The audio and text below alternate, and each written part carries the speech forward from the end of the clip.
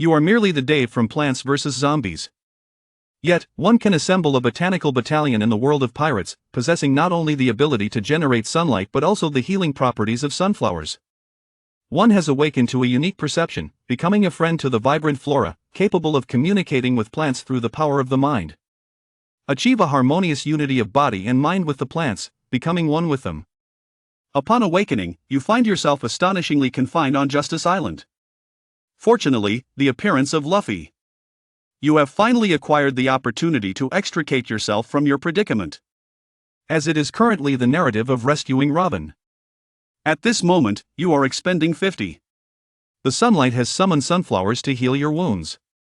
The radiant light flickers, and the sunflower has already appeared before you. In this windless prison, the sunflower sways rhythmically, as if it were listening to a jazz melody that only it can hear. For only a brief moment, two grand sunflowers bloom. Their petals begin to shimmer, radiating light, then releasing orbs, resembling the sun, gently glowing. As your thoughts stir, you merge the two orbs of light into your being. In an instant, you sense a comforting warmth flowing within you. The sunlight absorbed into the body transforms into a vital essence, flowing ceaselessly through the veins, continuously circulating, periodically mending the wounded physique. After a brief moment, the two sunflowers once again bore fruit. As you integrated them into your being, a sense of healing gradually enveloped you. You could finally feel strength re-emerging within your body. At this moment, you notice that the rate at which the summoned sunflowers produce sunlight is nearly consistent with that in the game. This also signifies that the sunflowers can continuously and rapidly generate sunlight points. However, within the sunlight aggregation system, there has been no discernible increase in sunlight points. Nevertheless, one can sense that there is now an abundance of sunlight aggregates within oneself, readily available for healing purposes. It seems that in the short term, it is unrealistic to expect a multitude of Ps to emerge and to see the Peashooter overpower the world government. So, what should be done to extricate ourselves from this predicament? You found yourself deep in contemplation, trapped within the confines of a prison cell. It appeared that you had not been nourished for several days, resulting in a profound weakness that enveloped your body. Moreover, you bore multiple injuries, and your vitality seemed to dwindle with each passing moment. You have no doubt that if you remain confined here, you will soon wither away. Evidently, the most pressing matter at hand is to procure one's key from the guardian of Judicial Island. From the recollections I possess, I recall that I am being overseen by a naval officer of the rank of lieutenant colonel, and in a few days, I shall be transferred to the CP organization. The soldiers of Judicial Island were immensely exhilarated upon capturing a high-ranking figure from the Revolutionary Army. It is important to recognize that in the current Revolutionary Army, there are very few young individuals like you who are entrusted with significant responsibilities and wield considerable influence. Undoubtedly, you shall become one of the pillars of the Revolutionary Army of the future. Capturing you would already be a significant achievement. If one could subject you to interrogation and extract some confidential intelligence pertaining to the revolutionary forces, it would indeed serve as a remarkable opportunity for advancement and prosperity. Regrettably, despite the relentless beatings and torment inflicted upon you, even when teetering on the brink of death, you divulged not a single whisper regarding the movements within the Revolutionary Army. Moreover, one cannot overlook the revolutionary military headquarters Barudigo that has captured the hearts and minds of all on Justice Island. Because the desired intelligence was not obtained, the Judicial Island interrogator unleashed his fury upon you, resulting in the scene of your battered state upon your recent arrival. Most importantly, within the recesses of your prior memories, the key to your liberation lies in the hands of the naval officer responsible for the interrogation. Yet he was not far from the position he occupied. To be precise, the technique of self-interrogation has never strayed too far from oneself. It appears, however, that due to the invasion of the Judicial Island by pirates, the majority of combatants have been dispatched to engage in defensive operations. Meanwhile, the one who has persistently interrogated you, disheartened by your former self's tenacity, has chosen to depart in search of solutions, leading to the tranquility you currently experience. The subsequent objective is to locate the scoundrel in possession of my key and retrieve it using the botanical allies bestowed upon me by the system. Regardless of the circumstances, the priority is to extricate oneself from the predicament before addressing anything else. You listen intently, as various sounds emanate from afar, growing ever closer. drawing ever nearer. Meanwhile, the Navy stationed on Justice Island is continuously mobilizing to launch an offensive towards the most tumultuous areas. Recall the original plot of the pirates, intertwined with the intermittent shouts from outside, mentioning the Straw Hat Boy and giants. It becomes evident that the current moment aligns with the period when the Straw Hat crew is infiltrating Eni's lobby. Grateful to Luffy for diverting the gaze that held me captive otherwise, even with my recovery, summoning plants beneath the watchful eyes of others would likely yield no element of surprise. With a flicker of inspiration, you summoned the system. Gazing at the remaining 950 sun points, you promptly expended 800 of them to conjure 8 Peashooters. In an instant, 8 beams of light manifest before your eyes. And 8 Peashooters emerge, standing right before you. The Peashooter, towering like a sunflower, stands slightly taller than an average human, exuding an abundance of vibrant life. The large, expansive leaves resemble mighty sawls, supporting the stature of the Peashooter. Its mouth, akin to a grand trumpet, appears poised to unleash a powerful projectile. 2 round, ebony eyes give it a somewhat vacant expression. When the Peashooters emerge, you can feel a profound and wondrous connection with them, as if a mere command could be executed in an instant. This connection differs slightly from the previous one with the sunflower. After all, sunflowers are wondrous plants of a supportive nature, capable solely of generating healing light orbs, lacking any combat prowess. Even if one were to manipulate it, it would merely govern its movement. However, the Peashooter is distinct. You can distinctly sense your ability to empower the Peashooters to accomplish a myriad of tasks, such as adjusting the angle and velocity of their P projectiles. Even as a combat-oriented botanical marvel, the Peashooter exhibits a remarkable resilience that surpasses that of the sunflower. Merely by instinct, one can ascertain that the Peashooters possess considerable strength, far exceeding that of an ordinary marine.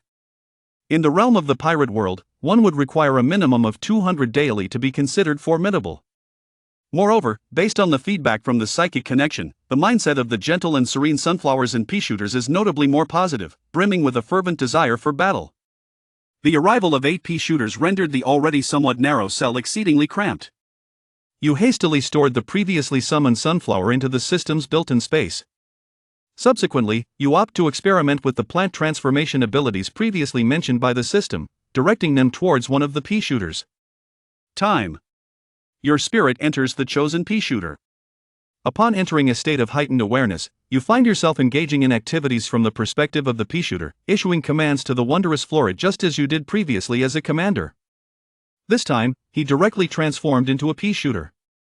He attempted to maneuver the leaves beneath his feet, experiencing a sensation akin to moving his own legs. It is akin to the transition from playing Plants vs. Zombies to engaging in a garden warfare scenario, where the perspective shifts dramatically from a third-person aerial view to a first-person viewpoint. It feels quite marvelous.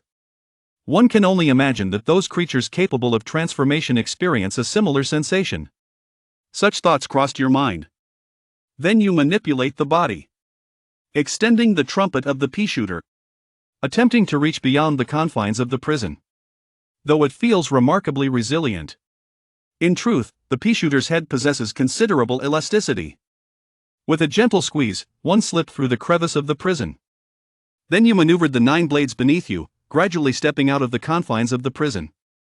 Through the eyes of the Peashooter, one gazes back upon humanity, as if lying upon the ground, drifting into slumber. Speaking of which, it is likely that Parasparrow, upon consuming the phantom fruit, experienced a similar sensation during his soul's departure. Suddenly, such thoughts emerged in your mind. Shaking your head, you banished the irrelevant distractions from your consciousness. You commanded the remaining 7 Peashooters to step out of the prison in succession, and then led them towards the memory of the prison warden.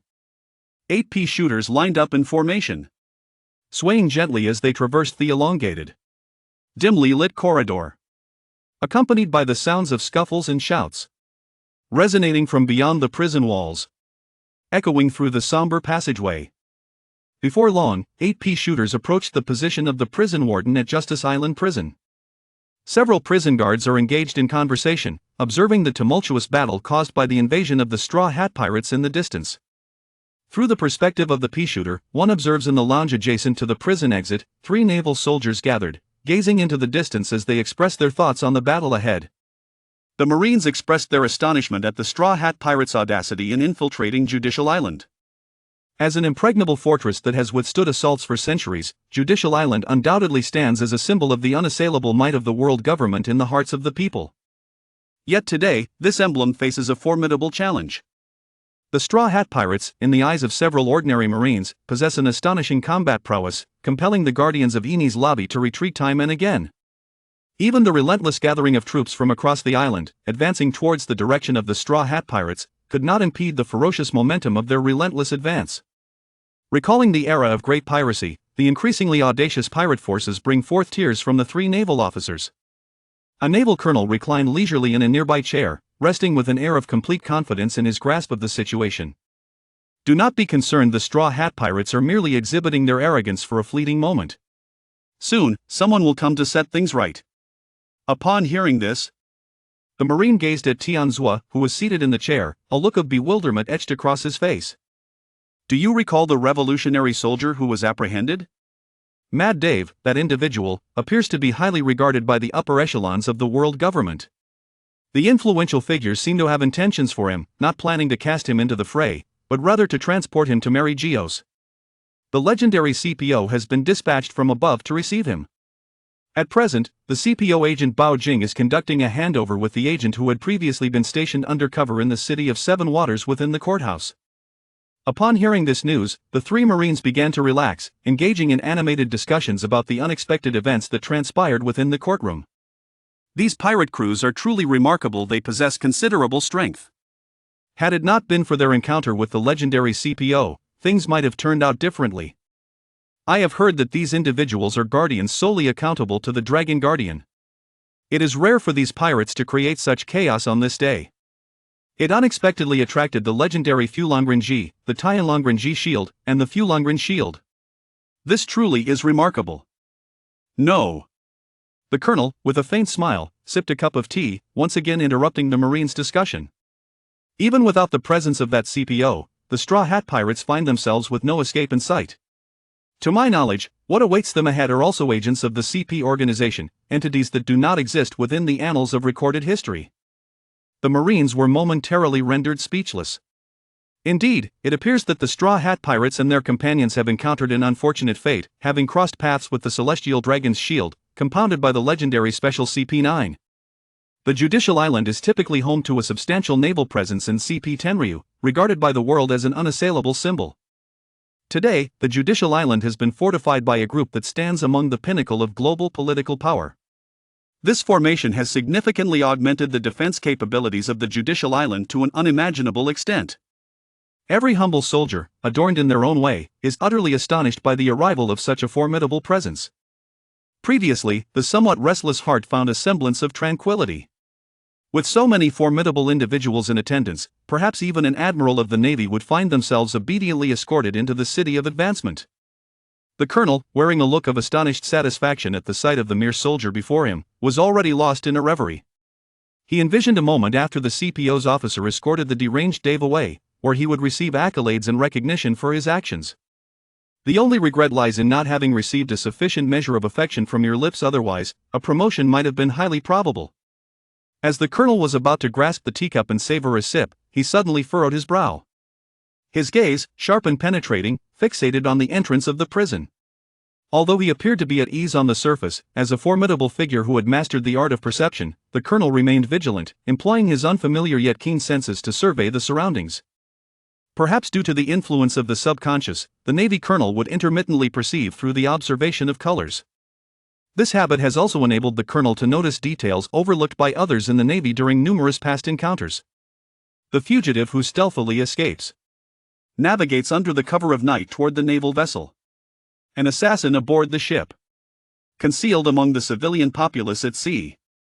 Countless discoveries of information that others could not uncover have deeply impressed the admiral, leading to the acquisition of this exquisite role overseeing Justice Island. The colonel possesses an extraordinary mastery over his perception of color. Within his awareness, humans, fishmen, shapeshifters, zoan-type ability users, and even inanimate objects all exhibit their own unique essence. The colonel is also able to perceive it in a timely manner. Yet this time, the response from the hues of perception left him feeling somewhat disconcerted.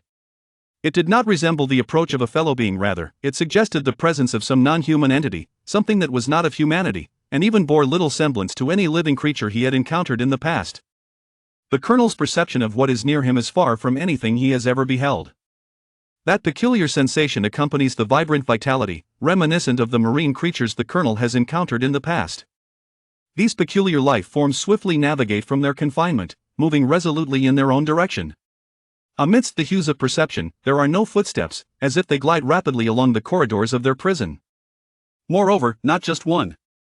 The colonel abruptly rose to his feet, casting a serious gaze towards the door leading into the prison corridor, startling 3 naval soldiers. The Straw Hat Pirates have undeniably triggered a gradual approach of the fungi, yet Colonel's demeanor remains unchanged.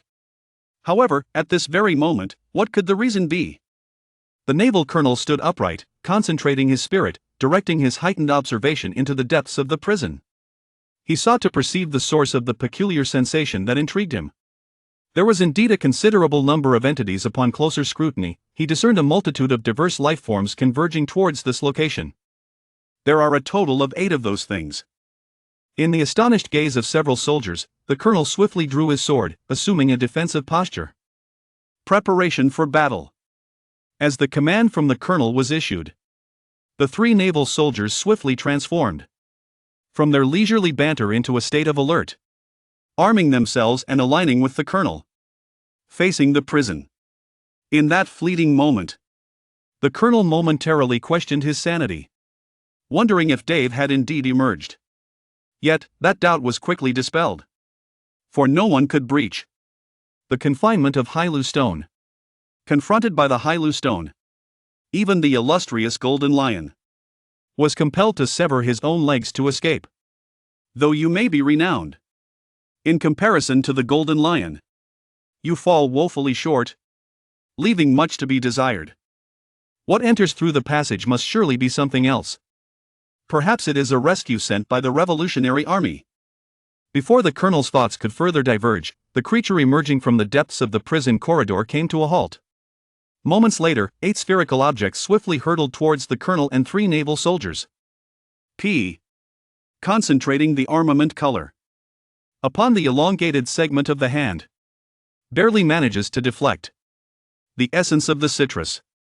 However, upon closer inspection of this object, the colonel found the reasoning utterly absurd and lacking in merit. To attack one's own possessions is, surprisingly, akin to appeased demise.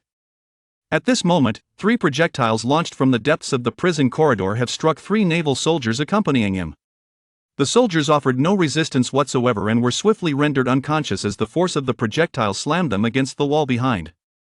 A flying object was held by the colonel, while the other 4 objects plummeted directly onto him. The immense impact of those 4 objects almost instantaneously incapacitated the colonel. At this very moment, the colonel found himself unable to suppress a sense of absurd astonishment upon witnessing the object intercepted by his sword. Why is it a P? Rather than marveling at the arrival from the east, where crimson meets the P, it is more astonishing to ponder why the power of this entity is so immense, so that with a single strike, the cold elite marine is rendered incapable of combat. Moreover, at the very moment these 8 Ps were launched, the colonel instinctively sought to evade them. According to Dazwa's own observations and predictions regarding the color of perception, it should be sufficient to merely tilt his body and slightly shift his center of gravity, as he ought to be able to evade the impending threat. However, those few green figures seemed to possess a discernment of their own, disregarding the colonel's evasive maneuvers. They struck with precision upon his form, ignoring the defenses bestowed by the armed color, inflicting damage in the process. Could it be that they were imbued with an additional layer of hockey? The colonel found himself overwhelmed with myriad thoughts. This entity, seemingly oblivious to the formidable defensive power of his imposing presence, adjusted its angle with an uncanny self-awareness. Such a phenomenon was entirely unprecedented in his experience. The recent onslaught of P attacks has left the colonel half kneeling on the ground, with blood seeping from the corner of his mouth. Now, he feels a fragmented pain emanating from the injured area, where the impact has left his insides in intense agony. Who? Indeed, who dares to intrude upon Judicial Island? Even if you are one of the 4 emperors, you shall face the sentence of death. The colonel sensed that the strange creature lurking in the shadows was about to strike once more, as it emitted a harrowing and desperate cry, resonating from its wounded form. As you skillfully commanded the Peashooter to launch an assault against the prison guard, you had not anticipated that the damage inflicted by the peas would be so remarkably substantial. A single volley of fire rendered several guardians incapacitated in their combat ability. You can't help but silently marvel. Even in the realm of Plants vs. Zombies, the adversaries within the game are likely not easily vanquished. Upon hearing the shout of the Major, you became aware of your surroundings. You noticed that the key to your prison, along with the lock, dangled from the waist of your captor. A thought crossed your mind, and you commanded 8 Peashooters to simultaneously aim their barrels at the remaining warden. With yet another launch of the pea, the final regulator succumbed, overwhelmed by the impact of the pea, and gracefully fell into unconsciousness. Upon witnessing the scene, you command the Peashooter, swaying 3 immense leaves as you take turns stepping towards the fallen blue pipe creature. Then, employing his fingers like delicate blades, he picked up the key and examined it closely. Having confirmed that it was indeed the key to unlock his prison, he swayed gently towards the direction of his cell, accompanied by 7 Peashooters. Before departing, you did not forget to lead your 7 companions to each of the blue prison guards, bestowing upon them a few peas. After all, the former self endured considerable suffering at the hands of these rascals during their time in prison. This can be regarded as a form of retribution for the past life as a member of the Revolutionary Army. Meanwhile, the sound of a system notification resonates within your mind, as you become aware of the host's involvement in the judiciary. Acquire the summoning of sunlight points. The host vanquished the chief of the prison guards, earning a point of sunlight. As long as one continuously vanquishes adversaries, it seems that one can acquire an ever-increasing abundance of sunlight points to summon plants. After a short while, you return to your corporeal prison, accompanied by your own mundane thoughts. Unlocking the prison with the key, I step through the bars. You continue to manipulate the blades, akin to a hand, inserting a specific key into the lock of the sea tower stone. Gently turning the key, with a soft click, the lock that had confined him since his journey into the world of pirates was finally released. Your consciousness returns to your own body. He experiences the exhilarating sensation of being free from the shackles of the sea tower stone, unbound by any chains. Then, he leaps up and, with a fist imbued with commanding power, strikes fiercely against the adjacent wall. The heavy enclosure of Justice Island's prison is instantly reduced to a massive crater. You feel the surging energy within your body, and cannot help but succumb to a sense of intoxication. This is a journey through time from a previous life, possessing a power that is utterly unattainable in any circumstance. This is merely a starting point. As I gradually unlock my potential and engage in battle, I shall hone my abilities, and perhaps I will possess even greater strength. Upon contemplating the system, you cast your gaze beside you, where a cluster of your Peashooters resides. These peculiar plants, in a fleeting moment, seem to share in the joy of newfound freedom. Perhaps, the former version of yourself was merely a member of a revolutionary army endowed with a modicum of combat talent. Such an ability pales in comparison to the formidable powers of the 4 emperors, such as Big Mom and Kaido. Even if you exert every effort, you shall never reach the exalted stature of an admiral. Before your journey through time, in the original comic, you were merely an inconspicuous member of the Revolutionary Army. Considering the original character's radical disposition, it is highly probable that they met their demise during one of the liberation operations prior to the unfolding of the original plot. To the extent that it has not made its own ripples in the annals of history. In the depths of your memory, there have been numerous instances where you exerted efforts 200 times greater than those of your contemporaneous revolutionary comrades to hone your combat skills. Although I have surpassed the majority, my limitations in talent prevent me from catching up with my contemporaries. The original self can stand shoulder to shoulder with Sabo due primarily to its own enterprising style of action. The reckless combatants, despite the consequences, have perhaps caught a glimpse of the formidable might of dragons and great bears, yet are constrained by the limitations of their own talents. After failing to become a top-tier powerhouse, Dave succumbed to despair. Lacking sufficient combat prowess, he resolved to compensate through diligence. Although Sabo and Mr. Dragon offered him words of comfort, the indomitable Dave persisted in his training and battles, driven by an unyielding spirit. Each training session saw him exerting more effort than others, and every confrontation demanded greater bravery. This relentless determination is the very essence of his infamous moniker. Now, armed with the extraordinary plant system bestowed upon him by his transmigration, he is destined to alleviate the anguish of his predecessor's lack of innate talent. He shall ascend to the ranks of the world's strongest. Nay, with the system's assistance, he will surpass even the mightiest of the realm. He is resolute in fulfilling the unfulfilled potential of his former self, who could not leave a mark in history. Though his predecessor could not fathom why he encountered Admiral Aokiji, the knowledgeable Dave, having watched One Piece, understands that Aokiji was likely searching for Robin, with the apprehension of his predecessor being merely an incidental occurrence. With this thought in mind, Dave recalls his previous assignment from the Revolutionary Army to locate and safeguard Nico Robin. Activating his observation haki, he senses the escalating chaos outside the prison, instigated by the Straw Hat Pirates, drawing ever nearer. With a newfound determination, he leads his loyal Peashooter comrades towards the prison's exit. Chapter 6. The Assault on Eni's Lobby. The first half, as Dave strides towards freedom, he reflects on his fortunate escape from captivity, attributing significant credit to the Straw Hat Pirates. Had they not caused a ruckus at Eni's Lobby, diverting the island's combatants, his guard would not have been so few.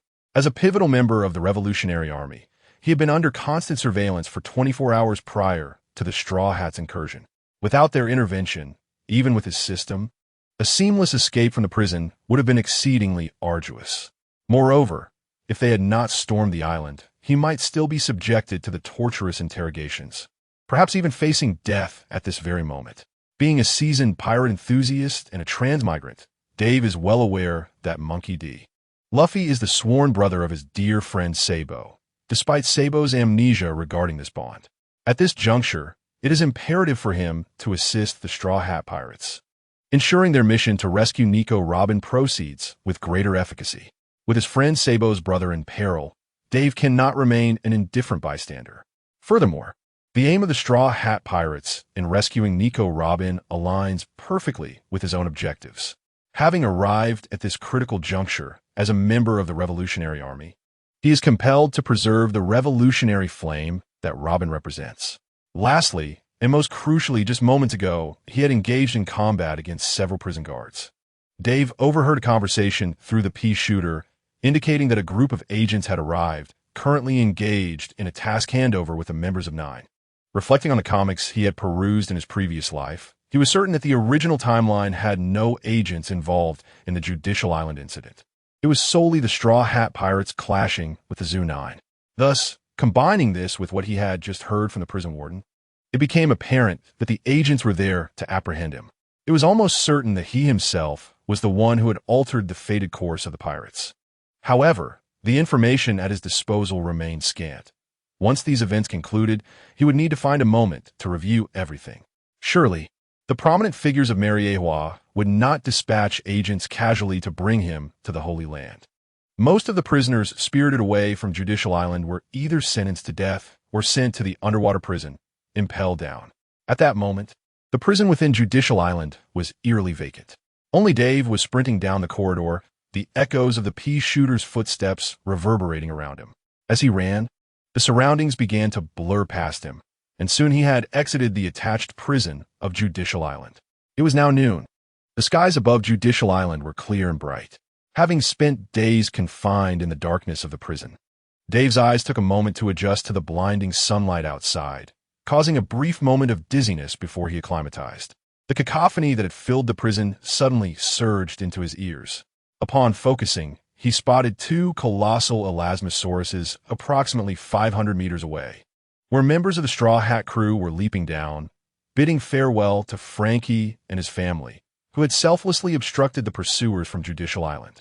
At that moment, nearly all combatants scattered throughout Judicial Island gathered like summoned ants, a dense mass converging upon the intruders from nearby streets and towering buildings. Based on his mental map, Dave surmised that he was in the mid to late section of Judicial Island, near the courthouse. Shortly ahead lay one of the iconic scenes where Robin had proclaimed her desire to survive, at the intersection of the courthouse and the Judicial Tower. The island was in chaos, filled with shouts of battle and cries for blood. Some Marines and Judicial Island guards, dragging long chains and wielding massive morning stars, spotted Dave bursting out of the prison gates. They alerted their superiors and colleagues, shouting that a prisoner had escaped and urging not to let the villain go. They attempted to shoot at Dave with their firearms. Several guards swung their morning stars, spinning them in the air to build momentum before launching them at Dave. Naturally, Dave would not be struck. His exceptional physical training from a young age, combined with his adept application of hockey, allowed him to easily evade the incoming projectiles and various weapons. After traversing into the world of pirates and merging with the memories of his predecessor, Dave found himself endowed with all the skills once possessed by the former Dave. Without a moment's hesitation, he lifted his right leg and unleashed a flurry of blue slashes through the air. The tempestuous kicks cleaved the atmosphere, hurtling toward the surrounding Marines and Guardians, sending dozens flying and swiftly clearing a space around him. Almost immediately, the system's notification echoed within his mind. Host has defeated a Marine soldier, earning 1 sunshine point. A faint smile graced Dave's lips. The exhilarating sensation of being able to showcase his prowess freely in the open air was truly delightful compared to when he first arrived in this world. "You bastards really made my life miserable before," he proclaimed, simultaneously using telepathy to issue attack commands to the Peashooters. Attack indiscriminately anyone in a Marine uniform or the Judicial Island Guardian attire. Instantly, the 8 Peashooters began to unleash a rapid barrage of peas upon the surrounding foes. With each pea that flew forth, an enemy was sent reeling backward, rendered incapable of further combat. One by one, adversaries fell beneath the relentless onslaught of peas. Meanwhile, Dave himself remained active, employing his tempestuous kicks to deliver air slashes at enemies at a distance, while dispatching foes in close proximity with iron-fisted strikes. Each blow shattered the bones of a Marine soldier, incapacitating them entirely. The overwhelming ferocity of Dave's assault rendered many Marines hesitant to approach, creating a small vacuum devoid of enemies before him. In contrast, the Straw Hat Pirates were besieged by a flood of Marines, hoping to exploit their numerical superiority to eliminate the invading pirates. After only a brief moment, no Marine dared to approach Dave, purposefully keeping their distance, for it was evident to all that with every strike from Dave, countless Marines were left severely injured and incapacitated, an efficiency that far surpassed that of the pirates. Rather than be casually dispatched by this formidable madman, they opted to encircle the relatively weaker Straw Hat Pirates, where they could still prove useful. Meanwhile, Dave's remarkable efficiency in dispatching foes caught the attention of the Straw Hat crew not far away. Chapter 7. Alliance with the Straw Hat Pirates. "Hey, Sanji, look over there," Zoro shouted to Luffy as he wielded 3 swords and executed a flying slash, sending an enemy tumbling aside. "That guy up ahead is incredibly strong." He pointed his blade toward Dave, who was skillfully slicing through the air with his legs, unleashing a continuous stream of air slashes that decimated all who dared to obstruct him. The 8 Peashooters continued their relentless assault, while Dave kicked a bomb into the vicinity of the miraculous plants, causing it to explode mid-air. "Yeah, I noticed that guy too. His fighting style is strikingly similar to that of those scoundrels who kidnapped Robin," Usopp interjected. However, it appears that this individual has an antagonistic relationship with the Navy.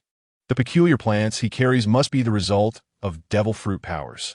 Nami joined the discussion, and the group engaged in animated conversation regarding Dave's abrupt appearance, utilizing their respective skills to navigate through the Navy's encirclement and advance toward the courthouse. Clearly, there was a palpable sense of wariness towards this evidently formidable figure. At that moment, Dave was clad in blood-stained attire, unleashing his might upon the surrounding adversaries. With the collaboration between Dave and the 8 Peashooters, the previously surging tide of enemies in that direction was effectively subdued. The ground was littered with countless incapacitated Navy personnel. Witnessing his overwhelming strength, Zoro silently unsheathed his sword. Despite the fact that he was in opposition to the Navy, it was uncertain whether he was an ally. Caution was warranted. The others nodded in agreement with Zoro's words. Even Sanji refrained from bantering at this critical juncture.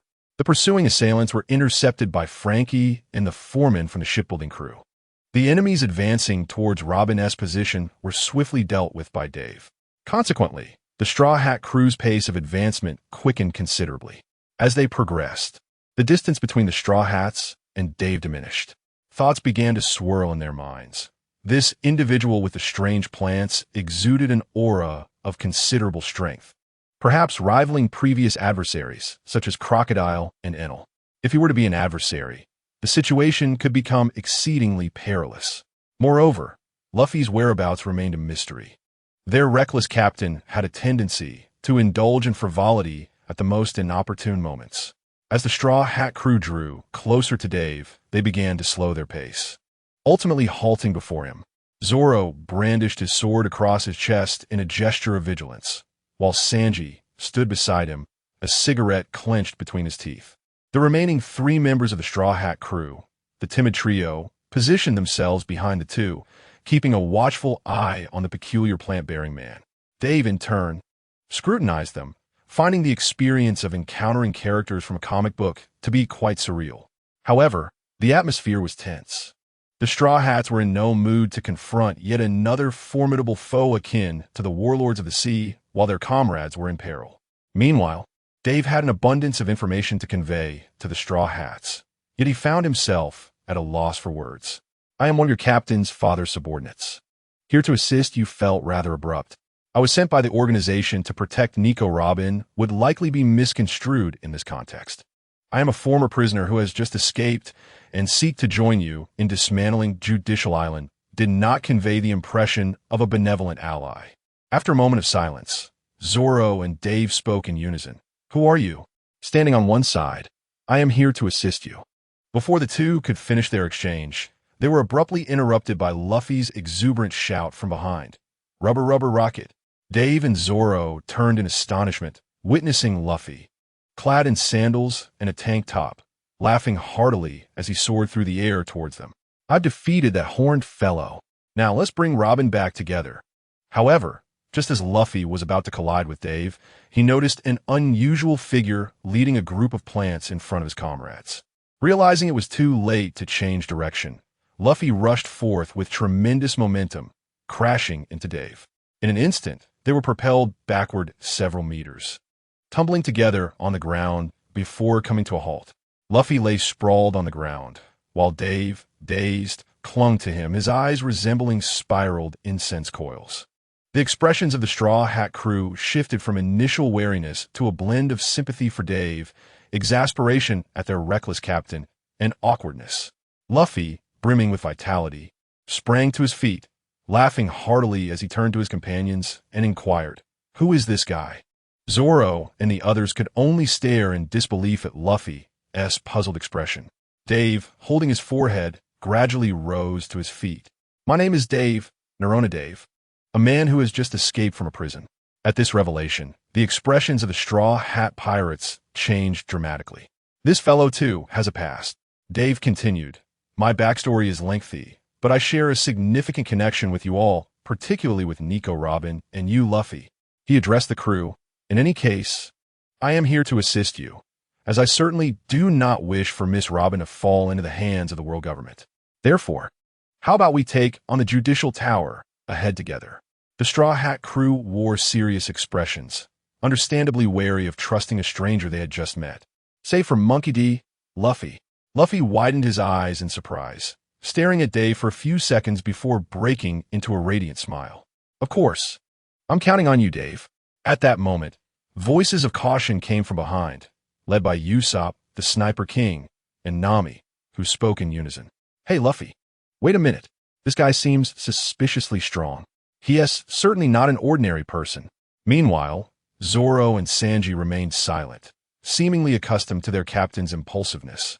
Moreover, judging by their instincts, they sensed that this peculiar man with strange plants posed no threat to them. With a beaming laugh, Luffy reassured Nami and the others. "It's fine, this guy isn't a bad person." He then turned to Dave, asking, "Right?" Dave simply nodded in affirmation. "By the way, Dave, what are those foods beside you? Is that part of your devil fruit powers?" Luffy pointed at the Peashooters, his curiosity evident. Chapter 8. Robin's Hesitation. Luffy's inquisitiveness mirrored that of the entire Straw Hat Pirates crew. During the recent battle, they had witnessed the plants beside Dave firing peas to strike the Navy. The sheer power of those peas astonished the crew, particularly Nami and Usopp. The might of the Peashooters was likely far greater than that of the two of them combined. Dave offered little explanation. Consider it my ability. However, that is of little importance. Our priority now is to rescue Nico Robin, after which we can discuss my matters in detail. Upon hearing this, Luffy, Zoro, and the others nodded in agreement. With their objectives set, they sprinted towards the courthouse at the rear of Judicial Island. As they raced alongside the Straw Hat crew, Dave summoned a system interface visible only to himself through sheer will. When the ethereal interface materialized before him, Dave noted that due to his recent takedown of numerous Navy soldiers and guardians of Judicial Island, the system indicated that his available sunlight points had surged from 150 to 1755. This meant he could summon at least 17 additional Peashooters, or he could conserve the sunlight points to ensure he could later exchange them for cherry bombs capable of unleashing massive damage in a single strike. Compared to the continuous damage inflicted by the Peashooters, the consumable cherry bombs were likely to be a more effective means of confronting formidable adversaries. After all, according to prior rumors, an enigmatic agent from Cypher Pole Zero awaited them ahead.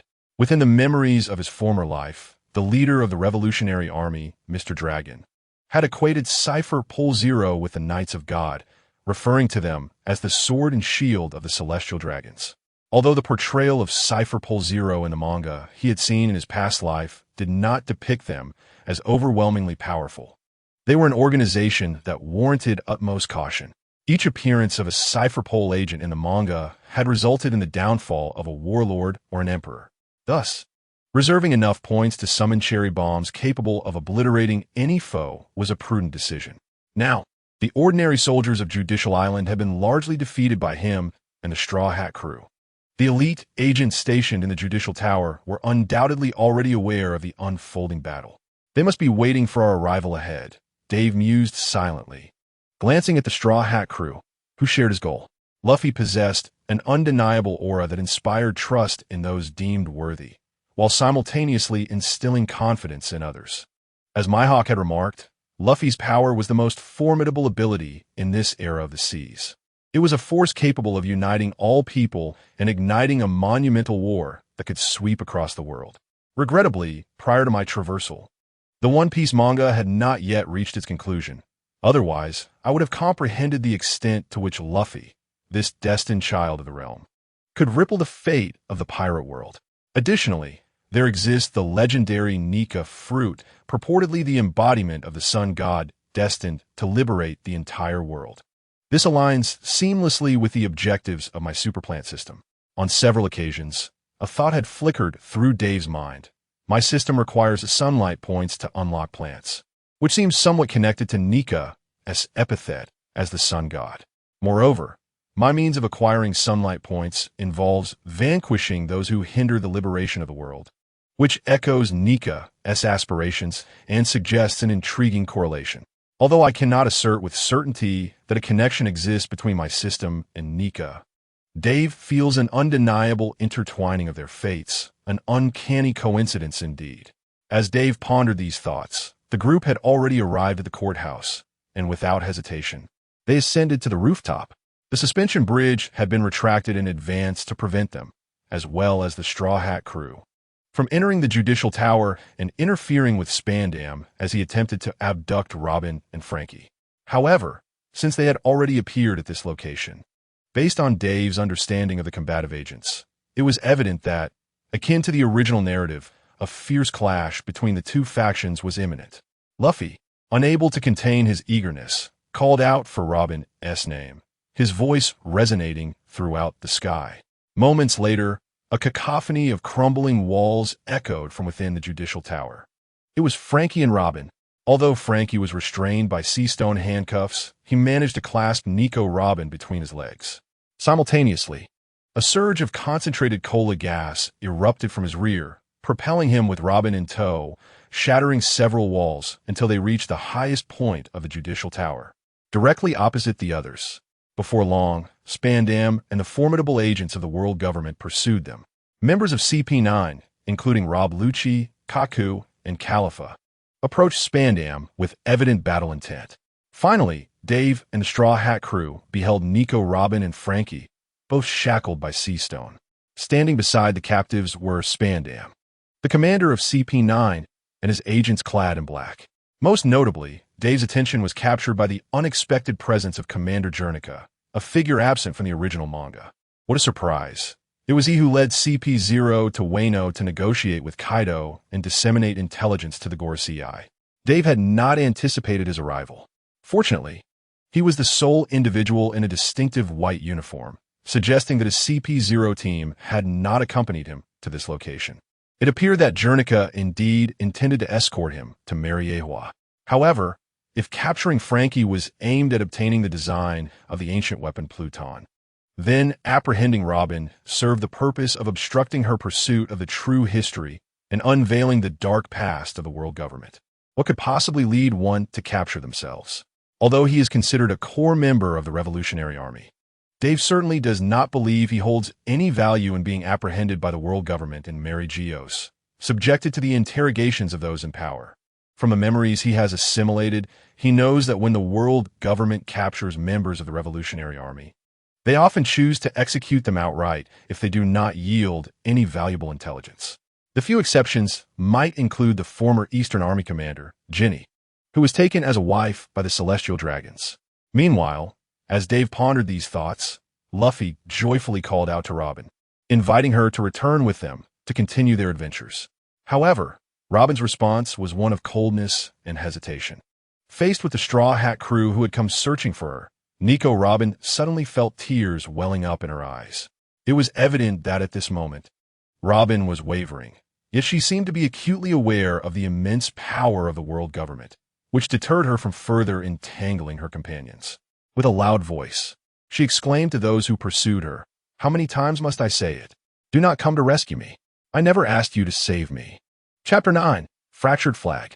After Robin's outburst, she lowered her head in anguish, her body trembling uncontrollably, as the conflicting emotions between the overwhelming force of the world and her comrades tugged at her heart.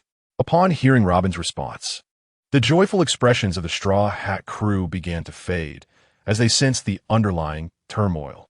Before her words had fully settled, the officer Spandam nearby began to clap his hands in delight, as if the sight of this woman relinquishing her hope for life due to the world governments might brought him immense joy. "Hey, what nonsense are you spouting at this juncture?" Frankie exclaimed, indignant on behalf of his companions at Robin's self-destructive declaration. However, before Frankie could say more, Kaku delivered a swift kick that interrupted him. Spandam and his cohorts observed the scene with disdain, quietly standing behind, their eyes filled with contempt. Dave and the Straw Hat crew remained resolute, undeterred by Robin's words, as they advanced step by step under the gaze of their adversaries. Upon reaching the rooftop plaza of the courthouse, one by one, they stepped onto the outer parapet, gazing at Robin across the way. With a voice laced with despair, Robin declared, "I am an enemy of the world government. Wherever I exist, I will be loathed by the world, hunted by all. Those who accept me will ultimately face destruction because of me. I am a being despised by the entire world. All who embrace me will come to see me as a calamity. But you're the only ones I wish would not come to despise me in the end. So please, forget me, and continue your adventures. I no longer wish to live." As Robin spoke, tears streamed down her face, and she began to sob softly, as if uttering these words had drained her of all strength. However, upon hearing this, Luffy's expression remained unchanged. He gazed earnestly at Robin and declared, "I don't care about all that. You are our comrade. At this juncture, no matter what, you must return with us, even if it means facing death. It should only come after we have returned together." The world government agents behind Robin merely observed the scene before them, silent and unmoving. Yet, Spandam erupted into laughter at such words. "Ah, what naive fools! You have no concept of the vastness of the world," Spandam proclaimed with a haughty tone. "Let me enlighten you. The so-called world government is a formidable organization formed by 170 powerful member nations, spanning the entire Grand Line and the seas. It is beyond the imagination of pathetic pirates like you." As he spoke, Spandam raised his right hand, upon which rested a golden transponder snail, gleaming in the midday sun. He elevated the phone high, chin lifted, and with a derisive gesture of his left hand, pointed towards the people standing at the opposing tribunal.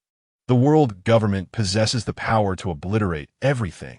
This golden transponder snail in my hand can activate the demon destruction order with the push of a button. It can summon 5 vice admirals and 10 warships to annihilate any location in the world. Can you little pirates even fathom such a scene?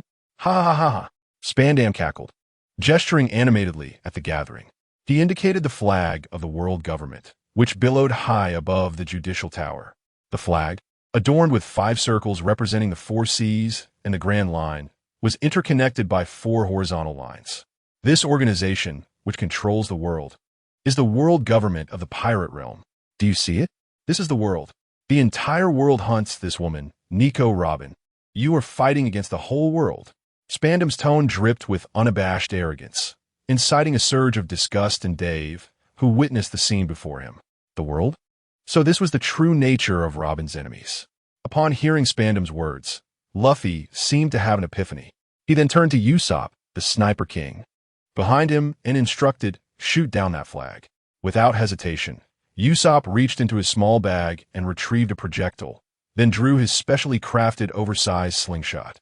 With a powerful shot, the projectile hurtled toward the world government's flag, generating heat through rapid friction in the air, transforming into a magnificent bird of flame soaring through the sky.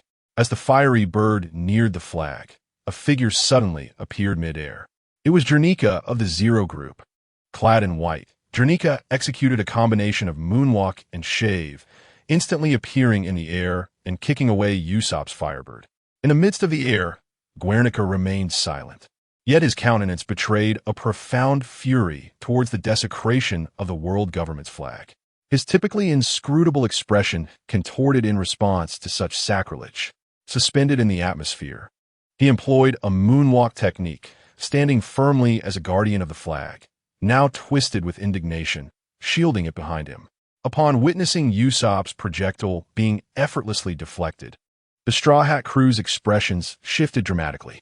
However, before they could react, they heard a series of swift sounds nearby. Turning their heads, they discovered the Madman Dave, commanding the Peashooters to aim at the flag above. The Peashooters adjusted their angles and unleashed a volley of pea projectiles towards the lofty target. Anticipating this, Guernica braced himself, preparing to intercept the peculiar projectiles. He was not surprised by Dave's audacity to retaliate. After all, there are only incorrect names, not incorrect code names. Madman Dave, as he was uniformly referred to by his colleagues in the world government, left one to ponder the experiences that rendered him so vehemently opposed to the institution. However, to Guernica's astonishment, despite his readiness to intercept the pea projectiles, they miraculously veered around him, soaring towards the flag behind him. Even as Guernica attempted to grasp the peas, they eluded his touch, phasing through his hands as if ethereal, traversing all obstacles in their path, and directly targeting the emblematic flag of authority. In an instant, to the utter astonishment of all present, 8 peas pierced through the flag from various angles, transforming it into tattered remnants that fluttered in the air. Chapter 10. I Want to Live. Witnessing the flag's destruction, the faces of the world government's faction were etched with dismay. Guernica's expression was particularly grim as he descended to the ground, his gaze towards Dave sharpened with intensity. This was not merely the shattering of a flag. It was a slap in the face to them all. Dave turned to Luffy, signaling that he had taken action, and asked if it was acceptable. Luffy understood the gesture and, without a word, responded with a grateful smile. Clearly, Luffy held a favorable view of Dave's actions. The members of the Straw Hat crew also regarded Dave with kindness. Even Nami, who had been skeptical of him at first, now looked upon him with goodwill, though they remained unaware of his true identity and motives for aiding them. His act of striking down the world government's flag in front of everyone served as the finest testament to his allegiance. Usopp gazed at Dave and the Peashooters with astonishment. As a sharpshooter, he possessed the keenest observational skills within the Straw Hat crew, and, at this moment, he had even begun to grasp the rudiments of observation hockey. Just moments ago, he had witnessed the remarkable sight of those pea bullets. Initially intercepted by the agents clad in white, curving gracefully or effortlessly penetrating obstacles to reach their intended targets. This was, without a doubt, a coveted skill that every marksman yearned for. Were it not for the inappropriateness of the current situation, Usopp would have eagerly sought to become Dave's disciple, yearning to learn the art of marksmanship. Frankie and Robin stared in disbelief at the flag, now reduced to shreds, their hearts a tumult of emotions. In this moment, only these two individuals, burdened with secrets and perpetually pursued by the world government, could comprehend the audacity required to openly declare war against such an entity. Tears streamed down Robin's cheeks as she felt the weight of her memories surging within her. Luffy looked earnestly at Robin, exclaiming, "We will defeat your enemies. Robin, tell us you wish to live." At this moment, Robin's emotions swirled together with her recollections, flooding her heart with memories of a little girl yearning for companionship and a place to belong, yet repeatedly thwarted by the world. Each time, those who seemed kind enough to shelter her would ultimately betray her. This betrayal left her feeling increasingly estranged from the very notion of companionship.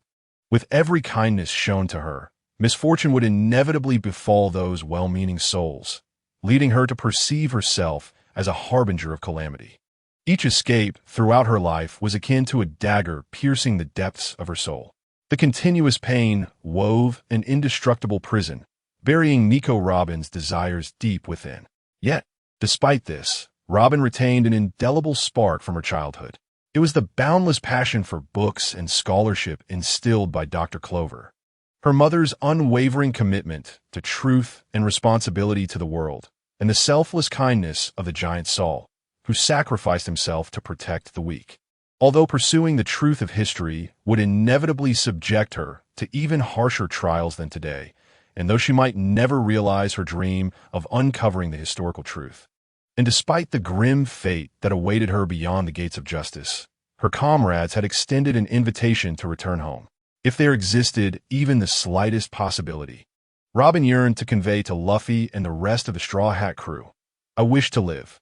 Please take me to the open sea."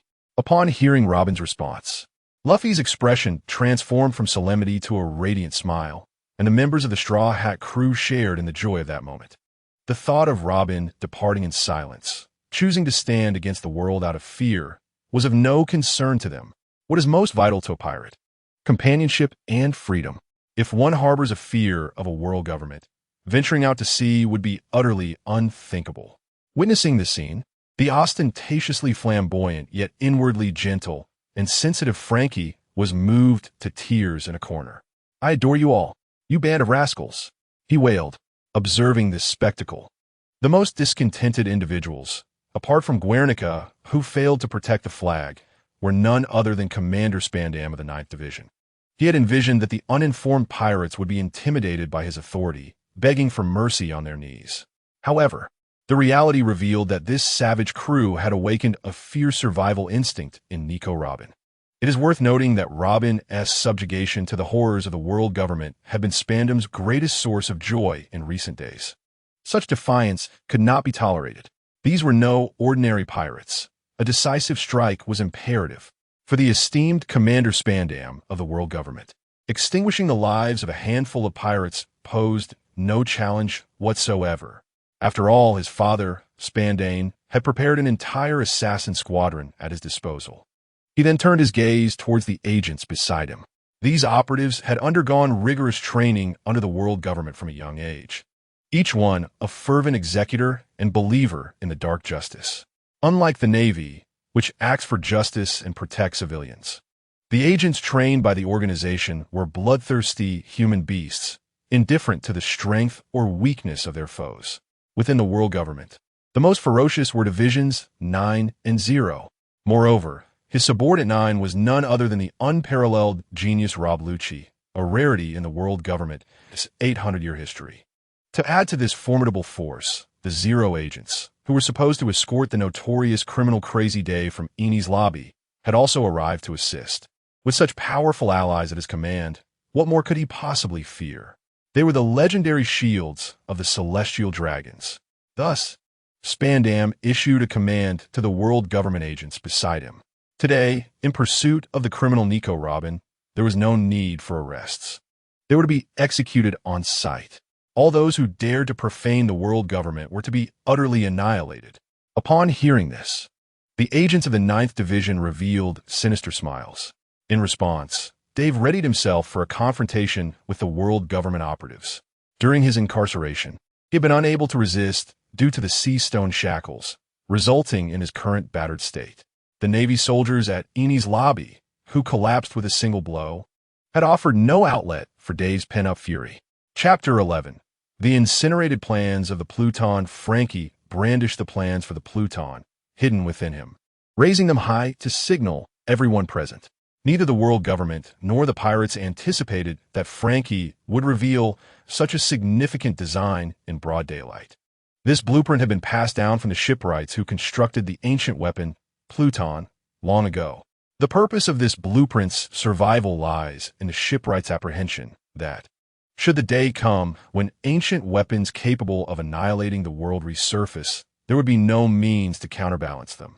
In other words, the dire future feared by our predecessors is the very prospect of such ancient weaponry falling into the hands of individuals like you. As Frankie spoke, he gestured menacingly toward Spandam. At that moment, even the nearby agents of the world government dared not act recklessly, aware that any attempt to forcibly seize the blueprint could jeopardize this invaluable document. Initially, I worried that if Nico Robin, who possesses the ability to decipher ancient languages, were to fall into the hands of villains, awakening the ancient weapon would leave the world defenseless. Hence, I resolved to keep the blueprint of Pluto concealed within my own body. However, the situation has now shifted. I see Robin surrounded not only by devoted allies willing to risk their lives, but also by strangers who act with noble intent. The assembled crowd listened intently to Frankie, allowing him to voice his thoughts without interruption. Yet, no one anticipated that, at this juncture, Frankie would suddenly unleash a torrent of searing flames from his modified mouth towards the raised blueprint of Pluto. In an instant, the document detailing the construction of the ancient weapon was reduced to mere ashes. The pirates exhibited little reaction, for their primary concern was the safety of their comrade, Robin, rather than the ancient weapon itself. Meanwhile, Dave, having followed the pirate saga, reflected on his previous ideas regarding the blueprint, but ultimately decided to let events unfold naturally, knowing that the actual weapon lies within Wano, thus allowing him to pursue the ancient weapon directly. Conversely, the agents of the world government were left aghast. Spandam's coveted tool for ascension had been obliterated. For the agents of CP9, who had toiled for 5 long years in Water 7, the destruction of their long-desired prize ignited a fury akin to being mocked. Nevertheless, Frankie continued his oration, while the world government agents remained poised, eager to discern if there lay any glimmer of hope in his words. With the destruction of the ancient weapon's blueprint, I have effectively nullified any chance of it being activated by scoundrels like you. I have chosen to wager everything on the notion that without the blueprint, there will be no means to activate these ancient weapons. Whoever obtains Nico Robin will possess the ancient weapon and wield a power that no one else in this world can withstand. The future of the world now hinges upon who can claim Nico Robin. Today's outcome will undeniably shape the fate of the entire world in the near future. And I choose to place my bet on those who would risk everything for the sake of their comrades. Just as Frankie concluded his declaration, Spandam, standing behind him, delivered a forceful kick, sending him crashing against the wall at the edge of the waterfall. In a fit of rage, he commanded Rob Lucci to cast Frankie from the Justice Tower, ensuring his demise. Lucci, eager to comply, delivered a swift kick that sent Frankie, along with the concrete railing, plummeting from the tower's summit. As Frankie fell, screaming, Dave and the Straw Hat crew frantically sought ways to rescue him. Suddenly, the voice of Granny Kokoro echoed from below, near the connection of the court and the Justice Tower, urging, "Hey, pirates, jump into the waterfall." Her words mingled with the blaring horn of the sea train, accompanied by the relentless roar of its engine growing ever closer. Understanding her intent, given the bridge that had been lowered to a 90-degree angle, the crew quickly grasped the necessity of leaping down and riding the sea train into the Justice Tower. With the situation clear, Luffy beamed with determination. He stretched his rubber arms, extending them until they could grasp all of his crewmates, ready to plunge over the cliff together. Despite comprehending the need to jump, Luffy's companions were left aghast, resembling those terrified of heights forcibly strapped onto a roller coaster. However, resistance was futile. Luffy's elongated arms pulled several members of the Straw Hat crew over the edge. In the air, only Luffy's boisterous laughter and the panicked cries of his comrades could be heard as they flailed helplessly, struggling against the void. Yet, Dave refused to be dragged down like the others.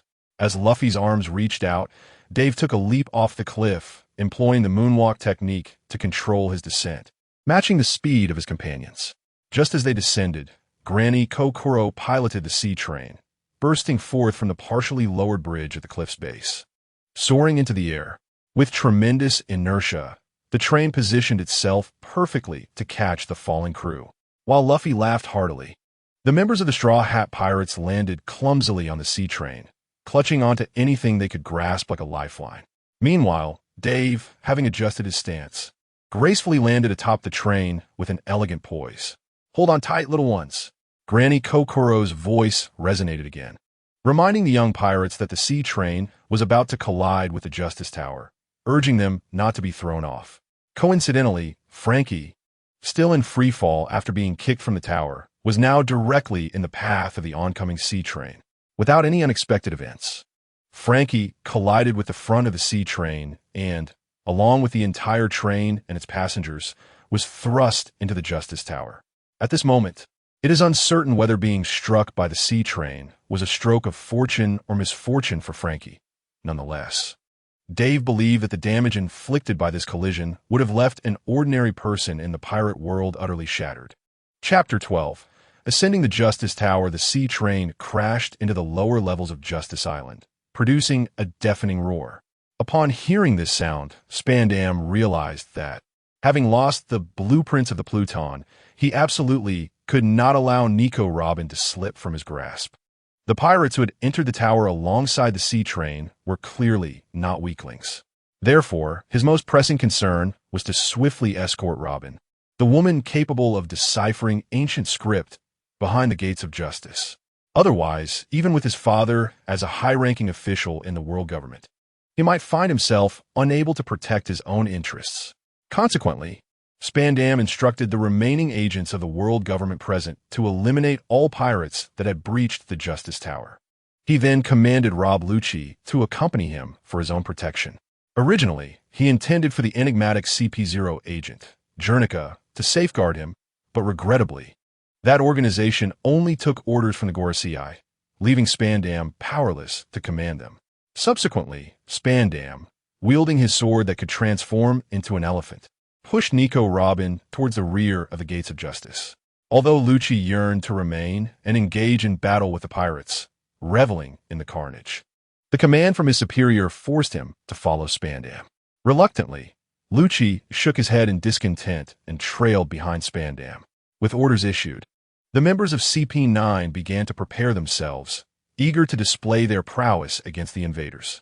Perhaps it would be entertaining to play a game with them, to snuff out their lives in a moment of despair. Just as the assassins of CP9 were about to embark on their murderous game, the previously silent Jernica suddenly spoke up. "That madman Dave must be left alive. The rest of the pirates are free to be slaughtered." Upon hearing this, the CP9 assassins expressed their confusion, questioning the rationale behind such an order. However, Jernica offered little explanation, merely stating that he did not fully understand the reason for sparing Dave's life. He had only heard the Gorosei mention that Nero Dave possessed an exceptionally unique lineage, with considerable ties to the Celestial Dragons. Because of this extraordinary heritage, even as a member of the Revolutionary Army opposing the world government, he could not be executed. The CP9 assassins present chose not to press further for in the grand scheme. Engaging in a bloodbath with the pirates was of far greater importance than the intricacies of lineage. At this moment, there are 6 agents, including Guernica, present, to excel in this deadly game. It is essential to allocate the right number of individuals to manipulate the various toys and ideally devise a compelling reason to entice these pirates to willingly present themselves. With the target established, the world government agents began to excitedly deliberate on specific strategies for the game. As the sea train crashed through the walls of the Judicial Tower, a cascade of debris accompanied it into the building. The passengers quickly regained their composure, and, after a brief stretch to ensure they were unharmed, the Straw Hat crew resolved to bid farewell to Granny Kokoro and press onward in pursuit of Robin. Time was of the essence. Should Spandam manage to escort Robin beyond the formidable gates of justice, the assembled individuals would likely find themselves powerless to intervene. At that moment, a light chuckle resonated from above the group. It was the peculiar Agent 9 they had encountered earlier, a round figure with a zipper for a mouth, now clinging to the corner of the first-floor hall's ceiling with both hands and feet. He introduced himself as the Soundless Owl, claiming to be the most adept at keeping secrets within the world government, aside from Momotor. However, under Nami and Dave's rudimentary probing, the Soundless Owl divulged a plethora of information. He revealed the unique skills of each Agent 9, their respective abilities, and the fact that all members were currently awaiting the pirates in a designated room. Under Dave's skilled interrogation, he even disclosed the location of the secret passage from the Judicial Tower to the Gates of Justice. Dave could not suppress a smile at this revelation. As Usopp attempted to further pry for the weaknesses of each Agent 9, the Soundless Owl suddenly realized the gravity of his information leak. With a frantic cry of "Cha-Baba," he covered his mouth, displaying an expression of dismay, whether in remorse for spilling his comrade's secrets or embarrassment for boasting about his prowess in secrecy only to reveal everything to the enemy. Yet, in an instant, the Soundless Owl shared crucial information that compelled Dave and the Straw Hat crew to halt their pursuits of Spandam. Robin had been taken towards the Gates of Justice, with Lucci escorting her. She was shackled with sea stone handcuffs, rendering her exceedingly weak and unable to utilize her abilities. These handcuffs were indestructible and could only be unlocked with the appropriate key. There were 6 keys in total, held by 5 Agent 9 members and 1 Agent 0. However, only one of these keys could unlock the handcuffs on Robin's wrists, and if the pirates failed to seize all the keys, even if they ultimately rescue Robin, she would be forever ensnared in those sea stone handcuffs. Moreover, if the 6 of them failed to encounter their adversaries in a timely manner, they would cast their keys directly into the depths of the ocean below. If the pirates truly valued Robin's life and possessed genuine confidence in their abilities, then they should attempt to vanquish them. As soon as the words left his lips, the rotund, soundless owl vanished into thin air, leaving the onlookers astonished. The members of the Straw Hat Pirates exchanged glances and began to devise a plan. As the captain and the embodiment of the crew's combat prowess, Luffy was the first to take action, stealthily pursuing Spandam and Rob Lucci to rescue Robin. Without hesitation, Luffy dashed towards the secret passage indicated by the owl. Zoro volunteered to duel Kaku, who was also a swordsman, while Sanji resolved to confront Gabra, ranked 3rd among the 9 in combat prowess. Frankie aimed to take down the owl that had just appeared. At this juncture, Dave informed everyone that Zero was indeed targeting him. Thus he would contend with Jernica. Having witnessed Dave's formidable strength, the Straw Hats did not doubt his capabilities, expressing their gratitude for his willingness to assist. The remaining agents, Leo and Secretary Califa, were assigned to the timid trio, Usopp, Nami, and Chopper. With the enemy divisions complete, each member set forth towards their respective objectives. After the others departed, Dave called upon the timid trio. Chapter 13, a gift for the timid trio for Dave, who had read the original manga. The one-on-one battles between the Straw Hat Pirates and the 9 posed no cause for concern. However, his unexpected presence could potentially trigger a butterfly effect, altering the established outcomes among the pirates. For instance, the newly emerged Jernica was a character who should not have been present. Since the original fate was not necessarily aligned with the manga Dave had read, unforeseen variables were likely to arise. This could include the devil fruits bestowed by Spandam to Kaku or Califa differing from those originally depicted, or the reappearance of characters like Jernica, who were not meant to be there. If it were Zoro or Sanji, or even Frankie, Dave would not be overly worried, as these individuals were inherently powerful, and any unexpected variables would not significantly alter their victorious outcomes. However, the same could not be said for Nami, Usopp, and Chopper. Nami's victories relied on her intellect, particularly in perilous situations.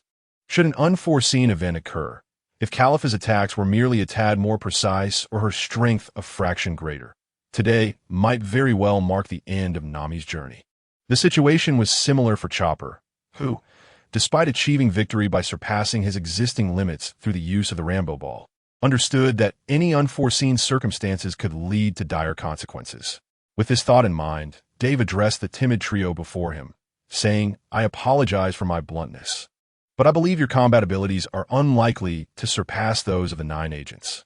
Dave glanced at the system, noting that he had a total of 350 sunshine points remaining, which he had accumulated after defeating a multitude of Marines in the midsection of Judicial Island. Before the trio could retort with notions of determination or camaraderie, Dave expended 220 of his sunshine points. In his mind, he commanded the system to summon Peashooters. In an instant, a total of 22 Peashooters materialized before Dave and the 3 companions. He then released the initial 8 Peashooters, resulting in a rather crowded scene in the hall at the base of the Judicial Tower with a total of 30 Peashooters. Nami, Chopper, and Usopp had previously encountered Peashooters but had only seen the 8 and were astonished by the sheer quantity of such formidable summoned beings. Unlike other members of your pirate crew, the combat prowess of the 3 was rather modest, making them susceptible to demise in the presence of these lethal adversaries. I propose that the 3 of you, accompanied by my 20 summoned beings, proceed together to defeat the remaining 2 of the 9 agents. This strategy will maximize efficiency, allowing us to secure the handcuff keys swiftly. Furthermore, should you vanquish the enemies sooner, you may also assist our comrades who are still engaged in battle. As for me, you need not worry. I possess a certain reputation upon the seas, and with 10 points reserved for myself, I am confident in my ability to defeat the man clad in white. What say you? Will you accept my proposal?" Upon finishing, Dave smiled at the trio, without much deliberation, decided to graciously accept his offer, bowing in gratitude with a sense of surprise. Subsequently, Dave succinctly explained the characteristics of the Peashooters and the manner in which to command them. The trio nodded in understanding, promptly forming a small team to lead the 20 Peashooters toward their predetermined opponents, the Lion and Calipha.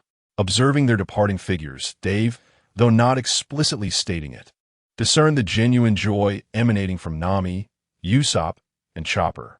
Clearly, they understood that venturing into battle without additional support would significantly jeopardize their lives. Despite their concern for their companion Nico Robin, compelling them to charge toward formidable foes beyond their capabilities, they remained acutely aware of their own vulnerabilities.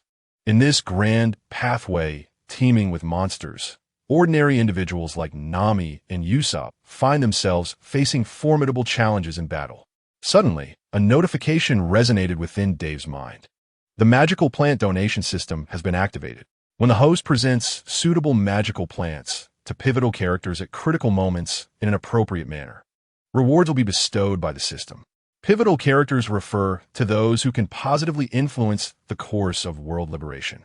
As long as the host aids these key figures in accelerating the progress of world liberation through magical plants, they shall reap equivalent sunshine points and unlock special permissions.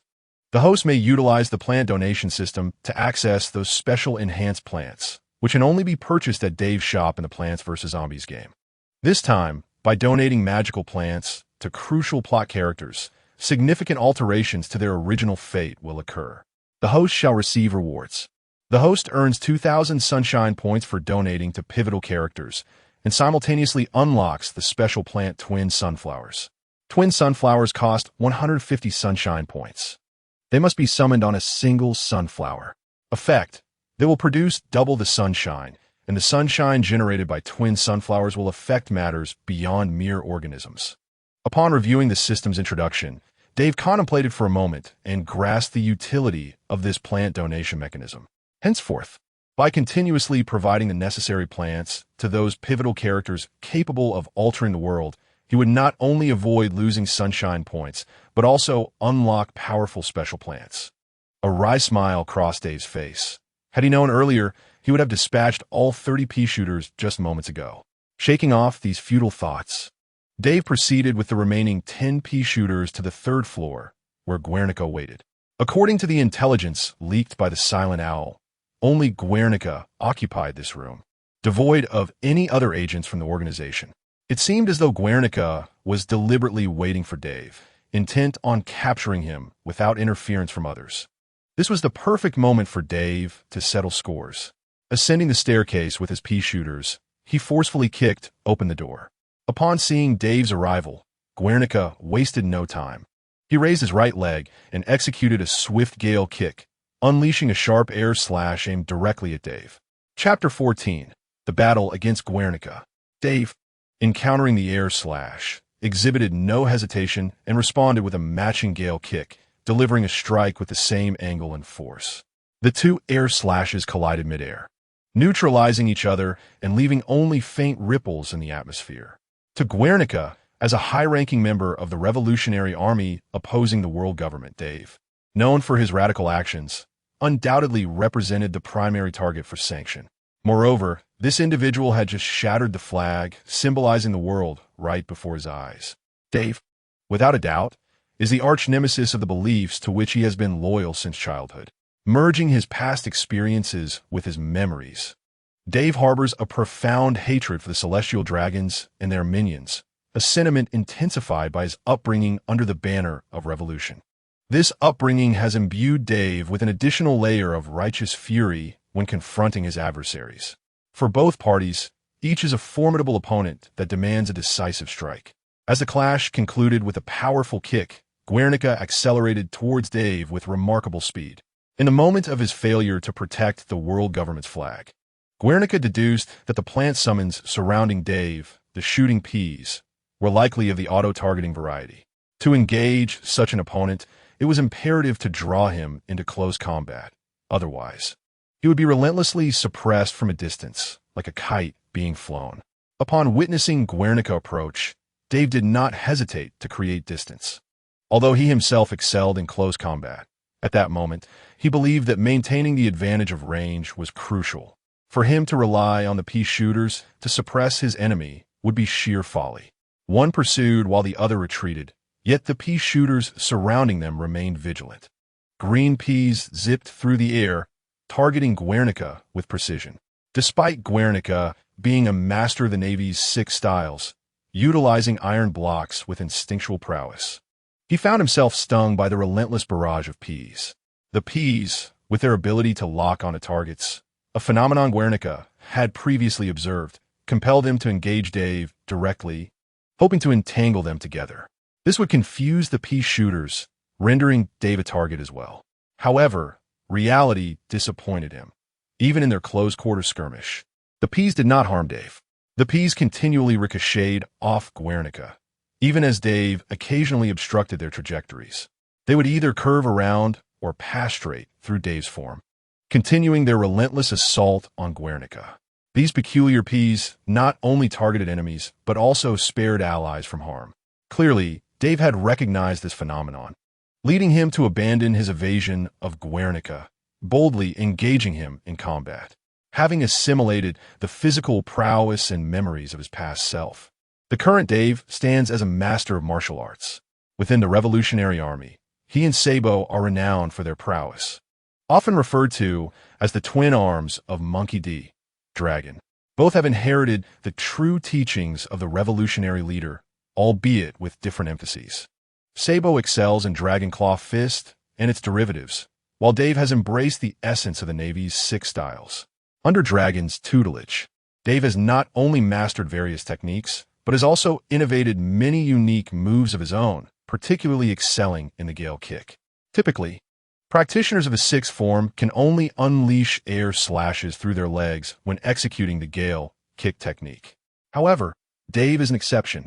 After dedicating considerable time to perfecting the Gale Kick, he has acquired the extraordinary ability to emit air slashes from various parts of his body, a skill even his master, Long, could not master. Before encountering a sufficiently formidable opponent, Dave often refrains from showcasing this ability. Yet this time, confronted by Guernica's nearly flawless 6th form techniques and his formidable presence among the elite, Dave finds it imperative to deploy his unique skill to stand a chance. Thus, under Jernika's astonished gaze, every punch and elbow block Dave executes is accompanied by a slicing air slash. Each time Jernica engages in a fistfight with Dave, he simultaneously endures the impact of an ironclad punch and the air slash generated by Dave's fist. Every strike from Dave is a double-edged assault. The two combatants unleash a myriad of techniques, battling from floor to ceiling and from one room to another. Whenever their fierce exchange collides with a wall, it shatters into fragments, and they continue their struggle unabated. Each of their punches and techniques is delivered with immense force, showcasing a plethora of martial arts maneuvers. And the air slashes emanating from their clashes leave deep imprints on the surrounding walls. If ordinary practitioners of the sixth form were to witness this, they would undoubtedly marvel at the myriad applications of the technique. On one hand, Jernica and Dave are evenly matched. On the other, the relentless barrage of Peashooters aimed at Jernica shows no signs of abating. Each successive piece strikes Jernika's body, accumulating a stinging sensation that transforms into pain even the esteemed celestial dragon cannot overlook. Their battle intensifies, with Jernica leveraging his age and profound understanding of the sixth form to maintain a nimble advantage.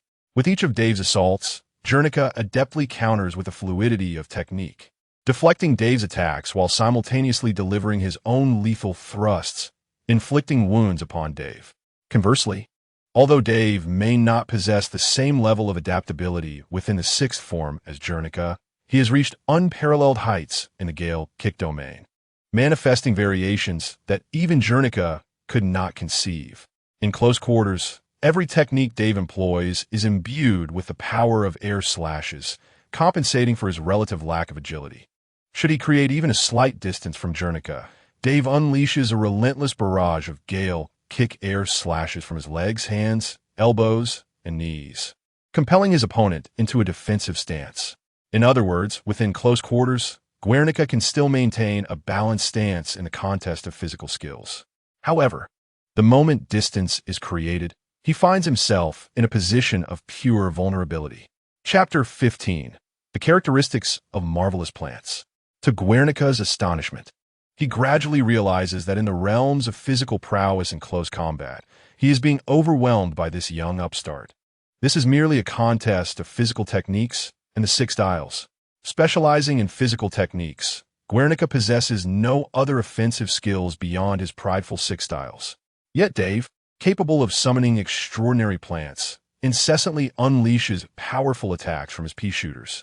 Initially, Guernica withstands the onslaught of peas with his iron-like resilience and armament hockey, while secretly employing his adept life return to continuously heal the targeted areas. However, soon after becoming passive in the realm of physical combat, Guernica finds his hockey increasingly limited to the confrontation with Dave. The damage inflicted by those peas far exceeds what life return can mend. Moreover, the relentless barrage of peas accumulates injuries bit by bit, leaving Guernica in excruciating pain. Indeed, it is accumulation. Guernica is astounded to discover that the sensation of being struck by these peculiar peas is a cumulative one, measured in standard units of pain. He suddenly comprehends the source of the strange feeling that has persisted since the onset of his battle with Dave. Typically, any attack that cannot breach the foundational hockey barrier of the defender inflicts no harm. Even attacks that do penetrate the hockey defense leave varying degrees of pain on the body of the assailed. Yet, the peas before him are different. Once struck by these bizarre plants projectiles, a unit of pain manifests in his body. Regardless of the targeted area, any impact from these peas results in cumulative damage. This accumulation continues until it becomes intolerable. Even when defending against the peas with hockey, the weight of the hockey is diminished by the equivalent of a single pea unit. Unlike the ordinary harm in the pirate world, which can be temporarily disregarded through sheer will or bursts of power, these incessantly flying peas cannot be ignored. No matter how resolute Guernica may strive to be, or how he utilizes the life force techniques of the world government to awaken his latent vitality, it is akin to being digitized. Each pea capable of inflicting standard damage accumulates as the number of hits increases, compounding the injury. This accumulation of damage is reminiscent of a cold and merciless reaper, gradually drawing closer and inexorably consuming the life of the struck.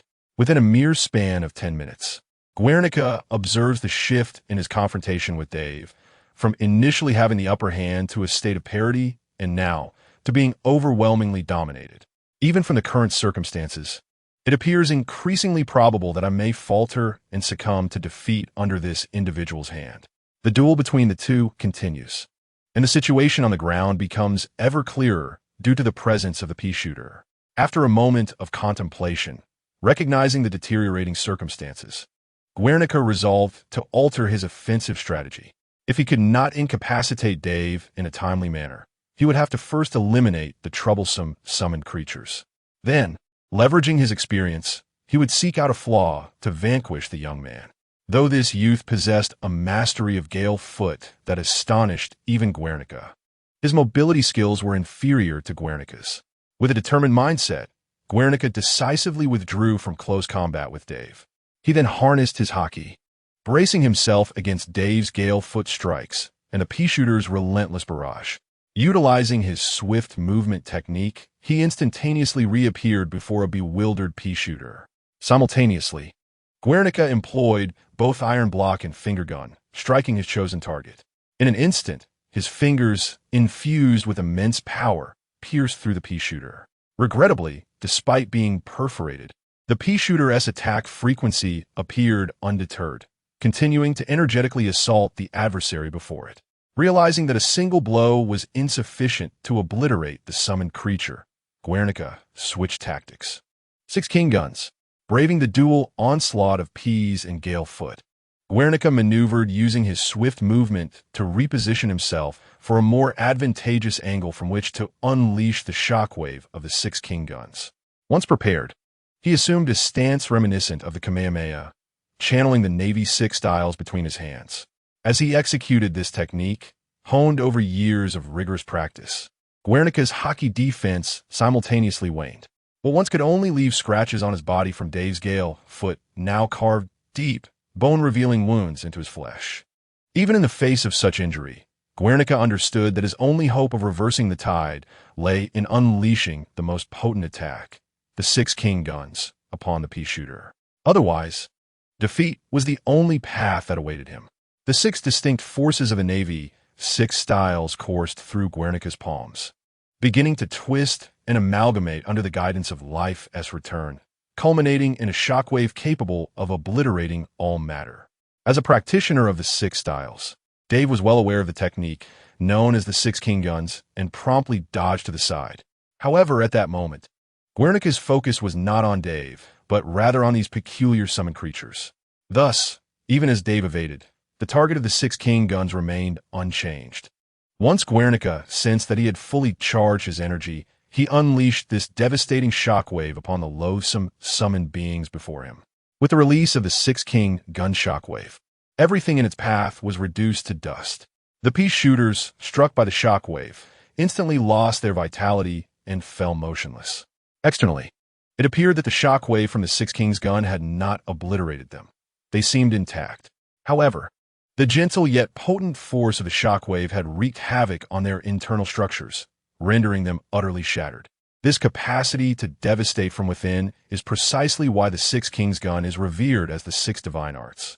In the blink of an eye, the shockwave swept across 10 Peashooters, robbing them of their energy, leaving them languidly sprawled on the ground. Witnessing the results of his attack, even the seasoned Guernica could not suppress a grin. With the nuisance of these plants eliminated, he finally had the opportunity to engage in a physical duel with the young Dave. Indeed, devoid of those troublesome flora, he felt confident that he would not succumb to this brash youth. Victory was within his grasp, just as the exhilaration of newfound combat potential surged within Guernica. He beheld the very plants he had felled with his 6 king's gun beginning to regain their vitality, slowly rising once more. Beside him, Dave smiled at the rejuvenating plants, as if he had anticipated this moment all along. Chapter 16. The Power of the Plant Legion. Since the inception of his understanding of the system, Dave had keenly sensed the extraordinary nature of the summoned plants. What set these system-summoned flora apart from ordinary organisms was their almost data-like physical composition. In simpler terms, whether it was the sunflowers summoned in the prison or the Peashooters, they seemed impervious to vanishing despite sustaining damage. This peculiarity appeared to be an unintended consequence of the game system's arrival in the pirate realm. Consequently, the plants Dave summoned became nearly indestructible amidst countless assaults. During the earlier phases at Judicial Island, while he utilized the Peashooters to clear out the marine soldiers, he observed that even when some soldiers attacked his plants in various ways, these summoned beings remained unscathed. Even when the soldiers managed to strike the Peashooters, the remarkable flora merely drooped momentarily before recovering their vigor. Although lacking definitive evidence, Dave surmised that this phenomenon could be attributed to the original Plants vs. Zombies game, wherein magical plants only vanished when consumed by zombies or crushed, remaining unaffected by other forms of harm. It was highly plausible that his superior plant system, upon bringing these extraordinary plants from the game into reality, had inherited the trait of only being able to be consumed or trampled. Clearly, neither the marine soldiers from Judicial Island nor the current agent Jernica possessed the audacity to embrace the Peashooters and take a bite. Thus, after enduring Jernica's most formidable attack, the Six Kings gun, the Peashooters merely lowered their trumpet-like heads, and before Jernica could revel in his moment of triumph, they had already regained their vitality, resuming their assault against him. Witnessing the enemy's previously soaring elation swiftly transform into a state of sheer astonishment, Dave could not help but chuckle softly. Before him, Jernica's countenance shifted from a calm poker face to a moment of joy upon believing he had vanquished the plants, followed by disbelief at their resurgence, and finally contorting into one of failure. Dave's demeanor began to relax. This system's creations were proving to be far more formidable than he had previously imagined. With a mere thought, he exchanged the 2,000 sun points he had just acquired from the resurrected plants for an array of Peashooters. In an instant, 20 Peashooters materialized around him. A total of 30 Peashooters encircled Dave like a fortress of arrows, relentlessly unleashing a barrage of pea projectiles upon the opposing foe. Currently, Jernica found himself in a position of utter subjugation, employing iron blocks and maximizing his defensive prowess, yet unable to mount any form of counterattack. Under Dave's command, the 30 Peashooters divided into 3 groups, launching a continuous assault without any pause for respite. The mere sight of Dave summoning 10 Peashooters had already fatigued Jernica, and now the emergence of yet another batch left a look of shattered composure upon his once imperturbable visage. This stark contrast to Dave's prevailing confidence was underscored by a chilling sense of despair. Initially, Jernica had assumed Dave would be apprehended by the Naval Admiral Akiji, and even if he managed to escape in the ensuing chaos, he believed he could still capture him. However, the outcome of their skirmish left him increasingly alarmed. The individual before him, named Dave, was already on par with his own martial prowess, a significant revelation considering Jernica's status as one of the strongest among the Zero. Previous intelligence had suggested that Dave, like himself, was an ability-less practitioner of martial arts. Now, having consumed a devil fruit that allowed him to summon such formidable plants, it seemed he had gained an extraordinary advantage. Moreover, Jernica pondered the true extent of Dave's capabilities. Could he really summon only these 30 plants? From Jernica's perspective, the number of plant warriors at Dave's disposal had rapidly escalated from 8 to 10, and now to 30. Such a rate of proliferation was unprecedented. Even the formidable 4 emperors, such as Big Mom, required considerable resources and numerous constraints to produce a substantial number of combat-ready homies. Yet here was Dave, effortlessly conjuring a powerful botanical army. What kind of miraculous devil fruit had he consumed? The potential of such a fruit was simply unheard of. Musing on whether Dave might be able to summon even mightier plants in the future, Jernica felt a chill creep into his heart, and his expression grew increasingly contorted in dread. The young man is undoubtedly underestimated at present. He is destined to become a formidable adversary to the world government in the future.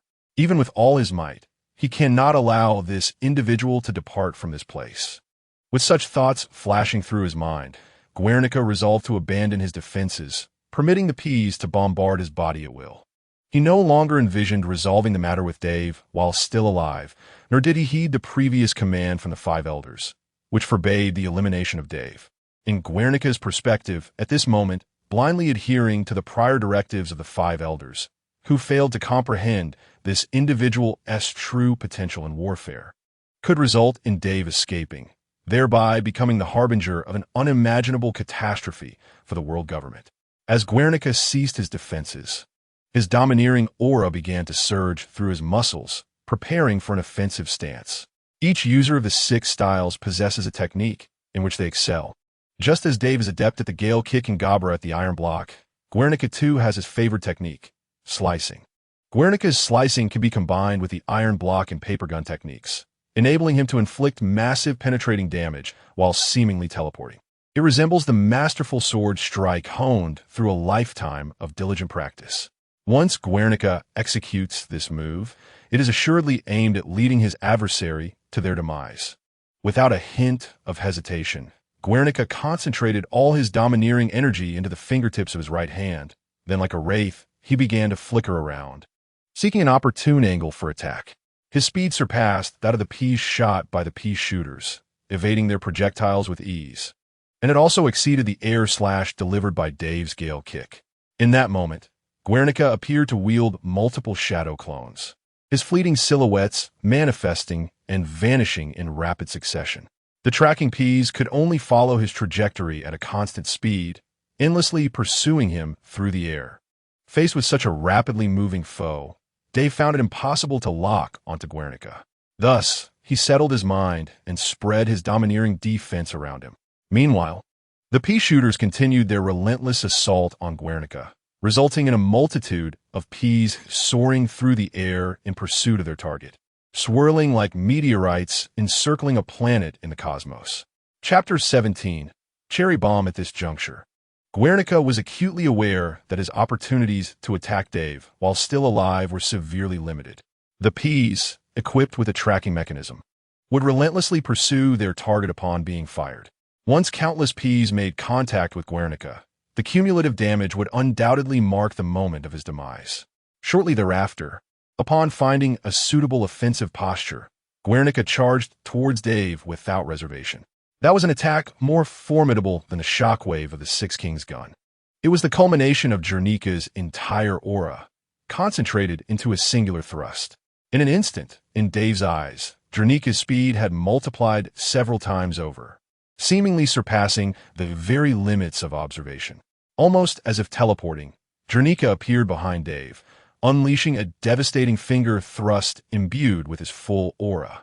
The finger pierced through Dave's defensive aura, penetrating his flesh and reaching his vital organs. As the finger, akin to a projectile, penetrated, the immense inertial force from Guernica's high-speed movement, coupled with the aggregation of his entire aura, was released at the tip. It was reminiscent of Trafalgar Law's internal destruction. The force wreaked havoc within Dave's body, causing catastrophic damage to his internal organs with a single strike.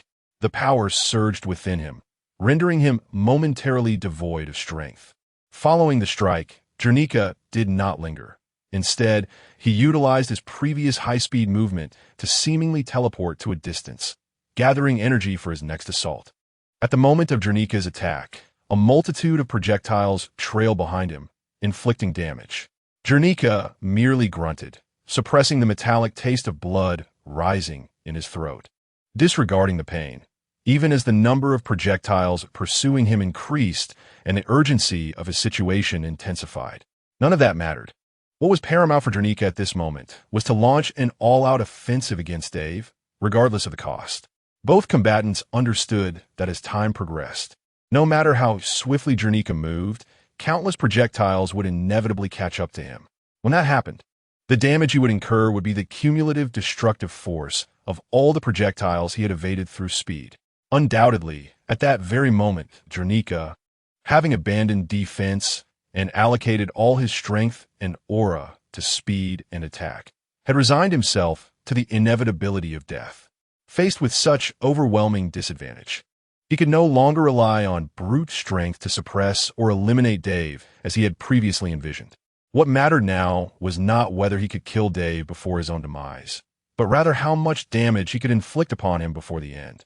After being struck, Dave felt an excruciating pain radiating through his vital organs, causing him to inwardly gasp in shock.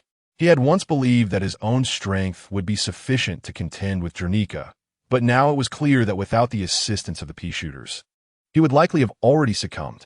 No wonder, in the original pirate saga, Drake was defeated by this very foe 2 years hence.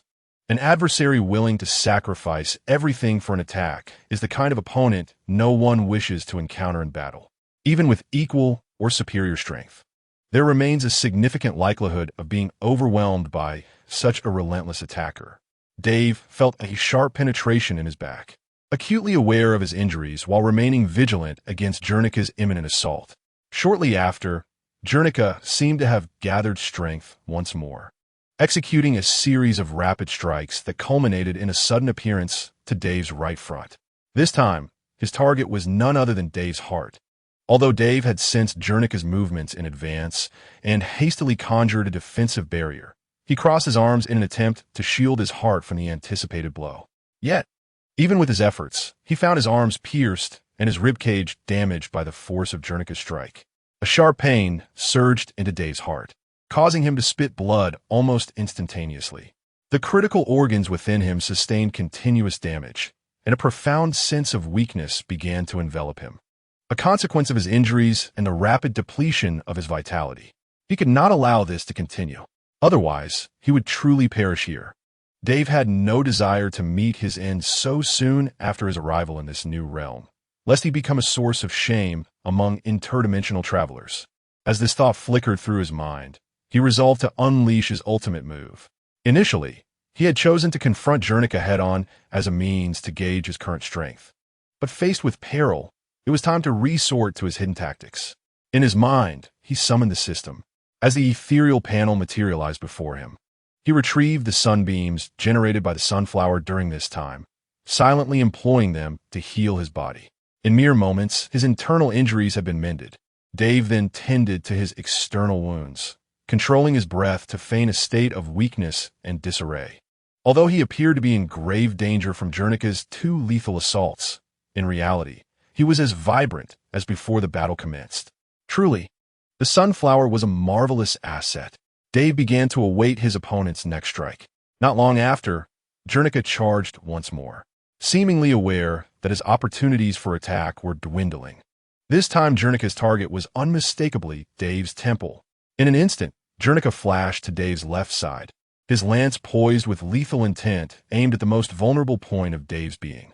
With years of experience in slaughter, Jernica recognized that Dave, with multiple internal injuries, was on the brink of unconsciousness, desperately needing time to regain his composure. This moment of attack represented Dave's greatest vulnerability. Meanwhile, Jernica found his own space for movement constricted by the increasing barrage of bullets from the Peashooters. He had to deliver a fatal blow while he still had enough room to maneuver, ensuring he would inflict sufficient damage to lay the groundwork for his subsequent finishing move. Just as Jernica was on the verge of driving his lance into Dave's left temple, suddenly, Dave, despite his current injuries, exhibited an agility that seemed out of place, momentarily thwarting Guernica's lethal intentions. With a powerful grip of his right hand, he seized Guernica's hand, which was poised for an attack, firmly restraining him. Guernica was taken aback. Such swiftness and strength were not characteristics one would expect from someone recently wounded internally. Before Guernica could fully process his astonishment, he beheld a massive, pulsating red cherry materialize in Dave's left hand. Chaptomui Dambang. What is this? As Dave revealed an unfamiliar plant, Guernica's eyes widened in shock. An ominous premonition surged within him, prompting an instinctive attempt to escape Dave's grasp. However, Dave was not to be so easily evaded. With a tremendous exertion of strength, he pulled Guernica close, awaiting the moment of the cherry bomb's detonation. In mere seconds, the vibrant cherry emitted a blinding light, culminating in a powerful explosion. The force of the cherry bomb obliterated the 3rd floor of the Judicial Tower, along with the ceiling and floor, sending shockwaves rippling outward. Fortunately, due to the unique nature of the plant, which was a product of his own system, Coupled with the friendly fire immunity, Dave emerged unscathed. Yet, within a radius of several hundred meters, the entire third-floor flooring had vanished, resulting in both Dave and his 30 summoned Peashooters plummeting to the second level. Also descending to the second floor was Guernica, now a charred silhouette. His once pristine white suit transformed into a shade of pure black and gray, save for his two eyes, still reflecting incredulity. His form was frozen in the moment he attempted to strike Dave's temple, only to be captured in that instant, reminiscent of a zombie in the game Plants vs. Zombies, struck by a cherry bomb. In this state, Guernica was neither dead nor able to move, his gaze fixed intently upon Dave as he murmured about the sins of his lineage. Dave merely observed in silence, refraining from delivering the final blow. Countless peas that had previously missed their target now honed in on Guernica's position, converging upon him like a green tide. As an abundance of peas bombarded Guernica's form, they inflicted damage before vanishing. Once the wave of peas had entirely engulfed him, Guernica's eyes dulled, losing their vibrancy and life. Subsequently, the pitiful black figure gradually disintegrated into ashes from feet to head. Guernica was utterly and irrevocably defeated.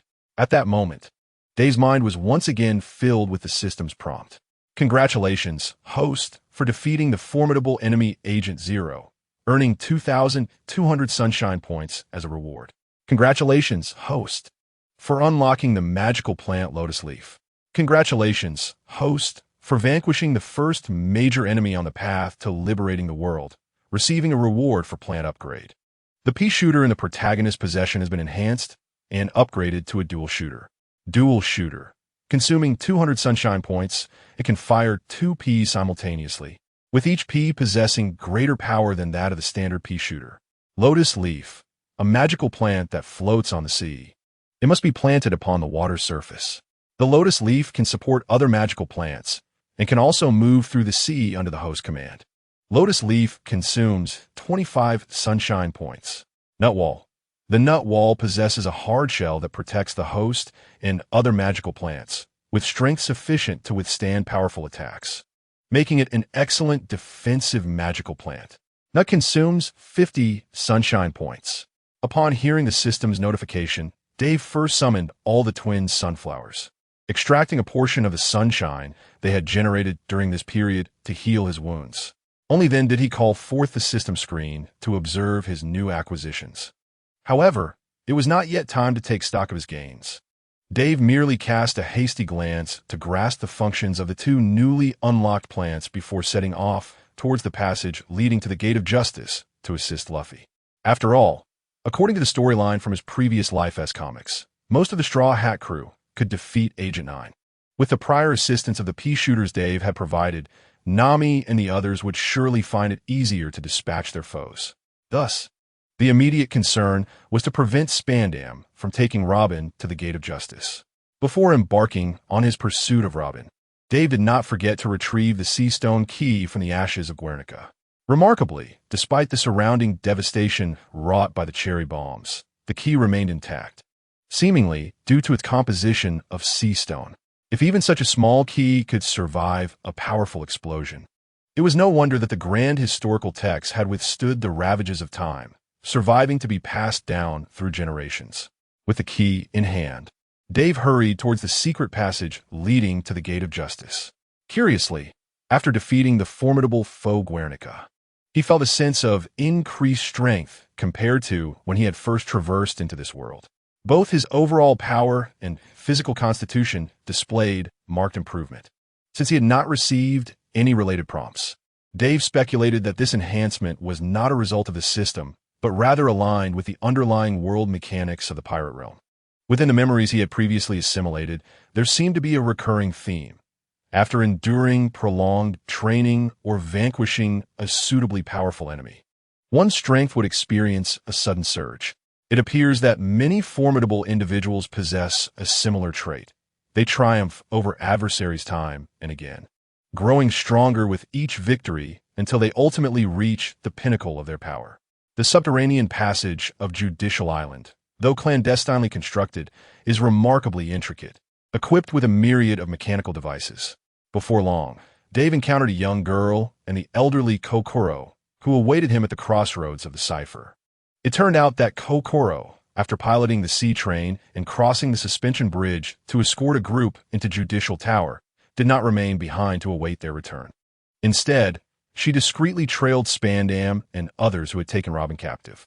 Although Dave was not previously acquainted with Kokoro, his valiant efforts alongside the Straw Hat crew to rescue Robin did not go unnoticed by her.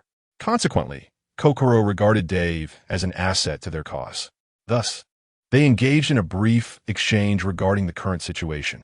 From Kokoro, Dave learned that Luffy had already ventured ahead in pursuit of Robin.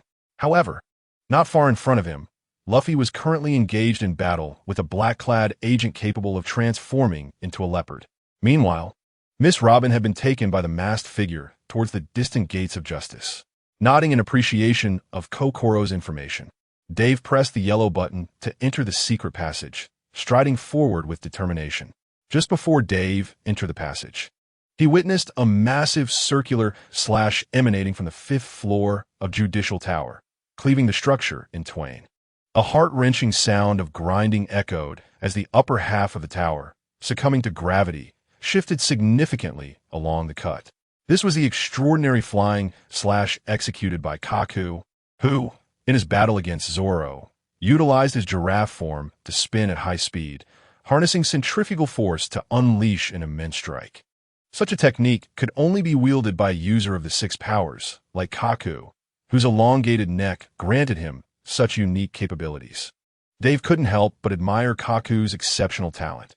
Having only recently acquired the giraffe fruit, he had already developed a signature technique. Particularly, as a fellow practitioner of the 6 powers adept in the shave technique, Dave felt a kinship with Kaku. Additionally, Kaku had left a profound impression on Dave during his comic reading days, standing out among the characters. This prompted Dave to ponder that if fate allowed, he would endeavor to recruit Kaku into his ranks, welcoming him into the Revolutionary Army. Lost in these thoughts, Dave swiftly advanced through the underwater passage, employing the shave technique to propel himself forward. Within a minute, he discerned the sounds of combat ahead. There lay Luffy, clashing with Rob Lucci. At this moment, Luffy had yet to activate his second gear, engaging Lucci in a fierce struggle in his usual state. In this encounter, Lucci refrained from utilizing his leopard form. Instead, he merely discarded his upper garment and engaged in combat with Luffy using the various techniques of the 6 forms he had mastered. Observing that his conventional state was insufficient to overcome this formidable opponent, Luffy contemplated activating his newly developed second gear, which would enhance his combat prowess by accelerating his blood flow, thereby enabling him to vanquish the adversary before him. However, just as the two were locked in an intense struggle, Dave swiftly materialized beside them, executing an enhanced version of the Gale Kick aimed at Lucci, effectively separating the two combatants. Lucci retreated, deftly evading Dave's strike. The tension of their fierce battle dissipated momentarily as both turned their attention to the unexpected arrival of Dave. Without indulging in unnecessary dialogue, Dave presented Luffy with the third key he had acquired after defeating Jernica. Luffy, I have already dealt with the original enemy. The most pressing matter now is to rescue Robin. We cannot allow Miss Robin to be taken through the gates of justice by that Spandam. I will handle this, Lucci. As Robin's captain and ally, your priority must be to save your comrade. As he spoke, Dave positioned himself in front of Luffy, blocking Lucci's path. Lucci, unwilling to permit this interference, let out a roar and dashed forward, employing the shave technique to close the distance between himself, Dave, and Luffy. He raised his left leg with tremendous force, unleashing an enhanced Gale Kick directed at the two. As a fellow master of the 6 forms, Dave astutely recognized that Lucci's Gale Kick simultaneously incorporated elements of the Gale Kick, Iron Block, and paper drawing techniques. The ability to seamlessly blend these 3 advanced techniques indicated that Lucci was perhaps the most adept practitioner of the 6 forms he had encountered, aside from Monkey Dragon. Not only did Lucci possess the highest physical prowess rated at 9, but his mastery of the 6 forms also surpassed that of others rated at the same level. Truly, he embodied the strength of the strongest agent of the last several centuries. Nevertheless, Dave was no weakling. Although his proficiency in the 6 forms was not on par with Lucci's, he had never feared anyone in the realm of Gale kicks. Utilizing his paper drawing alongside his unique Gale kick technique, Dave transformed his right leg to mimic the pliability of paper, moving it rhythmically through the air, adjusting to the flow of the surrounding currents. Then, with a sudden surge of energy, he unleashed a Gale kick, reinforced by this special technique, aimed directly at Lucci with astonishing speed and precision. The force of Dave's Gale kick far surpassed the earlier strike delivered by Lucci, resulting in a colossal wave of kinetic energy that surged forth from his leg, hurtling toward Lucci. As the two Gale kicks collided midair, they created a vortex of distorted air. Due to the superior strength of Dave's kick, the aftermath of their clash continued to propel toward Lucci. Though Lucci managed to evade the brunt of the attack by shifting his body, the tremor of shock was evident in his trembling pupils, revealing a profound sense of astonishment. Although Lucci had previously heard that Dave was a member of the Revolutionary Army, he could hardly fathom why a member of such a faction would employ such exquisite Six Styles techniques. Could it be that a traitor has emerged within our world government? Dave turned to Luffy, nodding subtly as if to convey reassurance, indicating that he could proceed confidently, for he would handle the situation here. Despite Luffy's seemingly foolish demeanor, he possessed remarkable clarity of judgment in critical moments. Observing Dave's formidable presence and his swift ability to vanquish foes, it became evident that Dave's prowess might surpass that of anyone else present. Entrusting the task of intercepting Rob Lucci to Dave seemed entirely reasonable. Although Luffy remained uncertain as to why Dave chose to aid them in their struggle against the world government, his keen intuition signaled that this individual named Dave was indeed an ally. Thus, without further hesitation or formality, Luffy gazed earnestly at Dave, expressing his gratitude with a heartfelt thank you before dashing off in pursuit of Robin towards the Justice Gate, leaving behind only resolute silhouettes. Upon witnessing the imminent departure of the Straw Hat Luffy, Rob Lucci felt a surge of urgency and quickly employed the shave technique to pursue him.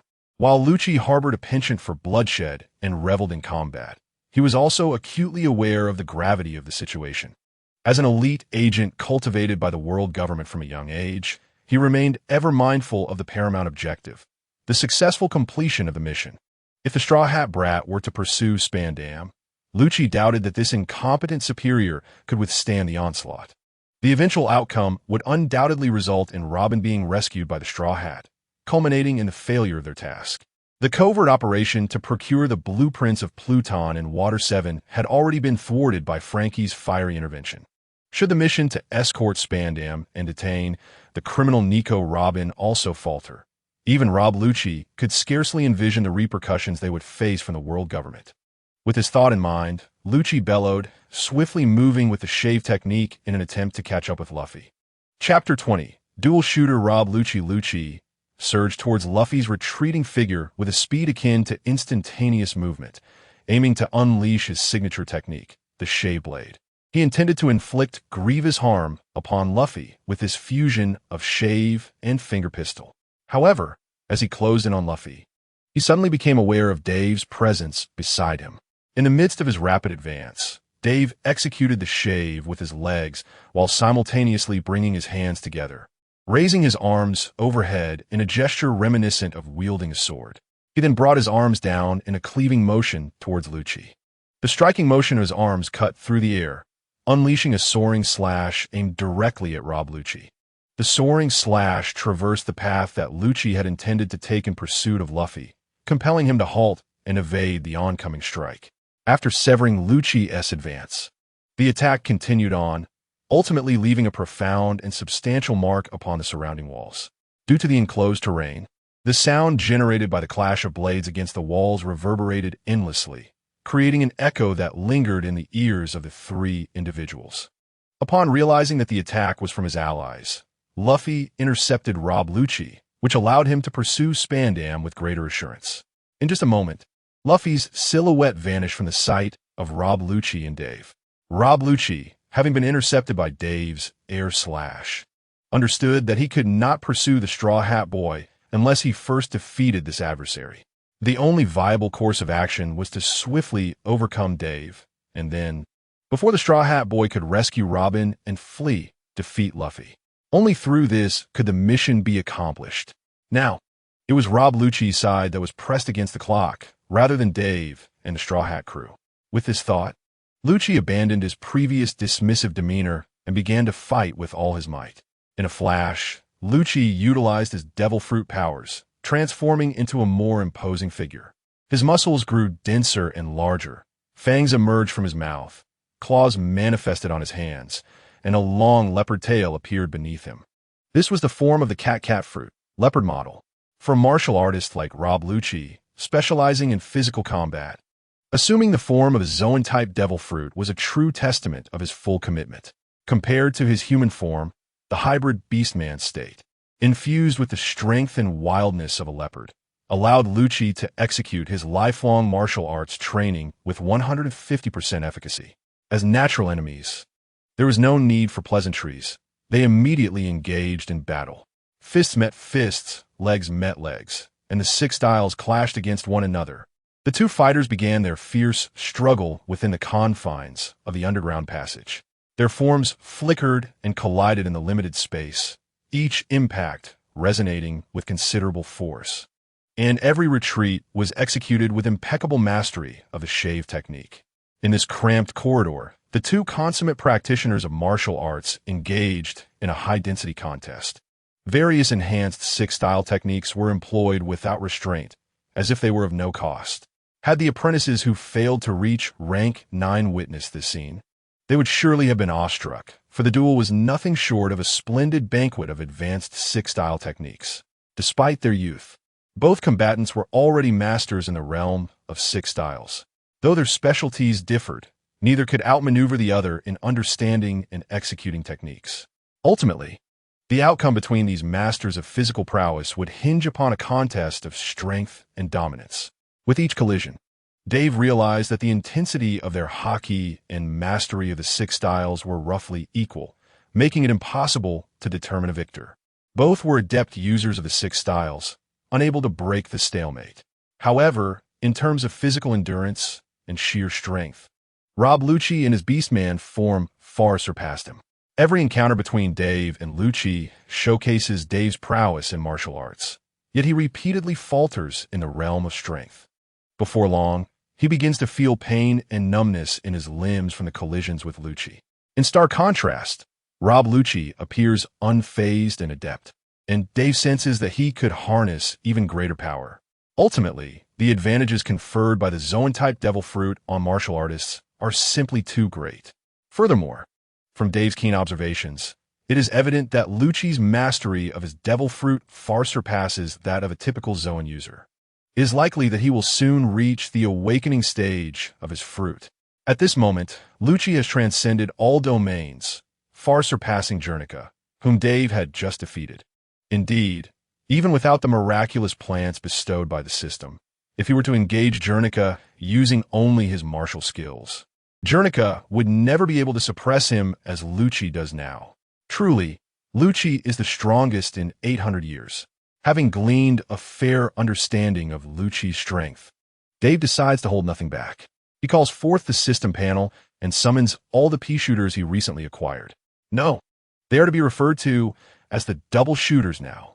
In an instant, beams of white light illuminate the underground passage, brightening the small space. After 30 flashes of white light, a total of 30 double shooters materialize around Dave and Lucci, stealing himself at the sight of the double shooters. Dave exchanges 2,000 points from the 2,200 he received for defeating Jernica, summoning them all at once. Suddenly, 40 double shooters appear before Lucci. Although Lucci had previously encountered Dave's Peashooters and was aware of his summoning abilities, he had paid little heed at that time, as Dave had only summoned 8 Peashooters.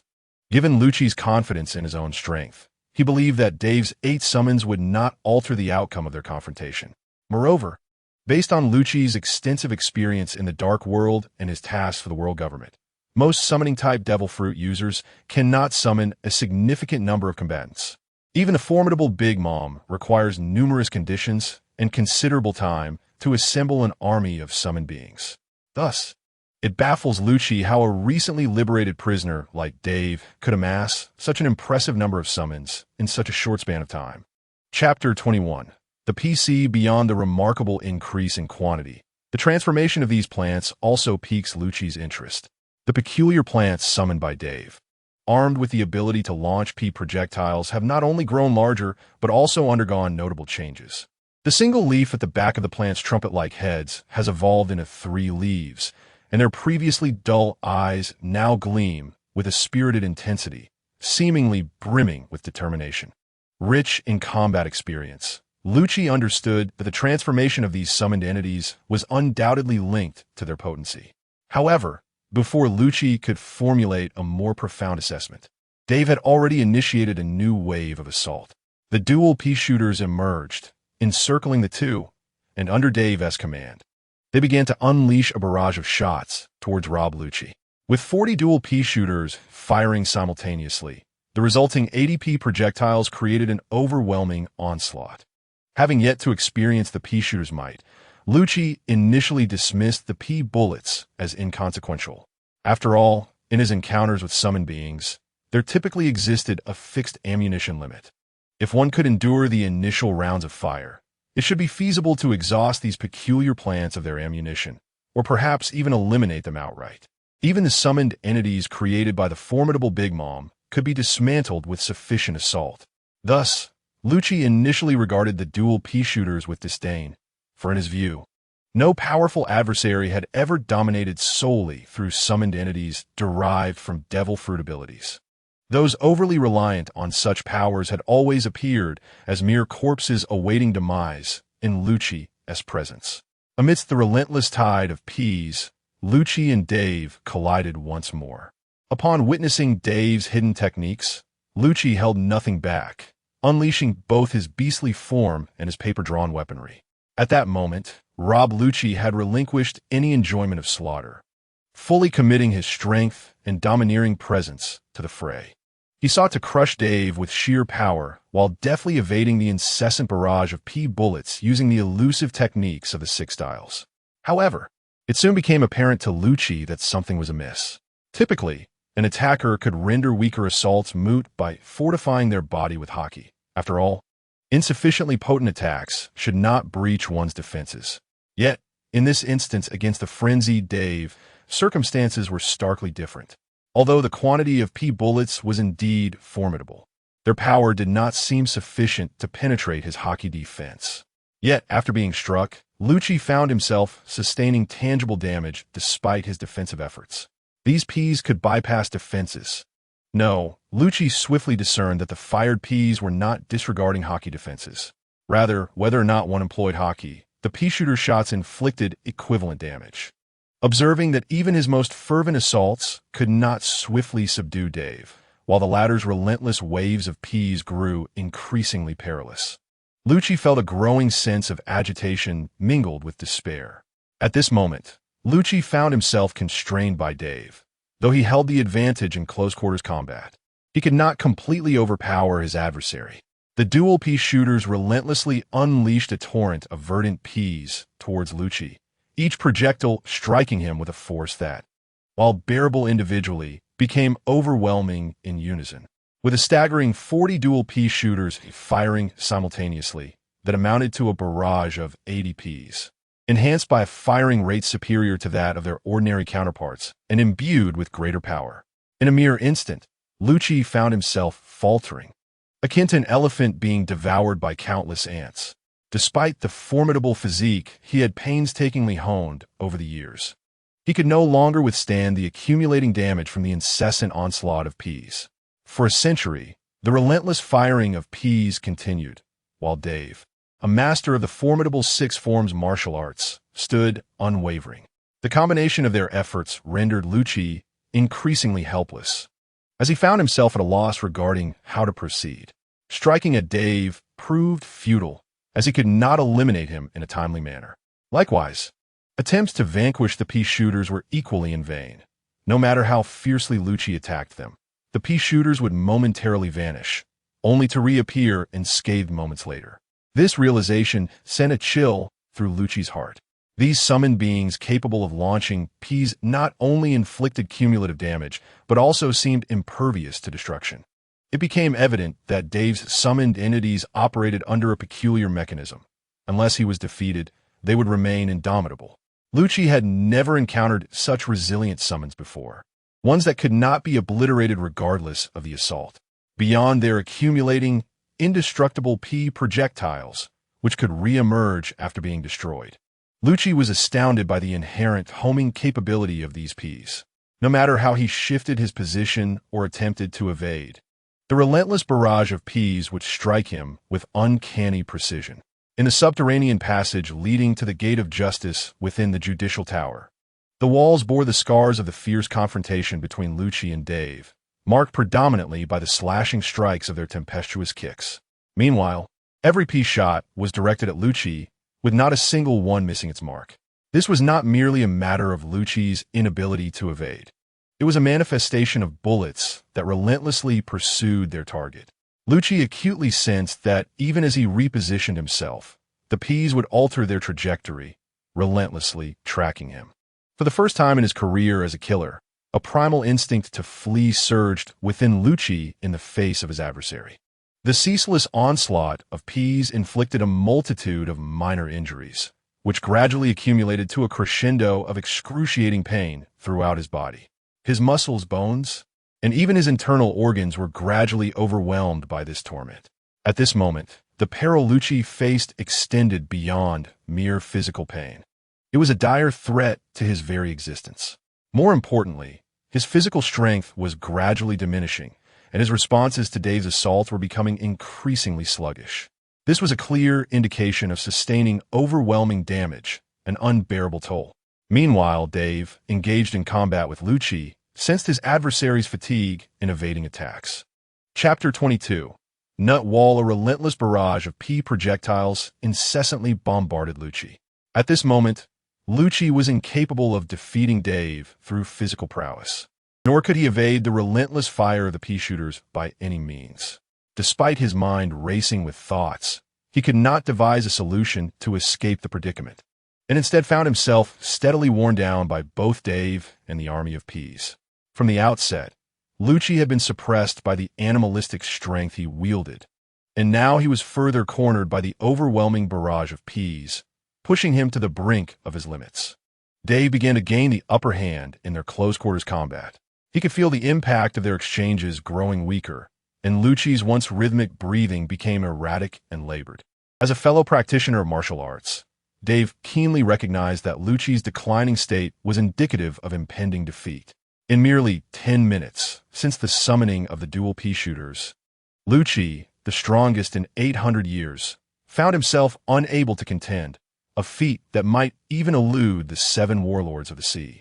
Realizing he could no longer rival Dave, Rob Lucci began to contemplate his next course of action. Defeating Dave seemed impossible. His defeat was merely a matter of time. However, the world government he represented need not vanquish Dave to achieve victory. If he could swiftly escape and use Jeppo to bring Rob into the gates of justice, even without overcoming Dave, it would still be regarded as a triumph for the world government. Moreover, as he was currently incapable of defeating Dave, being trapped would inevitably lead to his downfall. Whether it was to hastily escort Rob into safety or to flee the scene, he resolved that he should not remain entangled with Dave any longer. The wisest decision at this juncture was to avoid combat with Dave and instead pursue Monkey D, Luffy, and Nico Robin. His aim was to seize Robin swiftly and transport her to the gates of justice. Once at the gates of justice, he would leverage the world government's military might to return and apprehend both Dave and the Straw Hat crew.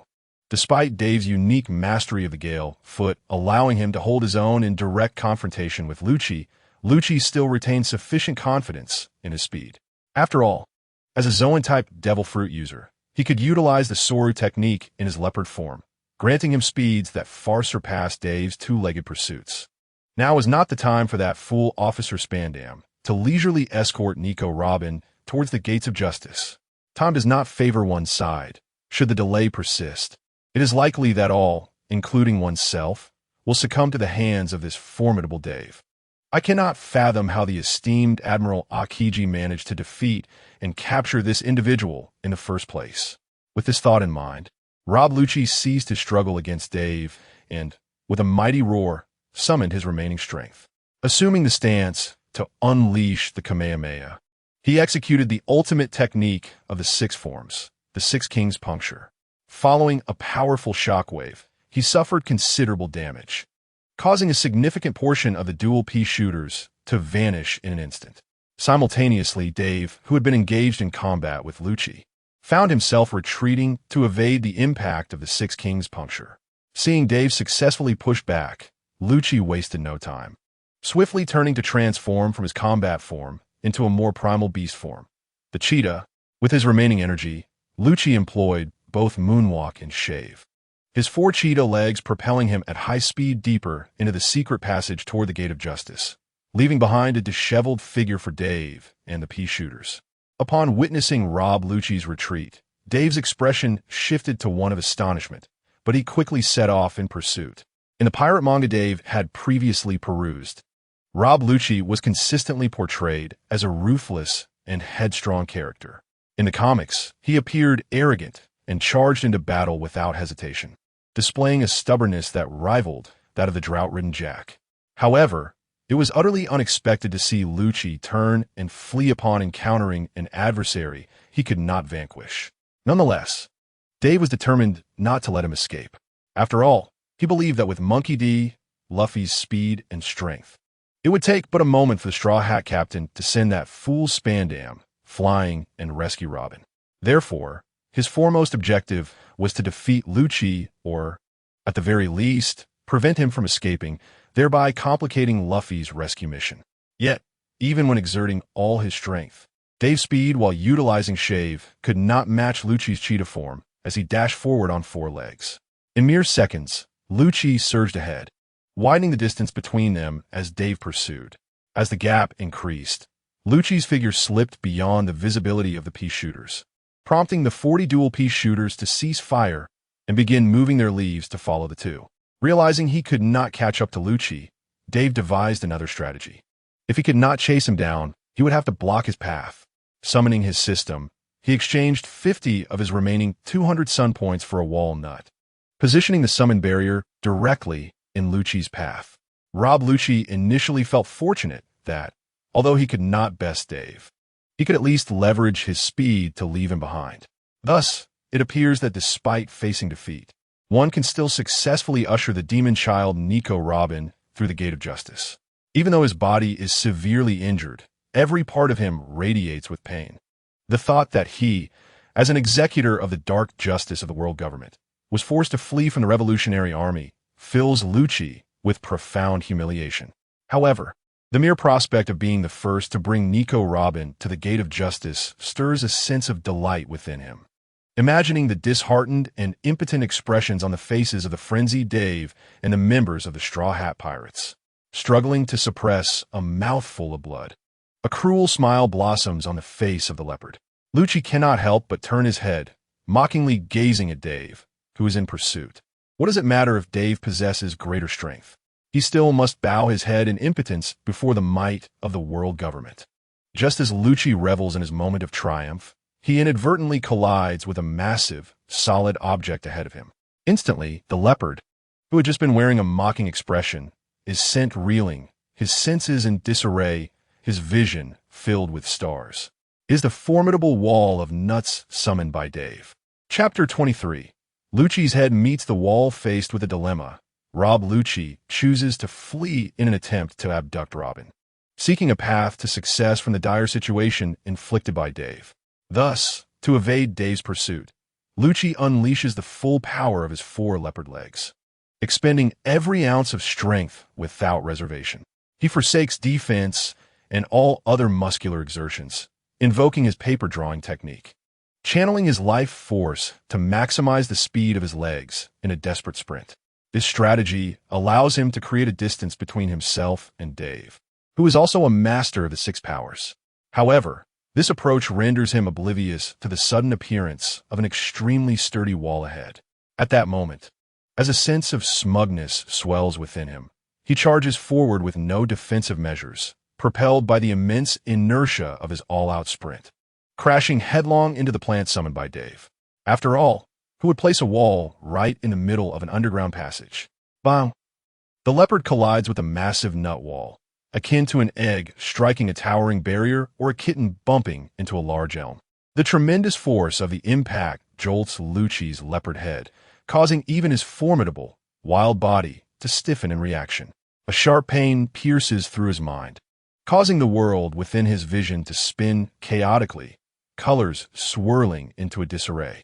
Lucci's leopard head rolls back, his eyes rolling white, his expression resembling that of a cat intoxicated by catnip, surrounded by swirling stars symbolizing dizziness.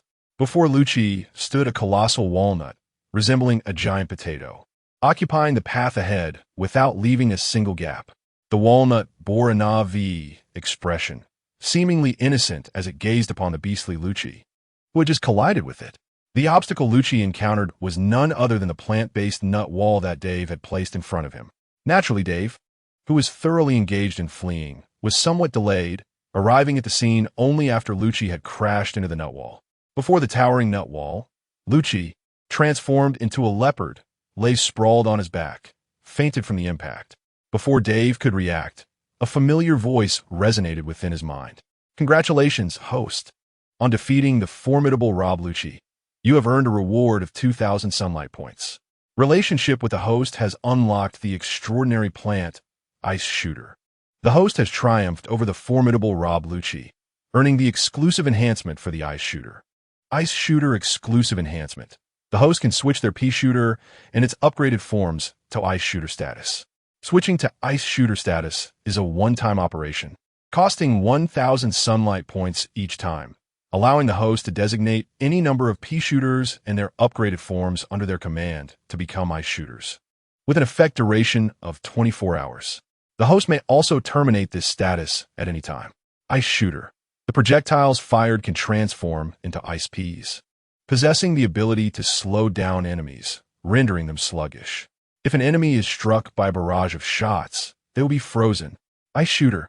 Dave initially felt a surge of joy, as this significantly bolstered his combat capabilities, not to mention the ability to slow down enemies, which could only be described as a miraculous skill.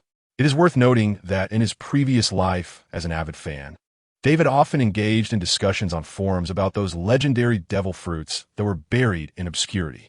Among them, the fruit most frequently mentioned was the slow fruit of Silver Fox Foxy. This slow fruit could emit a special light wave, causing those struck to move sluggishly, allowing Foxy to unleash his own normal speed attacks to overpower his foes. In the original narrative, even when Luffy activated his second gear, showcasing immense strength capable of suppressing Rob Lucci, he was still left bloodied and battered by Silver Fox Foxy. The slow fruit granted Foxy, who previously lacked any notable prowess in either martial arts or hockey, an impressive bounty of 24 million berries, ultimately becoming the captain of a large pirate crew. Now, Dave's own Peashooter had acquired a similar effect, combined with the Peashooter's inherent ability to lock onto targets and pursue them automatically.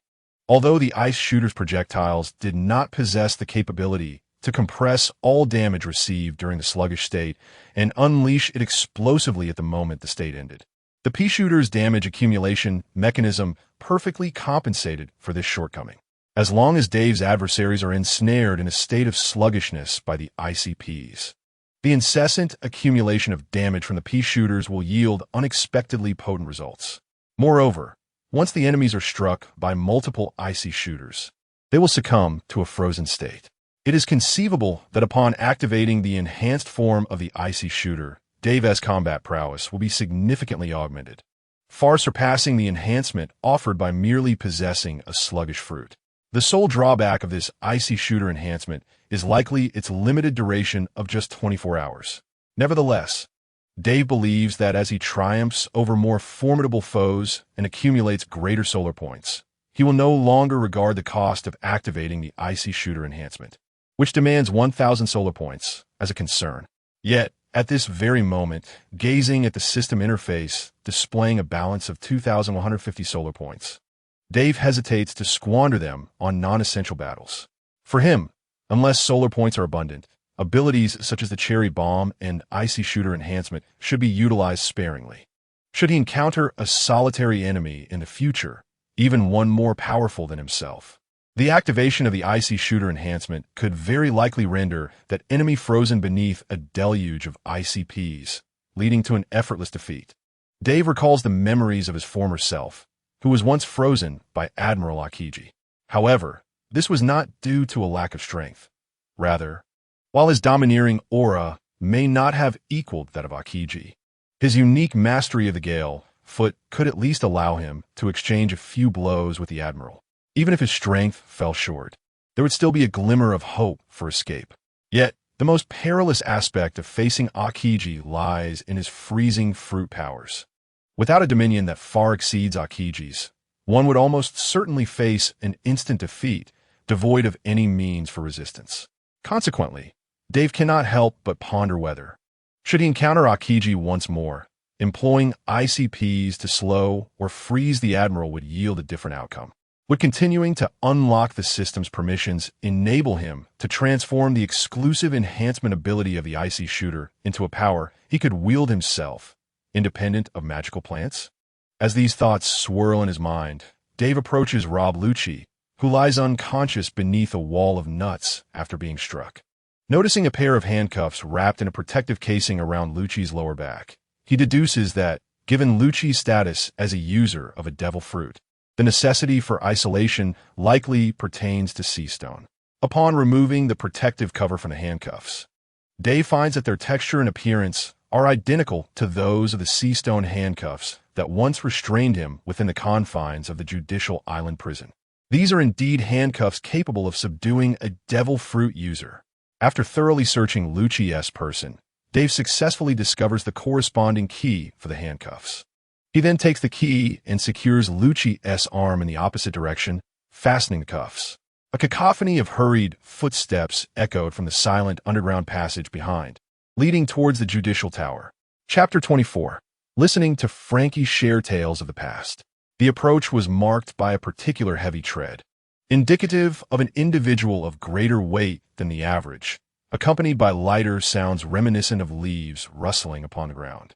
This heavy footfall, coupled with the faint clinking of metal against the floor, signaled the arrival of Frankie, a scientifically enhanced being. After Dave had restrained Lucci with his own sea prism stone handcuffs, he proceeded to secure the 40 Peashooters previously released, along with the formidable wall of nuts ahead, patiently awaiting the arrival of those behind. Luffy had already set off in pursuit of Span Am and Robin, and Dave felt no concern for Robin's safety due to Luffy's formidable strength. His intervention had significantly expedited Luffy's timeline compared to the original narrative, enabling him to rescue Robin sooner than anticipated. Thus, Dave was keen to learn what news Frankie would bring. Before long, Frankie's tall figure, clad only in his undergarments and a shirt, drew nearer from the distance, trailed by numerous Peashooters that moved as gracefully as leaves in the breeze. After exchanging greetings with Frankie and a brief inquiry, Dave gleaned the current situation within Judicial Island from him. Frankie had already triumphed over the formidable owl, skilled in beastly martial arts, and upon defeating him and acquiring the key, he hurried off to aid others. Subsequently, Frankie encountered the timid trio, Nami, Chopper, and Usopp, who were utilizing the 20 Peashooters bestowed by Dave. Unlike the original trajectory of the pirate comic, this time, under Dave's intervention, they had gleaned valuable information leaked by the owl. Consequently, the Straw Hat crew did not flounder in their matchups as before. Each member precisely identified an opponent best suited to their abilities. Zoro, true to the original storyline, sought out Kaku, a fellow swordsman, eager to engage in a duel of swordsmanship. Sanji, disregarding his usual aversion to women, confronted the werewolf, Gabra. Meanwhile, Caliphate naturally teamed up with Nami and Chopper. Lastly, donned in the Sniper King mask, Usopp unexpectedly embraced his inner courage, stepping up as a valiant warrior of the sea. In the face of the Lady Nami and the juvenile Chopper, Usopp boldly selected the seemingly strong Leo, the lion, as his adversary. With the 20 Peashooters gifted by Dave in tow, Usopp strode confidently toward the lair of the lion. When Frankie arrived at the battlefield, where Sanji was engaged in a fierce duel with Khalifa, he found Sanji evenly matched and resolutely refusing Franky's assistance, asserting his ability to handle the situation alone. Consequently, Franky proceeded to aid others. Meanwhile, Nami and Chopper were battling Khalifa, with Chopper taking the lead as the primary attacker, while Nami supported him from the sidelines using her weather staff to conjure various climatic conditions. Chopper's innate strength was already formidable, and after consuming the Rumble Ball, his multiple enhancements rendered the weakest Khalifa nearly incapable of countering, especially with Nami's divine assistance. After several exchanges, Khalifa exhausted her efforts but could not inflict any significant damage on Nami and Chopper. Before long, Khalifa found herself overwhelmed, completely disoriented within the fog conjured by Nami. Ultimately, after Chopper unleashed his strength-enhancing technique, Rumble Ball, Cherry Blossom Snow, Khalifa was decisively defeated, collapsing in a wounded state. The duo's flawless cooperation in overcoming Khalifa unfolded within the 3-minute limit of the Rumble Ball, thus avoiding the incident from the original narrative where Chopper transformed into a monster. Upon arriving at the room where Nami and Chopper were, Franky coincidentally found Khalifa defeated, and the two had just obtained the key from her. After assessing the current situation, they learned that Dave had already triumphed over Jernica and had set off to assist Luffy, while the three collectively deemed that Zoro and Sanji, both recognized as powerful warriors, posed no immediate concerns. Therefore, they hastened towards Usopp's location. As compared to the acknowledged strength of Zoro and Sanji, Usopp, with his relatively average physical capabilities, was a far greater cause for concern. To their surprise, upon arriving at the battlefield where Usopp was engaged in combat with Wiper, they discovered that Usopp had already claimed victory, finishing the battle seemingly earlier than the three. The key to Usopp's triumph over Wiper lay in the Peashooter gifted to him by Dave. By orchestrating a barrage of peas from the Peashooters aimed at Wiper, alongside his continuous output of self-developed high-damage ammunition, Usopp successfully transformed the confrontation into a test of endurance, where both parties inflicted damage upon one another. Usopp, employing various traps and cunning tactics, along with timely evasive maneuvers, bewildered Wiper, preventing him from delivering a swift fatal blow, forcing him to endure varying degrees of damage from the pea barrage. Demonstrating remarkable resilience, Usopp withstood multiple piercing strikes from Wiper's lance, leveraging traps and terrain to engage in evasive tactics while occasionally counterattacking. Ultimately, after Wiper fell victim to one of Usopp's traps, rendering him momentarily immobile, he found himself ensnared in a deluge of peas from Usopp and the Peashooters. A torrent of peas combined with Usopp's homemade explosives ultimately led to Wiper's complete defeat, though Usopp himself had sustained considerable injuries in the process. As he clung to the figure of the one he had been supporting after obtaining the fourth key, Usopp could only stagger a few steps before collapsing to the ground, blood seeping from multiple penetrating wounds. The Peashooters, now devoid of Usopp's guidance, silently encircled their fallen leader, vigilantly standing by. When Franky, Nami, and Chopper arrived at the battlefield, both Usopp and the figure he had supported lay severely injured on the ground, having been incapacitated for some time, even in unconsciousness. Usopp's right hand remained tightly clasped around the key he had secured. This poignant sight deeply moved the hurried Franky and Nami, while Chopper, as the ship's doctor, promptly began administering first aid to staunch Usopp's bleeding and apply dressings. After a brief discussion among the group, they resolved that Franky should carry the 3 keys they had acquired thus far, accompanied by the 20 Peashooters previously given to them by Dave, to proceed towards the passage leading to the Gate of Justice in pursuit of Luffy and Dave. Chopper, having consumed 3 Rumble Balls and lost his enhanced state, stayed behind to tend to the gravely injured Usopp, planning to treat Zoro and Sanji's wounds once they had concluded their battle. Meanwhile, Nami set off to search for Granny Kokoro and to establish contact with Franky's family, who were currently engaged in halting the Navy soldiers at the forefront of Enies Lobby. Only after ensuring all communications were in place could the group hasten their departure from Enies Lobby once the battle concluded and Robin was rescued. This encapsulates Franky's experience in approaching Dave amidst the company of others. He took a deep breath and succinctly recounted his tale to Dave. Chapter 25. A broadcast from Spandam after Frankie had shared his experiences and the current situation at the Judicial Tower with Dave. He turned his gaze towards the unconscious Rob Lucci lying nearby. At that moment, Lucci remained in a state of unconsciousness.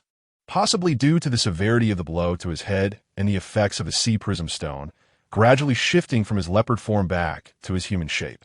The only constant was the conspicuous swelling on his head from the impact. Witnessing Lucci captured alive by Dave left Frankie in utter astonishment, his pupils dilating and mouth agape. Rendered speechless, when captured by CP9, Frankie had heard of Lucci's infamous reputation as one of the top agents of the world government CP9. The elite status of CP9, second only to Cypher Pol Zero, was a testament to the formidable might of the world government, a symbol of its unassailable power. Now, however, it was shocking to see Lucci, the embodiment of dark justice, subdued and captured by Dave. The sheer thought of being able to defeat such a powerful CP9 agent through sheer combat prowess was already staggering, yet here was Dave, who had not only incapacitated him, but captured him alive. To achieve such a feat, Dave's strength must far surpass that of Rob Lucci. After all, apart from the fact that Lucci was rendered unconscious without the slightest resistance, how could there possibly be another explanation for the situation before them? Lucci, a cold-blooded assassin, was known to be immensely concerned about his reputation. Even in the face of death, he would never surrender or allow himself to be captured. Frankie could not help but exclaim in his heart that it was impossible. This simply could not be true.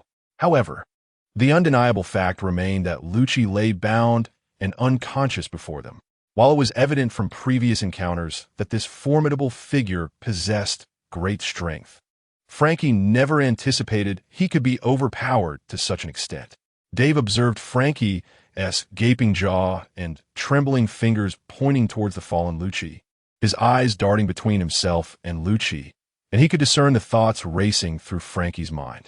In truth, although Dave's current combat capability was sufficient to defeat Lucci, had Lucci not acted foolishly, colliding his injured and weakened body against the sturdy nut wall, Dave himself could not have captured Lucci under such circumstances.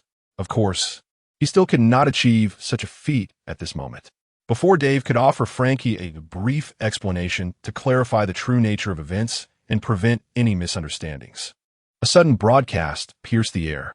This announcement reverberated across the entirety of Eni's lobby, ensuring that it could be clearly heard from any corner of the island. The unexpected transmission instantly diverted the attention of both men. Frankie temporarily set aside his astonishment, while Dave ceased his explanation. The voice of Spandam, drenched in foolishness and panic, emerged from the broadcast. Don't come any closer, Straw Hat Brat. If you take another step forward, I will slay Nico Robin with this sword. My sword has a will of its own. If you dare to approach even a bit more, my sword, Funkfried, will cleave this woman's head in two.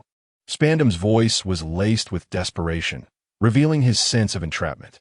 Simultaneously, there were sounds indicative of Robin's struggle, possibly due to a knife held against her neck or some other restraint, causing her to breathe heavily. It was evident that Robin was trying to suppress her cries for help, not wishing to disturb Luffy's focus.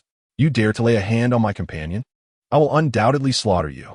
Luffy's voice resonated with fury, a tone imbued with murderous intent that even Dave had never encountered in his previous life watching pirate anime. Clearly, although the specific circumstances of Luffy and the others were obscured from view, it was evident that only the harm done to his comrades could ignite such rage within him. Step back. Retreat. Otherwise, Nico Robin will die right now. Seeing that Luffy did not disregard the safety of his allies and was charging forward to attack him, Spandam's tone began to reveal a sense of triumph. After a few seconds of silence, Spandam's voice returned. Step back, Straw Hat. Otherwise, Nico Robin will die. I'll repeat myself. If you do not retreat, Robin will die right now. The sound resembling a knife piercing Robin echoed, intermingled with her low, suppressed cries of pain. At that moment, the broadcast fell silent for a few seconds, only for the unsettling realization that Luffy had once again been forced back, retreating step by step. Another wave of Robin's labored breaths followed, succeeded by the sound of her being kicked to the ground, and then the heavy thud of a foot pressing down upon her, seemingly crushing her wounds with brutal force. Robin's attempts to endure the agony were palpable in the air. Meanwhile, Spandam's voice, once filled with panic, began to shift toward a tone of arrogance, gradually revealing a sense of pride. Though Luffy's voice did not penetrate the silence, it was evident he had declared, "Do not move. If you shift or evade, your companion Robin will perish." At this juncture, Spandam's voice dripped with cunning and triumph. Suddenly, 2 gunshots rang out in quick succession. "If you harm Robin, I will kill you." Luffy's voice surged forth again, laced with fury and a hint of frailty. Indeed, even a rubber man like him would bleed and suffer when faced with bullets made of sea prism stone. Once more, Spandam's voice emerged, threatening Luffy to remain still or risk Robin's death, and then seizing the moment of Luffy's immobility to fire twice. Hearing this, though the reason for Spandam's foolish decision to activate the communication device linking to Judicial Island was unclear within moments, everyone was aware of the unfolding events. Without further contemplation, Dave turned to Frankie with a serious demeanor, stating, "I will move faster. I will head to Luffy. Frankie, carry Rob Lucci and follow closely. Do not abandon him. He may be the leverage we require to negotiate with the world government. By the way, hand me the keys you possess." Upon finishing, before Frankie could respond, he hastily surrendered the 3 handcuff keys they had previously collected to Dave. Nodding in acknowledgement without further words, Dave surged ahead, utilizing the 6-form shave technique for rapid movement towards the front. As he advanced, he pondered the current predicament. An unexpected figure, Jernica, had appeared within the judicial tower. Someone who should not have crossed his path. Now, Spandam wielded sea prism stone bullets and a pistol, artifacts that were never meant to exist in his possession. Dave increasingly sensed that in this pirate world, beyond himself, there were other elements capable of influencing the threads of fate. Yet, due to a lack of information and intelligence, he could not decipher what was truly occurring. Observing Dave's decisive action, Frankie began to carry the unconscious Lucci and sprinted forward as well. He had no objections to Dave's directives, obediently following his lead. After all, in Frankie's eyes, this formidable individual who easily subdued Rob Lucci was beyond reproach. It was best to comply with the words of someone so powerful. As Dave and Frankie hastened towards the broadcast site where Luffy is located, the abhorrent voice of Spandam once again permeates the airwaves. "Straw Hat Luffy, let us engage in a game. I currently possess 15 sea prism stone bullets. You must remain motionless as I shoot you 15 times, allowing me to exhaust my ammunition. Otherwise, the remaining bullets shall be borne by Nico Robin. How does that sound?" Straw Hat? Chapter 26. The demon-slaying decree initiated by fools during Dave's forward march. Spandam's voice resounds once more, and Luffy, under duress, is struck by 2 bullets, seemingly delighting Spandam. "Of course, I shall not allow that woman, Robin, to perish. Heh. Merely inflicting a few painful but non-fatal wounds will suffice. After all, once she is delivered to the gates of justice, she will likely endure thousands more such injuries." Wahaha! Spandam's arrogant laughter echoes throughout Judicial Island and the subterranean passages. "Come at me." Luffy's response consists of a mere 3 words. Following this, the broadcast captures Robin's desperate pleas, but before she can utter another word, Spandam delivers a brutal kick to her head, resulting in the sound of her skull striking the ground, followed by her anguished yet powerless sobs. Bang! Bang! The sound of gunfire reverberates once again.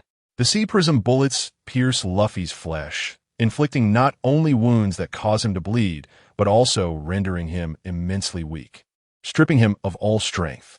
Remember, Straw Hat Luffy, if you truly care for your companion Robin, then remain steadfast and motionless. Wahaha! Otherwise, the next sea prism bullet shall find its mark in Nico Robin. Spandam's laughter continues unabated, yet Luffy's voice remains silent, offering no further retort.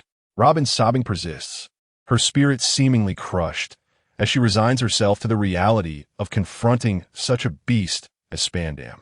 Wahaha! Now that Frankie has incinerated the plans for Pluton, the only lead to ancient weapons lies with Nico Robin. Yet you foolish pirates fail to grasp her immense value. To consider her merely as a companion is utterly laughable. Bang, bang. Another 2 shots are fired. The worth of Nico Robin has escalated to such a degree that even if every soldier on Judicial Island perished in pursuit of this goal, I would still be rewarded by the world government if I could deliver her to the gates of justice. Spandam's voice continues, oblivious to the fact that his words are being broadcast live throughout Judicial Island. At this moment, Dave is swiftly traversing the path, nearing the end of the secret underground passage, approaching the final bridge that leads to the gates of justice. It is likely that Luffy, Robin, and Spandam are all gathered in that very location. With a hearty laugh, I shall now utilize the transponder snail to notify the subordinates behind the gate of justice to open the door and welcome me inside. Monkey de Luffy. This epitomizes the stark contrast between us.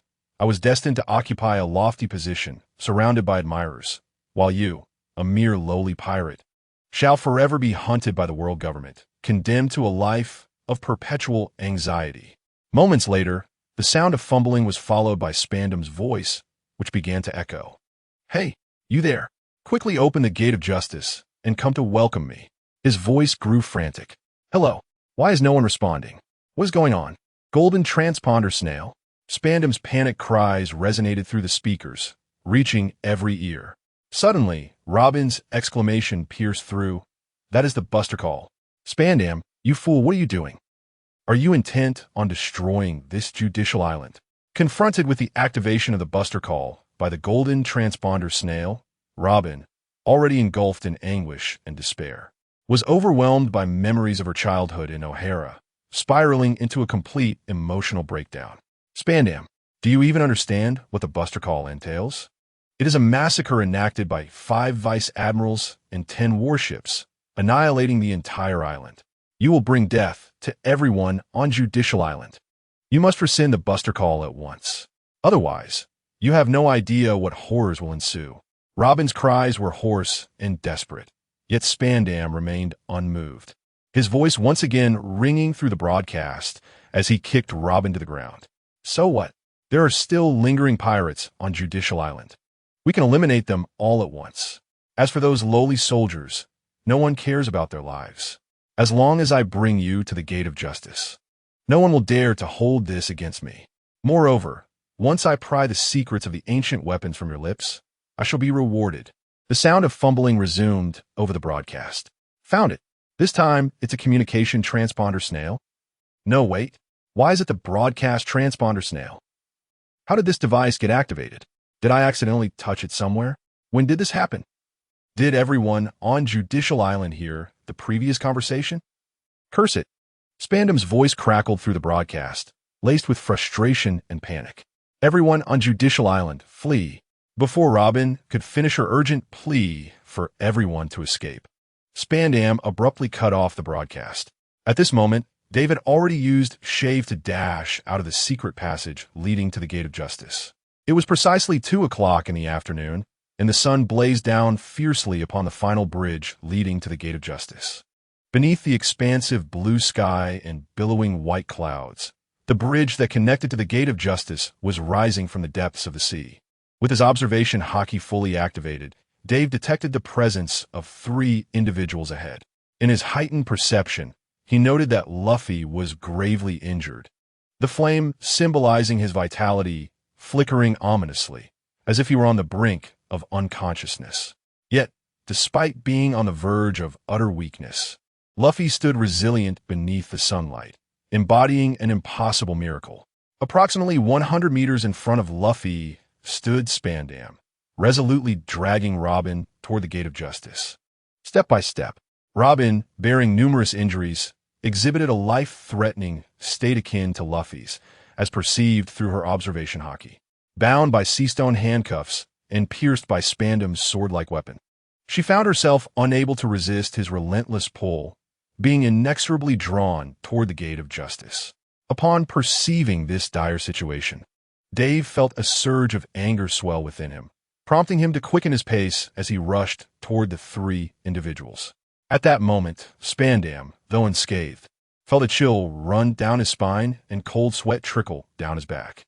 The recent orders regarding the extermination of demons and his careless remarks about sending the soldiers of Judicial Island to their deaths echoed ominously, having been broadcasted to the entirety of the island by an inadvertently activated transponder snail.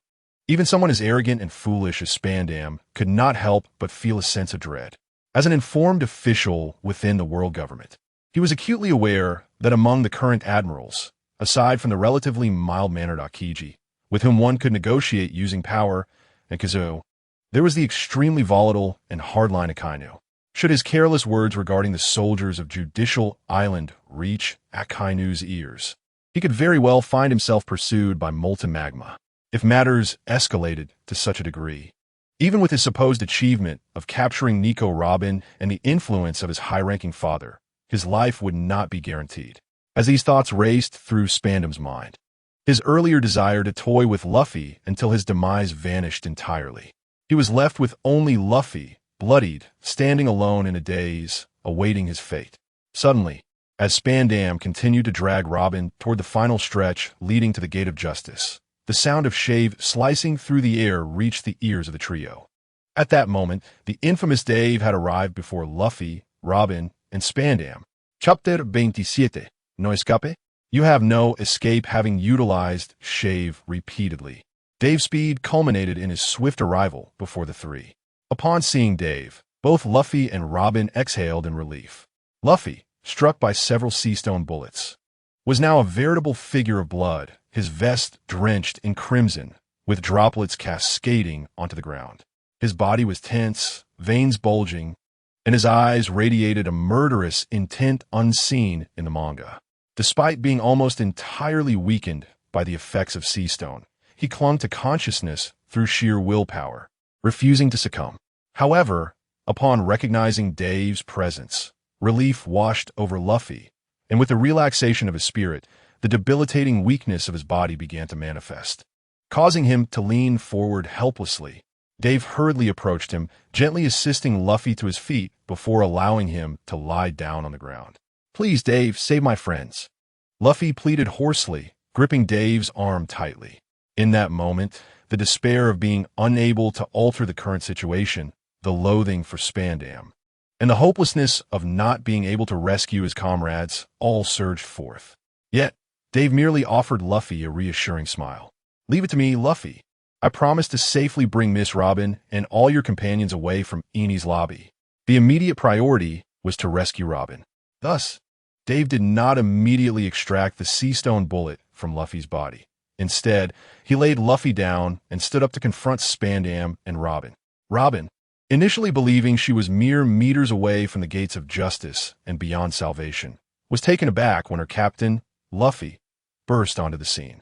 Even more astonishing to her was Luffy's endurance against the debilitating effects of the sea stone, standing firm to shield her from Spandam's gunfire.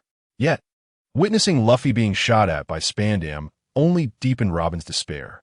The flicker of hope for life that ignited atop the Judicial Tower had transformed into an agonizing blaze, tormenting her already suffering soul. At that moment, Dave's sudden arrival provided Robin with a renewed sense of hope amidst her near-total despair. Although they had never interacted directly before, Robin had heard of Dave, one of the most radical and well-known figures within the Revolutionary Army. While she was unsure why such a prominent individual appeared here, there was no doubt that he was an ally and a reliable one at that. After all, both Dave's prior reputation and his formidable display she had witnessed not long ago assured Robin that this man was someone she could depend upon. For Robin, this man, known as Crazy Dave, would not easily allow someone like Spandam to lead them to justice, nor would he permit her captain, Luffy, to perish here due to his injuries. In stark contrast to the reactions of Luffy and Robin, Spandam trembled in shock. To him, Dave's arrival signified that both Jernica and Rob Lucci had been defeated. In Spandam's mind, the ability to vanquish such top-tier combatants of the world government in such a short span of time was a feat that even a Marine admiral would struggle to achieve. Perhaps only those four beings known as the Emperors of the Sea could accomplish such a task. What made Dave particularly dangerous, beyond his extraordinary strength, was his extreme ideology. In stark contrast to the Straw Hat Pirates, who are perpetually pursued by the Navy, the infamous Dave has become a nightmare for numerous high-ranking officials in the world government. Rather than exhibiting a mere disregard for the authority of the world government, it is more accurate to say that the more powerful and influential one is, the more ruthless he becomes. This very demeanor has rendered Dave a prominent figure within the radical faction of the Revolutionary Army, earning him the moniker of madman among the populace. Compared to others who might be intimidated by their own titles, Dave poses an existential threat to Spandam. Akin to the Grim Reaper, it is undoubtedly best for him never to cross paths with such a formidable adversary. At this moment, upon witnessing Dave's arrival, Spandam hastily turned Robin around as a shield, summoning his elephant sword and transforming it into a hybrid form that resembled both a blade and an elephant. He commanded the sword to coil around Robin like a serpent, positioning the blade menacingly against her throat. Spandam intended to employ the same tactic he had previously used to threaten the Straw Hat Captain, Luffy, to intimidate the madman Dave. At the very least, Spandam believed that Dave would not recklessly risk eliminating Robin, a vital source of information regarding ancient weaponry, regardless of Dave's apparent madness. His presence here undoubtedly signified that his objective was the woman, Nico Robin. As long as Robin remained in Spandam's grasp, Dave would surely hesitate to act impulsively. Dave Nerona, don't think for a moment that I fear you. If you cherish Nico Robin's life, do not make any hasty movements, Spandam shouted at Dave, though his voice betrayed a tremor of fear. Raise your hands and do not move until I have crossed this path to the gates of justice. Keep your hands raised and stand there. As Spandam confronted Dave, he held the elephant sword, its edge poised threateningly at Robin's neck, in an attempt to dissuade Dave from making any rash actions. Meanwhile, with his other hand, he dragged the weakened Robin forward, seeking to hasten their passage through the gates of justice and distance himself from the demon that was Dave. However, to avoid being caught off guard and potentially killed, Spandam dared not turn his back on Dave for even a moment. He could only face Dave with palpable tension, dragging Robin backward step by step. Observing Spandam's movements, Dave raised his hands in a gesture of calm, aiming to soothe Spandam and prevent him from resorting to any extreme actions against Robin out of fear. In the midst of this precarious situation, Dave's mind raced with calculations. It was imperative that he did not allow Spandam to act out of desperation, risking the life of Miss Robin in a moment of panic. Furthermore, he could not permit Robin to remain under Spandam's control. For once they passed through the gates of justice and boarded the vessel bound for the Navy headquarters or impelled down, the endless obstacles posed by the naval forces would make it exceedingly difficult for even Dave to rescue Robin. After contemplating the current situation and the means at his disposal, Dave devised a solution. He began to assess the width of the bridge leading to the gates of justice beneath his feet with keen observation. Then, he began to summon the system interface in his mind, using 150 sunshine points to exchange for 3 walnut walls, together with the 1 walnut wall summoned earlier. 4 arranged in a row. The positions of the 4 walnut walls were set in the direction leading Spandam to the gate of justice, cutting off his escape route. Since summoning the magical plants produced no sound, and Spandam was currently focused on Dave, he remained oblivious to the entire situation. Before I pass this way, if you make any move, Nico Robin shall perish. Upon seeing Dave raise his hands, Spandam continued to threaten while hastily retreating with Robin. However, Dave did not attack. Instead, he gazed intently at the nervous Spandam and inquired, "Path? What path are you referring to? Is there still a route behind you?" Spandam, facing Dave and not glancing back, was momentarily taken aback by Dave's words, struggling to comprehend their meaning. Nevertheless, his backward movements abruptly halted, for it seemed something had obstructed his retreat. Cautiously, Spandam shifted his gaze slightly from Dave, peering over his shoulder to discern what was blocking his escape. Just a glance rendered Spandam nearly incapable of holding onto his elephant sword. Chapter 28. The death of Spandam. Casting a sidelong glance behind him, Spandam beheld 4 oval-shaped, towering magical plants. These towering wonders stood over 3 meters high, resembling walnuts, each possessing round, wide eyes that gazed serenely at Spandam and Robin, exuding an air of tranquility. The four walnut walls formed a continuous barrier, entirely severing Spandam's retreat, with the entire bridge leading to the Gate of Justice occupied by these formidable walls, making it impossible for him to circumvent them, as long as he could not surpass this iron wall of four walnut formations. Spandam would be unable to reach the Justice Wall behind him. At the very least, Dave did not believe that this incompetent Spandam possessed the capability to leap over magical plants like the pole-vaulting zombies. Upon encountering the unfamiliar magical plants that suddenly obstructed his path, Spandam's already frayed nerves, previously rattled by Dave, spiraled further into panic. He struck the walls repeatedly with his fists, only to discover their extraordinary thickness, impervious to his efforts. Although he had never seen these four creatures before, he easily connected them to the Peashooter army led by Dave. Spandam deduced that these four walnut walls were creations of Dave's fruit abilities, just like the previous ones. Realizing that Dave was behind this trickery, Spandam hastily directed his trembling hand to slice a deep wound across Robin's neck with the blade of his elephant sword, causing crimson blood to flow over the weapon's edge. Madman Dave, quickly make the ghastly creations you conjured vanish. Do not obstruct my retreat. Otherwise, I shall take the life of this woman, Nico Robin. Your revolutionary army shall also remain bereft of any clues regarding the ancient weaponry. Confronted by the formidable and inscrutable Dave, Spandam found himself flustered. While threatening Dave, he loosened his grip on Robin and reached for the pistol at his waist. Observing that Dave remained stationary, Spandam believed himself swift enough to draw the pistol loaded with sea stone bullets. With utmost speed, he unleashed the entire magazine of specially crafted sea stone bullets towards the deranged Dave before him. Since this Dave had blocked his escape route with his devil fruit abilities, it was only fitting to eliminate him through a surprise attack. After all, he wielded a weapon capable of rendering all abilities defenseless, sea stone bullets. Even notorious Monkey D. Luffy succumbed to several shots, left vulnerable to his slaughter. Therefore, should Dave be struck, he too would likely lose his combat efficacy. Despite harboring such optimistic aspirations, the situation did not unfold as Spandam had anticipated.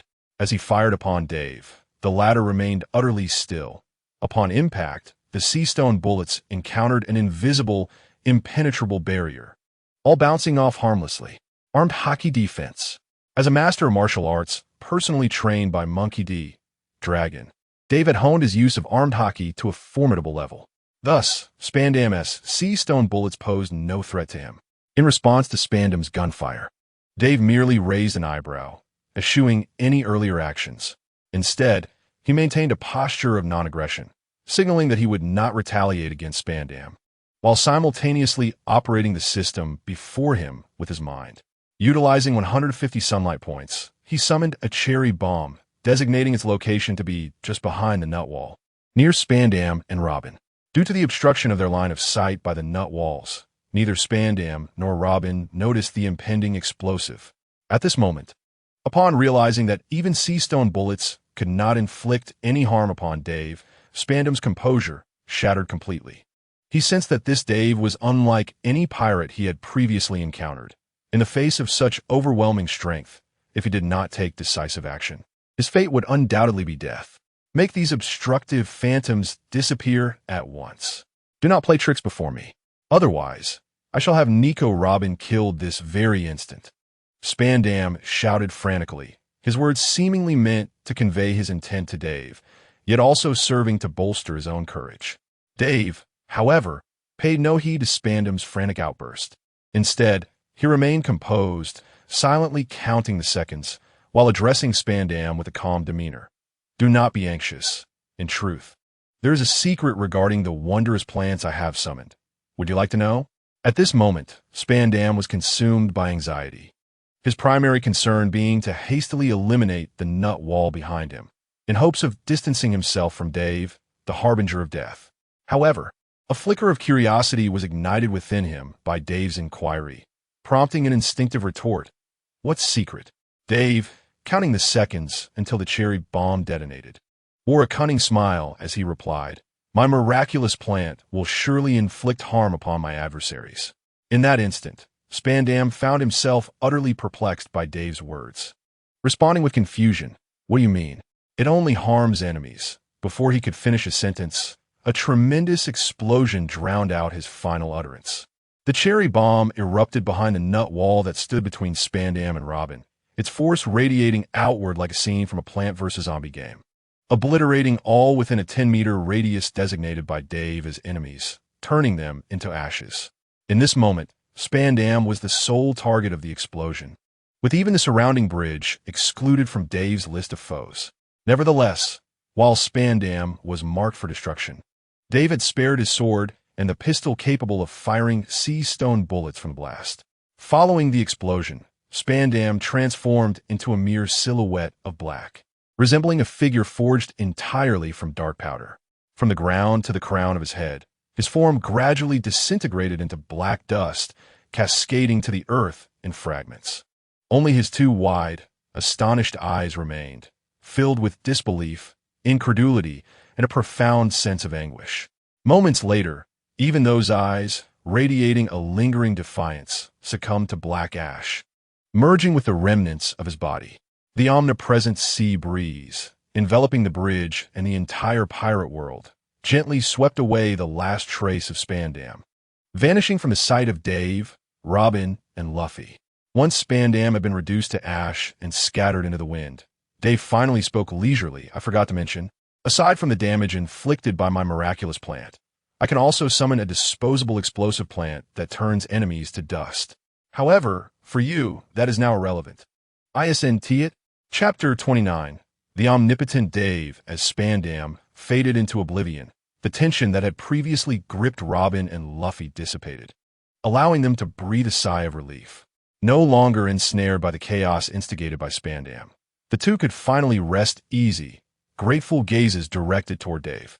Meanwhile, the familiar sound of the system notification echoed in Dave's mind once again. Congratulations to the host for vanquishing Spandam, thereby clearing the path for the dawn of the pirate world. A reward of 3,000 sunlight points has been granted.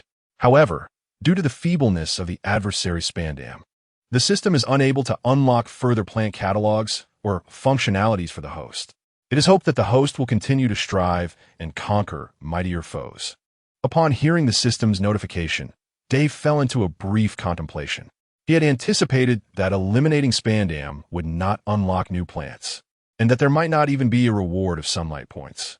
After all, Spandam was an utterly inept individual, relying solely on his father Spandam's influence to acquire top-tier resources like the elephant sword, yet possessing a mere combat value of 9, inferior even to an ordinary Navy soldier. The unexpected reward of 3,000 sunlight points upon defeating Spandam was, however, a pleasant surprise for Dave. It seemed that the distribution of system rewards was not necessarily contingent upon the strength of the enemy. Rather, any character that could impact the liberation process of the pirate world would yield a certain amount of sunlight points. Yet, only by overcoming foes of considerable strength could the system's advanced functionalities be unlocked. Contemplating this, Dave began to devise a rough plan for his future development. For the sake of unlocking his system, the formidable foes within the pirate world would find no respite in the days to come. Moreover, it was striking that defeating Spandam yielded 3,000 sunlight points, surpassing the rewards from previous adversaries like Jernica and Rob Lucci. This individual was truly deserving of disdain. Dave couldn't help but inwardly criticize Spandam's character. While lost in thought, Dave's hands did not remain idle. He immediately commenced the rescue of the injured Robin and Luffy. First, he grasped the head of the elephant sword that had ensnared Robin, applying pressure to compel it to release her due to the pain. After warning the sword verbally, he commanded it to revert to its sword form. The elephant's sword, originally tamed, had merely been following the commands of its deceased master Spandam. Witnessing the obliteration of its master by Dave, the elephant's sword trembled in fear, its small eyes glistening with trepidation, perceiving Dave as a figure of terror. After receiving the warning and hearing Dave's command, the sword complied without hesitation, transforming into a European-style saber. At that moment, Dave couldn't help but lament the absence of conqueror's haki within himself. If only he possessed such power. A mere glance would suffice to command the obedience of the elephant sword. Regrettably, Upon traversing into this world and merging with his former self's memories, Dave had found no recollection of having awakened Conqueror's Haki. Although his predecessor was renowned, it was primarily due to his reckless endeavors, such as infiltrating a powerful pirate crew that preyed upon impoverished, non-allied nations and single-handedly slaughtering them during his youth, rather than possessing leadership qualities or a unique destiny. The previous incarnation, despite being adept in the application of armament haki and observation haki, exhibited no signs of awakening Conqueror's Haki. However, this situation should have changed after my arrival and the merging with my former self, though I have yet to encounter a suitable opportunity to awaken the latent Conqueror's Haki within me. With the sword, which reverted to its blade form, slung across my back, I retrieved the 4C prism stone keys to Robin's handcuffs that I currently possessed and began to test each one. Regrettably, neither my collected keys nor the 3 gifted by Frankie proved compatible with Robin's handcuffs. It appears that rescuing Robin from her restraints will necessitate waiting until Zoro and Sanji have dealt with their opponents. Nevertheless, based on my estimations, the time until those keys arrive should not be prolonged. After all, in the original manga, Zoro and Sanji dispatched their foes in a relatively brief span. With the keys proving incompatible, my immediate course of action must be to tend to the injuries of both Robin and Luffy. Summoning my system panel, I expended 1350 sunshine points to conjure 9 twin sunflowers, alongside the one I had originally summoned. I now had a total of 10 twin sunflowers materialized in the open space before me. While waiting for these 10 twin sunflowers to generate sunlight, I retrieved the sunlight produced by the initial sunflower I summoned within the system space and divided it equally between Robin and Luffy. The radiant clusters of sunlight cascaded over Robin and Luffy, melding with their bodies to restore their vitality and alleviate their injuries. Their previously listless spirits, dulled by pain, began to regain some vigor as the sunlight infused them. The only unfortunate aspect was that, although the twin sunflowers continued to produce sunlight upon being stored in the system space, the output speed was significantly diminished. From my recent experience, it seemed the rate of production differed by over 100-fold.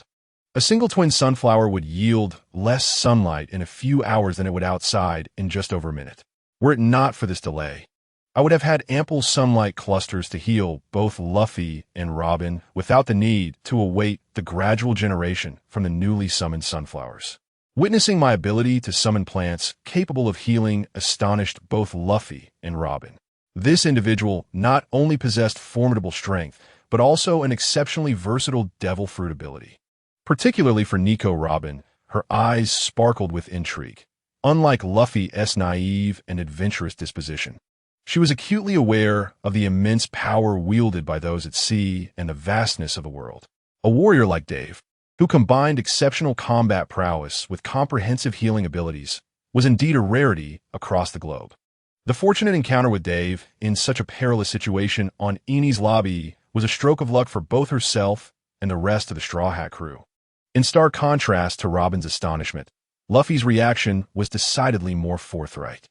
Upon witnessing the sunlight spheres summoned by Dave, which held the promise of healing both his and Robin's injuries, Luffy erupted in exuberant cheers, clapping his hands and urging Dave to conjure more of the miraculous spheres. His expression transformed from the anger and hatred he felt when Robin was abducted by Spandam to one of joyous laughter, as he applauded Dave's efforts with the enthusiasm of a small monkey that had just received a delectable bunch of bananas. This thrill remained unabated, even as the sea stone bullets coursed through his body, rendering him extraordinarily weak. In this moment, Luffy felt a profound joy at the prospect of alleviating Robin's peril, coupled with immense gratitude towards Dave for his ability to mend Robin's wounds. It was precisely Dave's actions that eased the guilt Luffy had felt for being unable to save his comrade from the clutches of villainy. As they awaited the emergence of 10 twin sunflowers to generate the healing sunlight spheres, Dave retrieved the pistol that had fallen from Spandam's grasp upon his demise, capable of firing sea stone bullets, and tucked it away. He then approached the prone and vociferous Luffy, assisting him in extracting the numerous sea stone bullets from his body.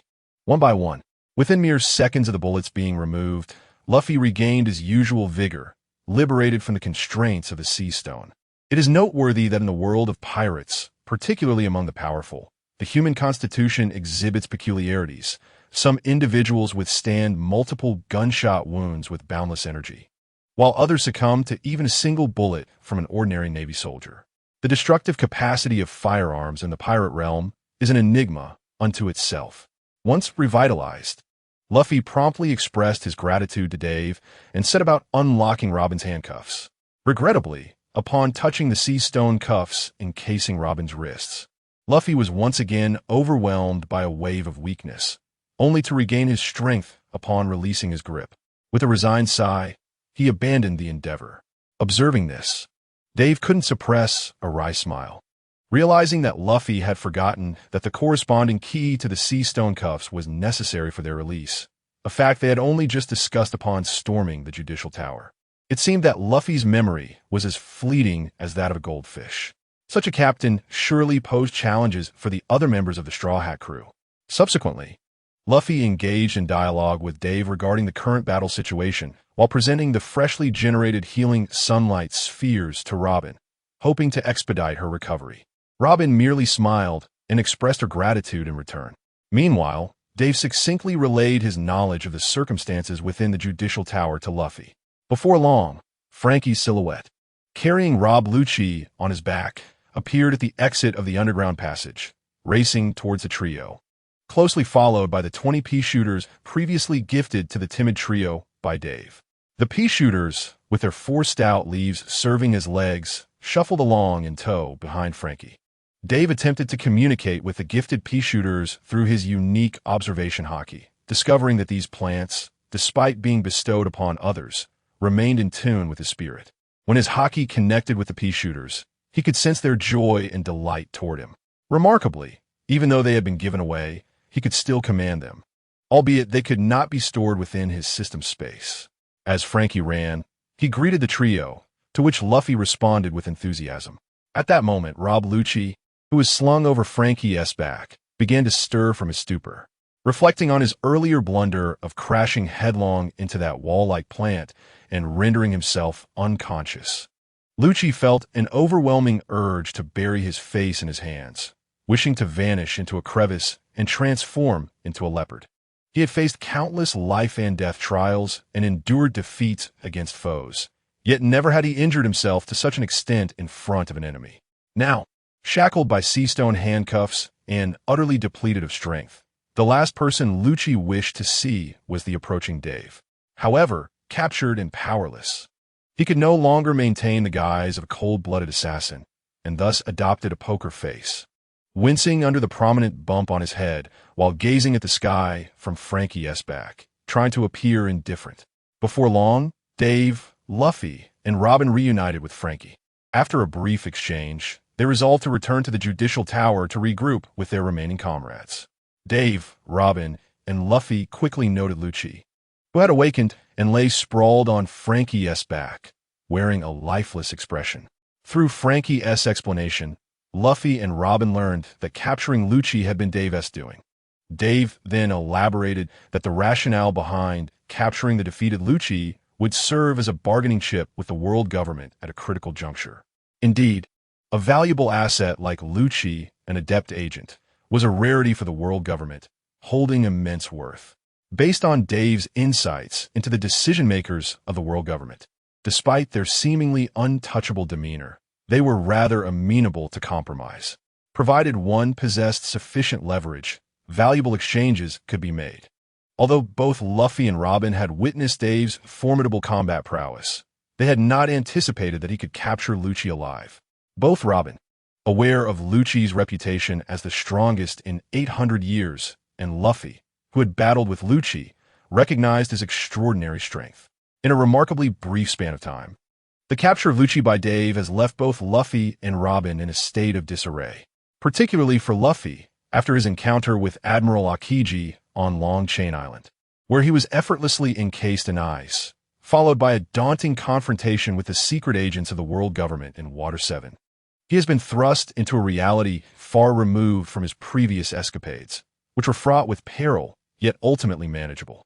The consecutive onslaught of formidable adversaries has shrouded Luffy in the realization that mere willpower is insufficient to navigate the treacherous Grand Line, teeming with powerful foes. At this moment, Dave's ability to easily subdue Lucci elucidates for Luffy the true essence of strength amidst the vast sea. However, the group refrains from dwelling excessively on Lucci's capture, as the paramount concern remains the ominous threat posed by Spandam's earlier inadvertent issuance of the Demon Slayer order. Observing the urgency of the situation, Dave promptly stored his extraordinary flora within the system, preparing to vacate the perilous grounds of Eni's lobby alongside his companions. Although dubbed Mad Dave, he perceives himself simply as unyielding in the face of the world's antagonism. Remaining idle while awaiting the arrival of the Demon Slayer fleet would be sheer folly. With both Frankie and Robin now rescued, the only task that remains is to procure the final 2 keys to Robin's sea stone handcuffs, thereby securing a triumphant victory for all present. As Robin, still weakened by the shackles, struggles to keep pace with the group, Dave opts to carry her in a princess hold, setting forth with Frankie and Luffy towards reuniting with their Straw Hat comrades. As Dave cradles Robin, they race forward, their bodies inevitably brushing against one another. In this moment of urgency, Robin's gratitude and fondness for the man who saved her render her defenseless. Consequently, as they sprint ahead, she leans against Dave's chest, her head gently resting upon his shoulder. Unlike her boisterous comrades in the Straw Hat crew, who embody familial warmth and a sense of belonging, Dave exudes an aura of strength that captivates mature women. His presence instills a profound sense of reliability, suggesting that with him by her side, any danger could be transformed into safety, a rarity in these tumultuous seas that often draws countless wandering souls. For Robin, a woman who has navigated life with vigilance since her childhood, especially after the calamity that befell her homeland, the security and assurance Dave provides resemble an oasis in an arid desert, compelling her to wish to hold him close. Unlike the familial warmth and aspirational sense of belonging offered by the Straw Hats, Dave's emergence embodies the manifestation of the savior Robin had long sought in her youthful dreams, one who could alter the course of her destiny. Certainly, what Robin did not explicitly state was that her deep affection and unwavering trust in Dave stemmed from his identity as a revolutionary and his renowned conduct across the globe. After all, anyone with a slight understanding of this man as past would find it inconceivable that the notorious Dave, who instills fear in the hearts of high-ranking officials of the world government, would betray Robin to them. The likelihood of such an occurrence is as improbable as Whitebeard turning against his own son for the sake of wealth and glory, essentially zero. The formidable power that terrifies countless villains, the astute reasoning capable of resolving various intricate issues, the gentle care for those weaker than oneself, and the unwavering stance of never placing oneself in peril all captivated Robin's heart.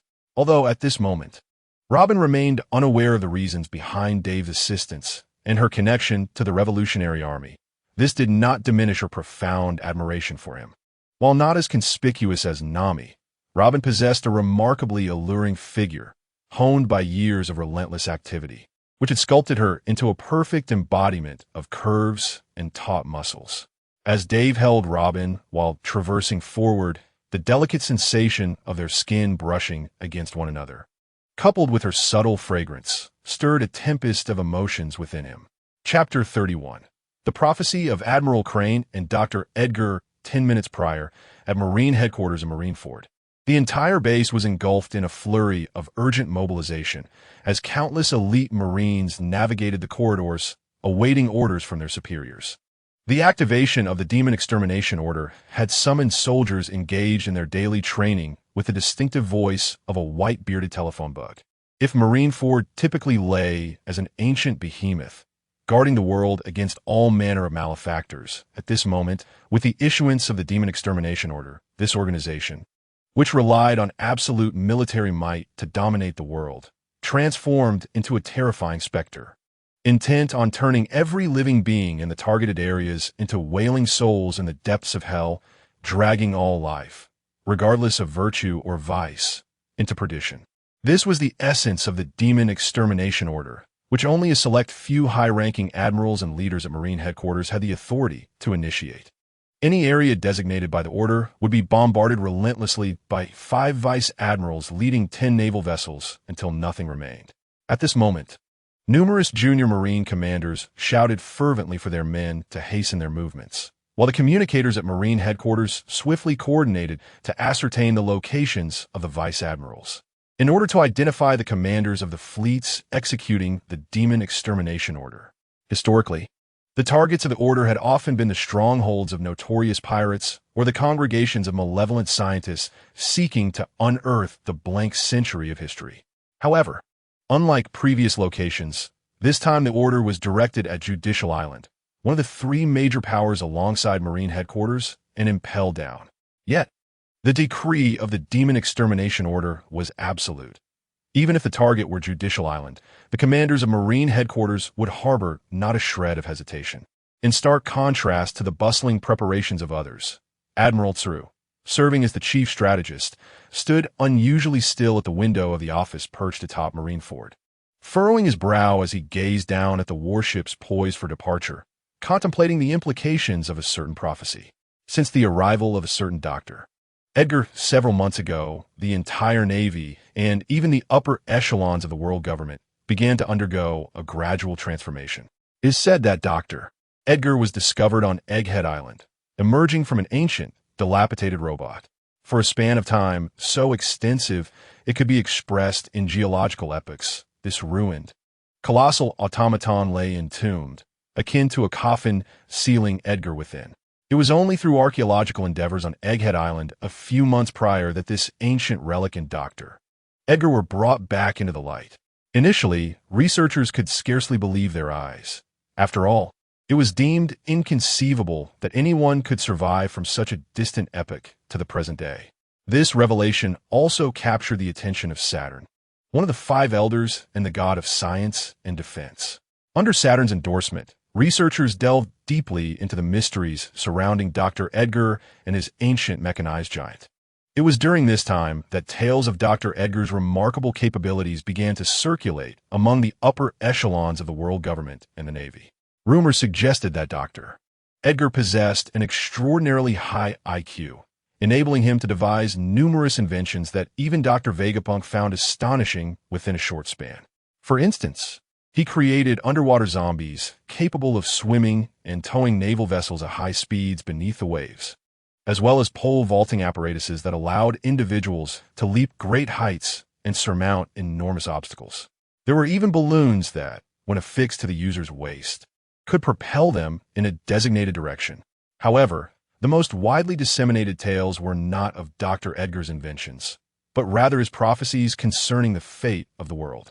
These prophecies foretold of the sun god Nika, the demise of the world government, and an encroaching army of plants that would sweep across the globe. Such statements gradually began to circulate among the researchers on Egghead Island.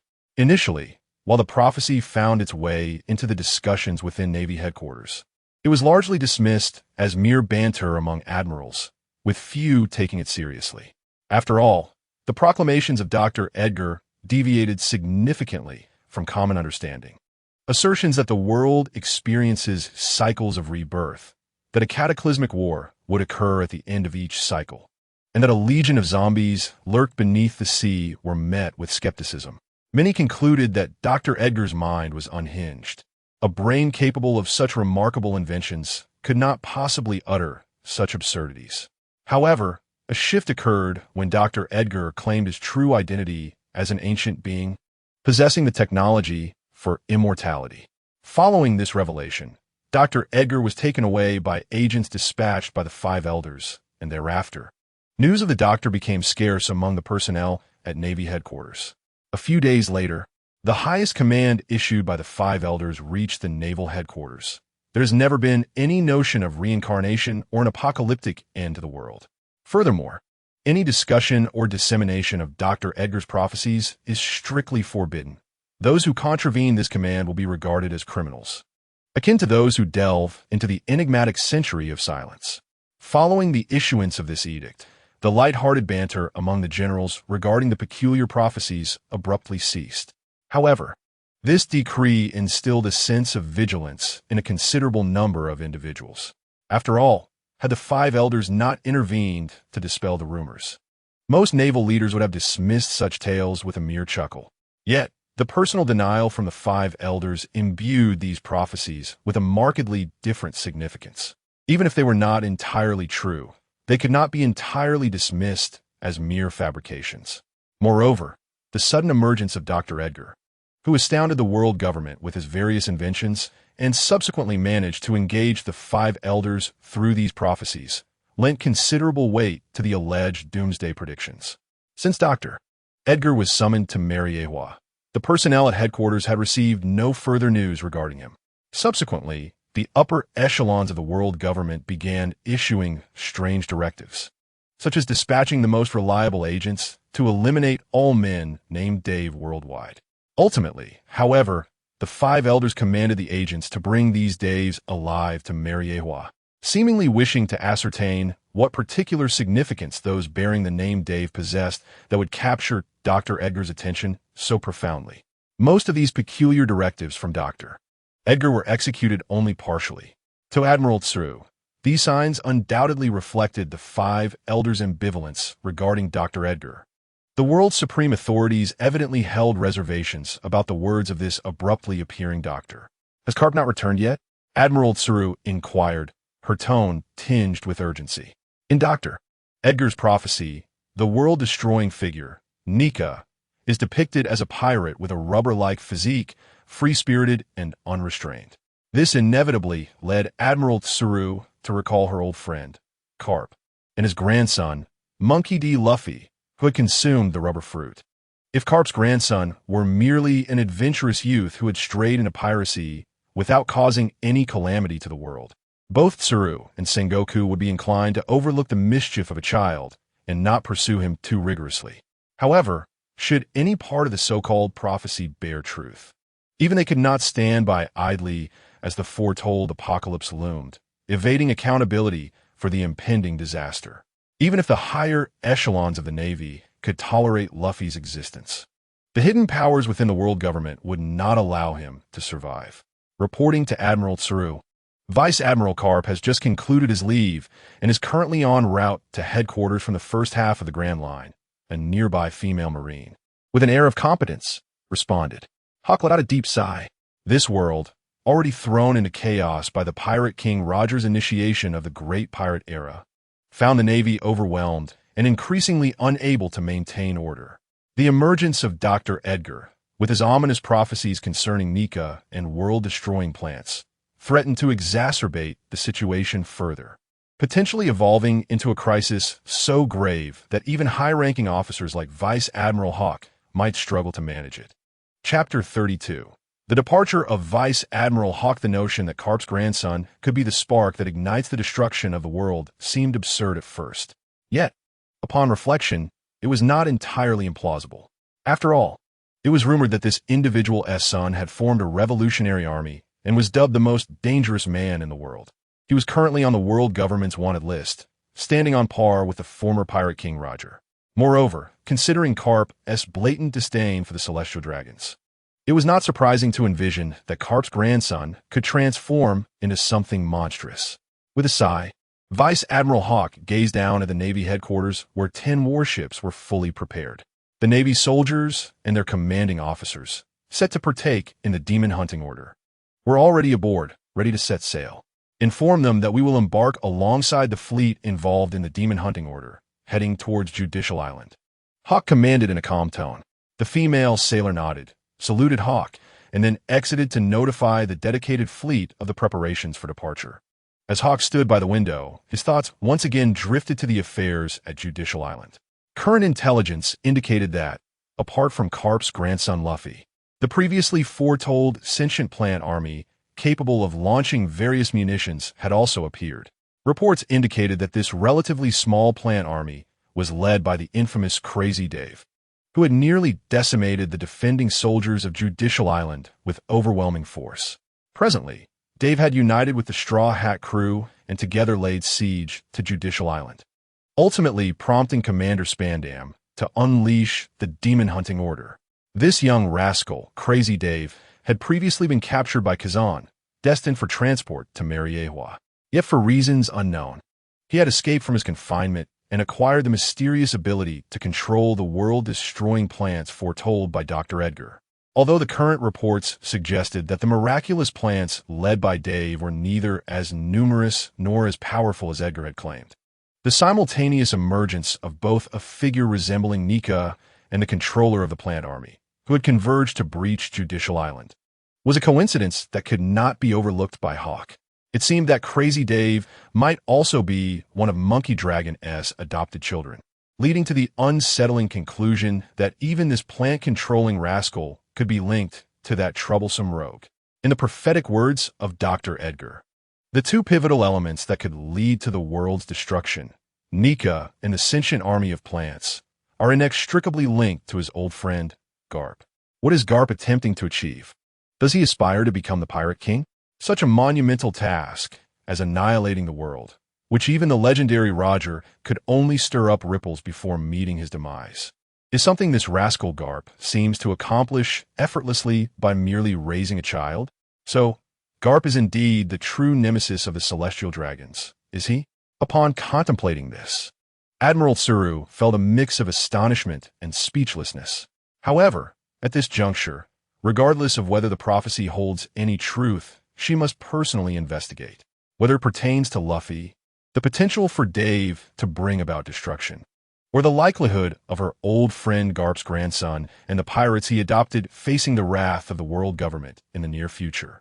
All necessitates her presence at Judicial Island for verification. Of course, if feasible, capturing those two young scallywags could be beneficial, perhaps after her intervention. They might amend their ways and return to the righteous path of the Navy. Shortly thereafter, a report from a communication officer announced that her fleet was prepared to set sail. Admiral Tsuru turned and, alongside the female sailors, boarded the warship, heading towards Judicial Island with the Demon Slayer fleet. In the underground passage beneath Judicial Tower, Dave, cradling Robin, hurried back to reunite with his companions, Luffy and Frankie. They had traveled only halfway when they encountered Zoro and Sanji, who were searching for them. These two had defeated their respective foes shortly after Frankie had departed and embarked on the path toward Robin, who had been kidnapped. However, due to Zoro's notorious sense of direction, they had lost some time, resulting in their late arrival to join Luffy and the others. Dave, having seen the manga prior to his arrival, was already aware of Zoro's terrible navigation skills. But he never imagined they could be so abysmal that even traveling alongside Sanji would lead them astray. In response, Zoro merely rolled his eyes and stubbornly insisted that it was not his fault, claiming the route was overly complicated. Although they had arrived late, it did not hinder other matters, and thus the group did not pursue the issue, sharing a resigned chuckle instead. Sanji, initially eager to deliver the key to Robin, was taken aback when he stumbled upon the sight of Dave holding Robin close.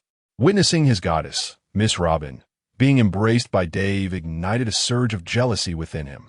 Although Sanji had been genuinely grateful for Dave's assistance, all feelings of gratitude evaporated upon seeing Robin in the embrace of this gentleman, whose infatuation with women was evident, especially as he noted the affectionate gaze Robin cast towards Dave. Reminiscent of a young girl in love, Sanji found himself gnawing on his handkerchief, pacing in a corner, muttering incomprehensibly as if silently cursing all men who enjoyed the favor of women. Observing this, Dave could only shrug nonchalantly, inwardly thinking, Sanji, if you persist in this pathetic behavior, you may very well remain a virgin for life. As the final 2 keys for Robin's handcuffs had arrived, the first task for everyone was to insert each key into the cuffs and identify the correct one to unlock them. With a decisive click, the key brought by Sanji successfully liberated Robin from her restraints. For a prolonged period, she had been imprisoned by the Sea Prism Stone, and now she exhaled a sigh of relief. The weakness and subtle nausea that had plagued her began to dissipate as the cuffs were removed. Once revitalized, Robin felt it was inappropriate to remain in Dave's embrace, prompting her to request that he set her down so she could walk alongside her companions on their return journey. After stepping away from Dave, Robin opened her arms and enveloped him in a warm hug, planting a gentle kiss on his right cheek before rejoining her friends. Although not a man of lustful inclinations, Dave found himself momentarily taken aback by Robin's kiss. While the pirate world boasted many alluring women, few possessed the mature gentleness and intellectual depth that Robin exuded. In Dave's memory, apart from Robin and her mother, Olvia, he could hardly recall another woman of such caliber. The combination of Robin's intellect, tenderness, and strength, coupled with her alluring figure, created an irresistible contrast that captivated Dave. He pondered how Mr. Dragon, stationed at Vertigo, would react upon learning that his mission to protect the revolutionary lantern, Robin, had culminated in her being cradled in Dave's arms. Shaking his head to dispel such distracting thoughts, Dave reminded himself that now was not the time for such musings. Escaping from the ominous Judicial Island was of utmost importance. Unlike the Straw Hat crew, blissfully unaware of the fate that awaited them, Dave remained on high alert, unwilling to let his guard down. After all, the appearance of Jernica and the sea prism stone bullets were anomalies that should not have transpired. Anxiety crept into Dave's mind regarding the forthcoming actions. They might not unfold as smoothly as the original narrative suggested. He contemplated that without his intervention, even if one disregarded Jernica's superior combat prowess compared to Lucci Spandam, with merely a pistol capable of firing sea prism stone bullets, could very well have sealed Luffy's South fate in this place. Having only recently traversed into this world, he questioned whether these alterations were indeed the result of the butterfly effect triggered by his presence, or if, unbeknownst to him, someone was plotting against either himself or Luffy from the shadows. Through exchanges with Zoro and Sanji, the group learned that Spandam had previously revealed the reason behind the Demon Purge order over the intercom. The guards of Judicial Island and the station Navy soldiers had descended into chaos, banding together in a desperate bid for survival. Though none had experienced the horrors of the Demon Purge firsthand, each soldier had heard tales of its dreadfulness. Faced with such indiscriminate devastation, no one wished to linger behind to meet their demise. Thus, the naval forces stationed on Judicial Island have entirely disregarded the Straw Hat crew's incursion into the island's inner sanctum, as well as the members of the Frankie family who remained outside. This allowed Nami, Robin, and Coco to effortlessly gather their scattered companions in the central front of Judicial Island, awaiting the return of their comrades. Once Luffy and the others return to the front half of Judicial Island, they will be able to reunite with their companions and depart together. The group hastened towards the exit of the underground passage, and just as they were about to burst forth from the secret entrance, reaching the base of the Judicial Tower, they were met with the distant, incessant sounds of numerous cannonballs crashing down and exploding. It was the bombardment from the Navy's flagship. Chapter 33. The reunion. The thunderous cannon fire reverberated throughout every corner of Judicial Island, once a solemn bastion, now besieged by a relentless barrage of artillery. The exquisite edifices, one after another, succumbed to the inferno ignited by the falling shells. Like a torrential downpour, the cannonade rained down upon the earth. Each shell that struck a building triggered a cataclysmic explosion, leading to the collapse of entire structures. The crumbling edifices were engulfed by the flames, which spread further, dragging more territory into the inferno's hellish embrace. Just as Dave and Luffy's group emerged from the underground passage into the base of the Judicial Tower, they beheld the distant silhouette of a fleet of warships unleashing their unbridled firepower upon Judicial Island. On the opposing sea, each naval vessel had deployed its artillery. From the 3 main cannons at the center to the 12 smaller guns positioned on the sides, all incessantly firing shells. A total of 10 warships, armed with 150 cannons, relentlessly bombarded Judicial Island without distinction.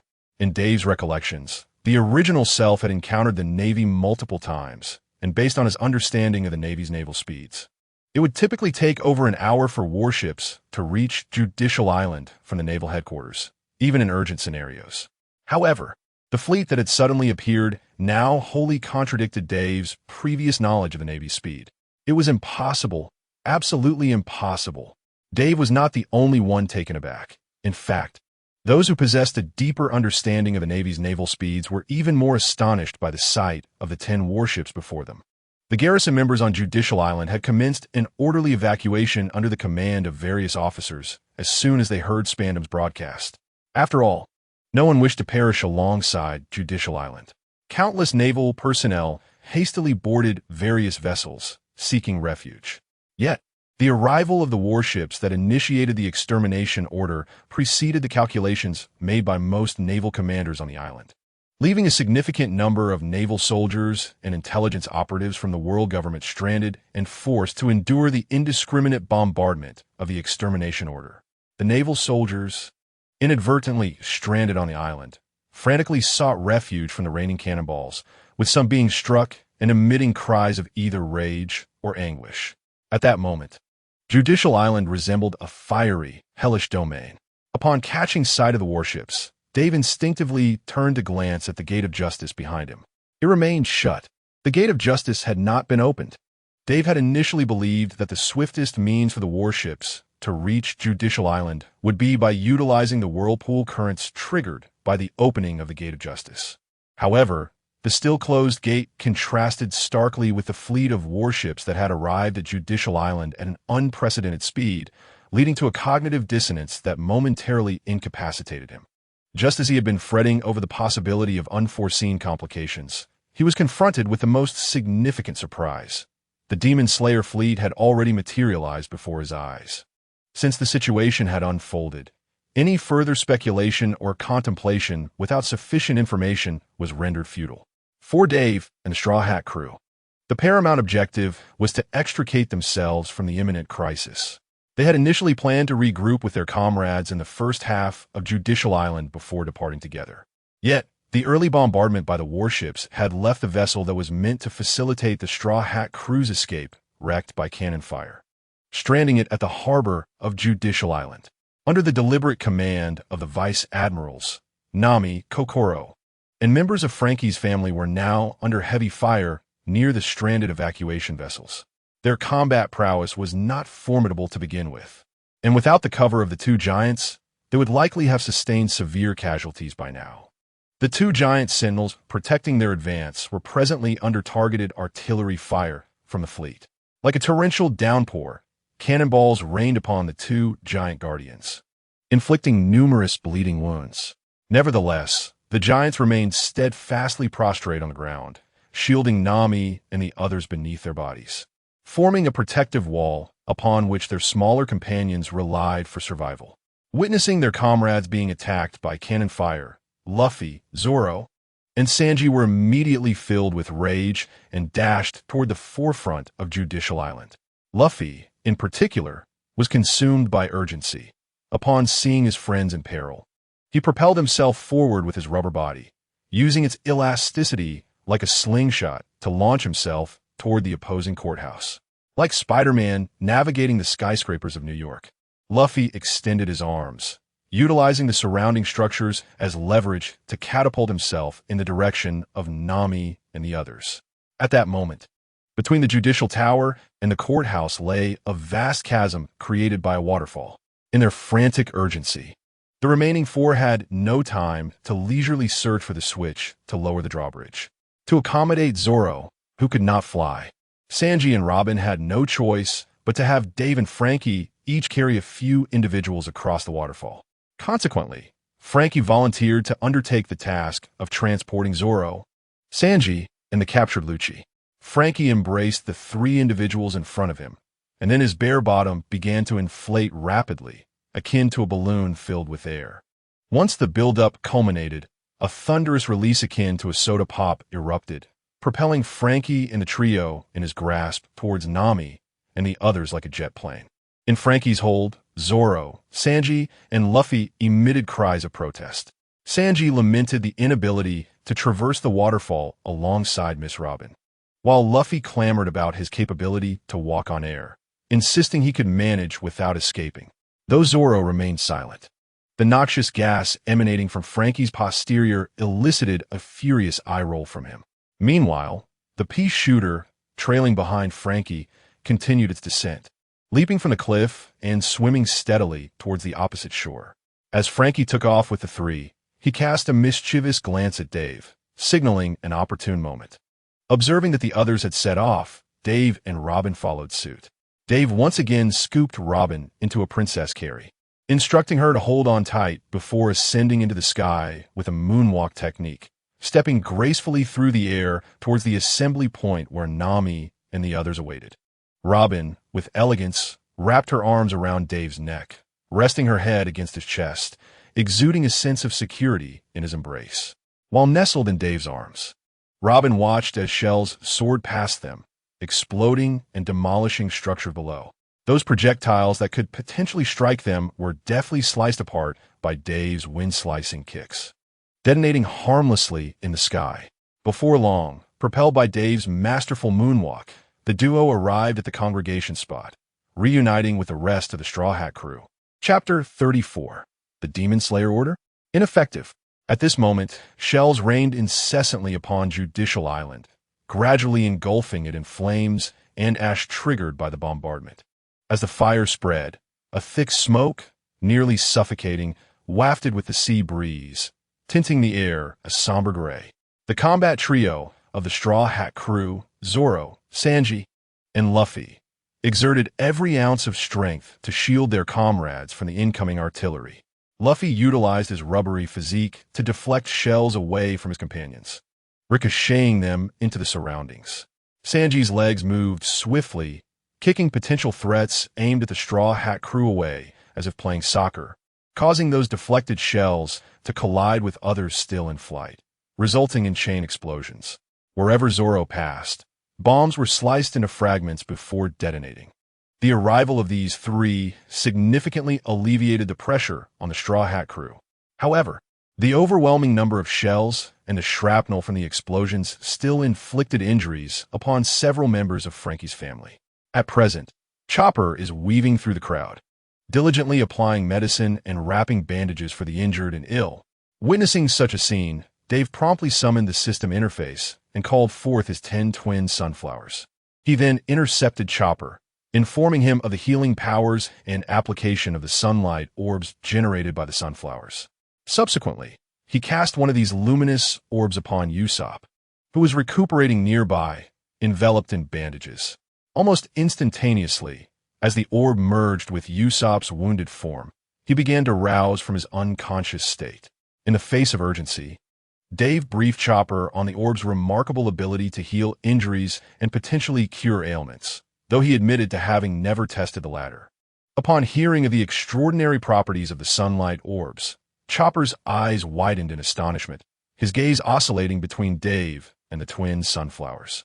It was only when Dave gently tapped Chopper's forehead that he snapped back to reality, promptly resuming his duties as ship's doctor by distributing the sunlight to the wounded comrades around him. While dispensing the orbs, Chopper muttered fervently about being a doctor, dreams, and miraculous cures, revealing that his initial shock had yet to dissipate, though the plight of the injured had grounded him back to the present. Nearby, Robin observed as Chopper and the members of Frankie's family used the sunlight orbs to tend to the injured. Recognizing her own limitations in withstanding the bombardment like Dave or Luffy, she utilized her flower fruit powers to conjure countless arms from the ground, efficiently transferring the sunlight orbs to those in need. Meanwhile, Nami employed her weather staff to create a multitude of bubbles, combining them to form various weather patterns, thereby mitigating the lethal smoke surrounding her comrades. It is worth mentioning that during the time Chopper and the others were tending to their injured companions, any Navy soldiers who had not evacuated in time and remained on Enies Lobby were also treated by Chopper without discrimination.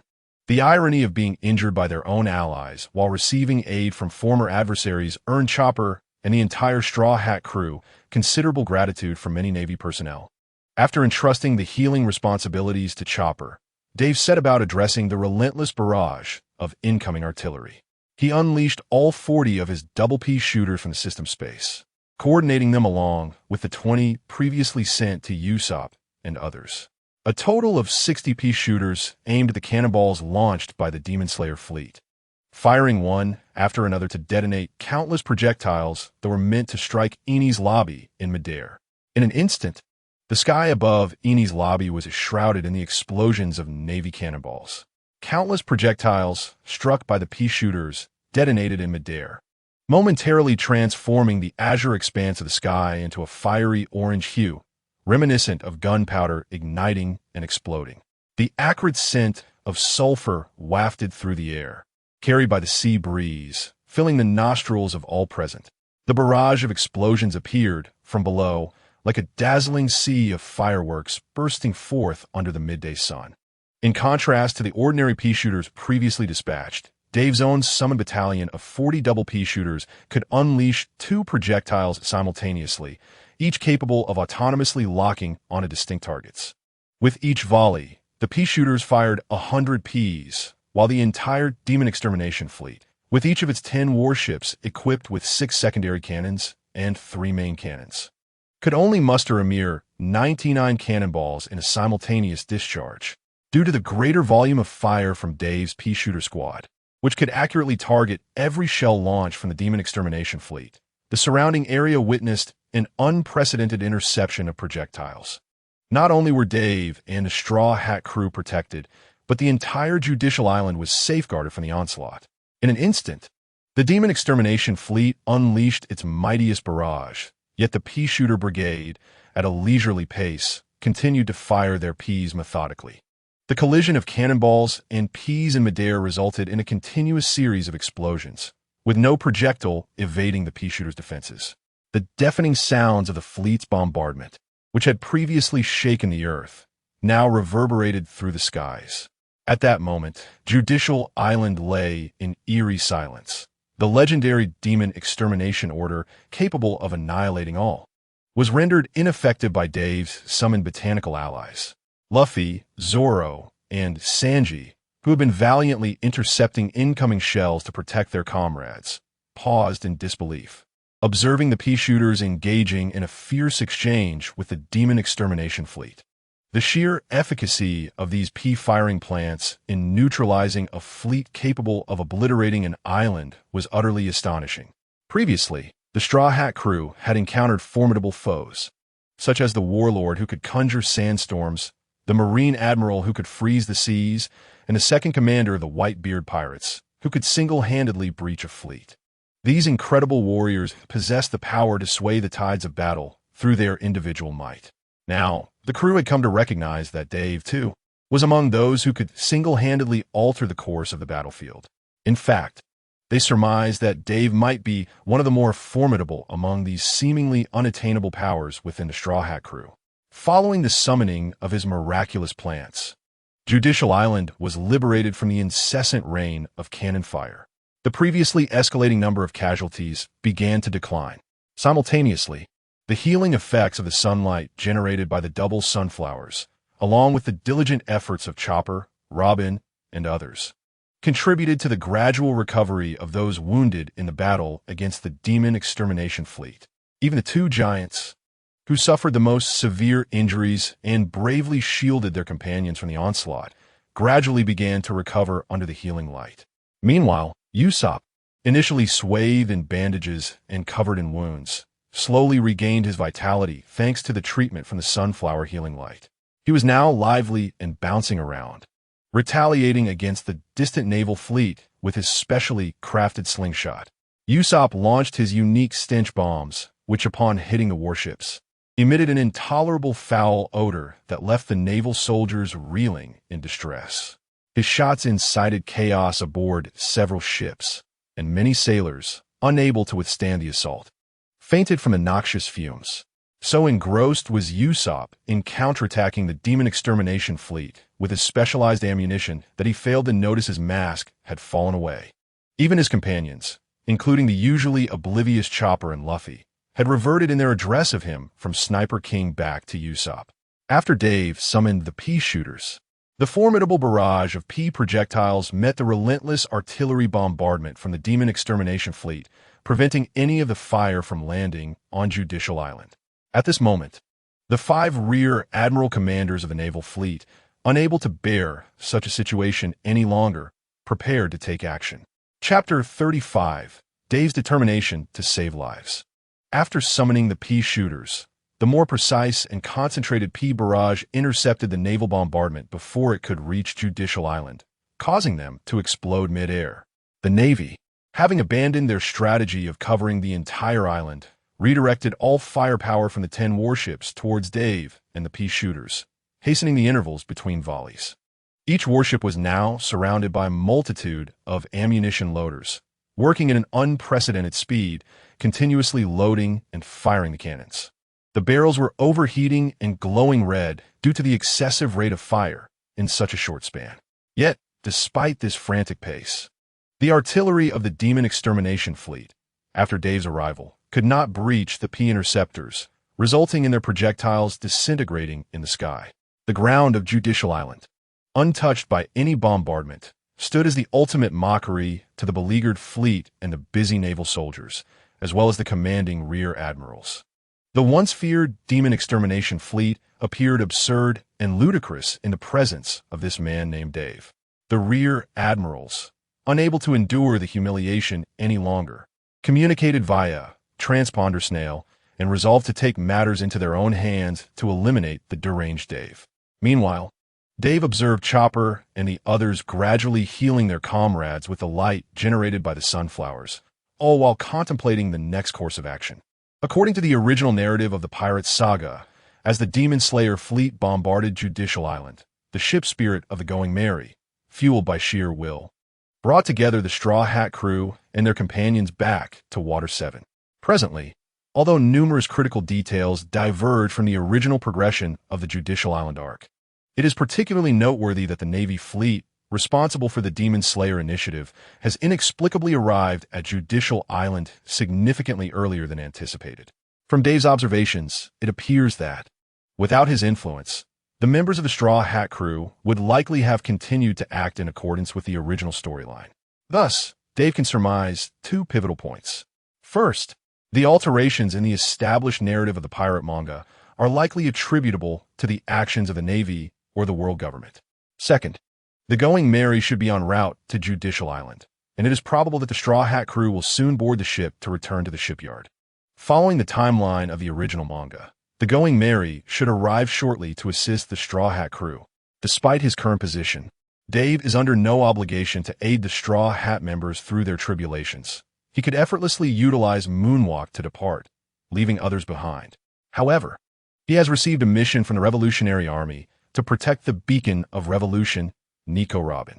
Additionally, based on his memories, although not officially acknowledged, he is indeed the adopted son of Monkey Dragon.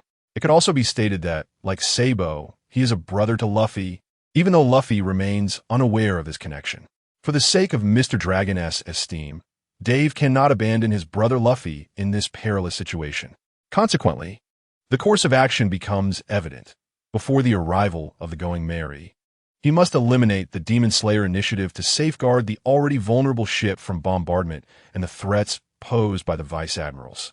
As he resolves this, Dave calls forth the system panel to check his balance of sunshine points. Finding he has 650 points remaining, he decides to reserve 650 points and converts the remaining 000 points into 15 double Peashooters, summoning them to his side. Just as Dave prepares to designate the targets for these 15 Peashooters against the Navy fleet instigating the Demon Slayer initiative, 5 piercing sounds cut through the air from the opposing fleet. 5 Vice Admirals, witnessing that the fleet's cannon fire fails to inflict effective damage on Dave and his group, can no longer restrain themselves and decide to engage personally. The 5 Vice Admirals, stepping lightly on the moonwalk, ascend from the fleet and stride through the air, heading directly toward the gathering of the Straw Hat crew. Dave observes the approaching Vice Admirals, identifying them from left to right as Doberman, Onamu, Stoloberry, Fire Mountain, and Weasel. It appears that the Navy headquarters attaches great importance to the initiation of this Demon Slayer operation, deploying 5 formidable Vice Admirals to the fray.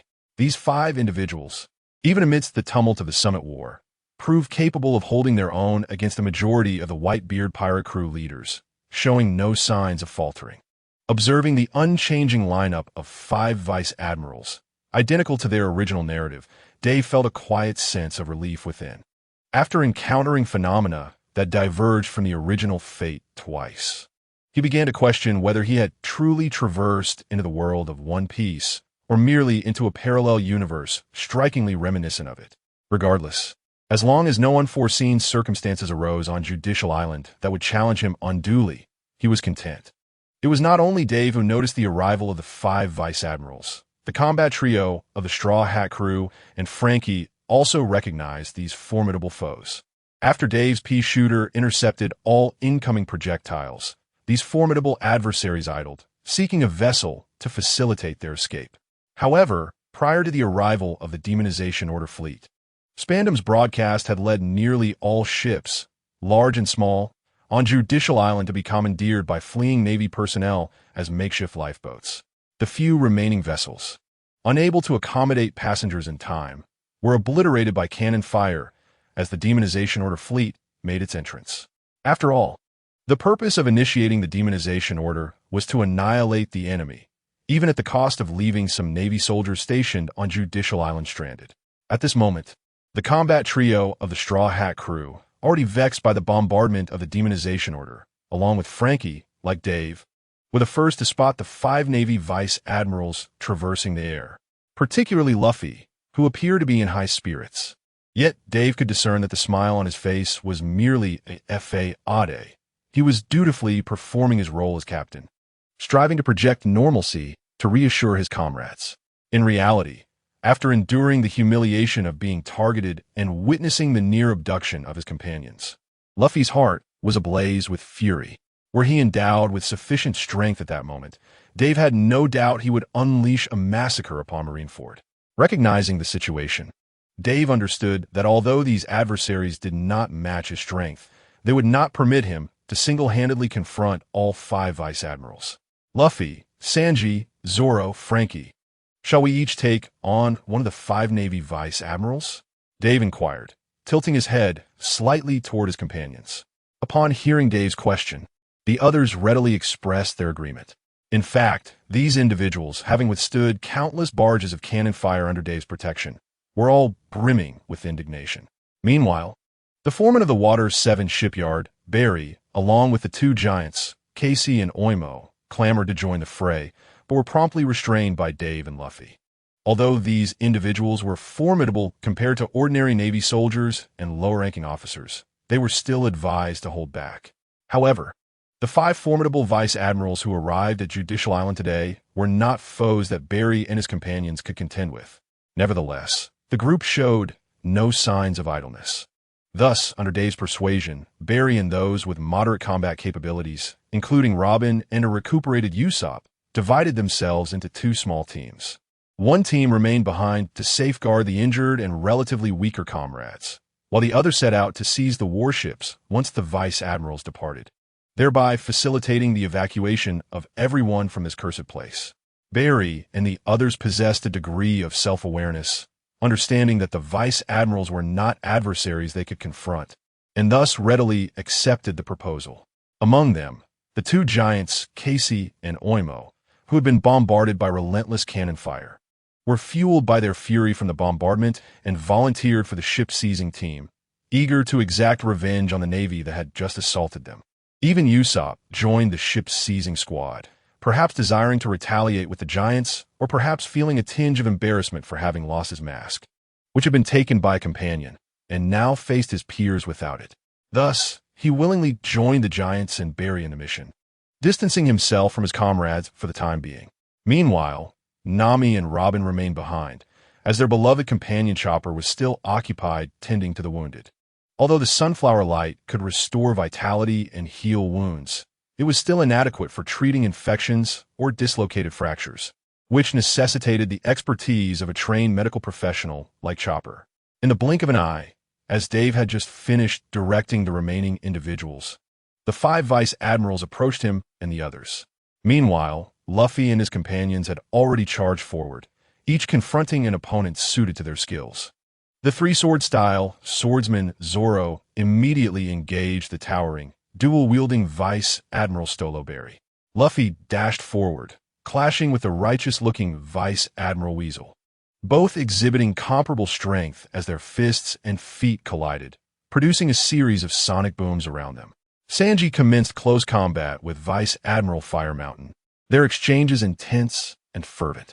It was indeed a fiery encounter, for after Sanji had just triumphed over Gabra, he he found that whenever he focused his energy into his legs, his renowned black leg would ignite, adding a fiery element to each strike. In an instant, Sanji's feet danced through the air, creating the illusion of two rapidly swirling fireballs, causing the grin that had graced Vice Admiral Fire Mountain's face to wane. Meanwhile, Frankie was embroiled in battle with Vice Admiral Doberman. Earlier, when Frankie had leaped off a cliff with Luffy and the others, he had already depleted a considerable amount of cola reserves. Coupled with his prior skirmish with the Soundless Owl, Frankie's cola supply was now perilously low, rendering his punches weak and ineffective. However, the Doberman opposing Frankie appeared to be merely going through the motions, as if in reluctant compliance with Frankie's antics, seemingly disinterested in participating in this demon-slaying edict. Unlike the other four Vice Admirals, who fought with an air of indifference and lacked murderous intent, Vice Admiral Ghost Spider harbored a particular animosity towards Dave and the pirates, including Luffy.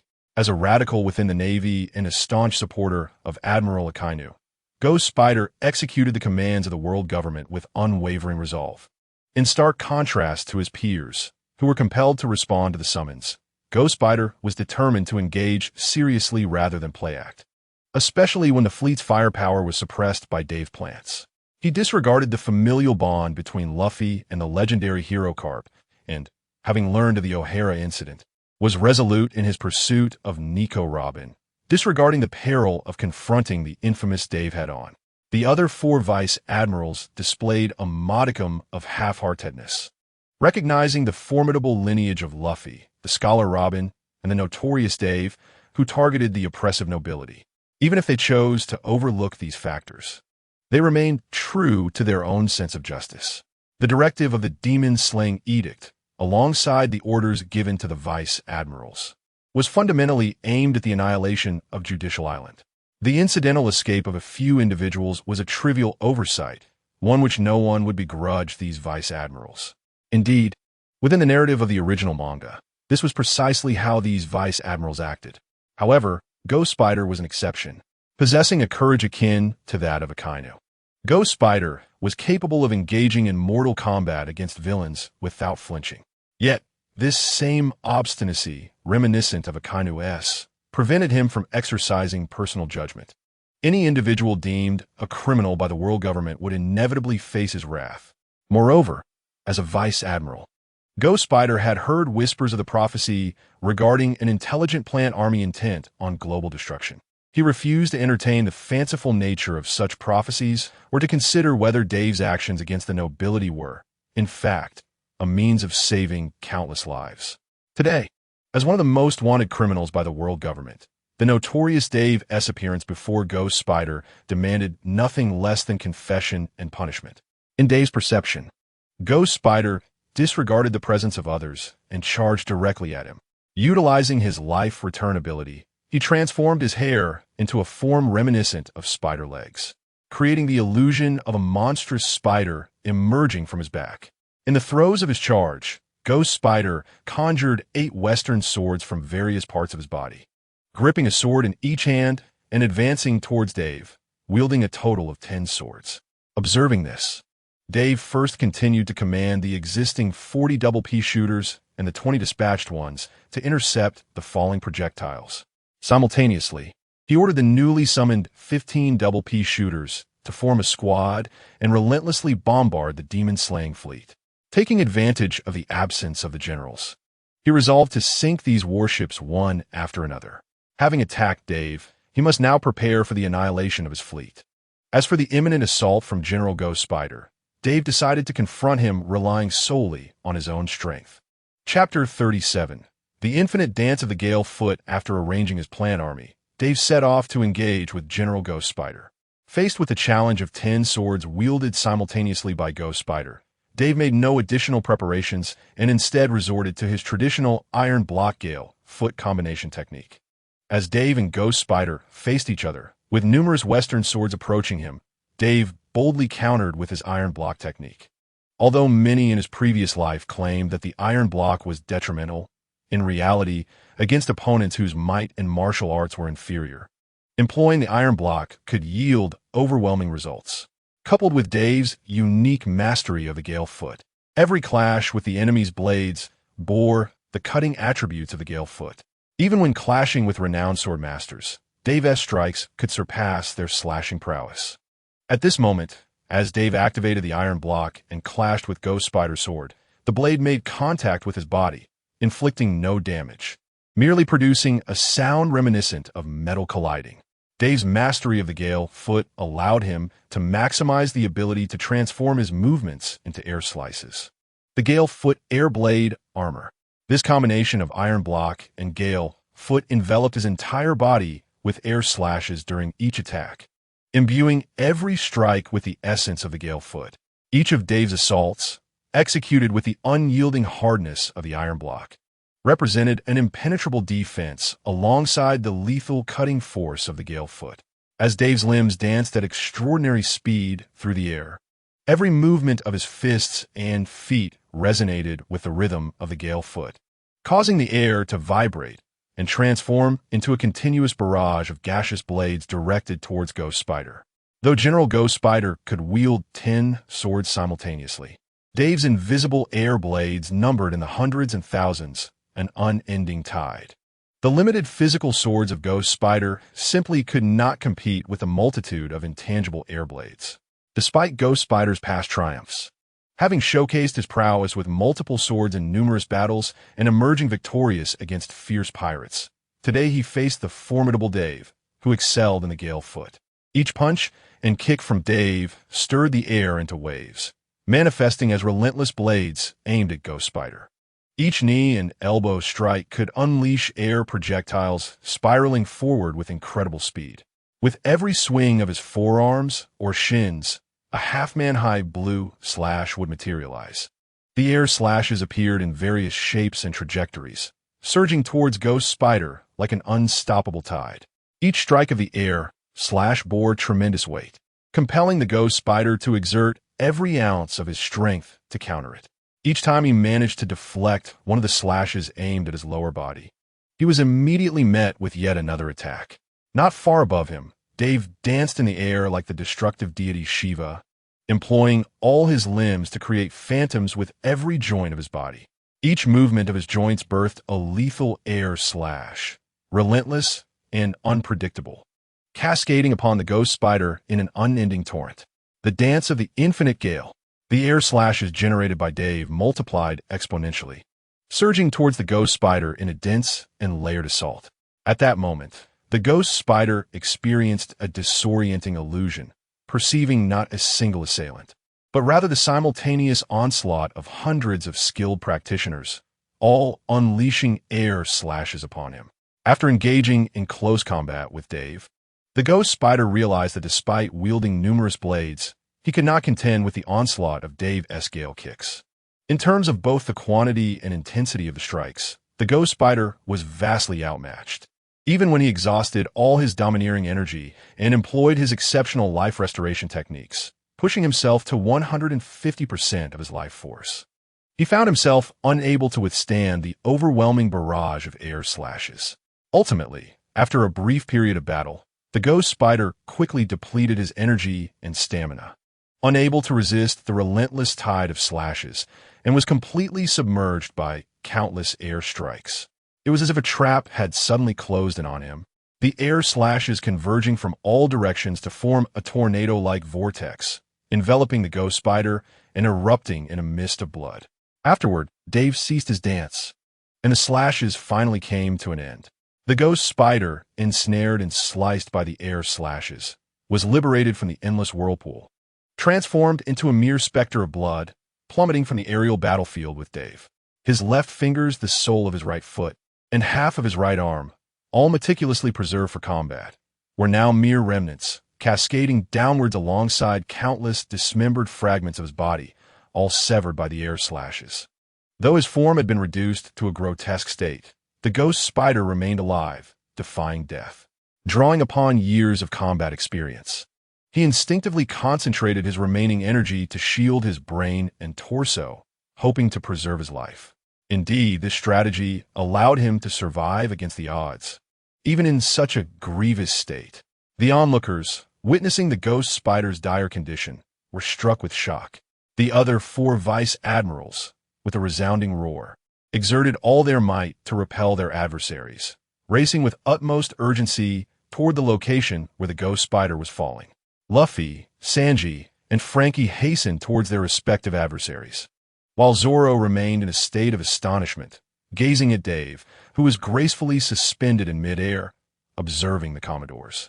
Having previously encountered Kaku, Zoro was already familiar with this unique martial art capable of unleashing air slashes.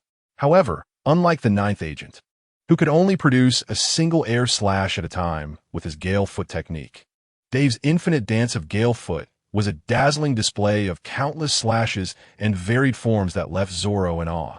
Just moments ago, Dave's technique resembled a grand exhibition of slashes, captivating Zoro's senses and igniting his ambition. At this moment, Zoro resolved that beyond his poetry-inspired one-sword-style slashes, he must develop a continuous series of slashes akin to Dave's recent display. Meanwhile, Dave's gaze drifted towards the distant sea, where something seemed to be approaching, surfacing amidst bubbles, reminiscent of a whale or a sea king swimming below. Chapter 38. Whom does this demon-slaying order target? Upon witnessing their comrade, Ghost Spider, plummet from the sky in a grievous state, the other 4 Commodores were consumed with urgency, exerting every ounce of effort to reach their ally, using Moonwalk. Commodore Squirrel embraced Ghost Spider's body, while Fire Mountain and the other 2 retrieved the severed limbs, seeing their longtime companion rendered nearly lifeless by Dave's assault. A quiet fury and resentment began to brew within the hearts of the Commodores. After a brief exchange of glances, the 4 seasoned comrades decided to entrust Ghost Spider's severed torso and limbs entirely to Commodore Squirrel, who would return to the demon-slaying fleet to seek urgent medical assistance. The remaining 3 would join forces to either eliminate Dave or inflict upon him injuries even more severe than those suffered by their comrade, subsequently casting him into impelled down for life imprisonment. With the decision made, the Commodores began to mobilize. However, as Commodore Squirrel glanced back, preparing to return via Moonwalk, he was taken aback by the sight before him. In the distance, the demon-slaying fleet was under siege by 2 factions, one led by Foreman Barry and Usopp's ship-stealing crew. At this moment, lacking the presence of Commodore-level combatants, this crew had boarded the northernmost vessel, creating chaos aboard. Foreman Barry tossed countless ropes, ensnaring the necks of the sailors and binding them together. Usopp's diverse ammunition shooting techniques proved remarkably effective in this skirmish. Previously, Usopp had been engaged in battles against formidable monsters far beyond his strength, which diminished the efficacy of his shooting skills and talent for crafting ammunition, forcing him to rely on an array of peculiar gadgets to secure victories. Now, faced with sailors whose combat prowess was even inferior to his own, Usopp's expertise shone brightly. The munitions designed to plunge the inhaler into an unyielding slumber, accompanied by fiery bursts that scorch the air, unleash a searing inferno upon the enemy ranks. These weapons emit intensely irritating gases, rendering soldiers utterly incapacitated, while the dispersal of hypnotic powders ensnares foes in a deep, unbreakable sleep. One by one, he launched these area-of-effect projectiles from a specially crafted slingshot, scattering countless Marines like petals in the wind. At this moment, Usopp's efficiency in dispatching ordinary soldiers surpassed even that of the formidable trio from the Straw Hat crew. Meanwhile, the members of Frankie's family focused on commandeering the vessels. As exceptionally skilled shipwrights, they swiftly seized control of 2 warships. They appeared to revel in this conquest, zealously engaging in the task of taking a 3rd ship. The 2 giants, seeking vengeance for the recent bombardment, wielded their colossal weapons, cleaving the warships with devastating blows, leaving them battered and on the brink of ruin. In addition to this ragtag team of ship raiders, 15 squads of double Peashooters emerged from another direction, playing an undeniably significant role. These extraordinary plants, capable of firing 2 Ps simultaneously, rendered entire groups of naval soldiers unconscious with each volley. When P projectiles struck the fleet, they inflicted catastrophic damage, creating gaping holes in the hulls. What left the Marines and junior officers aboard feeling utterly helpless was the realization that even when they dispatched capable comrades, to disembark and, by sheer luck, managed to avoid the P barrage, they still found themselves targeted and struck by the relentless double Peashooters.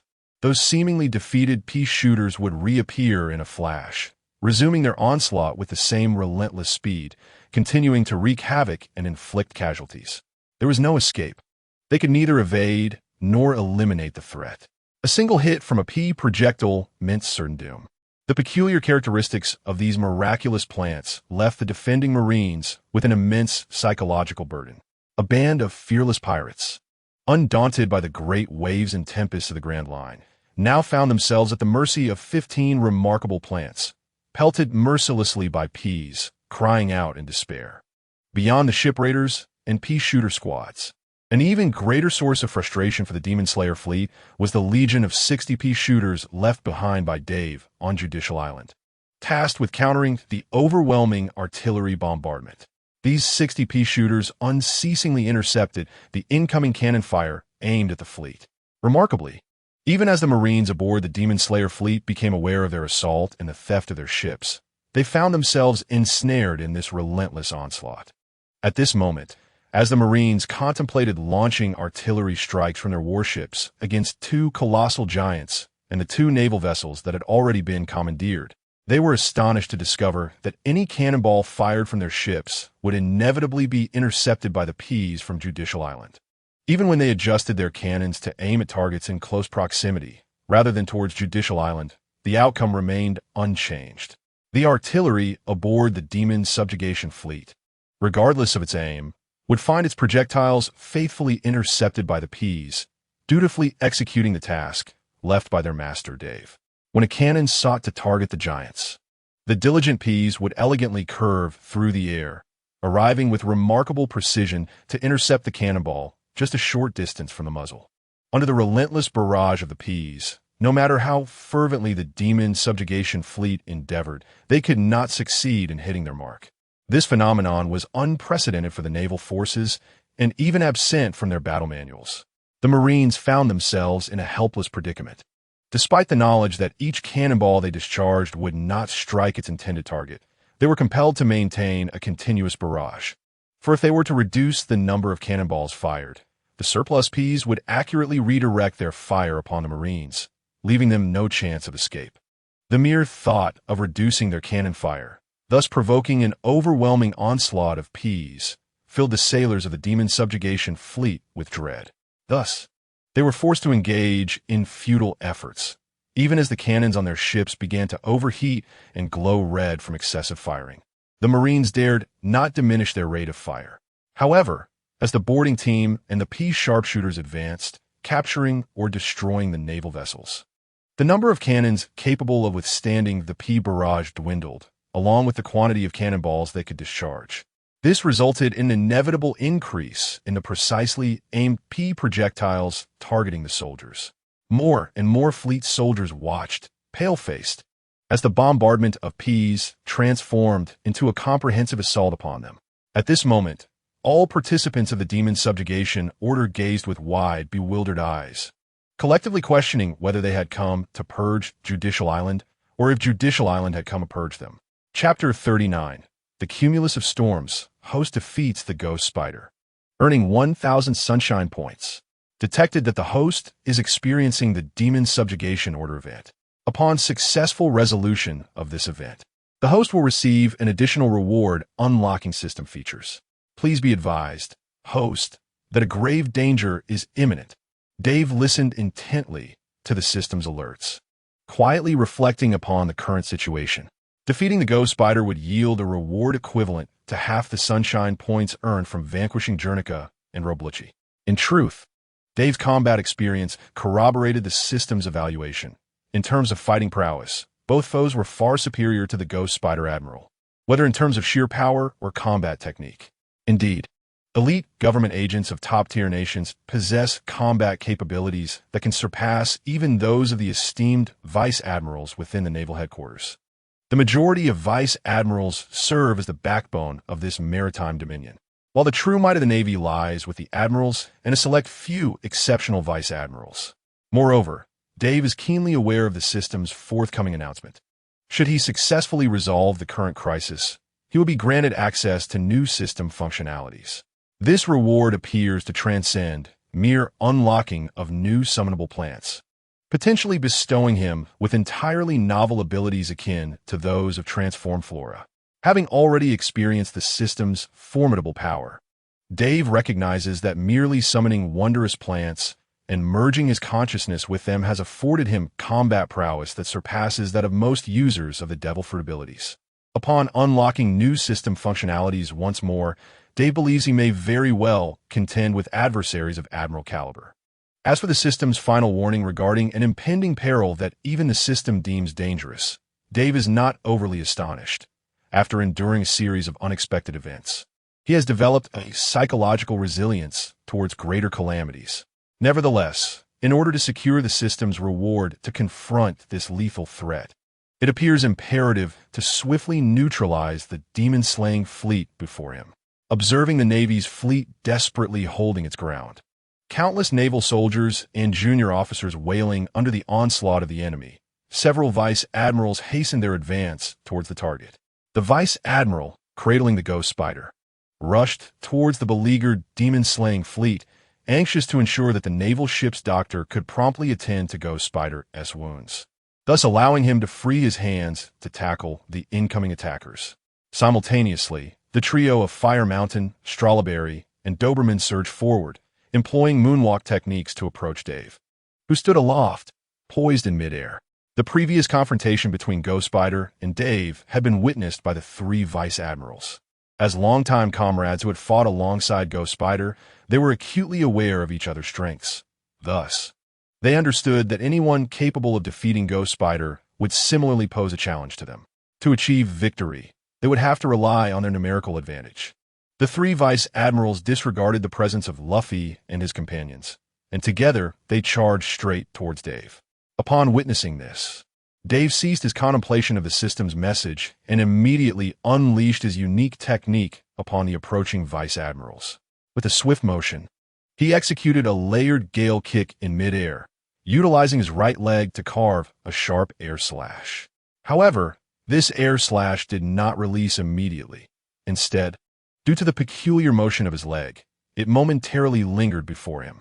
Seizing the opportunity, while the slash remained suspended, Dave propelled his right leg once more along the same trajectory, delivering another gale kick. The resultant air slash merged with the previous one that had not yet been unleashed, culminating in a larger crescent-shaped strike. As three generals charged towards him, closing the distance rapidly, Dave executed a third gale kick in the same manner, once again merging the suspended slashes before him. 4, 5, 6, 8 times. Within a remarkably brief span, Dave unleashed 8 consecutive gale kicks at the same spot, employing a unique technique to amalgamate the air slashes from these 8 kicks into a single, colossal air slash that was twice the size of his own form, now affixed to his right foot.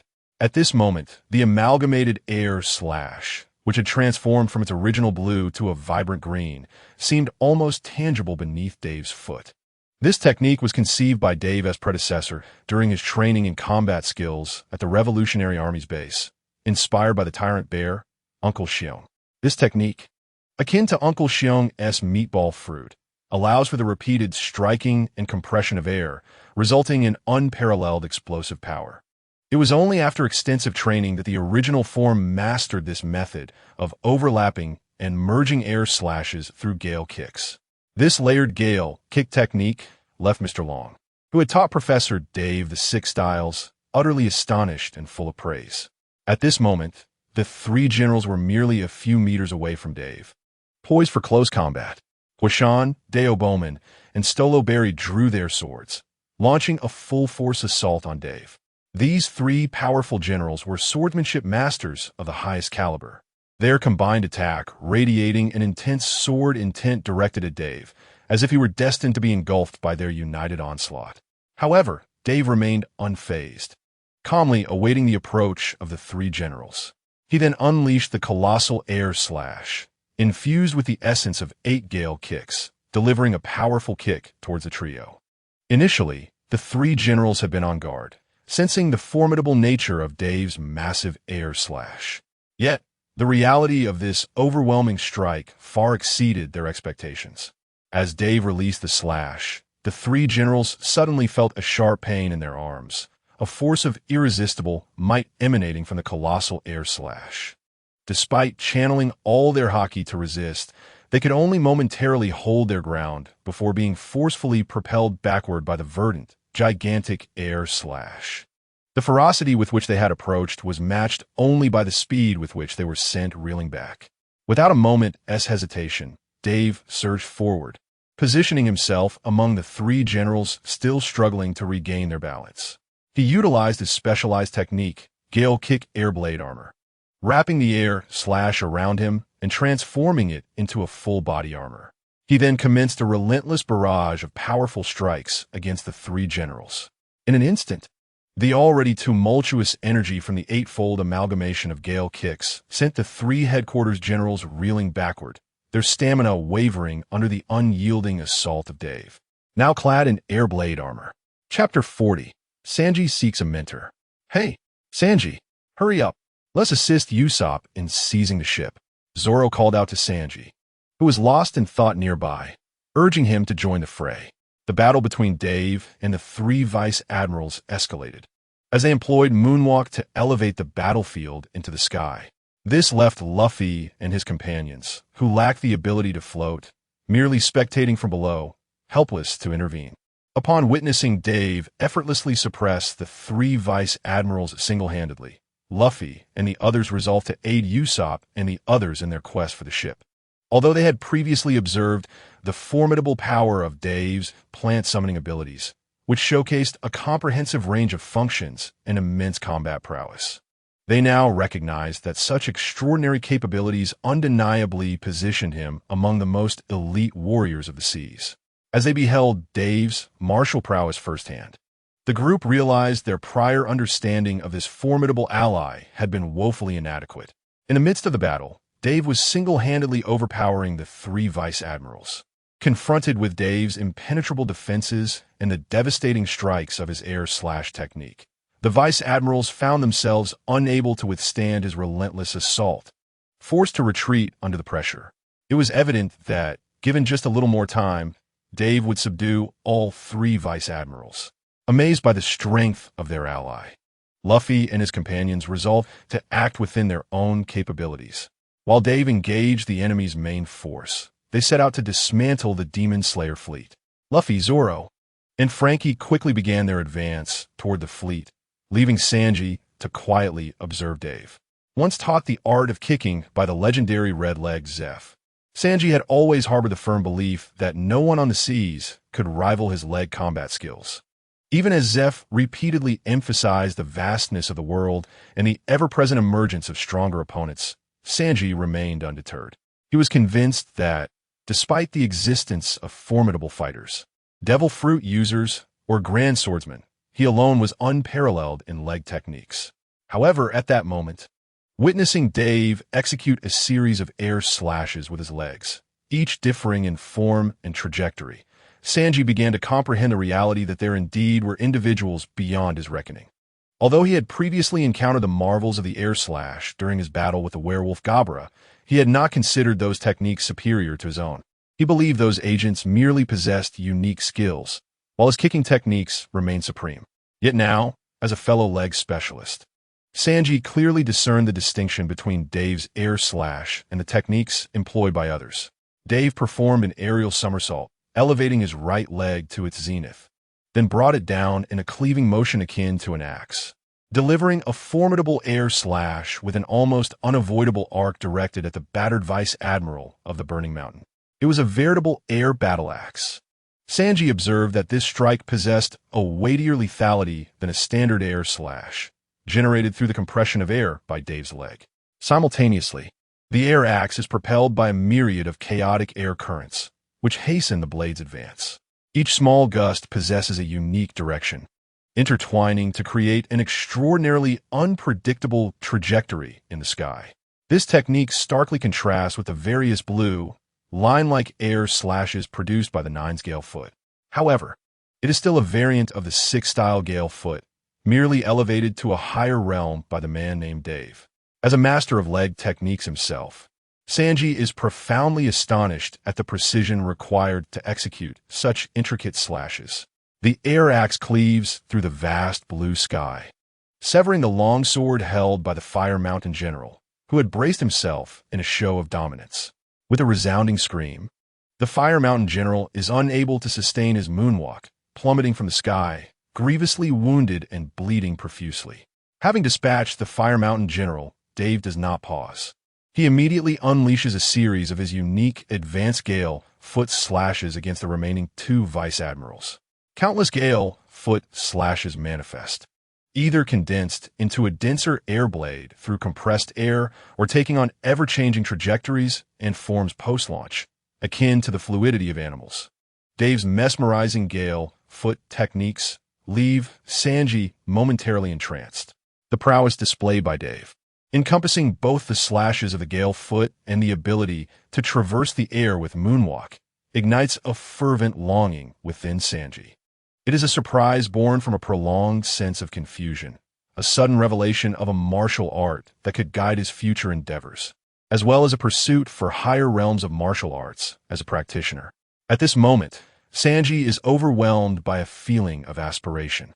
"Hey, Sanji, let's go," calls one of his comrades. "Dave can handle this alone. We need to head to the fleet." Glancing around, Sanji realizes his companions have moved on, leaving him lost in thought. He hastily follows their lead, pondering silently how, if the opportunity arises, he might seek to learn from Dave. Yet, the thought of embarking on adventures alongside his comrades to fulfill their dreams weighs heavily on his mind.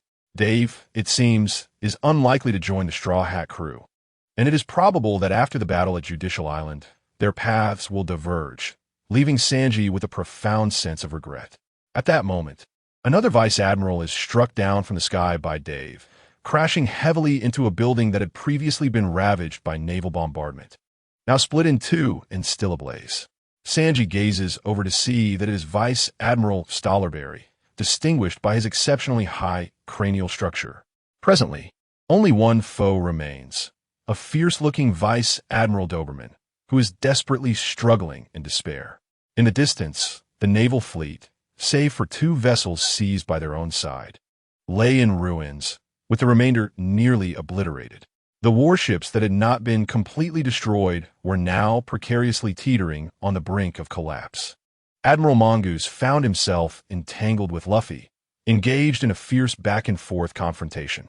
The remaining Marines were no match for their adversaries, especially with the magical plants summoned by Dave, which unleashed a barrage of P projectiles that precisely incapacitated the Marines, rendering them unable to continue the fight. The beleaguered Demon Slayer fleet was now incapable of launching even a single cannonball towards Judicial Island.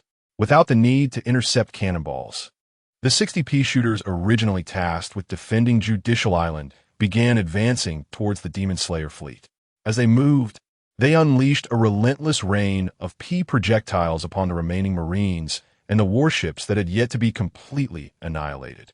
At this moment, while dispatching the last of the Vice Admirals, Doberman, Dave suddenly experienced a searing pain gnawing at him, a sensation emanating from his mind. A Peashooter had perished. Chapter 41. The beings beneath the warships, a wave of anguish surged through Dave's consciousness. Initially, he felt as though he were ensnared by a vile, malevolent force, followed by an overwhelming sense of emptiness as he lost the intrinsic connection with the Peashooter. This was a manifestation of Dave's unique observation haki, a bond with the sentient plants he commanded. The demise of any such creature resonated deeply within him. Not only did Dave feel sorrow for the fallen plant, but countless other magical plants shared in this grief, their collective sadness echoing within the network of plant kinship. Within this psychic realm, forged by Dave's exceptional observation haki, the void left by the departed Peashooter reverberated, evoking profound empathy among all magical plants. At that moment, aside from the lost Peashooter, several others were also facing similar threats. Although the precise circumstances remained elusive, Dave firmly believed that the Peashooter brigade he had dispatched against the naval fleet had been assaulted, resulting in the permanent demise of one of its members.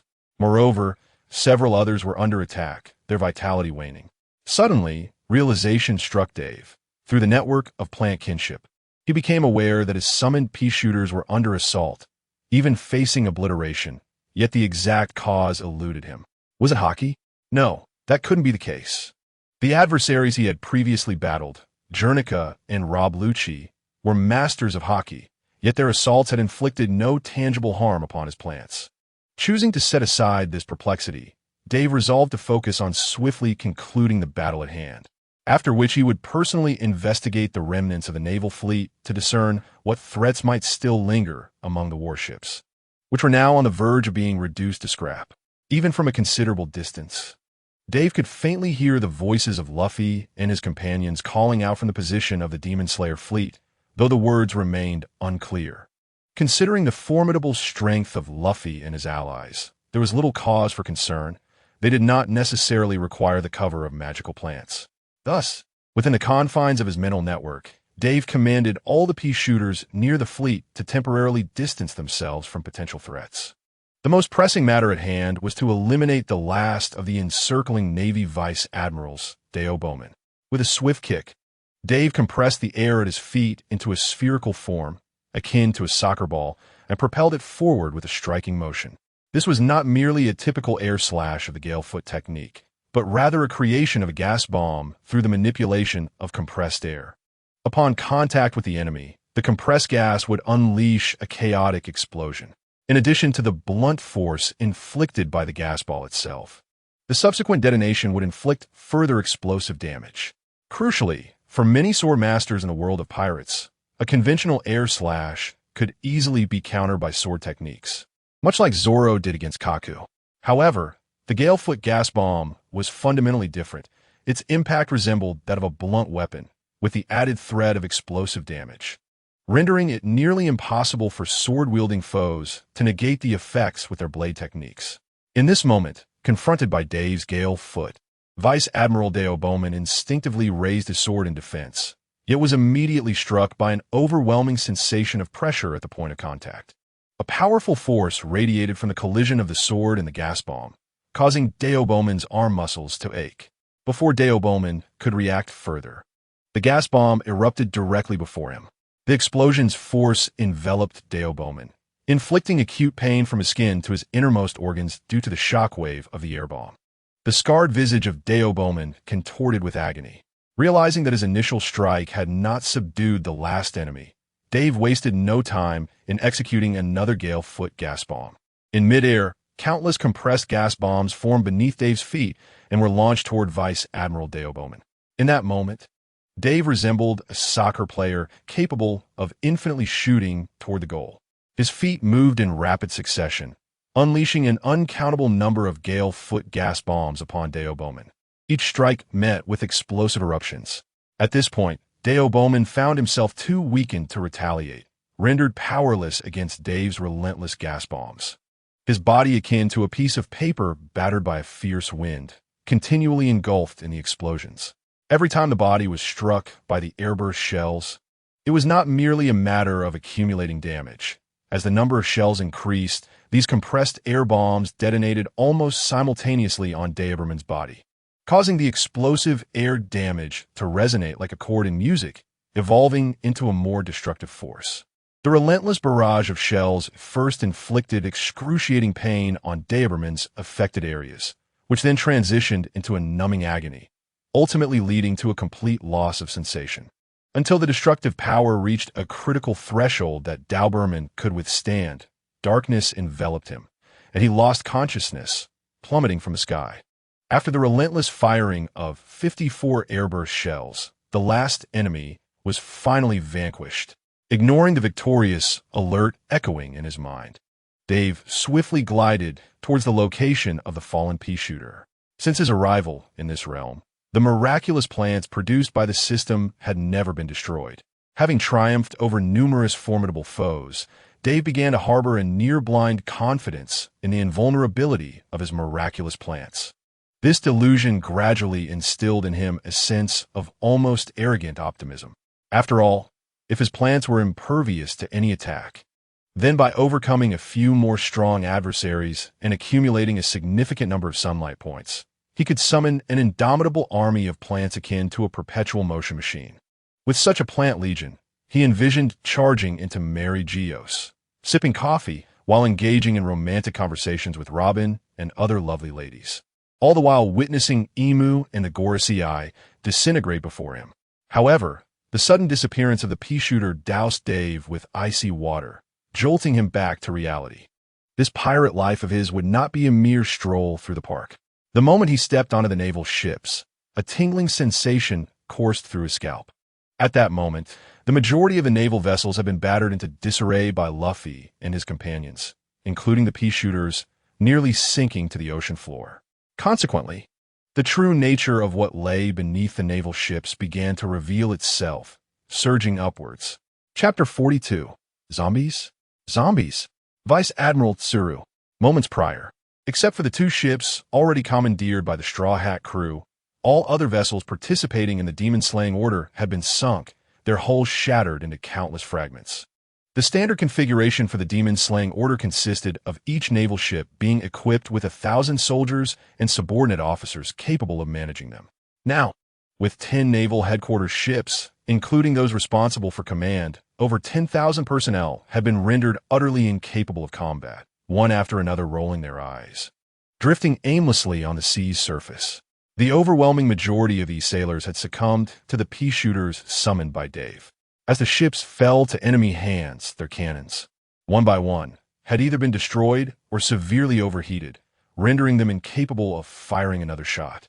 Deprived of the fleet's artillery support, Dave summoned an additional 75 Peashooter legions, gifted to the Straw Hat crew, which commenced a relentless barrage of Peashooters, systematically harvesting all remaining hostile combatants still active within the naval fleet. Wave after wave of Peashooter fire completely engulfed the remaining naval soldiers, rendering them unable to evade or escape. The most terrifying aspect was the high intelligence of these seemingly simple plants. No matter where the sailors fled aboard the warships, they would inevitably be found and struck by a P. Particularly, Dave's 55 double shooters, capable of firing 2 Ps at once, became a veritable nightmare for the naval forces. Originally, the naval strength exceeded 10,000, maintaining a semblance of momentum against Zoro and his allies. Despite Zoro and others efficiently decimating a considerable number of sailors in the fray, the arrival of the Peashooter army marked a decisive turn in favor of the attackers, leading to an overwhelming rout of the naval fleet. In a short span, the once formidable demon-slaying brigade found itself devoid of even a single standing soldier. Observing the absence of foes, Zoro and Frankie began preparations to depart Judicial Island. Presently, aside from Dave, besieged by 3 vice admirals, only Luffy and Vice Admiral Squirrel remained embroiled in fierce combat. The battle had initially been evenly matched, but upon Luffy activating his second gear, he began to force Vice Admiral Squirrel into retreat. Witnessing his comrades successfully commandeer a ship to leave Judicial Island, Luffy realized it was time for him to set sail as well. He would no longer keep his companions waiting and immediately activated his second gear.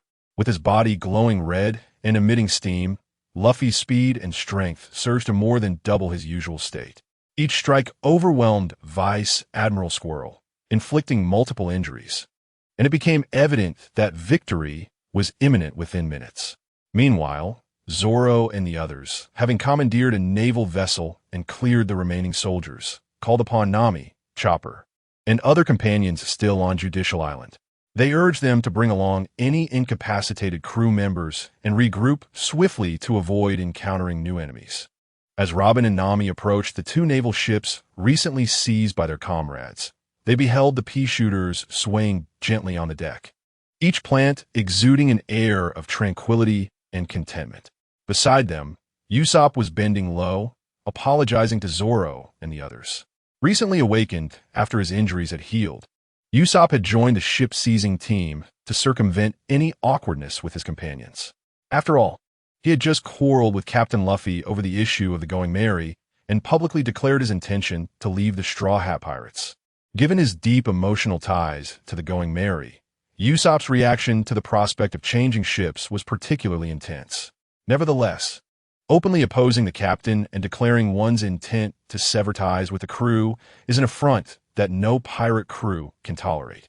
Under such circumstances, both Usopp and his companions, including Luffy, would undoubtedly find the meeting somewhat awkward. However, when faced with the perilous plight of his comrade Robin, Usopp, undeterred by the potential threat to his life or the possibility of cold indifference from former allies, resolutely donned the Sniper King mask to join the rescue mission at Enies Lobby. Moreover, in his valiant endeavor to protect the two most vulnerable members, Nami and Chopper, he courageously confronted the 9 assassins alone. Following Usopp's grievous injury, the Straw Hat crew, who had harbored fondness and understanding for him, felt no lingering anger or resentment towards him. Thus, aboard the fleet of the Buster Call, when Zoro and Sanji encountered the still awkward Usopp, they refrained from reproach. Instead, they firmly insisted that he must apologize in front of everyone, for it was a matter of principle. Usopp, recognizing the gravity of the situation, promptly acknowledged his misstep before Zoro. It seemed that all matters had reached a resolution, awaiting only the return of the last 2 formidable fighters, Luffy and Doflamingo, to conclude the incident. Yet, amidst the jubilant atmosphere, a sudden, terrified scream from Nami pierced the air. Rushing to ascertain the cause of her distress, the crew found Nami retreating in horror from the edge of the deck. Emerging from the very spot where she had stood, a horde of zombies began to ascend the warship. Peering down, Zoro and the others beheld these grotesque figures, their bodies a foul shade of deep green, exhibiting stiff and twisted joints, yet possessing formidable strength. Adorned with exaggerated swimming goggles and clutching short straws in their mouths to facilitate breathing underwater. These zombies sported oversized flippers on their feet, enabling rapid swimming beneath the waves, while yellow miniature flotation devices were strapped to their arms to prevent sinking. Remarkably, each zombie that surfaced from the depths was clad in a red heart-patterned t-shirt, reminiscent of normal human attire. Each one bore a noose, yet it appeared that these restraints had been deliberately severed. At that moment, several zombies began to scramble up towards the deck from where Nami had just stood. Before they could fully ascend, anxious cries erupted from various locations on the ship, as an overwhelming number of zombies continued to surge forth from the depths, encircling the 2 vessels that had nearly overwhelmed the Straw Hat crew. Like an innumerable swarm of ants scaling a mighty tree, countless zombies emerged from the sea, frantically making their way towards the deck where the Straw Hat crew stood. As Zoro and his companions readied themselves for battle against the suddenly appearing zombies, a piercing scream echoed from the deck of the Frankie House's warship. Zoro turned to see the members of Frankie House transformed into what appeared to be freshly laundered garments, suspended on an unexpectedly materialized clothesline. An elderly woman, clad in a cape of justice and bearing a grave expression, stood beside these dried garments, holding a transponder snail, and inquired, "Report to me, where's that brat Kazan now?" Chapter 43. The Crane Brigade under siege by Sea King's dozens of Frankie House members had been reduced to a state akin to freshly washed clothes, hanging on a sudden clothes rack. Remarkably, none of the affected members suffered any harm. Instead, they wore expressions of calmness and joy. Many of those who had been cleansed and hung up even expressed gratitude to Vice Admiral Crane for their transformation, as if their worries, pains, and malevolence had been washed away, leaving only the purest goodness and tranquility in their hearts. Witnessing their comrades turned into mere garments, the members of Frankie House and the Coretta Shipbuilding Company were infuriated and rushed to attack Vice Admiral Crane. However, with a mere wave of her hand, she transformed the new wave of attackers into garments as well, hanging them aside. Though a group of impulsive youths, they were not malevolent, but merely needed guidance. Thus there was no need for arrest. Vice Admiral Crane stood at the center of the deck, attuned to her purple transponder snail while communicating with her subordinates. "I apologize, Vice Admiral Crane. The Sea Kings were too loud just now, and I couldn't quite catch what you said," came the anxious voice of a female Rear Admiral on the other end. The sounds of numerous female warriors battling some entities, along with the resounding crashes of the ship being struck by immense force, filled the air as various parts of the ship clattered about due to the violent shaking. "It's nothing to concern yourself with. I was merely commenting on the pirates around me." What is paramount now is to ascertain when that brat Kazan will arrive. The situation here is dire. Report, Vice Admiral Crane. I have just been informed that Admiral Akiji is en route to Judicial Island. Please hold on a moment. Sighing, Vice Admiral Crane, as the Chief of Staff of the Navy headquarters, had never anticipated that after deploying the underwater zombies created by Dr. Edgar, she would encounter an assault by the Sea Kings. Days prior, Dr. Edgar, who had been summoned to Mariejois, unexpectedly appeared at Navy headquarters, claiming to have invented a new weapon for the Navy. In the presence of Admiral Sengoku, Vice Admiral Crane, and numerous high-ranking naval officers, Dr. Edgar showcased his creation, the underwater zombie. According to Dr. Edgar, this entity, known as the underwater zombie, could navigate effortlessly underwater and possessed immense strength, capable of grasping and devouring enemies, thus exhibiting formidable lethality. Most importantly, these aquatic zombies, despite their ability to perform feats typically reserved for sentient beings, exhibit an unwavering obedience to commands. Upon the issuance of orders from their commander, they charge forth mindlessly, launching assaults against any pirate until their last breath. Another application for these zombies involves utilizing them to tow naval vessels underwater. By gathering a sufficient number of these aquatic zombies and outfitting them with collars or harnesses akin to sled dogs, they can swim beneath the surface while propelling the naval ships forward. This method proves to be significantly faster than raising the sails and relying on the wind for propulsion. Moreover, at critical moments, the harnesses can be released, allowing the zombies to be deployed as weapons against pirates. Consequently, Dr. Edgar introduced yet another tactical approach to combating piracy to the naval decision-makers, the underwater naval vessel strategy. This involved coating the naval ships with a waterproof membrane crafted by skilled artisans, allowing them to submerge into the depths of the ocean. Subsequently, a multitude of aquatic zombies would be harnessed, swimming beneath the surface to drag the naval vessels forward. This strategy offers two primary advantages. First, it enhances the speed of the ships underwater, significantly bolstering the mobility of the naval fleet. Second, if the Navy could navigate beneath the waves, they would be able to strike at pirates in a manner that catches them off guard.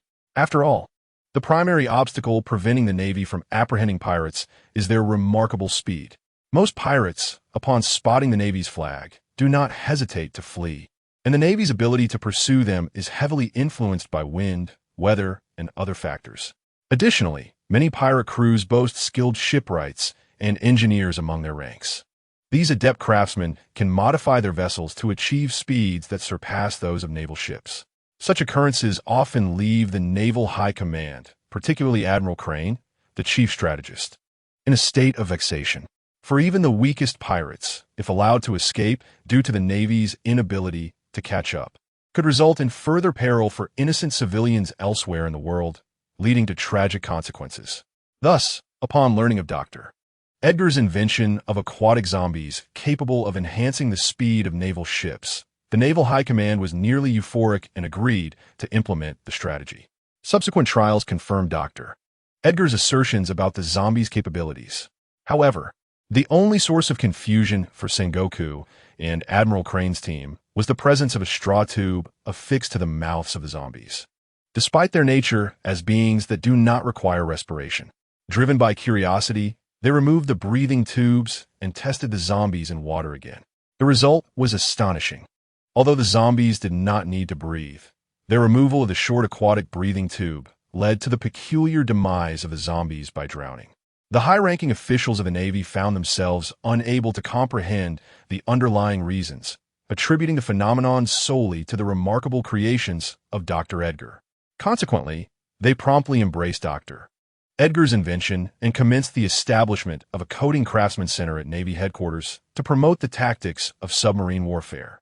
Following the issuance of an extermination order against Judicial Island, they resolved to dispatch this novel type of submarine zombie tugboat fleet as the primary force for executing the demon-slaying decree.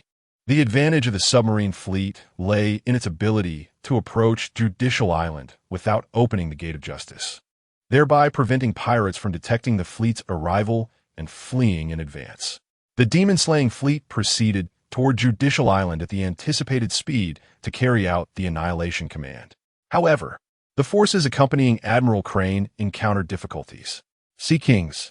Typically, the bottoms of naval vessels are outfitted with sea stone, creating wave patterns akin to the ocean itself to confuse the Sea Kings, leading them to mistakenly believe that the sea's surface is devoid of vessels and thus averting attacks on the ships. While surface vessels can evade Sea Kings thanks to the sea stone at their hulls, submarines, which expose their entire bodies to the gaze of the Sea Kings, find a small amount of sea stone insufficient to deceive these colossal creatures. The demon-slaying fleet was relatively fortunate, navigating through the depths without encountering disturbances from the Sea Kings. Conversely, Admiral Crane's forces faced misfortune, encountering not just one, but several Sea Kings simultaneously. Consequently, Admiral Crane and her subordinates could only watch helplessly as the demon-slaying fleet departed, subsequently surfacing to avoid further confrontations with the Sea Kings. Ultimately, upon hearing through the transponder snail that the fleet had suffered significant damage at the hands of Dave and the Straw Hat crew, Admiral Crane recognized the urgency of the situation. She instructed her subordinates to contact Admiral Akiji, the closest ally, and abandoned her men entangled with the Sea Kings, hastening alone to Judicial Island using the moonwalk technique. Chapter 44. The Zombie Frenzy.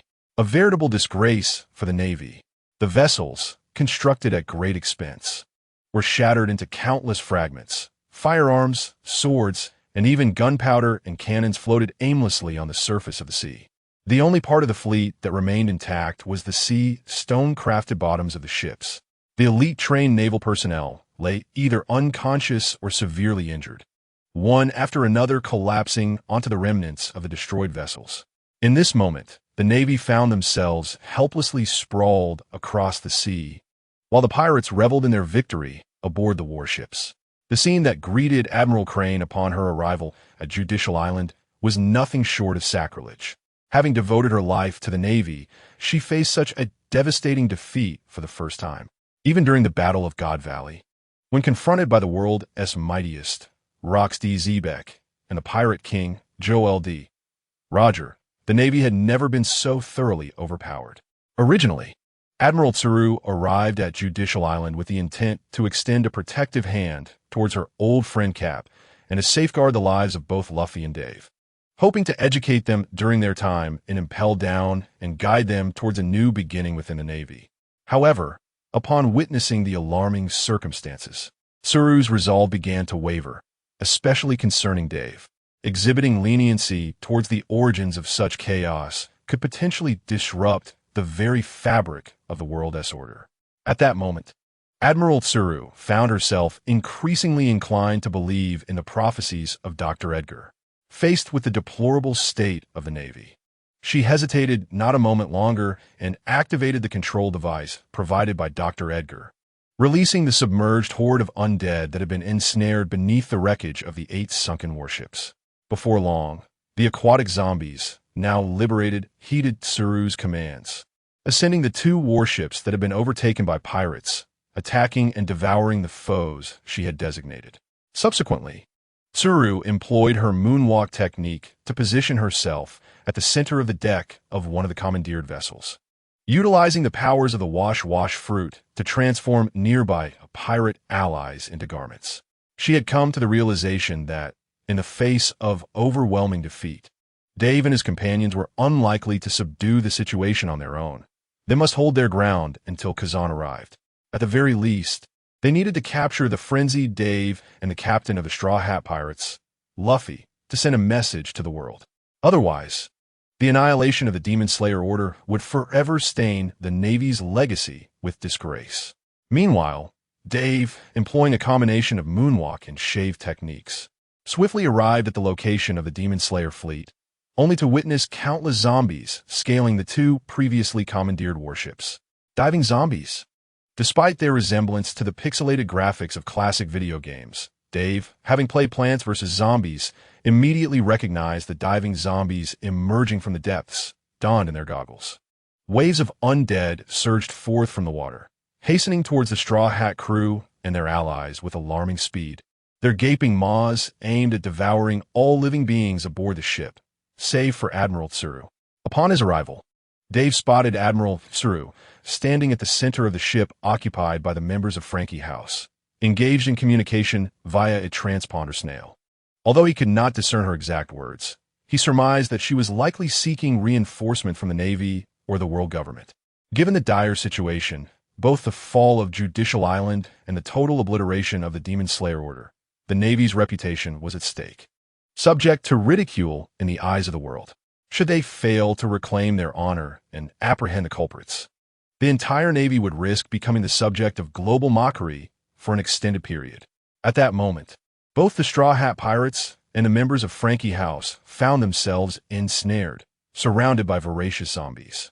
In the game, the seemingly frail, diving zombies exhibit an extraordinary resilience in real combat.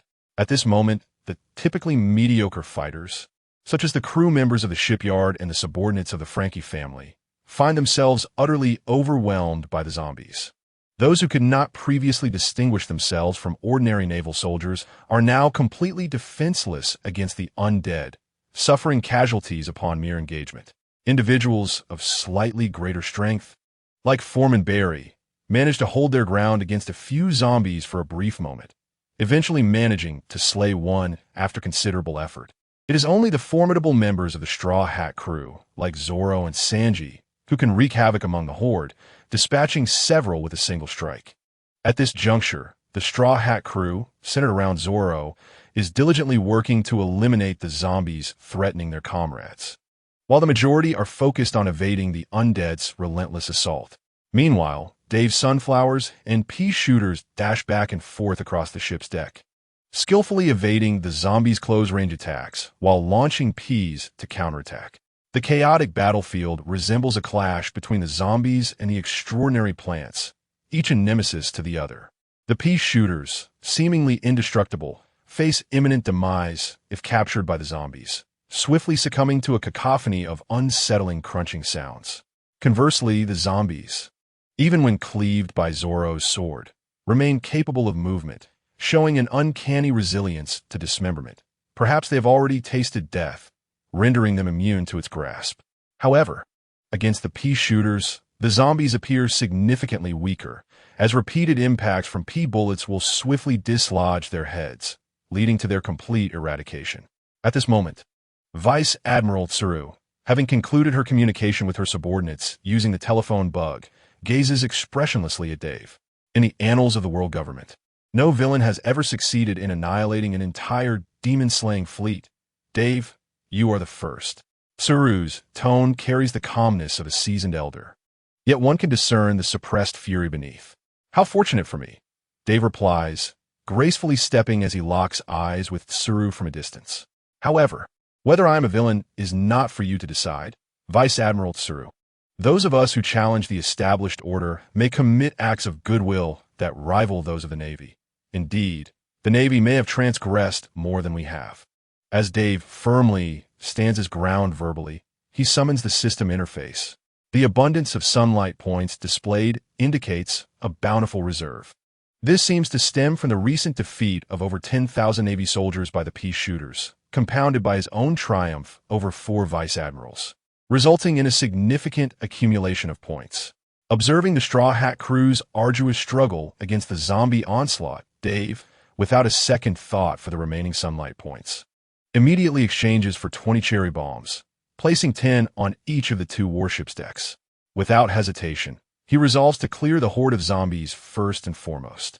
Chapter 45. The Plant vs. Zombie Straw Hat Edition. Beneath a tranquil sky, 2 commandeered warships were engulfed in chaos, echoing with roars and screams amidst their struggle against the undead. In stark contrast to the desolate and half-ruined Judicial Island, now devoid of life, the atmosphere aboard the warships was tumultuous. Everyone present was preoccupied with the onslaught of zombies, resulting in utter disarray. Whether it was close combat specialists like Zoro and Sanji, or ranged support fighters like Nami and Usopp, all were rendered helpless by the sudden emergence of these bizarre zombies.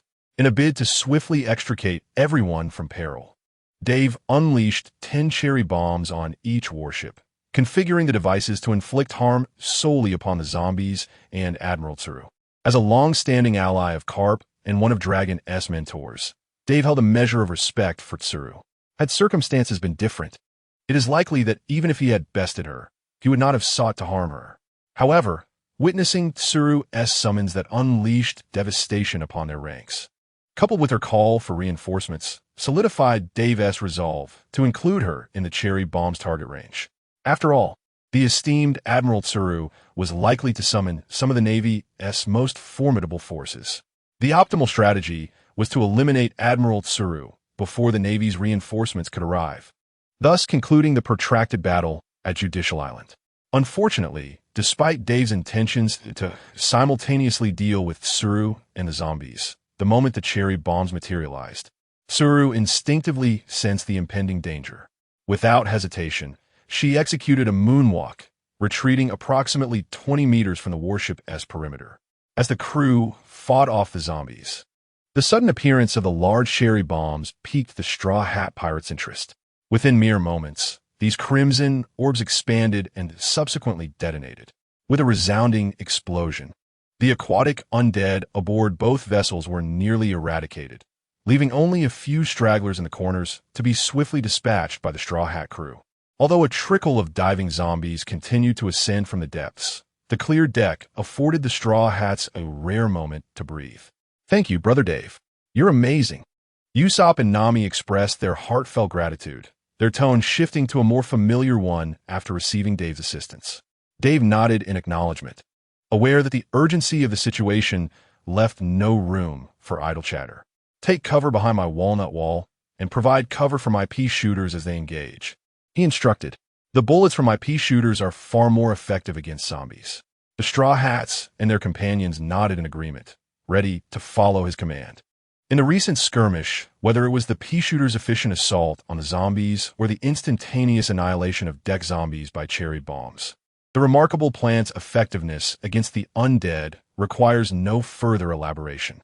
After this, Dave summoned 4 walnuts previously called forth from the system and, with additional sunlight, exchanged for 6 more, totaling 10 walnuts. He summoned 5 in each vessel and commanded them to protect the Straw Hat crew while also obstructing the diving zombies from feasting on the Peashooters. Subsequently, Dave summoned 10 twin Peashooters, aimed at sustaining the Light Brigade and healing the damage inflicted by the recent zombie onslaught. "The command is now in your hands. Utilize my plans in battle. Zoro and Sanji, as you are not endowed with special abilities, dive beneath the waves and eliminate the diving zombies that hinder the ship's movement. As soon as we can set sail, we must depart swiftly from this cursed place." At this moment, despite having seized control of 2 warships, the crew of Frankie's house found themselves unable to maneuver the vessels. It was only when the diving zombies emerged that everyone realized the truth. Numerous diving zombies had previously been anchoring the ship's movements underwater, and since the crew lacked the authoritative control of the Navy, they were unable to command the zombies below the 2 warships.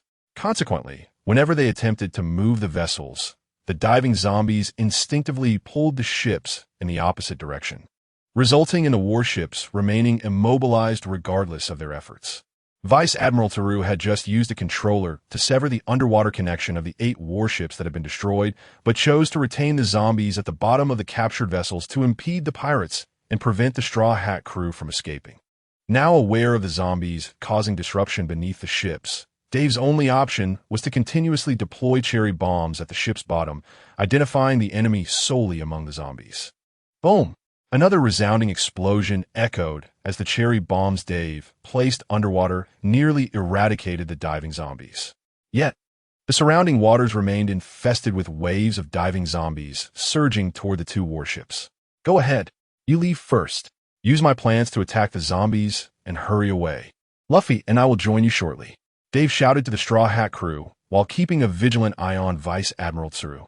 Upon hearing his words, the Straw Hat crew swiftly raised the sails, adjusted the helm, and departed at the fastest speed possible. It is worth mentioning that although Luffy had activated his second gear, driving Vice Admiral Squirrel to retreat, Squirrel was no weakling. Rather, As a formidable figure within the Navy, he was a character of unwavering resolve and combat prowess. Even though he stood no chance against Luffy in his second gear, upon witnessing the arrival of Tsuru, he understood that as long as he persevered, reinforcements would soon arrive. At this moment, the Vice Admiral of the Marine Corps, Tsuru, no longer sought to defeat Luffy. Instead, she aimed to endure and prolong the battle to facilitate the smooth execution of Granny Tsuru's plan. Although her actions did not portray her as a villain, her existence posed a significant threat to the stability of this world. Prepare to face the judgment of the Navy, Dave. With these words, Tsuru launched an attack towards Dave, rapidly approaching him in mid-air with her moonwalk technique. She hovered before him, her hands emanating an extraordinary light reminiscent of the dazzling, brilliant scene in laundry detergent commercials. True to her status as a high-ranking strategist of the Marine headquarters, Tsuru, upon witnessing the formidable offensive capabilities of the Peashooters, consciously chose to engage Dave in the air, thus minimizing the impact of these miraculous plants. After launching several gusty shurikens as probing attacks, which Tsuru deftly evaded, the two collided in mid-air. However, the moment they made contact, Dave felt an overwhelming force of Conqueror's haki surge through the point of contact in his body, wreaking havoc internally. This destructive haki was to be expected. As a veteran powerhouse who had fought through the old era, Tsuru, though not widely renowned, was undoubtedly among the elite of the Navy, much like Carp. After engaging in their initial skirmish, Dave discerned that Tsuru's prowess with haki was on par with that of Admiral Akiji, if not superior in its intricacies and application. In that instant, he realized the formidable nature of this old-school warrior. With her already exceptional mastery of haki complemented by her occasionally assaulting wash-wash fruit abilities, even Dave found himself in a predicament. Suddenly, Dave furrowed his brows as he noticed a gleaming light in Tsuru's hand, signifying the power of her washing-tight fruit, hurtling towards his face. He had been caught off guard. Chapter 46. Dave. My heart and actions are as clear as a mirror. At this juncture, while Dave grappled with Tsuru in the air, the members of the Straw Hat crew were aboard their ship, engaged in a game of Plants vs. Zombies in a maritime mode. Thanks to Dave clearing the underwater zombies that impeded their path, the Straw Hat crew and their allies were able to set sail. However, the waters surrounding them were still teeming with zombies swimming after the two ships. It became evident that although these underwater zombies moved slowly in the game, in reality, the ones equipped with flippers possessed immense strength and swam at remarkable speeds. Despite the Straw Hat crew hastening their ship's pace, they could not shake off the relentless horde of zombies. The two vessels advanced forward, trailed closely by a dense throng of zombies attempting to board and feast upon the crew aboard. Usopp, the sharpshooter, and Frankie, the shipwright, endeavored to utilize the ship's cannons to fend off the encroaching zombie swarm. However, the results were far from satisfactory. Despite the formidable firepower of the naval warships, a single cannonball striking a formidable pirate often resulted in immediate demise. Yet, when the cannon fire was directed at the underwater zombies, the effects were markedly limited. Some of these aquatic undead were struck repeatedly by cannon fire, sustaining only superficial wounds, their flesh remaining intact as they persistently pursued the Straw Hat crew in the water. It appeared that each zombie possessed an inexplicable essence of vitality. Unless their vitality was completely depleted, no matter how much damage was inflicted, they could not be utterly vanquished. The relentless bombardment merely lacerated their skin, and even Zoro's blade, which severed their limbs, failed to prevent the remaining parts from energetically continuing their pursuit of the living Straw Hat crew. The only means of rendering these zombies motionless was through the miraculous plants bestowed by Dave. Whenever the Peashooters unleashed 6 or 7 pea projectiles upon a zombie, it would lose an arm. A subsequent volley would result in the decapitation of the underwater zombie, causing it to lose all vitality and sink beneath the ocean surface.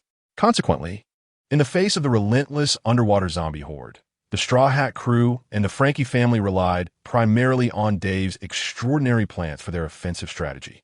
They continuously directed these miraculous plants to counter the advancing undead, urging the Peashooters to target one zombie after another until they were completely eradicated. Meanwhile, the sunflowers generated light, orbs to heal and restore those injured by the zombies. The walnut walls, under the group's guidance, moved back and forth to obstruct the zombies that had climbed aboard the deck, protecting the Straw Hat members and the miraculous plants from harm. In that moment, as the Straw Hat crew and their allies sailed away, countless underwater zombies swam desperately in pursuit. The plants collaborated seamlessly to repel the zombies. It was a veritable battle of plants against zombies, Straw Hat edition. Watching as his companions gradually departed, Luffy exhaled in relief, reverting from his second gear state. His body, which had been enveloped in a red, steam-emitting form, returned to normal, leaving him momentarily fatigued from the prolonged combat. After defeating Bruno, engaging Rob Lucci, sustaining injuries from Spandam, and confronting Commodore Squirrel, the frequent use of his second gear had left Luffy deeply exhausted. Even though Dave's Sunshine crew could heal his wounds, the overwhelming weariness rendered him nearly powerless, causing him to collapse near the shoreline of Eni's lobby, where he rested and gazed up at Dave and Tsuru in the sky. Beside him, Commodore Squirrel lay defeated, leaving Luffy as the sole standing figure on Eni's lobby. The warships had either been commandeered by his comrades and sailed away, or had been shattered and sunk. The once boisterous Eni's lobby now stood in stark contrast, shrouded in an eerie silence. At this moment, the only individuals still engaged in battle were Dave and Commodore Tsuru. At this moment, following a brief encounter with Vice Admiral Tsuru, Dave found himself ensnared by the powers of the wash-wash fruit. In an instant, his entire being, including his garments, was rejuvenated, erasing the grime accumulated during his confinement on Judicial Island. Not merely the dust, but even a significant portion of Dave's stamina seemed to be cleansed away. It felt as though Vice Admiral Tsuru perceived the vitality and vigor within him as mere impurities, scrubbing them away with her abilities. Each exchange of blows with Tsuru left Dave feeling as if his strength and life force were gradually siphoned off. He silently rejoiced that he had been fortifying himself with haki against the onslaught of the wash-wash fruit's capabilities. Otherwise, he might have ended up as a mere heap of garments dangling on a line to dry. Beyond the physical dust and vitality, Tsuru's cleansing encompassed his mind and soul as well. Each confrontation with her made him acutely aware that the thoughts deep within his consciousness were being repeatedly polished. Undoubtedly, she was a seasoned veteran of the Navy, having fought alongside the likes of Sengoku and Garp in their era. Although her combat techniques and haki usage might not rival those of Sengoku and Garp, her mastery of the wash-wash fruit compensated for this shortcoming. After only a few exchanges, Dave discovered that a considerable portion of his vitality had already been washed away. This sensation left him feeling hollowed out, a wave of fatigue washing over him. Yet, it was not the exhaustion of extreme labor. Rather, it was a refreshing and invigorating feeling, akin to the cleansing of unnecessary burdens from his body. Vice Admiral Tsuru's ability to develop the wash-wash fruit into a force that could cleanse abstract concept from others was undoubtedly indicative of her awakened potential. At that moment, as Dave marveled at Tsuru's formidable application of the wash-wash fruit, she too exhibited a look of astonishment. "Why is my wash-wash fruit ability ineffective against you?" Tsuru's words did not refer to the stamina and vitality that had been stripped away from Dave, but rather to the fact that his convictions, unlike those of other nefarious individuals, had not been cleansed of their righteousness. He had not lost the will to fight her.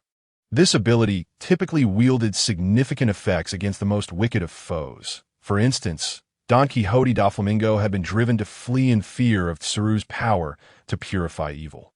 Mad Dave, a brash and arrogant youth like you should be the one most profoundly affected.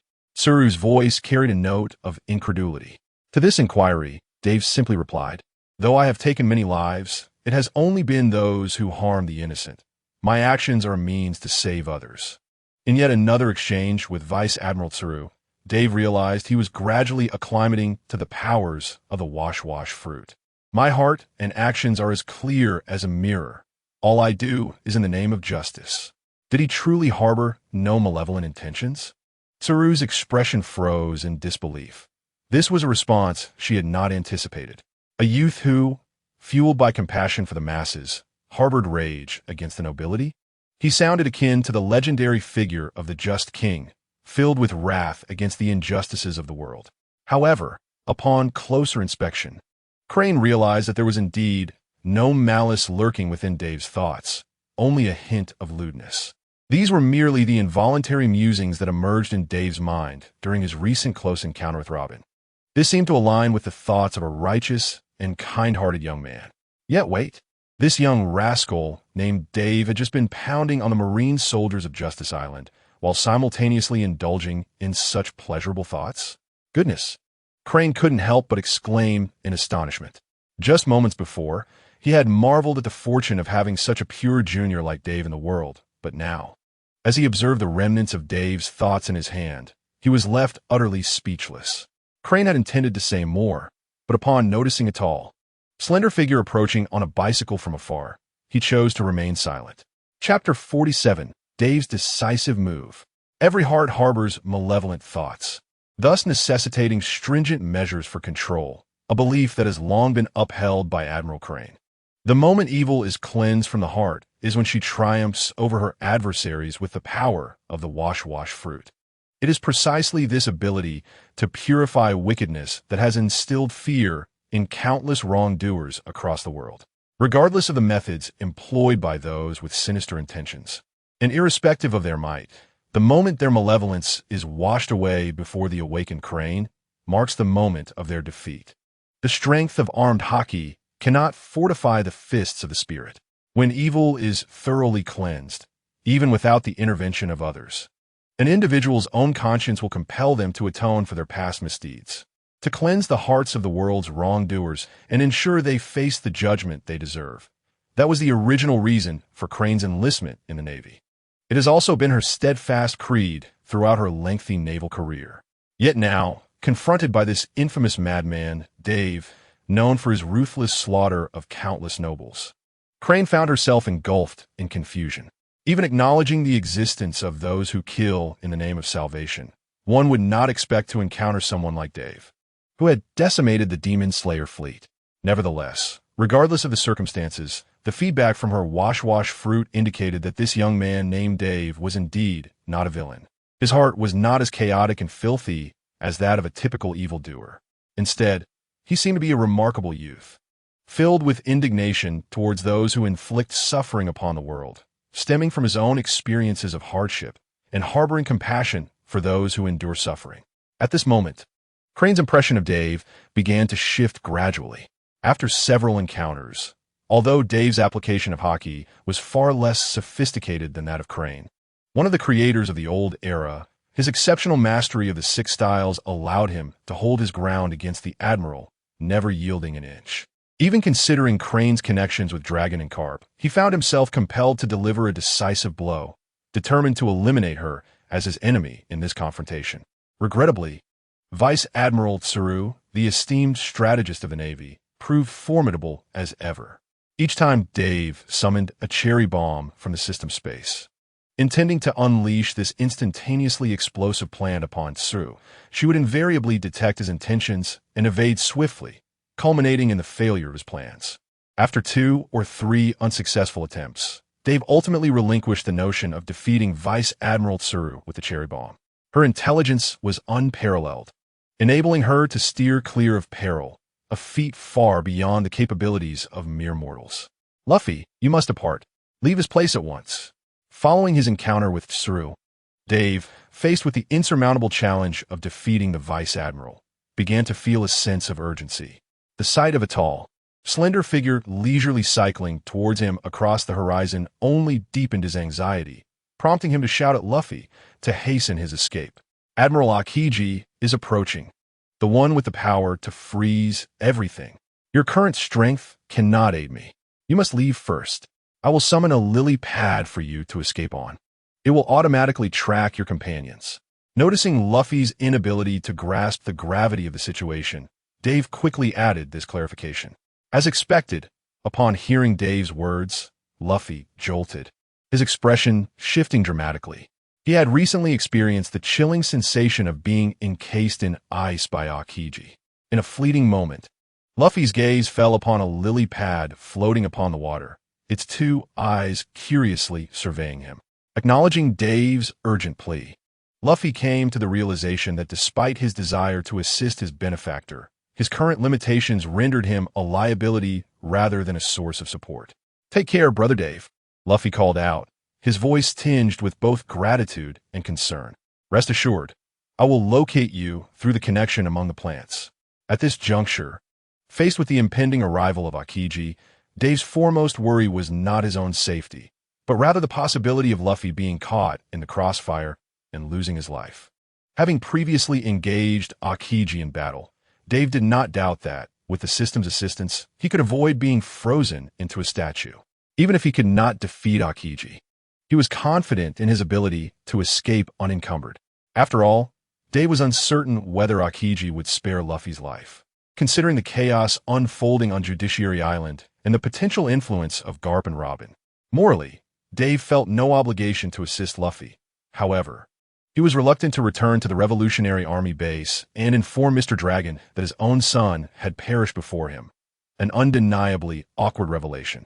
Stealing a glance at Luffy, who was now aboard the lily pad, Dave refocused his attention on battling Vice Admiral Tsuru, strategically guiding her towards the ground of Judicial Island. This maneuver would serve to divert both Tsuru and Aokiji away from Luffy, who was gradually drifting further away, intent on pursuing his comrades. On the other hand, being close to the ground allowed Dave to summon a variety of magical plants at his convenience. Indeed, as the system had indicated, given his current strength, he faced a perilous risk of losing his life while contending with both Admiral Crane and Admiral Aokiji simultaneously. In order to secure victory, he must rely on the assistance of the magical plants bestowed upon him by the system. Proximity to the earth facilitated the cultivation of these plants. Before long, the battleground between Dave and Crane shifted from the surface of the sea to the low-altitude edge of Judicial Island's coastline. Seizing the moment while Aokiji had yet to arrive and Crane's wash fruit had temporarily ceased to affect his mind, Dave took a moment to glance at his system interface. At this juncture, the system panel was inundated with notifications of rewards from his previous defeats of the Navy, stretching endlessly before him. For the time being, it appeared that Dave was not lacking in sunlight points. However, when confronted by the onslaught of two formidable foes, the most critical factor, aside from an ample supply of sunlight points, was the unlocking of new magical plants. Only through the acquisition of new plant varieties could Dave unlock fresh combinations to confront his current adversaries. While fending off Admiral Crane's assaults, Dave managed to grasp the information he sought. Following the defeat of 3 Commodores, a new reward emerged, potato mines, which he had desired. With no time to peruse the related descriptions or other system prompts, Dave swiftly closed the system panel. The mere appearance of the potato mines was already the best outcome at that moment. He had envisioned several potential plant combinations to address the current predicament, all of which necessitated the unlocking of new plant types to achieve synergy. The potato mine was precisely one of those. Observing that Aokiji had reached the shore and was accelerating towards him with a moon step, Dave hastily made a decision. He summoned 20 potato mines at the northwestern corner of Judicial Island's coastline, burying them deep in the soil and designating them to recognize all entities as foes except himself. He then patiently awaited the maturation of his devastating weapon. When faced with cunning adversaries like Crane and Aokiji, directly using cherry bombs to eliminate them would likely prove difficult, as they were exceptionally adept at detecting hazardous objects. Within the mere seconds before the cherry bombs detonated, they would swiftly vacate the explosion radius. This, however, was the inherent advantage of the potato mines. Being buried underground with a considerable delay before activation allowed them to evade the heightened vigilance of powerful foes such as Crane and Aokiji. This was his trump card. Chapter 48. Aokiji, you perverse lowly enthusiast. With a thunderous roar, Aokiji hurled 2 ice spears towards Dave. The close-quarters combatant, Admiral Crane, upon witnessing the approach of the frosty projectiles, swiftly sidestepped to allow Dave to be struck by the spears. In the distance, Aokiji dismounted from his bicycle and, while employing his moon step to advance toward Dave, launched 2 ice spears imbued with freezing power. At this moment, A bicycle lay haphazardly parked along the coast of Judicial Island, its wheels tracing a delicate path of ice that extended across the sea to the horizon. Dave cast a sidelong glance at Luffy, who was gradually drifting away on a lily pad, relieved to see that he had not been frozen into a solid block of ice. It seemed that Aokiji still held some fondness for Garp. Refraining from pursuing Luffy too aggressively, Dave had initially intended to evade Aokiji's two icy spears mid-air, but as he adjusted his position with a moonwalk technique, he noticed that the two frost-laden spears, once thrown, altered their trajectory and continued to head towards him. The foresight of Kin Bunshiku Haki. Aokiji had anticipated Dave's evasive maneuvers before launching the spears, layering them with Busashoka Haki to manipulate their direction. This intricate technique enabled Aokiji to recalibrate the spear's trajectories, ensuring that even when Dave dodged the initial path, he remained a target for the spears. It is undeniable that he epitomizes the Navy's supreme combat prowess. What appeared to be mere icy projectiles were, in fact, manifestations of exceptionally complex hockey techniques designed for directional control and targeting. After narrowly avoiding the spears twice, Dave found himself helplessly ensnared by their aim. Upon impact, the frigid force emanated from the spears, rapidly encasing Dave's entire form in ice. Before the frost could fully envelop him, Dave summoned a cherry bomb through the system, placing it beside him. As the frost gradually shrouded him, solidifying into a large ice sculpture, he plummeted from the air, just as Aokiji and Vice Admiral Tsuru believed they had captured him. The cherry bomb detonated with a resounding blast. The explosion eradicated the ice surrounding Dave, leaving him unscathed. Employing a method akin to Whitebeard's, Dave broke free from his icy prison, although Whitebeard utilized shockwaves to shatter the ice, while Dave opted for the explosive force of the cherry bomb. With a shiver, he activated the moonwalk once more, engaging Aokiji without hesitation. In terms of physical prowess, Dave could indeed hold his own against Aokiji for a while. However, each of Aokiji's moves carried the chilling power of ice. Any close contact would swiftly result in freezing. Consequently, after only a few exchanges, Dave found himself repeatedly summoning cherry bombs to thaw himself. By harnessing the explosive force of the cherry bombs, he utilized a recognition setting to designate everything but himself as a target for explosive damage, effectively dispelling the ice and frost clinging to him. Each time a cherry bomb materialized, both Tsuru and Aokiji would swiftly retreat from Dave's vicinity, returning only after the explosion subsided. "You little brat, I distinctly remember having apprehended you. You should not possess such abilities. What transpired in these past few days that has granted you such formidable power?" As Aokiji posed his question, he unleashed a fierce strike towards Dave, sending a bird-shaped ice projectile hurtling in his direction. "Guess what? At least I want to be divulging that information to you. I can only say that I have received quite a bit of special attention from your Navy these past few days," Dave responded, simultaneously launching several air bursts of his own, shattering the ice projectile into fragments with spheres of compressed air infused with explosive energy. "But I wish to inquire why you sought to arrest me, Admiral Aokiji. The individuals I have dispatched in my past were nothing but wretches oppressing the common folk. It was your Navy's inaction that compelled me to take matters into my own hands." While evading Aokiji's formidable onslaught of strikes, Dave remained vigilant against the omnipresent chilling abilities of the ice fruit. "Your actions have drawn the attention of the world government, and now that I have apprehended you, do you have any grievances?" Aokiji retorted. After freezing Dave, he coordinated with Vice Admiral Tsuru, who assisted in further depleting Dave's energy through a cleansing technique that effectively drained much of his strength, while Dave was occupied breaking free from the ice with a cherry bomb. "No, I simply wish to understand why, like me, Nico Robin, during her youth, posed no threat to others yet was relentlessly pursued by the world government. Why was she granted leniency?" Dave inquired, puzzled by the apparent hypocrisy. Logically, Robin had not harmed the public. Her only crime was the pursuit of historical truth. Yet she was hunted down. Similarly, although his actions were often radical and reckless, they were directed solely against oppressive kings, nobles, or marauding pirates, never involving the indiscriminate slaughter of innocents. It was precisely this characteristic that had garnered him a commendable reputation among the common people in various non-member nations. Thus, Dave pondered the nature of Akiji's sense of justice. Why had he defied orders to spare Nico Robin while opting to freeze him upon mere chance? Akiji was momentarily taken aback by Dave's question, but then promptly declared, "You are a grown man," while at O'Hara, Robin was merely an 8-year-old girl. Naturally, I would feel compassion. Is there something wrong with that? Isn't that a form of gender discrimination? Akiji? As they continued to exchange inquiries while engaged in battle, Dave and Akiji clashed several more times.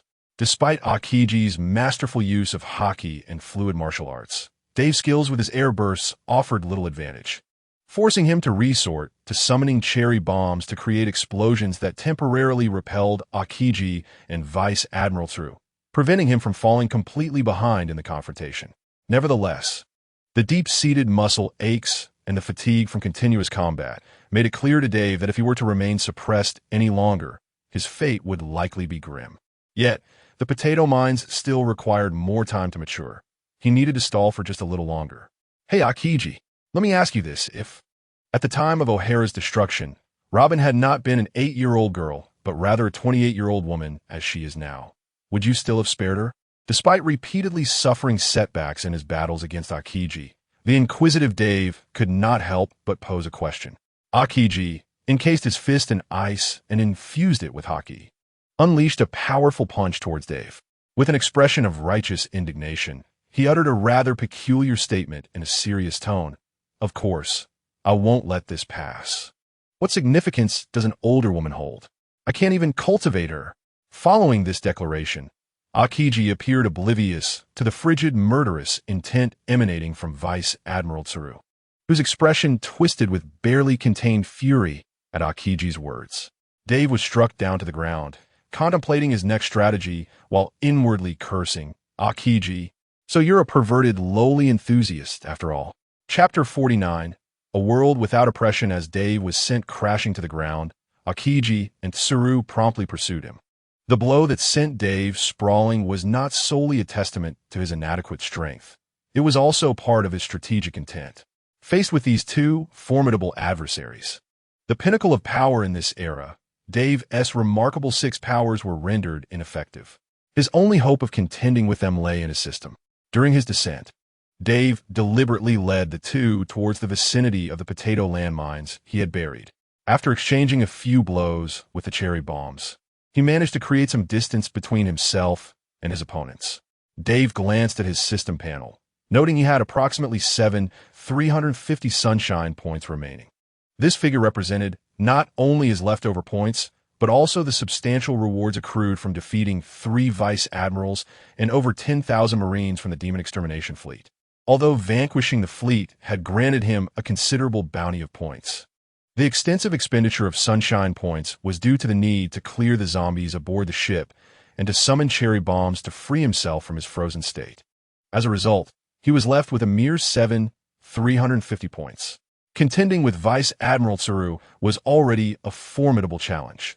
Now, with the addition of Admiral Akiji, Dave found himself in a precarious situation. The 20 potato landmines he had recently planted underground were yet to mature. The summoned landmines required far more than a mere 15 seconds to develop.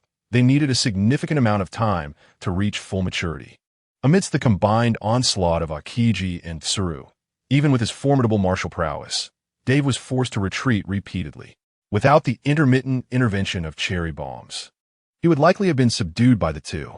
Nevertheless, the continuous disruptions from Tsuru's internal destruction-type hockey and the damage inflicted by Akiji's ice-encased fists, honed under the tutelage of Garp, had left Dave's body battered and bruised. The power of Akiji's ice fruit was overwhelmingly oppressive. In this dire situation, the only ally Dave could rely on to buy time in battle was the Peashooter. He needed to stall until the potato landmines reached maturity. Without excessive hesitation, I once again summoned 20 dual Peashooters, expending a total of 5,000 sun points in my mind. Subsequently, I utilized 1,000 sun points to exchange for the ice shooter enhancement within the system. The dual ice shooters. At the moment when a total of 25 dual ice shooters emerged, both Kuzan and Tsuru instinctively recoiled. The recently summoned cherry bombs had left an indelible impression on the two of them. The terrifying destructive power that reduced everything around to black powder necessitated immediate evasion. Otherwise, even they, as top-tier warriors, would be unable to withstand the repeated explosive damage. However, after instinctively retreating, Tsuru and Kazan quickly realized that Dave only resorted to such lethal plants when he needed to unfreeze with the cherry bombs. The ice blue pea pods before them were clearly not of an explosive nature. Kazan, this little rascal's abilities were exceedingly peculiar, and caution was paramount. Nevertheless, it was likely that the summons akin to the explosive cherry bombs came with a price. If we were overly aggressive, we could easily fall victim to his counterattack. Thus, vigilance was essential.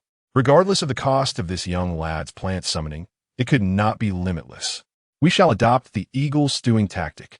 By repeatedly drawing out all his strategies, we can compel him to surrender. As the chief strategist, Tsuru coordinated with Kazan to engage Dave in battle while utilizing her intellect to analyze the current situation, offering her proposals and strategies. Understood, Admiral Tsuru. Kazan replied without further ado, responding to Tsuru's tactics with action.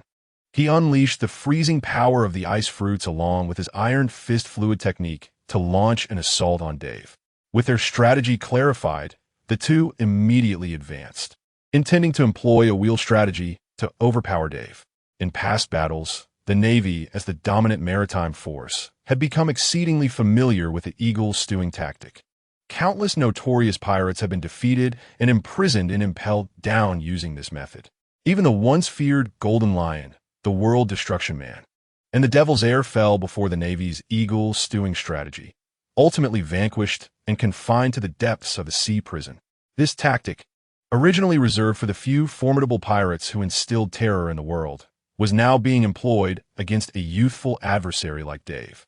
This undoubtedly signified that both Admiral Tsuru and Admiral Kazan believed that if left unchecked, Dave would inevitably evolve into a figure capable of shaking the world, akin to Roger and the Golden Lion. Since Dave was destined to become a disruptor of the world's order, let Tsuru and Kazan decisively defeat him by noon. The eagle stewing tactic commenced, yet the results were not as favorable as Kazan and Tsuru had envisioned. The reason lay in the dual Peashooters enhanced by the ice shooter. The ice blue flora unleashed a barrage of pea projectiles, striking the two individuals with not only considerable pain, but also the debilitating effect of frost, rendering them sluggish in their movements. Particularly affected was Kazan, the user of the ice fruit, who had only known the power of freezing others since consuming the devil fruit. It was unthinkable for him to be ensnared by another's frost. Meanwhile, Vice Admiral Crane looked on in astonishment. Having initially believed that the extraordinary pea pods capable of vanquishing zombies and the explosive cherries were already beyond comprehension. To his surprise, Crazy Dave unveiled even more potent plants, showcasing an impressive freezing capability that even Kazan could not evade. As the two became ensnared in ice, their movements grew increasingly sluggish. For a century, they endured the relentless assault of the frost peas while continuing their offensive against Dave. However, it was not long before Kazan devised a countermeasure. Utilizing his fruit's power, he conjured a thick layer of ice armor around himself and Vice Admiral Crane to withstand the onslaught of dual ice shooters. Though the peas pursued their targets relentlessly, they were first compelled to expend their energy against Kuzan's icy shell before inflicting any harm. Yet, while they remained unharmed, the debilitating effect of the frost peas was inescapable. Even Kazan, the embodiment of ice, felt the slowing effect of the frosty projectiles. Both Crane and Kazan found themselves hindered, and Dave, who had not eaten for several days, was equally compromised. He relied on the sunlight from the sunflowers to sustain his energy amidst the battle. However, after enduring continuous combat against Kazan and Crane, Dave's strength and vigor were nearing their limits. The toll of their conflict manifested as fresh wounds, causing him further distress. Time was of the essence. Dragging the battle out any longer could spell disaster for him. Thus, amidst the relentless slowdown effect, Dave found himself locked in a stalemate with Crane and Kazan for several minutes until he finally detected the desired signal through the network of plants. The potato mines had matured, gradually retreating while continuing to engage. He lured the two toward a nearby site where 20 potato mines lay concealed. Boom! The simultaneous detonation of all 20 potato mines inflicted catastrophic damage upon both Kazan and Crane.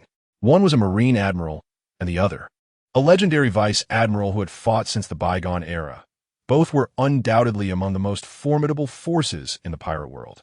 Yet, faced with the destructive power of the potato mines, they suffered near-fatal injuries. In an instant, the thick frost armor enveloping them disintegrated into dust. Vice Admiral Crane was blasted into unconsciousness, collapsing to the ground in a state that suggested imminent death without urgent medical assistance. Kazan, though grievously wounded, managed to remain upright, sustained by sheer willpower. Confronted by the devastation wrought upon them by Dave, Kazan uttered a remark that encapsulated his astonishment. Not simple at all. Crazy Dave. At such a tender age, you have accomplished the unprecedented feat of annihilating both the Judicial Island and the demon-slaying order. With such formidable power at your disposal, what more do you desire? Akiji posed a question that had lingered in his mind since their last encounter. Dave merely uttered a single phrase that rendered Akiji momentarily speechless. I yearn for a world free of oppression. Chapter 50. Robin, Fan, and hunger-weary and battered.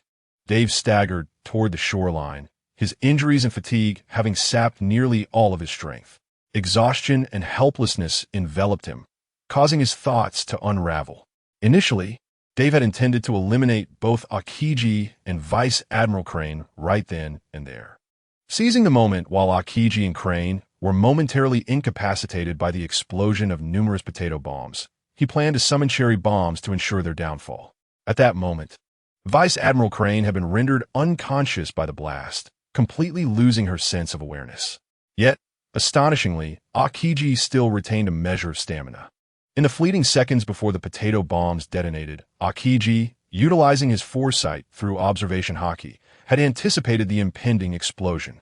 In that instant, he conjured a thick ice wall, shielding himself and Vice Admiral Crane from a portion of the blast. Coupled with Akiji's formidable hockey defense and his almost monstrous physique, he managed to maintain consciousness even amidst such devastation. If Dave were to continue the assault, although he could take advantage of Akiji's temporary weakness to eliminate Vice Admiral Crane, he would undoubtedly face Akiji's wrath, fueled by the sight of Crane's demise before his eyes, which could very well cost him his own life. Should you dare to pursue, eliminate Vice Admiral Crane was the last message Dave left for Akiji before departing. Akiji stood silently, watching Dave's receding figure without uttering a word. Although he had foreseen the impact of the potato bombs and hastily erected an ice wall, the residual damage still inflicted injuries upon both himself and Vice Admiral Crane, who lay unconscious on the ground, devoid of awareness. If he were to recklessly confront Dave at this juncture, it was highly likely that Dave would employ that peculiar explosive plant once more, resulting in Vice Admiral Crane's demise. After witnessing Dave's silhouette fade into the distance, Akiji's body, which had been steadfast, collapsed onto the ground, blood uncontrollably trickling from the corner of his mouth. Even someone as powerful as Akiji suffered considerable harm from the explosions of 20 potato bombs. In this moment, as naval personnel lay wounded across the battlefield, Akiji's character would not permit him to abandon Vice Admiral Crane or the other injured Navy members. It is the likes of a Kainu who would recklessly eradicate foes at any cost. This time, the Navy had suffered a resounding defeat, Akiji lamented. After leaving Akiji and Crane behind, Dave made his way to a nearby beach, gathering the remaining plants into his system space. Then Dave summoned a lotus leaf from his system, seated himself upon it, and issued commands for it to pursue his fellow botanical companions before succumbing to an exhaustive slumber. Big Brother Dave, you're awake." As he gradually opened his eyes, the jubilant voice of Chopper reached his ears. Wasn't he just resting on the lotus leaf? Just as Dave was still in a state of confusion, he heard Luffy's voice nearby. "How wonderful! You truly are formidable. You didn't face any trouble battling that icy fiend. Would you care for something to eat to regain your strength? Turning his head, Dave noticed Luffy cradling a mound of food. Beside him, a small mountain formed from bones and empty plates. He became aware that he was now in a bed, enveloped in a white blanket, surrounded by a wooden dwelling. Chopper was at his side, diligently preparing medicine, seemingly concocting a healing remedy. The entire room swayed gently, clearly indicating that he was aboard a ship. Upon hearing Luffy's raucous exclamations, other members of the Straw Hat crew peeked through the doorway. Nami bore a radiant smile, while Zoro wore a slight grin. Robin's large eyes sparkled with delight upon seeing Dave awake, and even Frankie appeared with a beaming expression. At that moment, upon learning of Dave's awakening, they all gathered at the threshold, rushing in to express their gratitude for his deeds. Especially Robin, who grasped Dave's hand sincerely and said, "Thank you for your assistance, Mr. Dave." Zoro, downing a large bottle of chilled beer in one gulp, remarked, "Had it not been for Dave's help, we would have found it exceedingly difficult to escape from Eni's lobby." Before Zoro could finish, Sanji burst through the door. "Step aside. Here comes the special recovery soup for the injured, and their roasted meat." Sanji stacked several large bowls into a towering formation, with a multitude of bowls of special soup on the left and a massive plate piled high with roasted meat on the right. Sanji brought the food into the room to replenish Dave's strength. Hey, Luffy. That's for Mr. Dave to regain his strength, not for you to devour." Upon seeing that Luffy had already polished off the entire mound of food, leaving only a heap of empty plates, Sanji's anger flared, and he kicked Luffy several times with his shoe. What is the harm in having a little?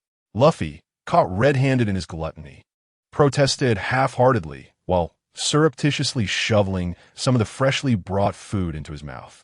This behavior only served to further incite Sanji's ire, who continued to kick Luffy in frustration.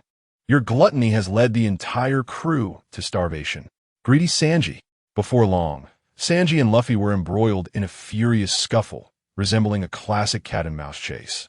While the other Straw Hat members observed with bemusement, Robin and Nami, standing aside, began to wager on who would emerge victorious in the playful fray between Sanji and Luffy. Usopp, amidst the playful scuffle between the two, seized the opportunity to slyly take a shot while they were distracted. As long as he remained unnoticed, he delightedly chuckled to himself while stealthily delivering a kick to both of them. Only the reliable reindeer Chopper raised his voice, declaring that this was a sick room, and that Mr. Dave required a tranquil environment for his rest, urging the two to take their antics outside. Eventually, it was Nami who, observing the ruckus caused by Luffy and Sanji, grew irritated at their disruptive behavior affecting Dave's recovery. She delivered a swift punch to each of them, causing prominent lumps to form on their foreheads, and dragged the defiant duo out of the room. Following this, Nami summoned the other members of the Straw Hat crew outside, restoring serenity to the chamber. Seeing that Dave was not in serious danger, Robin volunteered to stay behind and care for him, providing answers to his queries. Observing Dave's bewildered expression, Robin chuckled softly and proceeded to recount the events that had transpired. It turned out that while Zoro and the other Straw Hat members were making their escape aboard 2 warships, they became concerned when they noticed that Dave and Luffy had not followed. Thus, they halted not far away, engaging in a battle against zombies while awaiting their return. However, the sheer number of zombies proved overwhelming, and with only the Peashooter at their disposal, lacking the explosive ammunition of cherry bombs, they struggled to fend them off. They could only rely on the plants gifted by Dave to gradually eliminate the undead. Just as they were making headway against the zombies, an unexpected intrusion occurred, a naval fleet composed entirely of women. Their vessels were dilapidated, bearing the scars of Sea King assaults. The leading female vice admiral, adorned with a cap, recognized the Straw Hats as the pirates who had seized the Navy's ships during the Eni's lobby incident and immediately attacked Zoro and his companions. This vice admiral possessed the ability to manipulate objects using a whip, and within moments of the battle commencing, she had commandeered the very warship they had previously stolen. However, it was not long before the Straw Hats, led by Zoro and Sanji, managed to defeat her and capture several of her crew. Once Zoro and Sanji dealt with the female naval officers and subdued the pursuing zombies with the plants, They discovered that the warship they had commandeered had been sunk by the whip-wielding vice admiral. Furthermore, the naval fleet's own vessel had been thoroughly wrecked, reduced to ruins by the aftermath of the conflict. All were left staring at the remnants of the two warships adrift in the sea, when a small, uncrewed boat approached them, glistening in the sunlight. The Going Merry. Chapter 51. The Going Merry split in two within the quarters of the Going Merry. Dave lay in bed while Robin fed him Sanji's specially prepared nourishing soup, recounting the earlier events. You mean an all-female crew? That must be the direct unit of the Navy's chief strategist. Though I wonder why their ship has become so battered, Dave surmised after listening to Robin's detailed account. It seems we have encountered someone of significant stature. Robin sighed. So, did you all board the Going Merry? Dave took a bite of the orange that Robin had peeled for him. The sweet and sour flavor exploded in his mouth, more delectable than the usual oranges, evidently nurtured with care. Although Dave could summon the twin sunflowers at any moment to nourish himself with sunshine and instantly rejuvenate, the intimacy of being fed by Robin stirred a delightful warmth in his heart. He decided it was best to remain in bed for now, relishing the joys of being a patient. Indeed, that all-female cruise ship was already in tatters from the onslaught of the Sea Kings, and following the battle, Zoro and his companions had further damaged it, slicing it into several sections. As Robin continued to feed him oranges, she elaborated, despite their defeat, the leading female vice admiral of the Navy remains relentless as we prepare to depart on the Going Merry. Out of necessity, we had to bring that whip-wielding vice admiral aboard, which finally subdued them. After hearing Frankie mention the need to retain some hostages to coerce the world government into halting their pursuit, they confined her alongside Rob Lucci. Dave nearly forgot about Rob Lucci, initially apprehensive about potential mishaps that warranted his capture.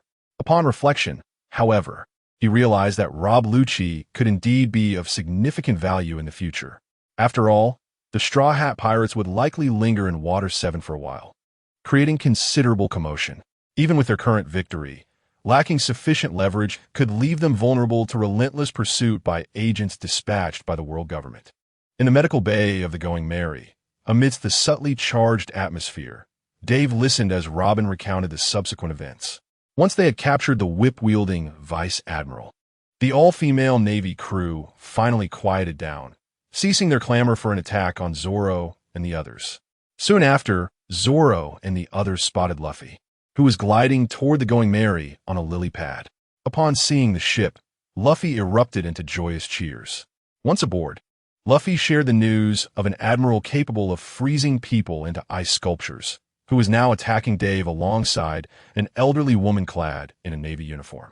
At Luffy's words, the entire Straw Hat crew tensed, whether driven by the ethics of piracy or gratitude for Dave's prior assistance. Luffy and the others felt compelled to aid him against his foes. However, prior to their arrival in Water 7, the Straw Hats had already witnessed the formidable strength of Aokiji. Just as Dave had earlier advised Luffy to leave promptly, the Straw Hats' current strength was woefully inadequate to engage in the conflict between Dave, Tsuru, and Aokiji. Should they rashly intervene, they would only find themselves frozen into ice sculptures. Contemplating his own inadequacies and the embarrassment of standing idle, unable to assist his benefactor, Zoro and Sanji were immediately enveloped in a gloomy despondency, wishing fervently to train on the Going Merry to swiftly enhance their abilities. The atmosphere soon weighed heavily on Nami, Robin, and Usopp as well. Although their roles aboard the ship did not entail combat, the situation bore down on them like a colossal boulder pressing upon their hearts. Particularly for Robin, who had just been saved at the cost of Dave's life from the clutches of the world government at Enies Lobby.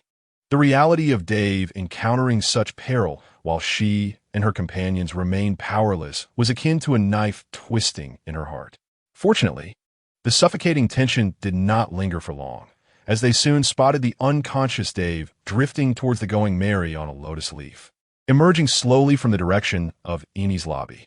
His return brought a collective sigh of relief from the Straw Hat crew, who rushed to lift him from the lotus leaf in a flurry of activity.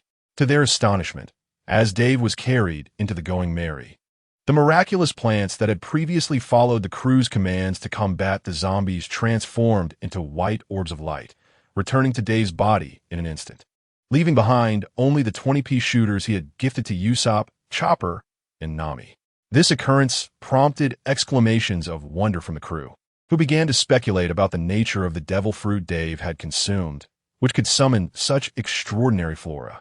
Under Chopper's urging, they transported Dave to the ship's infirmary, where he and Robin now resided. Following Chopper's examination, it was determined that Dave was merely weakened from several days without sustenance and extreme exhaustion from continuous combat, with no serious harm done. Hearing this alleviated the crew's anxiety. Had Dave perished while covering their retreat or been captured by the Navy, the Straw Hat crew would have been shrouded in sorrow for an extended period. Upon learning of Dave's condition due to prolonged hunger, Sanji dashed to the kitchen, intent on preparing the finest restorative dishes for him. However, by the time Dave awakened from his stupor, much of the nourishing food had already been devoured by Luffy, who had an insatiable appetite. This gluttony soon led to a collective scolding from Sanji, Nami, and Robin, resulting in a chaotic scene. Yet even amidst this, when Sanji returned with fresh delicacies, Luffy could not resist sneaking bites. This was the reason for Sanji's exasperation upon Dave's awakening, his frustration nearly reaching a boiling point. As Robin's soothing voice recounted the events, Dave gradually grasped the unfolding narrative. Speaking of which, that Rob Lucci you captured has been incessantly proclaiming that the world government would take vengeance on him. Ultimately, he was soundly beaten by Luffy and his companions, which quelled his bravado. After recounting the events that led to Dave's unconscious drift to the Going Merry, Robin brought up Rob Lucci once more. It was evident that witnessing her captain bestow a thrashing upon Rob Lucci filled Robin with delight, her lips curving upward in a smile that she could hardly contain. Mr. Dave, may I inquire as to who you truly are, and why you have chosen to assist us? After detailing the circumstances, Robin tilted her head with curiosity as she posed the question to Dave. Before Dave could respond, the Going Merry suddenly shook violently, followed by the ominous sound of a heavy object plunging into the water.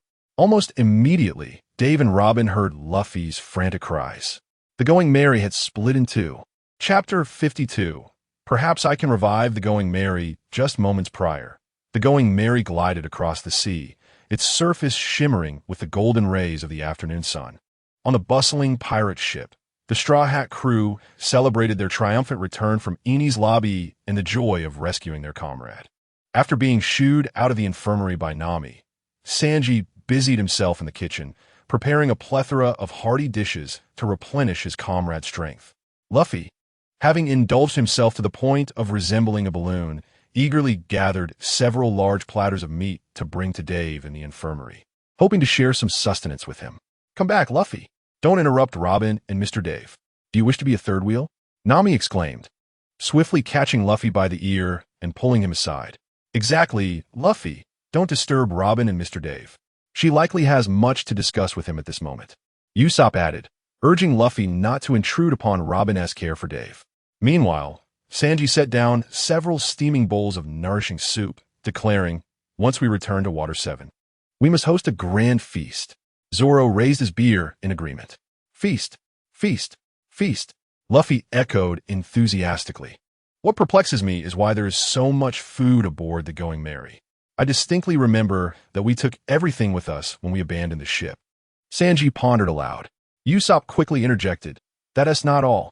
When the Going Merry first appeared, a rope ladder was tossed to us, inviting us aboard for refuge. Yet, upon boarding, we discovered that there was no one on the ship. Who was it that threw us the ladder? Upon hearing Usopp's words, the crew sensed something amiss. Despite their joy at reuniting with their beloved ship, the questions raised by Usopp cast a shadow over their excitement. It must be the Going Merry itself. It is the spirit of the ship. The Going Merry has come to take us home, Usopp exclaimed, tears streaming down his face. As the one previously responsible for the ship's maintenance, Usopp shared a profound bond with the Going Merry. Even at this moment, a sense of dread lingered in his heart. For the shipwrights had already diagnosed the Going Merry as irreparable and incapable of sailing again.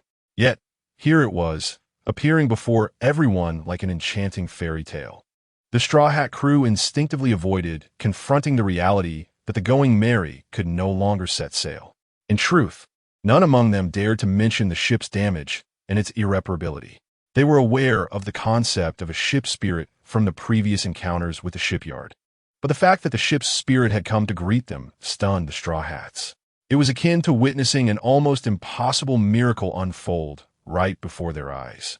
I must say, the Going Merry is no longer fit for the trials of the New World. That it has carried you this far is nothing short of miraculous, Frankie declared solemnly. As a devoted ship lover, uttering such words filled him with deep regret. Just as the Straw Hat crew was about to engage in a heartfelt dispute with the master shipwright Frankie, a colossal sailing vessel loomed before the Going Merry, blaring its horn at full volume, capturing everyone's attention. This grand ship was approximately 10 times the size of the Going Merry, resembling a giant standing before a child. The immense sail bore the name of the Carrera shipyard. It was Iceberg, the mayor of Water 7, along with members of a shipyard crew, come to welcome the victorious Straw Hat Pirates. Cool. We've come to fetch you. Congratulations on your triumph. Welcome back. The atmosphere aboard the Carrera ship was jubilant, with countless shipwrights gathering at the bow to celebrate the return of the Straw Hat Pirates. Having successfully escaped the grasp of the world government amidst the onslaught of the Buster Call, the Straw Hat Pirates were undoubtedly destined to become renowned pirates across the seas in the eyes of Iceberg and his companions. Accompanying Iceberg on the same vessel were members of Frankie's family and Foreman Barry, who had previously commandeered another naval ship to depart. Even the two giants were among those welcoming the heroes. When the Straw Hat Pirates had decided to pause and wait for Luffy and Dave, the others had taken the commandeered warship back to Water 7.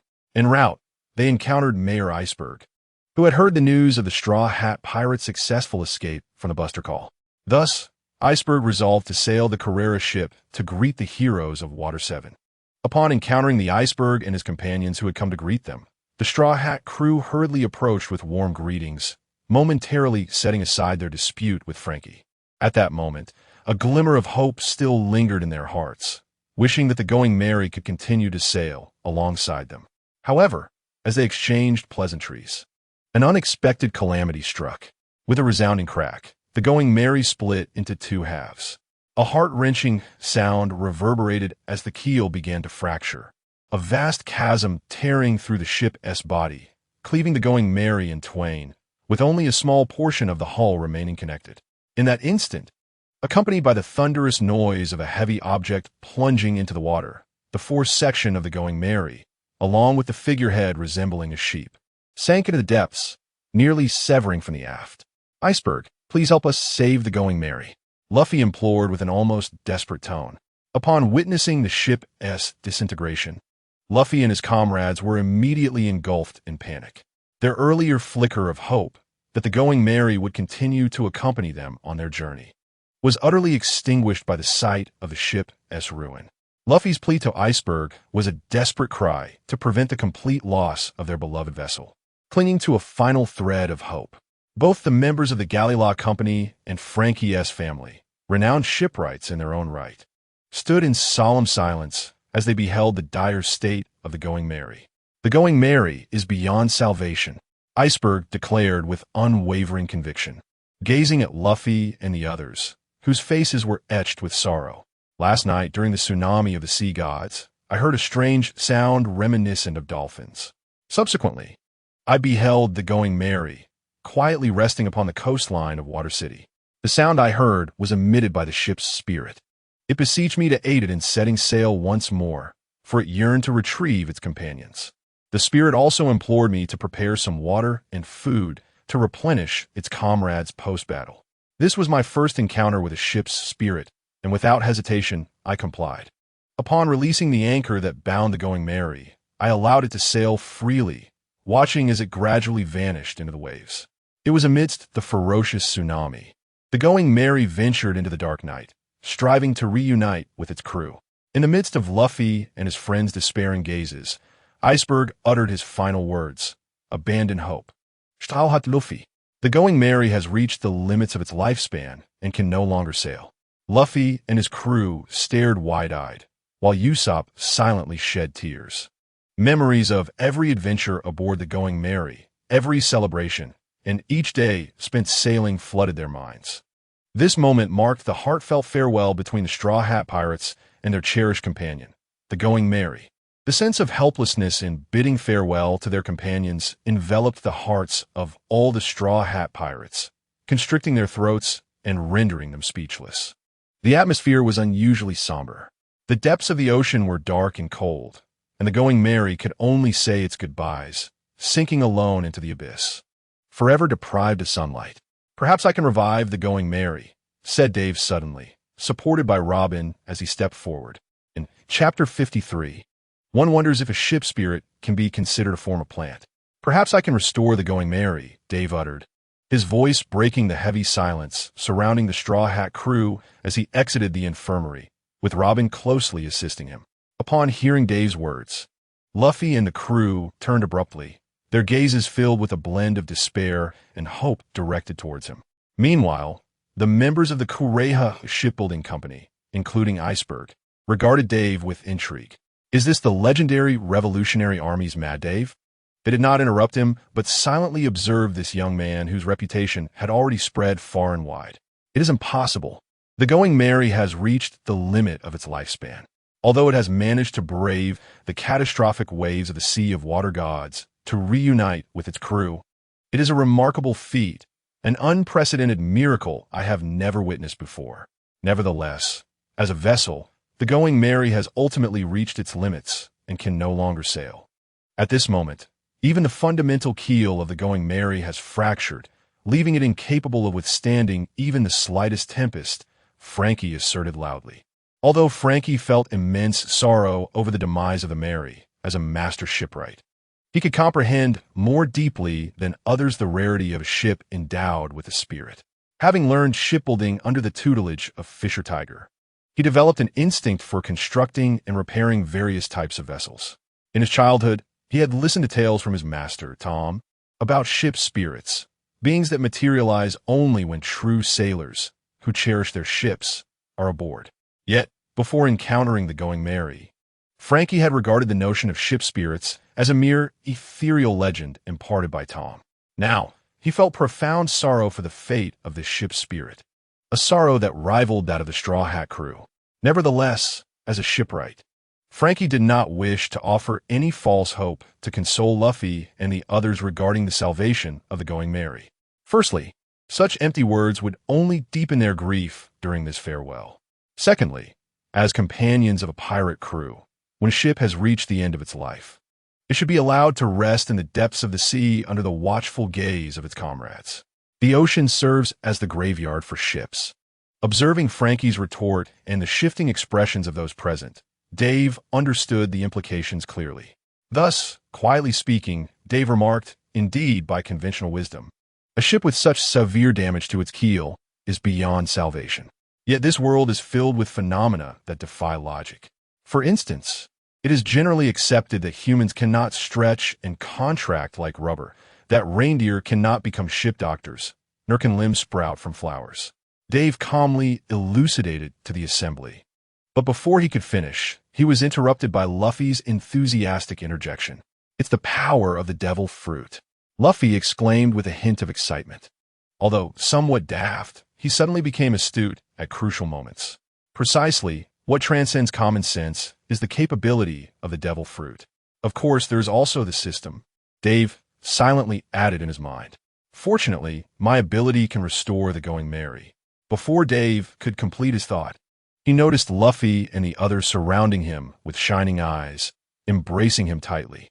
Usopp, in a fit of emotion, clung to Dave's right leg, tears streaming down his face as he babbled incoherently. "Luffy, wait. Don't come over here. And you, Usopp, don't wipe your snot on my pants." Dave grimaced as he attempted to push away the members of the Straw Hat crew crowding him, but despite several attempts, he could not shake off Usopp. Usopp clung to Dave's leg as if it were the last hope for the salvation of his companions. Resigned, Dave allowed Luffy and the others to hold on to him while he summoned the system panel, calling forth the previously generated 10 twin sunflowers. "You have all experienced the healing capabilities of the light orbs generated by my sunflowers. In truth, these orbs can heal not only humans but also other entities. such as plants or ship spirits. Dave explained his sunflower's abilities to the Straw Hat crew, using his unique observation haki to subtly sense the presence of the Going Merry's ship spirit. You can now take these light orbs and place them at the fracture of the ship. They should have a restorative effect on the keel. Upon hearing Dave's words, Luffy and Usopp quickly seized the batch of light orbs just generated by the twin sunflowers and rushed to the fractured section of the Going Merry. Frankie and Iceberg have been watching the crew's activities closely. After all, as top-tier shipwrights, they found it deeply regrettable that a ship like the Mary, which had birthed a ship spirit, could no longer sail. They hoped it could truly continue its journey. Before the watchful eyes of the crowd, the light orbs melded into the fractured keel of the Going Merry, emanating a radiant glow, and astonishingly, the wooden keel began to regenerate slightly. "Long live Mr. Dave!" Usopp cried out, tears of joy brimming in his eyes upon witnessing the hope for the restoration of his beloved companion. Luffy and Chopper joined Usopp in chanting "Long Live Dave," while dancing joyfully. This scene left Dave feeling somewhat embarrassed. Frankie and Iceberg, who had been observing intently, were wide-eyed in disbelief. However, if one were to ponder what in this world could heal a ship spirit, it would undoubtedly be the miraculous powers bestowed by the devil fruits. The restored Going Merry shall indeed be a ship of wonders. Dave gazed at the jubilant crowd, unable to suppress a smile. He turned to the ship spirit of the Going Merry beside him and conveyed his thoughts through his observation haki. "This will surely heal you, won't it?" The ship spirit of the Going Merry nodded vigorously, then gently embraced Dave in a gesture of gratitude. Earlier, while he was still unconscious, he had already heard the voice of the Going Merry's ship spirit through his unique observation haki, known as the Plant Friend. Initially, Dave was uncertain, thinking it might merely be a dream. In his haze, he had glimpsed a faintly glowing humanoid being. This being had implored Dave for help, hoping to continue sailing with its companions. When Dave awoke, he believed it to be a mere figment of his imagination during his unconsciousness. But after the Going Merry was split in two, he once again heard the ship spirit's cry for aid. It was then that Dave realized the truth. It was indeed the ship spirit of the Going Merry, and through his deep affinity with plants, he could communicate with the spirit. He then utilized the sunbeam produced by the system to heal the ship spirit. According to the system's classification, a ship could be considered a type of plant, and since the ship spirit was born from plants, it could naturally be healed using the sunbeam. After all, a ship is made of wood, thus a kind of plant, isn't it? Dave found this notion somewhat astonishing. Beyond plant-related abilities, the system had granted him other powers as well. If he were to delve deeper into his training, perhaps one day he could communicate with all ship spirits. While Poseidon can communicate with sea kings, what might he be called if he could converse with ship spirits? Ship King? Just then, as Dave was lost in thought, he heard Nami's startled exclamation, "Look, those two are sinking." He quickly raised his gaze to see Rob Lucci, clad in black, and a female admiral in navy uniform, both submerged in the bow of the Going Merry, now immersed in seawater. The two were rolling their eyes, bubbling air, nearly at the brink of unconsciousness. He had forgotten that he had locked these two captives in the bow's cabin earlier. Nami slapped her forehead in realization. Chapter 54. The limitations of the gifted system. As the sun dipped toward evening, the aft of the Going Merry remained level, while the bow was submerged in the sea. Along with the items in the bow's cabin, the two captives were also soaking in the water. At this moment, Rob Lucci and the female admiral, adorned with a cap, were entirely submerged beneath the surface. Due to their abilities, they were unable to move or float in the water and had begun to lose consciousness. Seeing them submerged, several non-ability members of the Straw Hat crew quickly sprang into action, pulling the two from the depths. Among them, Sanji exhibited the most fervent enthusiasm. The sight of the naval rear admiral, exuding a queenly aura, submerged in water and awaiting rescue, ignited a flurry of red hearts in Sanji's eyes as he valiantly rushed forward to save her, lifting her from the depths of the sea. This spectacle prompted Dave to once again marvel at the Straw Hat crew's inherent kindness. Even when faced with an enemy in a non-combat situation, they felt compelled to save a life. As Dave approached, he beheld the female rear admiral adorned with a pink hat, emblazoned with a prominent emblem of a weapon resembling both a whip and a sword, resting beside her. Clad in a pink dress and draped in the standard justice cloak of a naval officer, she was none other than the granddaughter of Vice Admiral Tsuru, named Peacock. In that moment, both Peacock and Rob Lucci, having just been rescued from drowning and regaining consciousness, were violently expelling seawater, appearing utterly wretched. After a brief moment, Peacock and Rob Lucci began to hurl insults at the gathering crowd. Undeterred, Peacock fearlessly launched a tirade of harsh words, including remarks about misbehaved children, until Usopp intervened by stuffing an unknown rag into her mouth. Dave recognized the cloth as the very one Sanji had used to clean dishes moments before. Once silenced, Peacock bore an expression of disgust, as if something foul had invaded her mouth. Seeing the beautiful woman in such a predicament, Sanji felt an overwhelming urge to rescue Peacock. However, before he could take a step forward, Nami delivered a punch to his head, leaving a sizable bump, and admonished him not to act foolishly. Torn between his desire to save the damsel and the fear of Nami's warning, Sanji could only crouch in despair, tears welling in his eyes as he nervously chewed on his clothing. Observing Sanji's plight, Zoro erupted into laughter, taking the opportunity to mock him. Yet Sanji was not one to suffer in silence before Zoro. He quickly regained his spirited demeanor, engaging in playful banter and roughhousing with Zoro. The other members of the Straw Hat crew seemed unfazed by this familiar scene, choosing to ignore the antics of the two fools. However, this spectacle left Dave and the others aboard the opposing ship, Iceberg and his crew, utterly astounded. Rob Lucci, initially cursing vehemently, fell silent upon noticing Dave in the crowd, twisting his face in a grimace and turning away. Dave understood Lucci's expression all too well. It conveyed a sense of headache upon encountering him. "Let us just keep those two submerged in water for a while," Dave suggested, a notion that was met with agreement from the Straw Hat crew. After all, Rear Admiral Peacock was still bound by ordinary ropes, and should she regain her strength without contact with seawater, she might attempt to escape. At that moment, Luffy and Usopp were busily gathered around the broken keel, tirelessly merging the sunlight orbs into the fractured section. Dave continued to address the Straw Hat crew. "You are aware of the existence of the ship spirit, are you not? The essence of the Going Merry is that of a ship's spirit.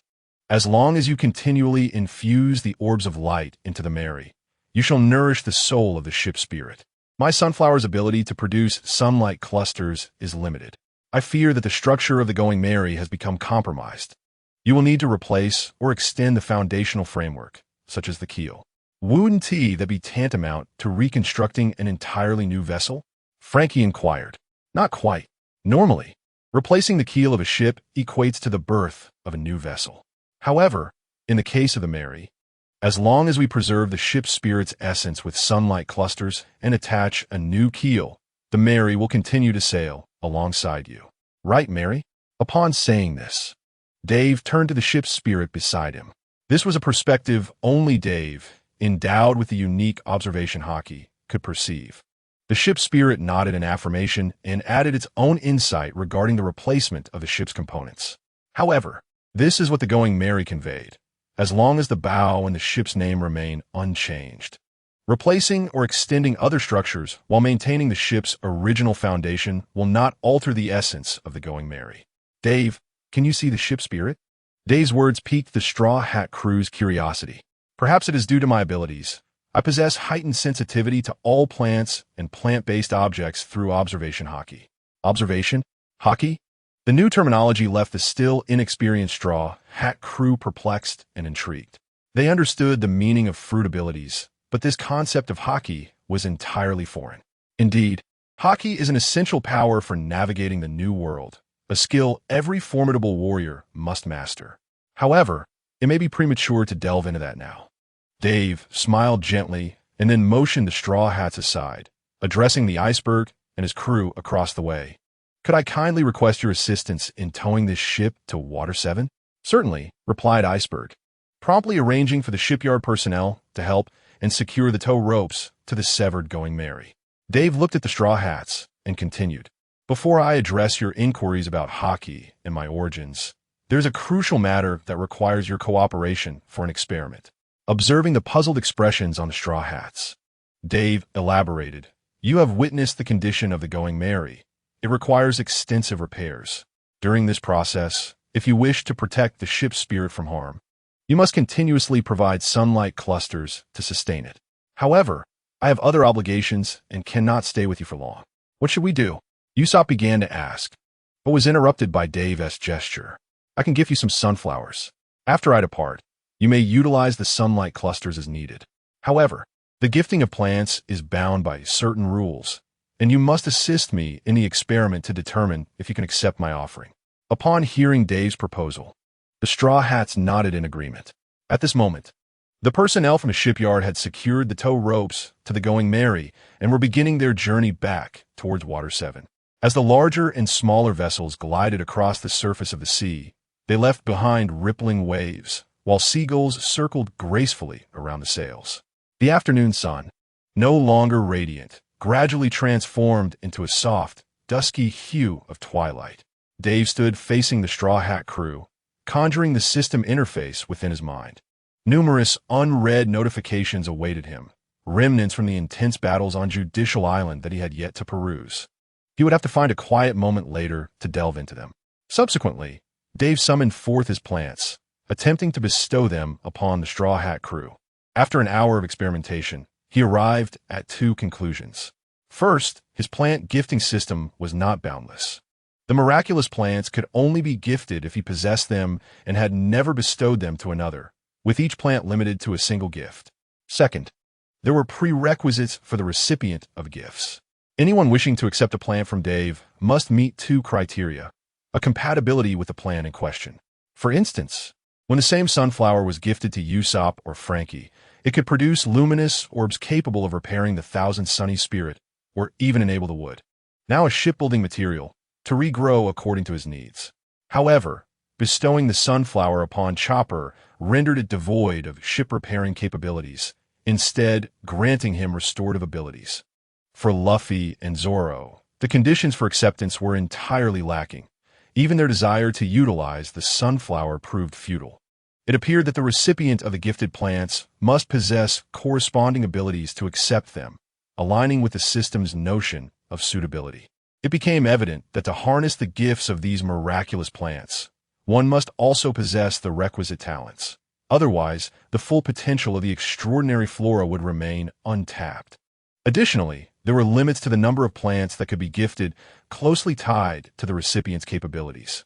For example, Chopper could accept 5 sunflowers in succession and could continue to do so, while Usopp was restricted to only 2. The criteria for judgment seemed to be based on the healing abilities of the recipient. Furthermore, the Peashooter could be readily accepted in abundance by Usopp. Yet Chopper could not accept even one. All gifted plants remained in their initial state, lacking any enhancements. For instance, while Dave's sunflowers could generate 2 high-energy sun orbs as twin sunflowers, once gifted, they reverted to ordinary sunflowers, devoid of any enhanced forms. Although the gifted miraculous plants would bind to their new owner, fostering a connection, they remained under the guidance of Dave, the system's custodian. In other words, within the realm of these extraordinary plants, Dave held the highest command. Observing the Straw Hat crew, who were overjoyed by the gifted miraculous plants, Dave smiled and continued. "As for my origins, I am affiliated with the Revolutionary Army founded by Monkey D. Dragon, currently serving as the Vanguard Captain." The Revolutionary Army? Most members of the Straw Hat crew were hearing this term for the first time and were unclear about its meaning. However, what piqued their interest was the surname Mont Blanc, which was rarely encountered on the seas. "Mont Blanc Dragon sounds somewhat familiar," Luffy remarked, tilting his head. Dave silently scoffed, thinking to himself, "You don't even recognize your own father. Luffy, you truly are something else." Chapter 55. Luffy, call me brother, so I can hear it. Beneath the azure sky, on the aft of the Going Mary, the Straw Hat crew fell into a contemplative silence. At that moment, only a few seabirds accompanying the ship broke the stillness with their cawing. Upon hearing Dave declare himself a member of the Revolutionary Army, the crew, except for Robin, failed to grasp its significance. However, the mention of the founder's name, Mont Blanc Dragon, instantly captivated everyone. In an instant, various thoughts began to swirl among them. Noticing that the Straw Hats had begun to form some guesses, Dave decided to reveal more. The founder of the Revolutionary Army has a son named Monkey D. Luffy. Wait, is he Luffy's father? The crew erupted in a chorus of gasps and exclamations at this revelation. None of them had anticipated hearing news about Luffy's father in this place. The expressions on their faces varied, as if to say, so Luffy didn't just spring forth from a rock. Even Robin wore a surprised expression. Although she was aware of the Revolutionary Army, she had never encountered it before, nor had she ever considered that the founder was the captain's father. Oh, I remember now. Mont-Blanc Dragon is my dad, Luffy exclaimed, finally striking his right fist into his left palm, appearing enlightened. You just remembered that? Dave and the Straw Hat crew collectively teased, their teeth transforming into sharp fangs in mockery. Well, it's been a long time since I last saw him, Luffy responded with a cheerful smile, undeterred by their jests. As for me, I have essentially grown up under Mr. Dragon's guidance since childhood, and my mastery of the six powers is also attributed to his teachings, Dave continued, narrating his upbringing. In truth, since traversing into this world and merging with my original self, I have become intimately familiar with all my past memories, as if I had experienced them firsthand. After sharing his background and the origins of the Revolutionary Army, the Straw Hats began to understand why Dave was so determined to assist them, even though they had never met before. According to Dave, the members of the Revolutionary Army consisted of like-minded individuals gathered by Mont-Blanc Dragon, aiming to resist the world government, or, like Dave, orphans taken in for various reasons at the Revolutionary Army's base. Notably, a select few gifted orphans would be nurtured alongside the leader, Dragon, fostering a true sense of family. The entire Revolutionary Army is fundamentally structured around the core of Dragon, who has nurtured and trained a new generation of gifted youths. These orphans, who refer to Dragon as Sir or Leader, share a familial bond that transcends mere titles. It is precisely this connection that prevents Dave from turning a blind eye when Luffy and his companions are in peril. Thus, my association with you is twofold. First, my brotherly instinct compels me to intervene when Luffy faces adversity. Second, I bear a responsibility towards Robin, a descendant of O'Hara, a student of Dr. Clover, and the daughter of Lady Olivia.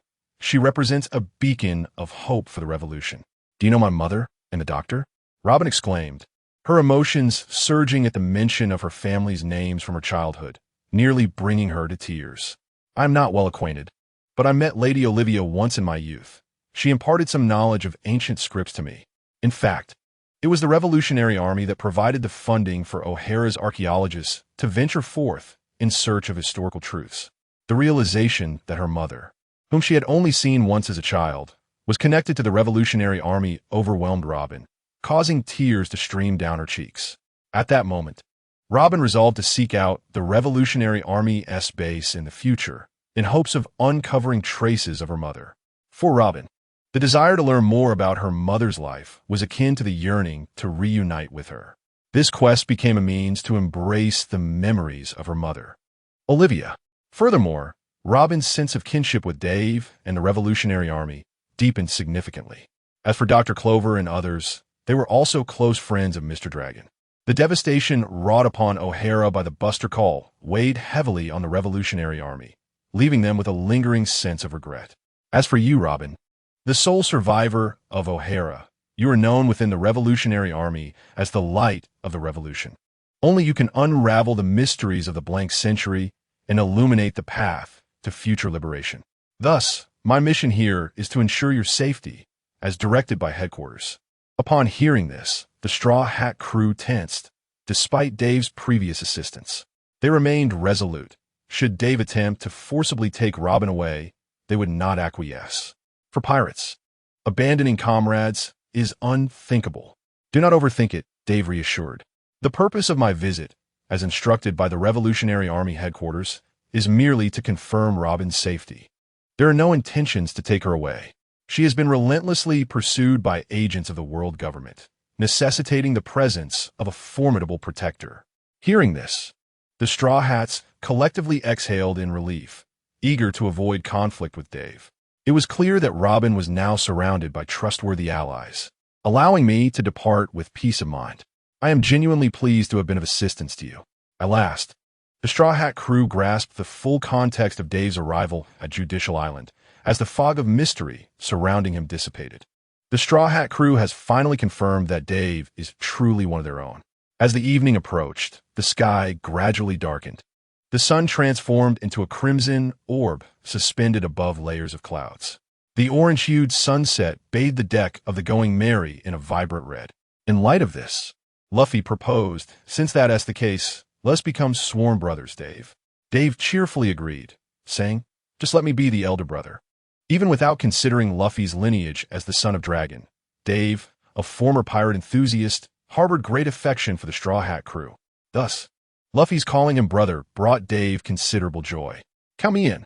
I also wish to be sworn brothers with Dave," shouted Zoro, followed by Sanji, Usopp, and even Chopper, Nami, and Robin, all eager to forge brotherhood or sisterhood with Dave.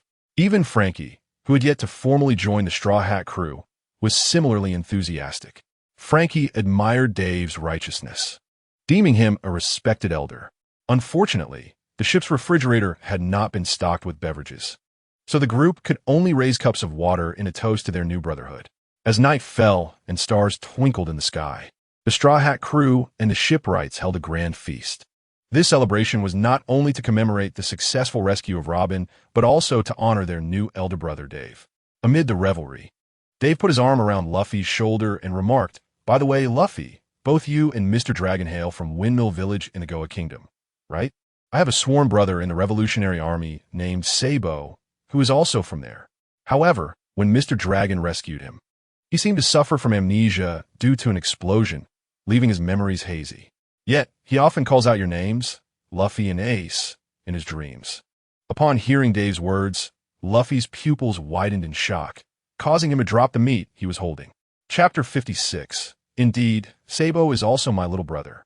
In the lively banquet, everyone reveled in each other as company. A long row of lights adorned the ship's edges, illuminating the festivities as people feasted and frolicked beneath the glow. The ship's lights reflected against the starry sky, dispelling the darkness of the ocean night. This was a celebration just before their arrival at Water 7, where Iceberg and the others agreed to host an even grander feast upon reaching the city. While the rest of the Straw Hat crew indulged in their drinks, Luffy's attention was suddenly seized by news of Sabo, leaving him wide-eyed and speechless. "Sabo? You have news about Sabo?"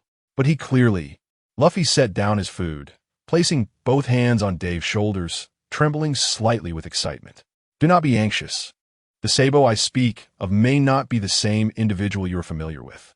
However, the Sabo I know was indeed rescued by Mr. Dragon in Windmill Village. I recall that, in preparation for the Celestial Dragon's visit, the nobles of the Goa Kingdom set fire to the garbage dump. Coincidentally, he was at sea on a small boat at that time, which drew the attention of the Celestial Dragons, leading to a bombardment. Subsequently, he suffered grave injuries and was brought aboard a Revolutionary Army ship by Mr. Dragon for medical treatment." As Dave recounted Sabo's experiences, he observed Luffy's expressions, which were a captivating mix of surprise, excitement, and nostalgia. "That is Sabo indeed. That is Sabo." Once the narrative concluded, Luffy promptly confirmed that the individual Dave spoke of was his brother, alongside Ace. "But why hasn't Sabo come to find us?" "Why?" Luffy's inquiry was abruptly interrupted by Dave's gesture. "That fellow has lost his memory. Ever since he was rescued by the Revolutionary Army, he has been unable to recall anything from his past. Only his occasional murmurs in his dreams suggest that you and Ace still linger in the recesses of his mind." The unusual behavior exhibited by Dave and Luffy caught the attention of the other members of the Straw Hat crew. As the crew gathered around, Luffy began to share his childhood experiences with Ace and Sabo. This revelation elicited gasps of astonishment from the crew, as they realized their captain possessed such a remarkable past. Since boarding the ship, they had never gleaned any insight into Luffy's childhood. To satiate Luffy's and the crew's curiosity, Dave also shared updates on Sabo's recent circumstances, including his romance with Koala. When Luffy inquired about who was stronger between Dave and Sabo, Dave, of course, could not admit to having been inferior to Sabo in front of his younger brother. Without hesitation, he informed Luffy that Sabo ranked below him within the Revolutionary Army. "Indeed, Sabo is also my junior brother. I have triumphed over him in every battle since our youth." This declaration prompted further astonishment from the Straw Hat crew, as they learned that Dave was indeed the second-in-command of the Revolutionary Army. Alcohol is a curious substance. The more one consumes, the more inclined one becomes to boast. Under the influence of alcohol and the expectant gaze of Luffy, Dave regaled everyone at the banquet with increasingly grandiose tales, embellishing how he had bested Sabo in combat, how he had rescued Sabo from peril during missions, and how he had guided Sabo in the realms of wisdom and knowledge. The crew believed every half-truth Dave spun, their admiration for him growing with every word. As the crew's reverence for Dave intensified, his boasting became all the more exhilarating. However, among all present, only Robin sensed something amiss. She had learned from her intelligence on the Revolutionary Army that this man named Sabo was actually the chief of staff. Furthermore, based on her previous detective training, Dave's expression seemed somewhat evasive. Robin tilted her head, puzzled by the unfolding situation. "Once we reach the shore and locate the encrypted Din Mushi, Luffy, you should have a conversation with Sabo. Upon seeing you, he may recall certain memories." Since departing from Judicial Island, Dave has not been able to communicate with the Revolutionary Army's headquarters due to the inability to find an encrypted Din Mushi. As one of the pillars of the Revolutionary Army, Dave is constantly surrounded by the organization's agents, making every phone call highly susceptible to eavesdropping. Should the world government trace the call signal and discover the coordinates of Baidaigo, it would spell disaster for the Revolutionary Army. Therefore, to communicate with headquarters, we must wait until we find an encrypted Din Mushi in Water 7 or head to one of the subordinate revolutionary bases. After proposing the meeting with Sabo, Luffy immediately nodded in agreement. Unlike Ace, who is already embarking on his own adventures with the Whitebeard pirates, at this moment, Luffy longs to reunite with Sabo. Dave then inquired whether Luffy wished to meet Sabo in person. "No need for that. Sabo has his own journey. A conversation through the Din Mushi will suffice. As long as we are on this vast ocean, we shall meet again one day." Luffy's response radiated a sense of openness, embodying the unique romance of the pirate world. After the discussion about Sabo, Dave clapped his hands to capture the attention of the Straw Hat Pirates. "You previously asked me about hockey, correct? Allow me to elucidate." Dave gestured for the crew to follow him, temporarily leading them away from the feast. He then took a lantern and walked to the other side of the Carrera Company's large ship, placing the lantern on a nearby wooden crate. Its dim glow illuminated the surroundings. Without further ado, Dave proceeded to explain the 3 types of hockey to the Straw Hat crew, detailing the distinctions between Kinbunchaku, Busashoku, and Haoshiku, along with their respective training methods. "I understand now, Brother Dave. You deflected the bullets using hockey, right?" Luffy exclaimed with excitement after hearing Dave's explanation. The invisible barrier that Dave had created to block Spandam as Seastone bullets at the gates of justice left a profound impression on Luffy. However, he had refrained from asking earlier since Dave had just suffered injuries while drifting. "Indeed, that is one application of Busashoku hockey. You may attack me and experience it for yourselves," Dave replied, enveloping himself in Busashoku defense to welcome Luffy and the others' assaults. Despite their various attack methods, Luffy and his companions were unable to inflict any damage on Dave. Every strike was intercepted by the intangible barrier of hockey, leaving even the hem of his clothing undisturbed. Of course, this was merely a demonstration. Luffy, Zoro, and the others did not unleash their full strength, or else Dave would not have been so composed in his use of hockey defense. At this moment, the Straw Hat crew still held a measure of worth, albeit limited. Dave subsequently elaborated on Kinbunchaku, particularly its application in predicting attacks, which left the Straw Hat crew in awe, especially as Dave claimed that he could communicate with the ship spirit.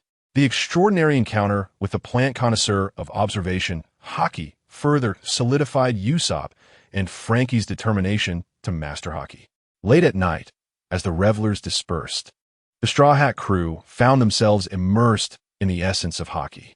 Dave returned to the room assigned to him and opened the system interface to discover the rewards he had obtained. Chapter 57. The Bomb Man Dave and the Garden War. In the stillness of night, the previously boisterous crowd had succumbed to slumber.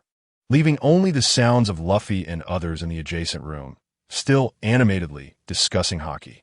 A solitary oil lamp illuminated a small area by the bedside. In such an environment, Dave summoned his system interface to examine his past rewards. The interface was inundated with numerous notifications, occupying a significant portion of screen. Dave began to peruse them one by one. Congratulations to the host for defeating Vice Admiral Crane, earning 5,000 sunshine points, and unlocking the plant encyclopedia. Spicy pepper. Spicy pepper costs 150 sunshine points, a consumable plant that, when summoned, will inflict massive fire damage in a lengthy area. The fire damage from spicy pepper will thaw frozen objects or reduce their speed. The familiar spicy pepper had previously vanquished countless zombies in the game. At this moment, Dave mused that it would have been preferable had this plant arrived sooner. Had he possessed the spicy pepper during his battle with Aokiji, he would not have been cornered by the freezing ability. Congratulations to the host for defeating 3 rear admirals, earning a reward of 4,500 sunshine points. Was that all? To defeat 3 rear admirals and receive no unlockables? Upon reflection, this seemed quite reasonable. After all, these rear admirals were not formidable opponents, easily dispatched by Dave without much effort. Congratulations to the host for escaping from Admiral Aokiji, earning a reward of 10,000 sunshine points. Unlocking a new item, flower pot decoration. Flower pot pattern costs 50 sunshine points. Flube pot pattern, a decorativa painting resembling a flube pot, capable of storing 1 plant. The host could choose the specific location for the flower pot and store marvelous plants within its designated space. Merely escaping from Aokiji had garnered him 10,000 sunshine points. Indeed, the Navy's highest combat power held considerable prestige. It was hard to fathom the enhancement he would receive upon defeating an admiral in the future. As for the flower pot pattern, Dave spent 50 sunshine points to summon a flower pot onto the floor before him. A pixelated flower pot design appeared on the ground. With a thought, he summoned a walnut wall and placed it into the flower pot's design. A flash of white light signaled the walnut wall's disappearance, replaced by an animation of the walnut wall within the flower pot design. Dave, through mental perception, realized he could directly sense the movement of the walnut wall within the pot space. However, how does one utilize this peculiar item? The inherent space within one's own system is ample enough to accommodate the plants. The design of this flower pot appears to be more suitable as a gift for those who are bestowed with plants, as they do not possess the same spatial capabilities as oneself to harbor these wondrous flora. Much like the current Straw Hat crew, the 20 Peashooters gifted to them must be carried wherever they go, which is decidedly inconvenient. Perhaps Dave has conceived a brilliant solution. He could use decorative flower pot images to store consumable explosive plants. By assigning specific attack targets to the stored plants, he could transport the flower pot adorned with explosive plants directly into the hands of his enemies, effectively bridging the distance and unleashing destruction upon them. One could easily place the flower pot containing consumable explosive plants on foes or creatures, then send them into the enemy's lair for a dramatic explosion, a harbinger of chaos.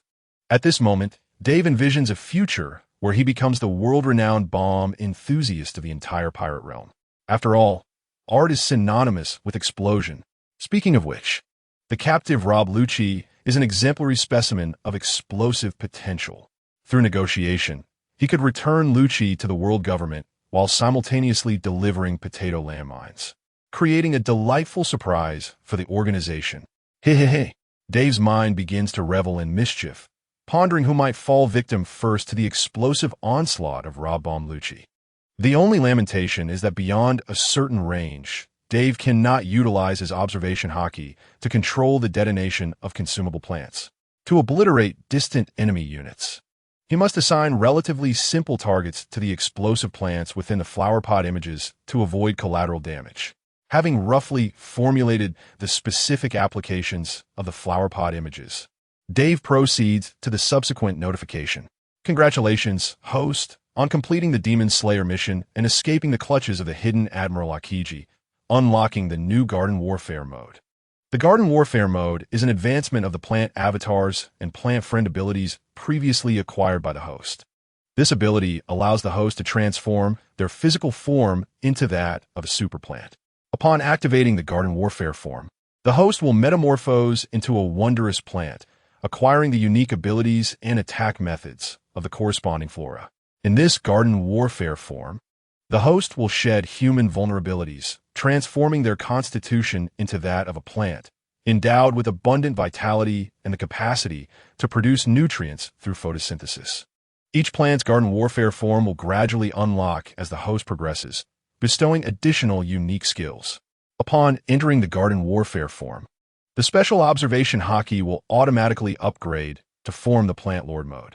In the Plant Lord mode, the host will be in perfect harmony with all wondrous plants, able to mobilize them as effortlessly as moving their limbs without the need for commands. Simultaneously, the wondrous plants will undergo a life fusion with the host. As long as a single wondrous plant remains, the host in garden warfare form shall not perish.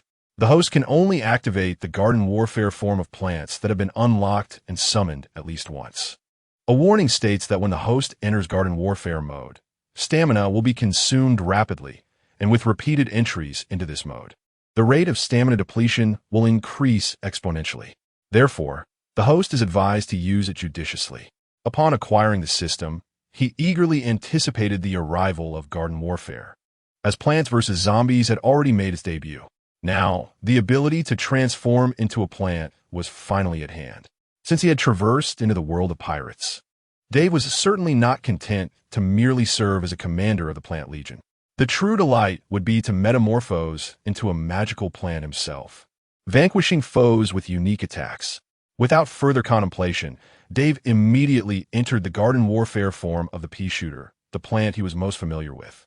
In a flash of light, Dave's figure vanished from a room, leaving behind a towering Peashooter that stood over 3 meters tall. In the tiny room at the rear of the Golden Mary, a gigantic Peashooter had materialized. Once transformed into garden warfare form, Dave stood over 3 meters high, reaching the ceiling, compelling him to lower his large horn-like head. Like a typical Peashooter, his transformed state had 4 leaves at the base, in addition to 2 massive leaf-like appendages that could deftly grasp objects. At this moment, Dave noticed that the sword and pistol he carried in his human form had completely vanished. It appeared that unlike Zoan-type abilities, which merely transformed the body into that of the Peashooter, he had entirely swapped his being, including his clothing, with the Peashooter form. His limbs had morphed into large, flat leaves, reminiscent of the sensation he experienced when entering the Peashooter body in plant form. However, it was evident that this new body possessed far greater strength than an ordinary Peashooter. His senses were vastly different from those of a human. Although magical plants had facial features akin to humans for perceiving their surroundings, Dave now possessed a plant sensory system. He could distinctly perceive the changes in sunlight, the flow of air, and the concentration of carbon dioxide in the environment.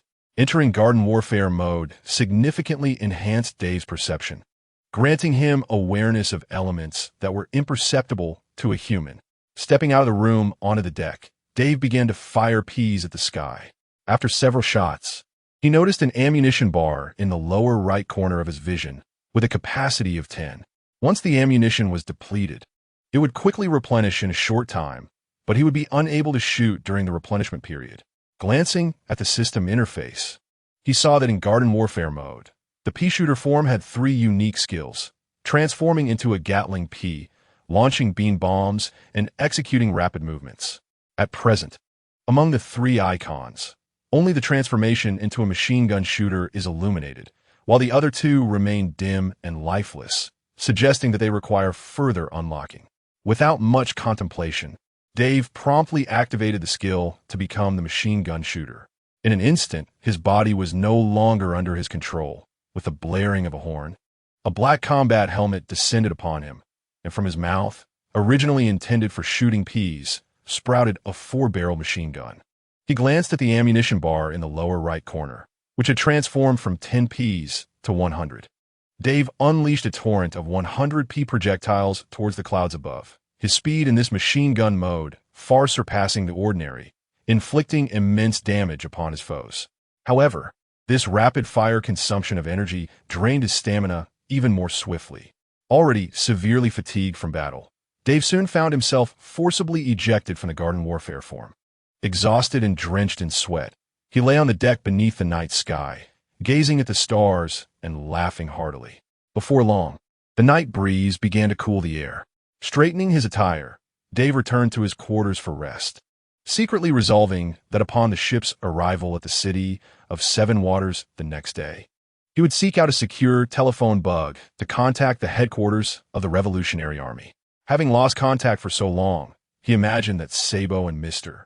Long at the Revolutionary base must be in a frenzy of concern. Before the throne of Void, 19 weapons were embedded in the ground, guarding a seat that no one should rightfully occupy. At this moment, the highest authority of the world government, the 5 elders, stood in a row before the grand staircase, observing a figure clad in a black robe. Emu, holding 2 photographs, ascended the steps leading to the throne. The ruling 5 elders exhibited no hint of impatience. As Emu approached the throne, they all knelt on one knee, bowing their heads deeply. "Welcome, Lord Emu." In the midst of the reverence from the 5 rulers of the world, Emu traversed the lengthy staircase, crossed the protective array formed by the 19 weapons, and transcended centuries of time. He took his seat upon the throne of Void, gazing quietly at the kneeling 5 elders. "Lord Emu, please select the flame that must be extinguished this time." Emu did not respond immediately, but instead contemplated the photographs in his hands for a long while, before tossing one of them towards the 5 elders. The photograph sailed through the air, gracefully landing before them. The 2 individuals captured in the image stood prominently before the 5 elders. Captain Dave of the Revolutionary Army Vanguard, Princess Shirahoshi of the Fishmen. Upon seeing these 2 figures, the 5 elders displayed no surprise. "Is the Sea King mentioned by Dr. Edgar indeed Shirahoshi?" Emu inquired, the voice resonating with a blend of masculinity and femininity. "Indeed, as stated by that esteemed doctor, Princess Shirahoshi of the Fishman Kingdom is the reincarnation of the Sea King, the formidable martial deity Izambalona Shiru. However, the veracity of this matter remains unconfirmed, as the legal martial deity Topman Walchuli added. Capturing the Fishman Princess could potentially render all Fishmen adversaries of the world government," remarked the environmental martial deity Makasmats. Furthermore, at a depth of 10,000 meters beneath the sea, Princess Shirahoshi is undoubtedly a treasure to behold, which may lead the agricultural martial deity Shepherd Jupiter to articulate the formidable challenges of assaulting Fishman Island. Given the combat prowess of our world government, it seems unlikely that we could accomplish this, as the forces we dispatch may be met with countless fishmen willing to sacrifice their lives, resulting in a failed mission. Ultimately forewarned the scientific defense martial deity Jagor Lucius Satan. Understood, Lautim. Upon hearing Im's words, the 5 elder stars ceased their debate and bowed in unison towards him. On the void throne, gazed quietly at the photograph of Dave that had fallen to the ground. This image was captured by the Navy's official photographer, the Whirlwind Snapshot hero, at the moment the Demon Extermination Fleet was annihilated. The photograph starkly contrasted Dave's confident smile with the Navy's disarray. Chapter 59, Report. I wish to speak with Robin Water 7, the day after Dave and his companions landed. "Dave, how are you faring? I heard that Judicial Island has been destroyed. Do you know the specifics?" inquired the revolutionary leader Monkey D. Dragon, his tone laced with urgency upon receiving Dave's contact. "Better than ever." Dave beamed with a smile. "After being captured by Admiral Akiji, I acquired a unique power, and then, alongside Luffy, I obliterated Judicial Island and the Demon Extermination Fleet." "Unique power? Did you consume a devil fruit?" Dragon's voice brimmed with delight, evidently pleased with Dave's newfound strength. "Indeed, and it is a powerful devil fruit that no one has consumed before." Dave did not deny this, finding it simpler to explain his abilities as those of a user rather than delving into the complexities of the system. Moreover, he himself remained oblivious to the origins of this system. To this day, Dave harbored a question: why had the underwater zombies manifested? If his crossing over had been accompanied by a fortunate twist of fate as a modern individual, Dave could comprehend it. However, the emergence of zombies, the natural enemies of plants, alongside his acquisition of the superplant system, seemed far too coincidental. Particularly concerning was the fact that the zombies were under the control of the Navy or rather, the world government. Dave felt an ominous premonition that he would soon encounter these zombies again, and that the ensuing conflict between these zombies and his two powers would significantly alter the landscape of the pirate world. Immediately thereafter, Dave recounted to Mr. Dragon all that he had witnessed and experienced over the past few days, including the circumstances surrounding Luffy and Robin. In closing, he inquired about Sabo's current whereabouts. Regrettably, both he and Kello were engaged in a covert operation within a tumultuous nation, making contact impossible for the time being. Dave then revealed the connection between Luffy and Sabo, which left Dragon astounded by the serendipity of fate. He vowed that they would ensure Luffy and Sabo would meet given the opportunity. Dragon assured him that he would inform Sabo about Luffy. After their exchange, Dragon remarked that there were no pressing matters at hand. Since Dave had recently consumed a devil fruit, he should dedicate some time to honing his newfound abilities. Thus, he suggested that Dave take a break in Water City to arrange his time as he saw fit. At that moment, Dave shared a new idea with Robin. "Mr. Dragon, I wish to collaborate with Robin to write a book." The expression of the telephone bug turned perplexed. "I aim to communicate with Nico Robin and document her methods of deciphering ancient scripts in a book, which will then be disseminated by the members of the Revolutionary Army throughout the world. Ensuring that everyone can interpret ancient texts is the most effective means of safeguarding Robin and fulfilling the legacy of O'Hara. The global inquiry into the blank century presents the best opportunity to expose the true nature concealed by the world government in history." Subsequently, Dave proposed that the efforts to unravel the history of the world government could indeed harness the intellect of discerning individuals across the globe. Upon hearing Dave's suggestion, Dragon pondered for a moment before resolutely confirming its viability. "This is an excellent idea. In that case, you should remain in Water City for a while. Return to Ballydaigo once the book is completed." Dragon's tone was imbued with unexpected delight. He had not anticipated that, following the Battle of Judicial Island, not only had Dave's combat prowess grown, but his intellect had also sharpened significantly. The expression conveyed a sense of pride in the child's newfound wisdom. Dave went on to explain his encounter with the Straw Hat crew and the zombies, although the Revolutionary Army had no leads on the matter. After exchanging pleasantries, the two ended their conversation. It wasn't until 2 full days after they docked that Dave managed to find a secure telephone bug to establish contact with headquarters. Due to the necessity for confidentiality, the Revolutionary Army's communication bases frequently changed locations. Given that their leader, Dave, had been apprehended by the world government, the Revolutionary Army subbase in Water City had been left deserted. Not a single individual remained, rendering Dave unable to reach any members of the Revolutionary Army. Reluctantly, he had to seek a secure telephone bug to finally connect with the Revolutionary Army headquarters. During these 2 days, Dave simultaneously searched for the encrypted telephone bug while instructing the Straw Hat crew in the foundational techniques of hockey. Originally on Judicial Island, the Straw Hat crew, besieged by formidable foes due to their insufficient strength, approached their training with utmost seriousness. Particularly, Luffy, despite his inherently playful and energetic disposition, had emerged from the tribulations of Judicial Island with an intensified fervor that surpassed all others, thus displaying an extraordinary level of diligence. During the course of training the crew, as anticipated by Dave, the area was rife with the organization as surveillance. The world government sought to negotiate with him, hoping to retrieve Rob Lucci and Commodore Peacock. Contrary to the original course of fate, even the joint efforts of Admiral Akiji and Vice Admiral Tsuru failed to best Dave this time. Consequently, the world government's perception of the group, led by Rob Lucci, was that their inability to prevail was not a reflection of their shortcomings, but rather a testament to the overwhelming strength of their adversaries. As a highly effective assassin and tool, Rob Lucci held immense value. Thus, in the name of the world government, emissaries were dispatched to engage with Dave, hoping to negotiate a significant price for the return of these 2 captives. This was precisely what Dave awaited.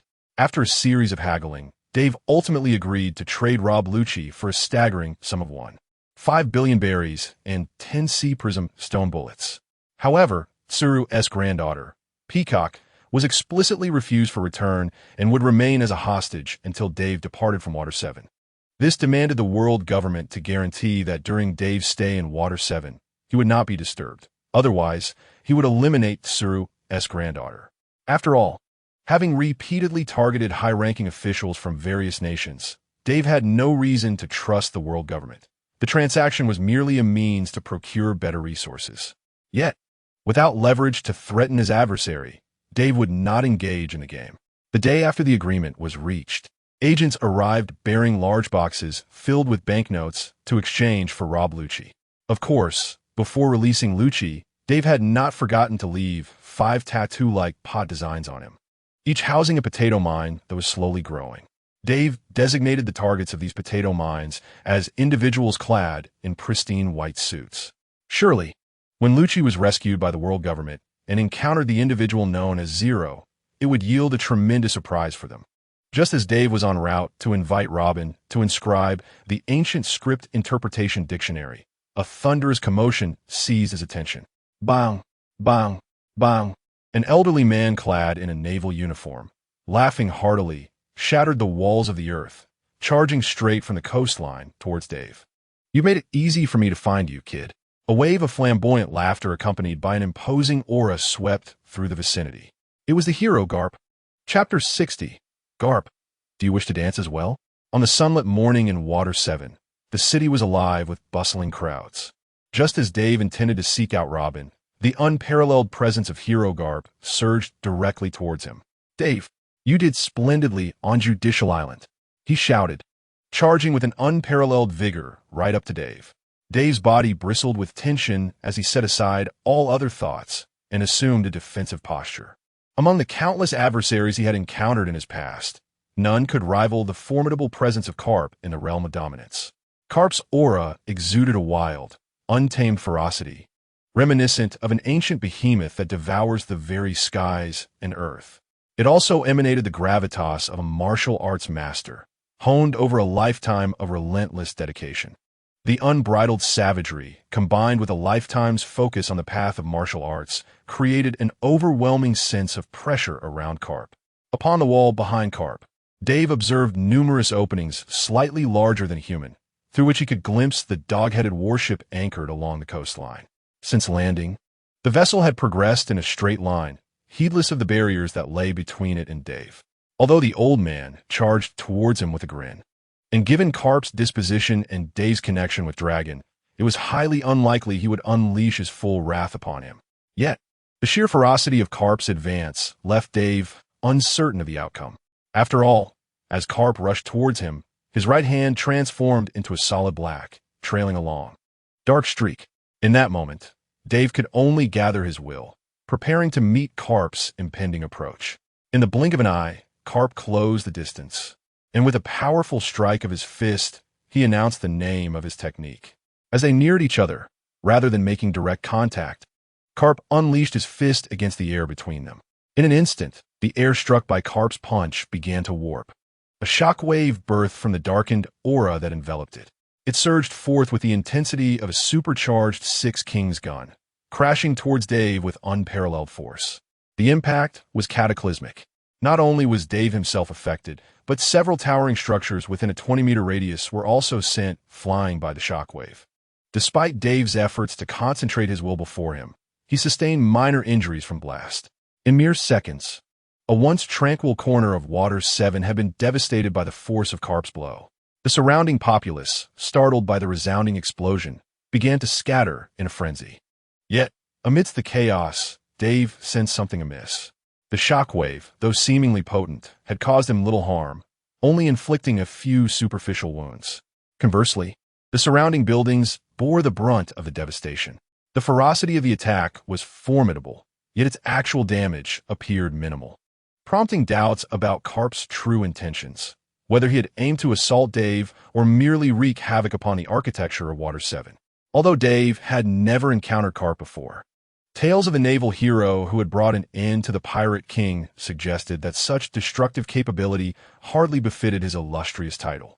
Despite lingering uncertainties, Dave swiftly transitioned into a combat-ready state, summoning the system interface to call forth all 75 of his dual Peashooters. In an instant, a series of radiant lights surrounded Dave, as numerous Peashooters materialized before the two. Was this the ability that had vanquished Aokiji and Akainu? Carp, upon witnessing such an array of extraordinary flora, exhibited no sign of alarm. Instead, he erupted into hearty laughter, curiously surveying the plants. They appeared rather unimposing. Why not test their mettle against me? Carp chuckled, gesturing to his chest, urging Dave to command the Peashooters to attack.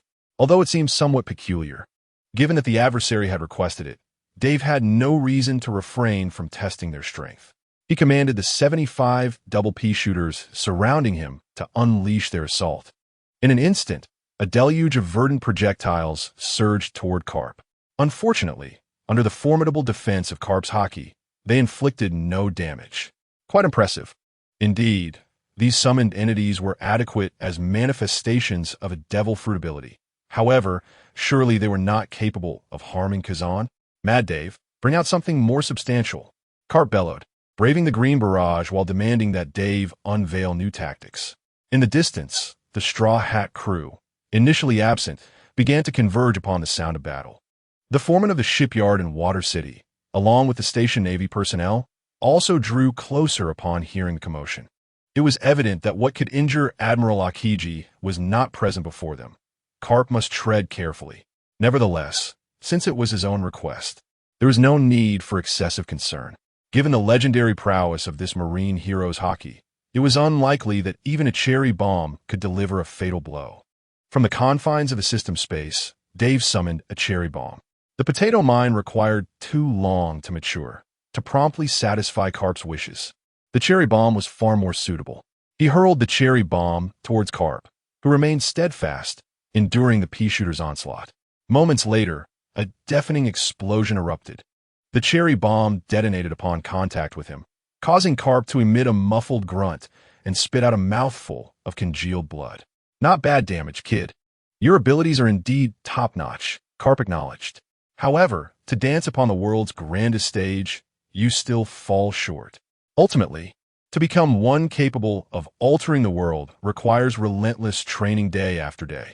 Tell me, Dave, do you also aspire to dance? Having endured the cherry bomb's impact, Carp, merely coughing up a bit of blood, remained unfazed. Utilizing his haki armor, he braced himself against the countless Peashooter attacks and began to gather strength for a renewed assault on Dave. With a bone-crushing punch, confronted with Carp's onslaught, Dave did not hesitate. Despite the attack not appearing life-threatening, its ferocity demanded serious attention. He activated his newly acquired mode, the Peashooter Garden Warfare form. As he transformed for the first time into this Garden Warfare state to confront his foe, Dave acted without a moment's hesitation, unleashing Super P bullets at Carp, whose black tendrils charged towards him. From the perspective of the plants, Dave could better appreciate Carp's formidable vitality. Unlike the casual breath of life that emanates from ordinary individuals, Cap's vitality radiates with an exuberance reminiscent of a super scion, pulsating outward relentlessly. The Super P bullets, upon striking Cap at this moment, are rendered nearly inconsequential. In anticipation of the imminent assault, Dave activates the sole special skill of the Garden Warfare form, Machine Gun Mode. Chapter 61. Beware, Zephyr is coming for you. A tactical helmet materializes atop Dave's head, its massive maw revealing 4 gun barrels. The ammunition icon in the lower right corner escalates from 10 to 100. Observing Cap begin to gather energy, Dave unleashes a rapid barrage of enhanced P bullets while vigorously maneuvering his leaf-like appendages, retreating through the chaotic structures behind him with a serpentine grace. Retreating while firing, despite transforming into an augmented Peashooter. The miraculous plant primarily relies on ranged assaults and cannot withstand close-quarters confrontations. As Dave retreats, he continues to unleash a torrent of P bullets at the pursuing Cap, his path anything but linear, instead twisting and turning to evade the onslaught. From the previous strike, Dave discerned that Cap, a pinnacle of physical prowess devoid of abilities, possesses formidable strength. However, his attacks are straightforward, akin to his grandson Luffy, both being sheer numerical anomalies. Confronting such an adversary head-on would be folly. Thus, Dave opts for a tactical retreat while accelerating the fire of his P machine gun. Upon transforming into garden warfare form, the plant's heightened senses grant Dave a significant advantage. Through the plant's perspective, he can perceive the movements of surrounding objects without direct visual contact, relying instead on bodily awareness. Consequently, amidst Cap's pursuit, Dave deftly retreats while simultaneously launching P bullets, not losing a moment. The relentless barrage of super P bullets finally instills a sense of danger within Cap. Is this your human beast form? So you are a mythical Zoan, indeed a remarkable fruit. At this juncture, Dave's display of prowess has compelled the purely physical practitioner Cap to acknowledge the fruit's exceptional abilities. While he marvels, his hands remain unyielding. Unlike the ordinary P bullets that fail to breach Cap's hockey defenses, which can only diminish his reserves through sheer volume, each of Dave's super Ps, post-transformation, pierces Cap's defenses, inflicting continuous bleeding wounds. In mere moments, Cap's once pristine suit is left tattered, marred by the scars Dave has inflicted. Meanwhile, Dave's super bombs, having launched fewer than 40, continue their rapid assault. The movement of the leaves, though agile, cannot match the speed of the six forms. Before long, Cap closes the gap. As Dave attempts to retreat, Cap delivers a decisive punch. Boom! Another tremendous explosion ensues, casting Dave back from his garden warfare form to his original state. Dazed from Cap's strike, he groans, "Ouch! That hurts." Irritated, Dave was poised to demonstrate the full extent of his lethal capabilities to the old man. Unexpectedly, at that moment, Carp chuckled heartily, raised both hands, and boisterously declared, "I surrender." This declaration caught Dave off guard, who had yet to summon his bombs. What on earth was this old coot up to? "Ha ha! Retract your plants, old man. I have matters to discuss with you." Glancing at the grinning Carp, Dave sensed no aura of hostility through his observation hockey. He was indeed surrendering. Confused, Dave halted the attack of his Peashooters, eager to discern Carp's intentions. Meanwhile, the surrounding naval soldiers, witnessing Carp's capitulation, hesitated to act rashly. "Dave, you must be cautious. Zephyr is searching for you." Carp's countenance shifted from joviality to seriousness, disregarding the pain Dave had inflicted upon him earlier, and focused intently on Dave. "You must have heard of Zephyr, the former admiral, who now serves as an instructor at the Navy headquarters following an unfortunate incident." Dave nodded, acknowledging his awareness of the man, and subsequently retracted his Peashooters back into the system. Carp then sat cross-legged on the ground, seemingly unfazed by the gathering crowd. 2 days prior, Zephyr's unit of new recruits had been unexpectedly attacked by zombies, resulting in near-total annihilation, save for a few survivors. Dave's gaze sharpened. He recognized this event. Although, according to the original timeline, it was Whitebeard too who would slaughter Zephyr's recruits 2 years hence, severing one of his hands in the process. This time, however, the assailants were zombies. Was Zephyr akin to Spider-Man, destined to perish in any timeline? The 5 elders explained that due to a recent large-scale operation, zombies were being experimented with, and this incident was merely an accidental outbreak. They cautioned Zephyr against further investigation. As a result, no one was held accountable for the tragedy that befell the new recruits, nor was there any apology, only a stern warning for Zephyr to cease his inquiries. Zephyr's recruits were not weak, yet the zombies exhibited relentless, unyielding aggression. Faced with such malevolence, Zephyr's disciples had little chance of survival. The loss of his students to such a vile bioweapon nearly pushed Zephyr to the brink of madness. That man held justice and legacy above all else, having devoted his life to the world government, only to see it delve into the creation of such perilous, indiscriminate zombie weapons. One could only imagine the tears flowing in Zephyr's heart. Carp, with a grave expression, continued recounting the events that had transpired. However, Zephyr would not let the matter rest. Would he? Dave began to grasp the gravity of the situation, but struggled to comprehend its relevance to himself. Originally, Zephyr had intended to force his way into the Navy's Scientific Defense Unit, but an unforeseen occurrence altered his course of action. Dave merely cast a puzzled glance at Carp. In response, Carp pointed directly at Dave and exclaimed loudly, "After being defeated by you, Akiji and Crane mentioned your peculiar plants, which seem remarkably effective against zombies." At this point, Carp did not finish his sentence, but Dave understood immediately. It turned out that Akiji, this lowly enthusiast, had revealed his involvement. Dave, you're a good child. When Zephyr comes seeking assistance, please lend him a hand. He is also a pitiful soul. As Carp spoke, he maintained a seated posture. His legs crossed and bowed deeply towards Dave. This gesture left Dave momentarily at a loss, given his connection with Mr. Long and his own remarkable achievement of making the East Sea the most peaceful sea. Dave held Carp in considerable esteem. The fact that Carp, a senior figure, would perform such a grand gesture towards his junior indicated that he was nearly pleading for help for his brother, Zephyr. Moreover, aiding Zephyr in investigating zombies aligned perfectly with Dave's own objectives. By the way, what was that significant operation Carp mentioned that the world government is planning? Perhaps it would be wise to clarify this matter. In the midst of these thoughts, Dave quickly waved his hand, temporarily agreeing to Carp's request. All right, Vice Admiral Carp. How would you like me to assist Mr. Zephyr? Initially expecting Carp to articulate a specific request, Dave was taken aback when Carp, upon receiving his agreement, leapt up in delight and clapped Dave on the shoulder. I don't know, just cooperate with Zephyr when he arrives? Ha ha. Now Zephyr owes me a huge favor. He must treat me to some sunbae. Carp pulled out some unfinished grilled sunbae from his pocket, munching on it as he walked ahead. Dave, still caught in his previous state of bewilderment and waving, took a moment to process what had just occurred. Additionally, for any damage caused, the Navy headquarters will compensate. Everyone can freely report their losses. Feel free to exaggerate a bit. Haha, this old rascal is even encouraging the residents of Water 7 to file false claims? Truly, words cannot express it. By the way, is Miss Crane's granddaughter, Little Peacock, also here with you? Chapter 62.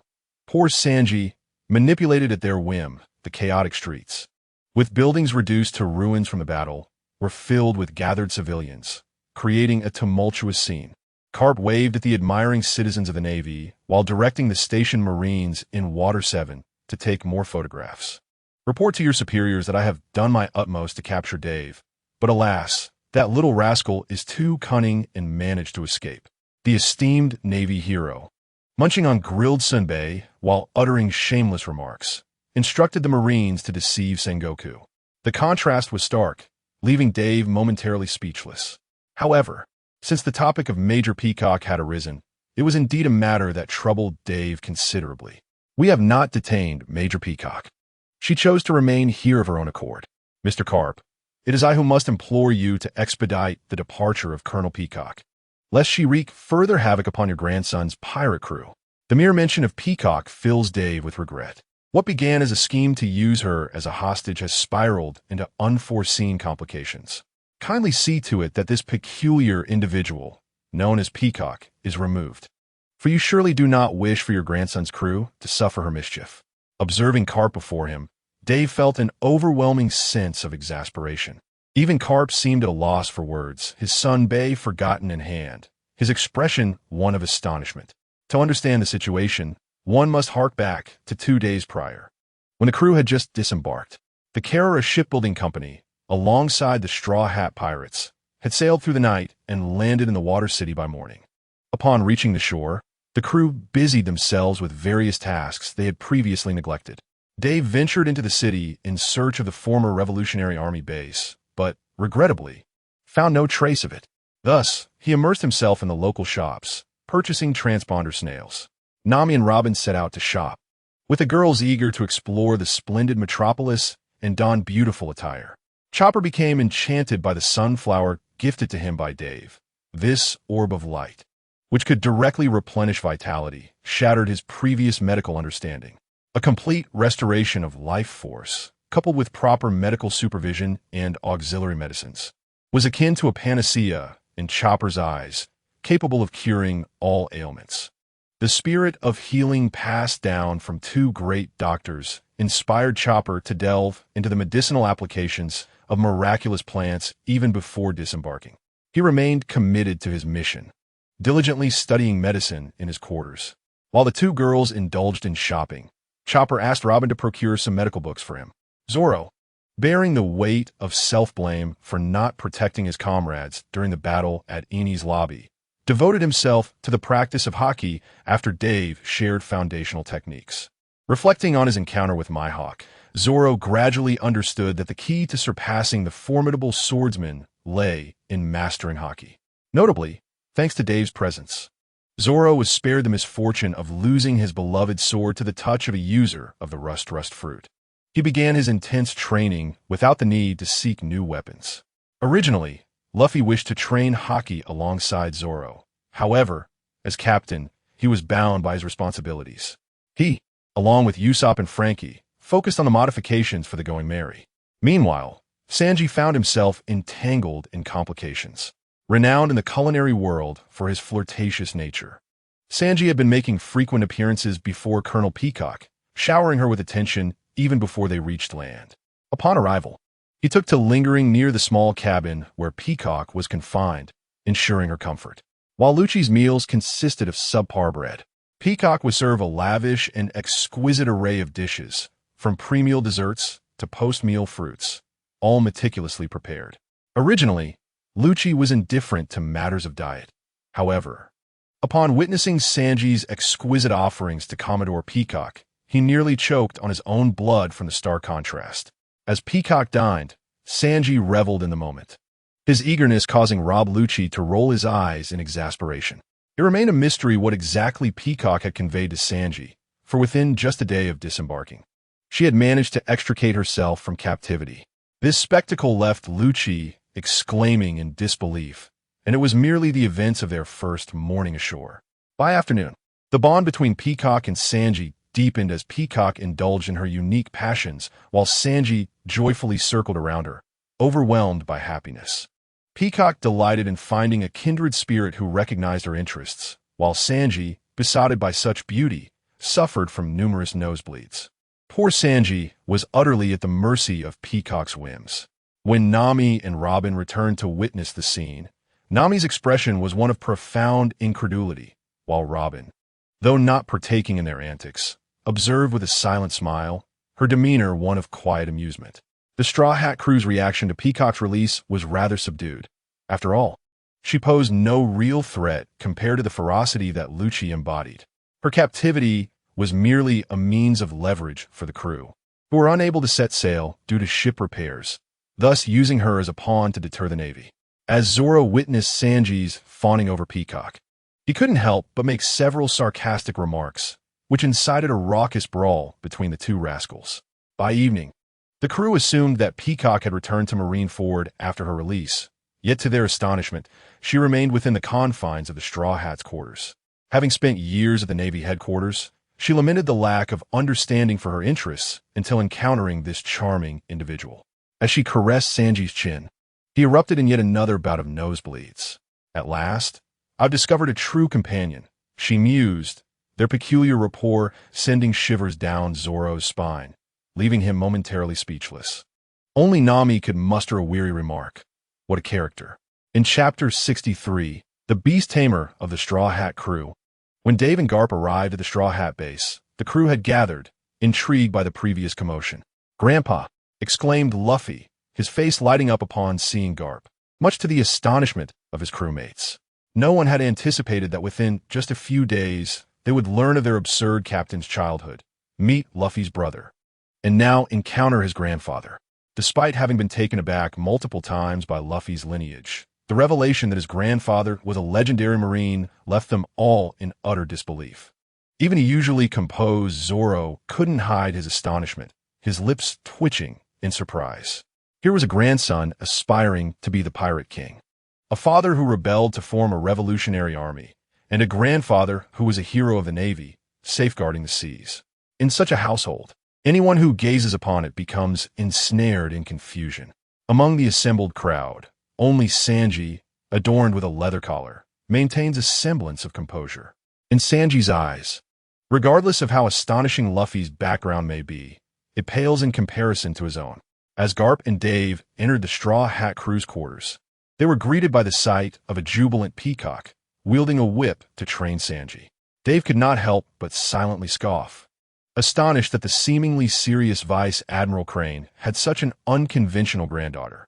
At that moment, Sanji was clad solely in a pair of square-cut undergarments, with what appeared to be wax drippings marking his back. Dave could only express his disbelief, pondering the bizarre chemistry that had emerged between Sanji and Peacock. Grandpa Garp. Upon seeing the newcomers, Peacock greeted them with enthusiasm. Little Peacock, just like your grandmother in her youth, Garp replied with a broad smile. In stark contrast to Dave's bewilderment, Garp seemed unfazed by the spectacle. What on earth was Vice Admiral Crane like in her prime? Ha. When one is reluctant to train, having someone to supervise makes for much better practice, Garp mused, a nostalgic expression crossing his face. This remark left Dave torn between wanting to retort and being utterly speechless, realizing that Sanji had once occupied a position similar to Garp's. After all, Sanji's dream was to transform every pirate in the world into a well-behaved child. Little Dave, would you like to join us in training? Peacock asked, stroking Sanji's chin while directing her question at Dave. Upon hearing her words, Robin, who had been composed, suddenly felt a chill run down her spine. No, you all can have your fun, Dave replied, struggling to come to terms with the situation. Witnessing Dave's response, Robin privately exhaled in relief, a satisfied smile gracing her lips. Even if training were to occur, it would be under her own terms. This was the boundary Dave would not compromise. So, little Peacock, you seem quite content to be here, yes? Garp mused, appearing unperturbed by their antics, pausing thoughtfully. Perhaps a temporary departure from the Navy is beneficial. The current internal affairs are shrouded in shadows even I cannot discern. Dave had initially assumed Garp would insist that Peacock return. However, Garp's reaction left Dave somewhat perplexed. Yet, correlating it with Garp's earlier remarks, one might speculate that Garp's concerns revolve around the zombies that had consumed Zephyr's trainees, or rather, the enigmatic figures lurking behind these zombies. This hinted at a darkness concealed within the Navy or the world government. The existence of uncontrollable, carnivorous biological weapons was alarming, especially considering these weapons appeared to be crafted from human material. Such occurrences would send chills down the spines of even the most ruthless pirates. Yet the world government was ramping up experiments at an alarming pace. Mr. Garp, are you referring to the recently emerged zombies? Dave inquired. Upon hearing the mention of zombies, the atmosphere among the Straw Hat crew shifted to one of solemnity. Even Zorro, who typically expressed skepticism, shared his thoughts with Luffy's grandfather regarding those unnatural entities. Upon the mention of zombies, Garp's smile abruptly stiffened. The particulars of the situation eluded even my grasp. Otherwise, I would not have sought out this young spirit. Garp spoke, gesturing towards Dave. This seemed to touch upon the clandestine matters of the Navy and the world government, realms that even we found difficult to penetrate. Therefore, my companions and I decided to have Zephyr, who had publicly broken ties with the elders, take the lead in investigating this matter. Naturally, we would extend our assistance throughout the inquiry. It was evident that the level of confidentiality that even Garp could not breach was somewhat understood by Dave. It appeared that perhaps Admiral Sengoku was also one of the covert supporters behind the scenes. Additionally, little Peacock, you shall remain here for now. Some events are set to unfold in Marineford, and it may not be safe, Garp stated earnestly as he turned to Peacock. Not safe. Upon hearing Garp's words, Peacock lost her composure, her thoughts drifting to her grandmother and other friends, worry etched upon her face. He won't come to harm. You needn't fret. However, not being in Marineford for the time being is indeed beneficial for you. Resolving this matter is our responsibility as individuals from the old era. Garp's eyes flickered with a mix of light and shadow, as if contemplating something, yet he had no intention of disclosing it to those present. Luffy, I entrust little Peacock to you, for the time being. The Navy will not seek you out shortly. Garp continued, Little Peacock, for now, sail with the pirates. We shall also send Yun-Kei and KB out to sea. Once at sea, you may encounter other experiences. The upcoming transformations within the Navy will redefine what justice means. That shall be for you to determine. Garp addressed both Luffy and Peacock once more. Peacock nodded heavily, though she did not fully comprehend the implications of the transformations Garp mentioned regarding the Navy. Nonetheless, embarking on a journey with the pirates seemed a favorable option given the current issues within the Navy headquarters. If she must align herself with a pirate crew, the Straw Hat Pirates indeed appear to be an excellent choice. Even after defeating their forces, the Straw Hats had not resorted to indiscriminate slaughter or revenge, presenting themselves more like an adventurous crew rather than marauders. Moreover, aboard this pirate ship was Sanji, a character who piqued her interest.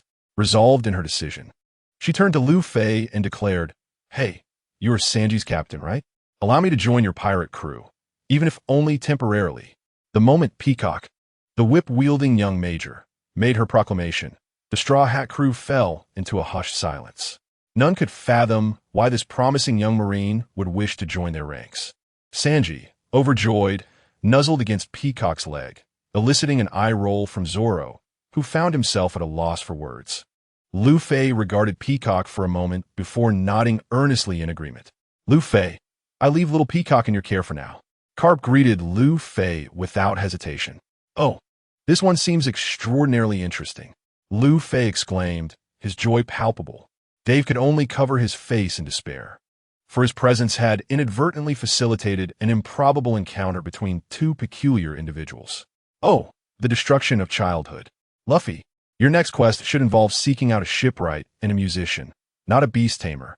How splendid. I have a premonition that aboard this vessel I shall encounter more incorrigible souls in need of guidance." Peacock, lost in her thoughts, wore a joyful smile, seemingly thrilled at the prospect of the forthcoming adventures. Dave silently scoffed, thinking of the multitude of unruly beings she might train. In 2 years, should you still be aboard, you could amass a collection of red, blue, green, black, and pink critters, assembling a Pokémon squadron. "Well then, I shall take my leave. Do take care, especially you," young Dave, Carp declared, munching nonchalantly on rice crackers as he ambled toward the door, leaving the others in the room exchanging puzzled glances. After Carp's departure, Peacock confided in Nami about the location of treasure hidden by captured pirates. She adeptly applied naval knowledge to instruct Luffy and Zoro in some fundamental hockey techniques, while showering Chopper with flattering praise that made him bubble with delight. Before long, most of the Straw Hat crew found themselves drawn to Peacock. This scene made Dave's lips twitch. The girl possessed remarkable social skills. As for Sanji, he was already in a daze, captivated by the beauty before him. Usopp, observing the unfolding events, couldn't shake a peculiar sense of déjà vu. Upon closer reflection, it bore a resemblance to the moment Robin first boarded the ship. Carp's tales of zombies had originally been unrelated to the Straw Hat crew, so they hadn't given it much thought. At this juncture, their lingering presence was primarily due to the refurbishment of the Going Merry. Only Dave was preoccupied with the task he had accepted from Carp, investigating the zombie matter alongside Zephyr. However, with Zephyr yet to arrive, he decided to keep busy with Robin for the time being. Speaking of which, what could have delayed Zephyr? Surely he shouldn't be later than Carp. "Robin, I have a proposal that could enhance the legacy of the knowledge you inherited from O'Hara," Dave said as he noticed the Straw Hat crew retreating to their respective quarters. After calling Robin aside, he shared his thoughts with her. Continuing her research on ancient texts alone would ultimately be limiting. However, if her knowledge could be disseminated across the globe, inviting collaborative inquiry, it would offer her greater protection. Upon hearing Dave's words, Robin's eyes sparkled with excitement. Instantly, she grasped Dave's sleeve tightly, as though O'Hara had been resurrected. She had never anticipated such a proposal from him, her voice brimming with enthusiasm. Since the destruction of O'Hara, Robin had lost hope of encountering anyone equally devoted to the study of blank history. For her, the opportunity to exchange archaeological insights existed solely within the confines of her childhood memories. Indeed, if numerous individuals were to collectively delve into ancient knowledge, it would be akin to the re-emergence of O'Hara upon the earth. Robin's eyes shimmered with an unusual glint as she sought to impart her wisdom to the world, hoping to garner companions in the pursuit of ancient scripts once more. However, such aspirations could not come to fruition. It would only invite the wrath of the world government upon more innocent souls. The haunting memories of past anguish surged within Robin's heart, reminiscent of countless evasion from the agents of the world government and numerous narrow escapes from the clutches of a dire fate, which lingered within her like a phantom pain. "It is inconsequential," Your prior experiences merely illustrate the formidable nature of the world government in response to your solitary defiance. If our ranks were sufficiently vast, your tragic tale would not be repeated, Dave reassured her, perceiving the fear reflected in Robin's gaze. He spoke gently, embracing her tenderly, using his warmth to soothe her trepidation. The forces obstructing liberation are but paper tigers. The world government was able to exert control over you solely because the team studying the void century was scant. The fewer the numbers, the easier the intimidation. Only through the might of our revolutionary forces can we disseminate relevant knowledge across the globe, encouraging more individuals to join in deciphering the ancient texts. If the entire populace were to become archaeologists, the world government could not enact any retaliatory measures. At that moment, Robin was genuinely moved, locking eyes with Dave earnestly. "Thank you, Mr. Dave, for assisting me in realizing such a desire. Without you, I cannot fathom." Before Robin could finish her sentence, Dave gently pressed his right index finger against her lips. "Your dreams are my aspirations as well." Without further hesitation, Robin embraced Dave, burying her face against his chest. Uncertain whether she wished to conceal her tears from him or if she merely yearned for his warmth. For a considerable time, Robin nestled her head against Dave's chest, and he did not disrupt the serene moment. Dave allowed Robin to hold him, her head nuzzling against him, his hands resting idly.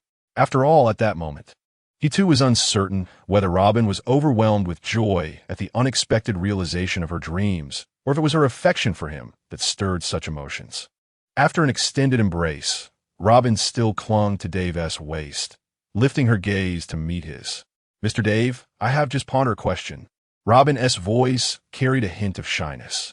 The study of ancient texts demands a considerable breadth of knowledge, if it were to be compiled into books and disseminated. Lacking the requisite foundational knowledge, it is likely that many would struggle to comprehend it. A flicker of concern danced in Robin's eyes. The dissemination of historical knowledge weighed heavily upon her heart. Yet, the reality is stark. The majority of individuals in the pirate world, let alone possessing relevant knowledge, are essentially illiterate, some even more absurdly, having grown up in the wilderness without even recognizing numbers. Even the protagonist, Luffy, is not well versed in many characters. As Robin gazed into the depths of hope that gradually morphed into despair, Dave found himself contemplating a resolution to their predicament. The paramount issue within the realm of piracy lay in the ruler's failure to undertake systematic literacy initiatives. Consequently, for the majority, history remained a mere oral tradition. Those who could read newspapers aboard pirate ships were regarded as intellectual elites. For most, even the act of reading ordinary books posed a significant challenge, and the endeavor to comprehend ancient scripts and acquire advanced knowledge was a daunting task indeed.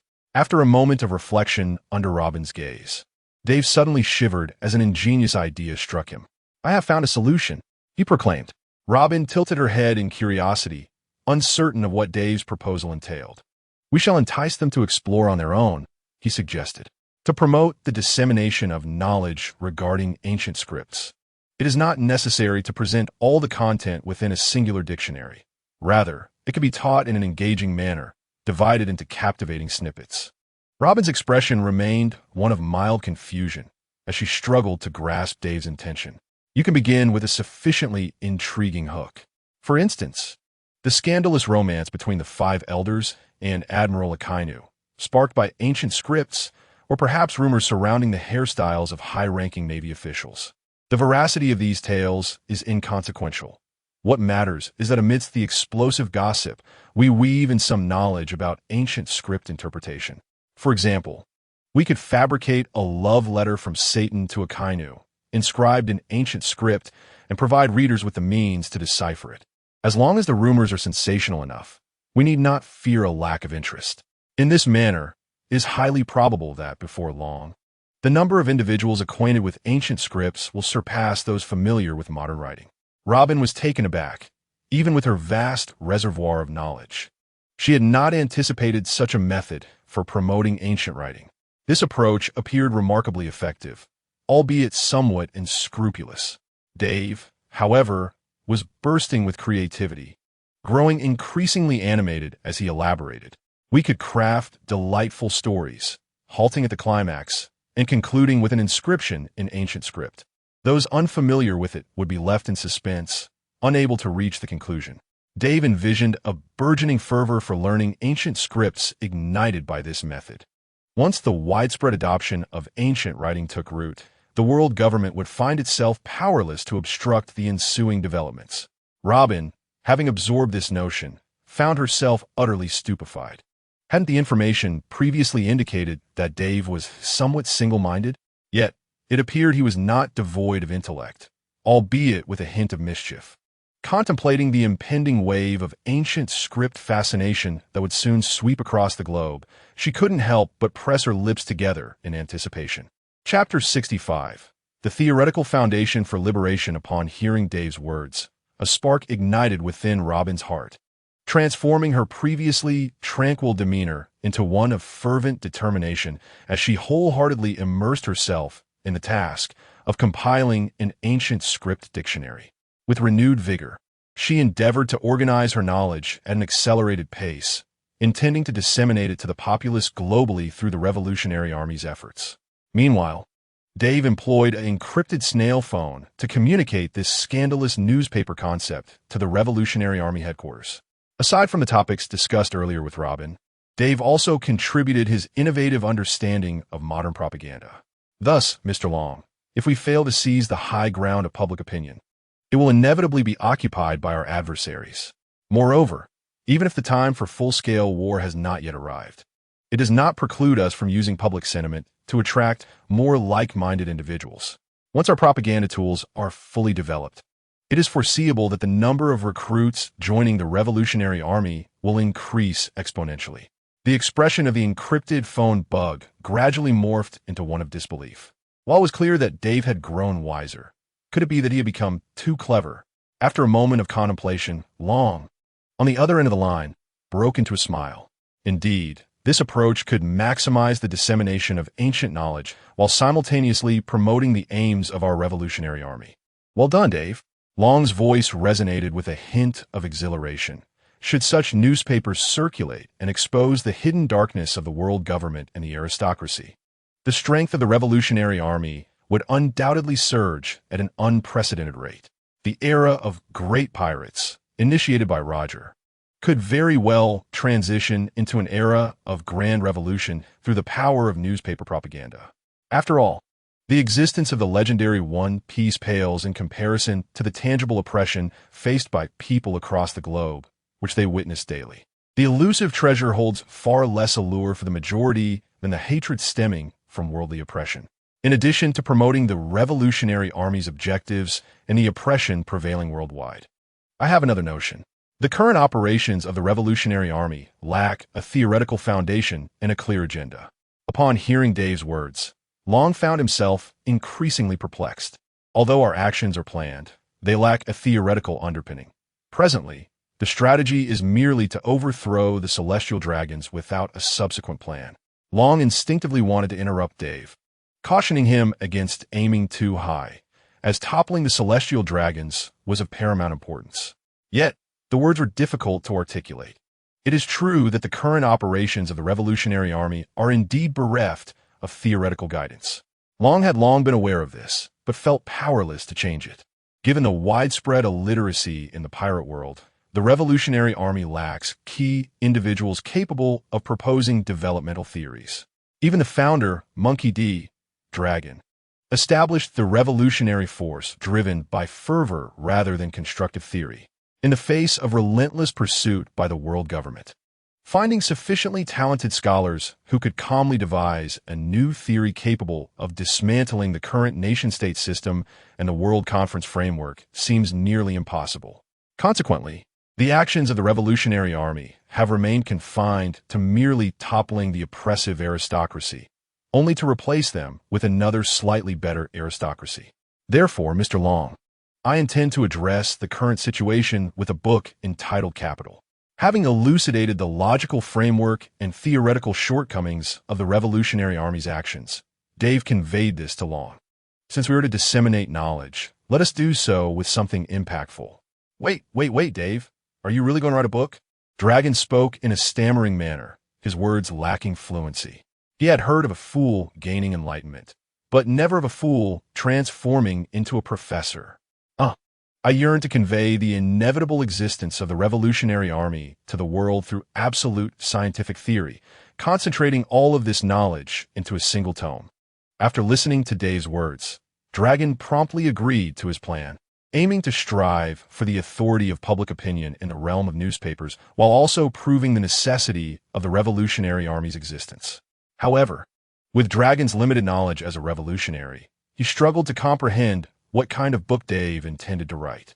The more he pondered, the itchier his scalp felt, as if he were on the verge of gaining insight. Upon receiving Dragon's consent, Dave secluded himself for 2 consecutive days, translating his previous life's general understanding of Das Kapital onto paper. Although he had assured Mr. Dragon with utmost conviction, in reality, even with the memories of his past life, Dave could only recall the essential themes and concepts of this world-altering book. The entirety of his writing barely filled 3 pages. The awkwardness was palpable, a glaring embarrassment. He had envisioned himself as someone destined to change the world, yet here he was, with only a few pages of text, far from the monumental work he aspired to create. With a long, drawn-out sigh, Dave lamented his academic shortcomings, both in this life and the previous one. But being academically challenged was inconsequential. When faced with a problem, one could seek the expertise of a scholar. Coincidentally, Robin, who was diligently working on an ancient script dictionary, was precisely such an academic prodigy. Thus, Dave took the scant 3 pages of his Das Kapital manuscript and sought Robin's assistance to expand and enrich it. As he pushed open the door, he discovered that Robin had already completed her dictionary and was currently engaged in proofreading. Simultaneously, she was penning rumors and short stories published in newspapers. Upon seeing Dave enter, Robin greeted him warmly and updated him on her progress. Dave felt a wave of envy at her efficiency. This was the mark of a true scholar. While he'd spent 2 full days producing merely 3 pages, Robin had completed her dictionary in just over a day and still had the energy to weave tales about the world government and the Navy. In just 2 days, she had written over 100,000 words. Remarkable. Dave couldn't help but think that if the writers of online literature in his past life had tried, they wouldn't have been able to produce such a volume. Robin was a top-tier talent in the world of pirates, quite literally.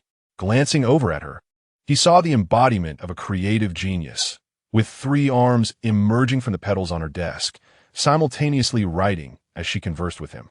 Dave was filled with admiration. He took a brief look at the story she was crafting, and to his surprise, they leaned towards the genre of romantic fiction. Titles like The Tragic Love Affair of Satan and Akainu, and The Tormented Past of Crane and Garp hinted at her penchant for the dramatic. It was clear that Robin harbored a fascination for the darker themes beneath the surface. As he quietly mocked her preferences, he handed over his 3 pages of the Das Kapital manuscript to Robin, hoping she could assist in expanding it into a work that could guide the Revolutionary Army's practices and even lead them into the future. While it is true that one must rely on past knowledge to illuminate the present, the desire to pursue the future is a sentiment that resonates equally among people of every era. Dave spoke to Robin about his desire to write this book. The future is not necessarily dictated by the ancients. Rather, it can be shaped by our own creations. Will the one who changes the world be you, Mr. Dave? Robin gazed at Dave, seemingly on the verge of speaking, but was interrupted by a sudden noise. Mad Dave has found you. A robust, purple-haired elder appeared before them, his body adorned with numerous bleeding wounds, one of which was deep enough to expose bone, extending toward his heart. Black Arm Zephyr has arrived. Chapter 66. The Death of the General of Bones in the Dead of Night, within a small room deep in the City of Seven Waters. The outside world lay dimly lit, with a massive full moon illuminating the slumbering city. A tall figure entered the study of Dave and Robin, his grotesque wounds indicating a recent battle with adversaries. Despite the continuous bleeding, the elder exuded a vigorous spirit, though it was a fervor born from immense pain. The former admiral, Black Arm Zephyr, stood at the entrance of their small chamber. Upon seeing the newcomer, Dave and Robin exchanged glances. "Mr. Zephyr, let us converse in a more private setting," Dave proposed, wishing to shield Robin from the matter at hand. Whether it involved aiding Zephyr in investigating the zombies or the unrest at the Navy headquarters that had never appeared in their fated timeline. These were concerns Robin should neither engage with nor fret over. As a historian, her role was simply to focus on theoretical work. Robin, could you please review the contents on these pages and summarize them for me? Dave requested. Robin nodded, refraining from further comment. In her mind, the past 2 decades had continually reminded her of the Navy's perilous nature. Subsequently, Dave led Zephyr to another room where he resided. Throughout the walk, neither spoke a word, though Dave observed that Zephyr appeared as if he had been soaked in water, aside from his ghastly wounds. Had he fallen into the water during the fight? Or had he swum here directly after? Dave silently speculated about Zephyr's recent experiences. Upon entering the prepared room, Dave invited Zephyr to sit and offered him a cup of hot tea. He summoned 10 twin sunflowers, which continuously emitted light to heal Zephyr's injuries. To possess healing powers is indeed a rare gift, Zephyr remarked, as the warm orbs melded into his body. I wish to see that plant of yours which can restrain the zombies, Zephyr stated, articulating his request.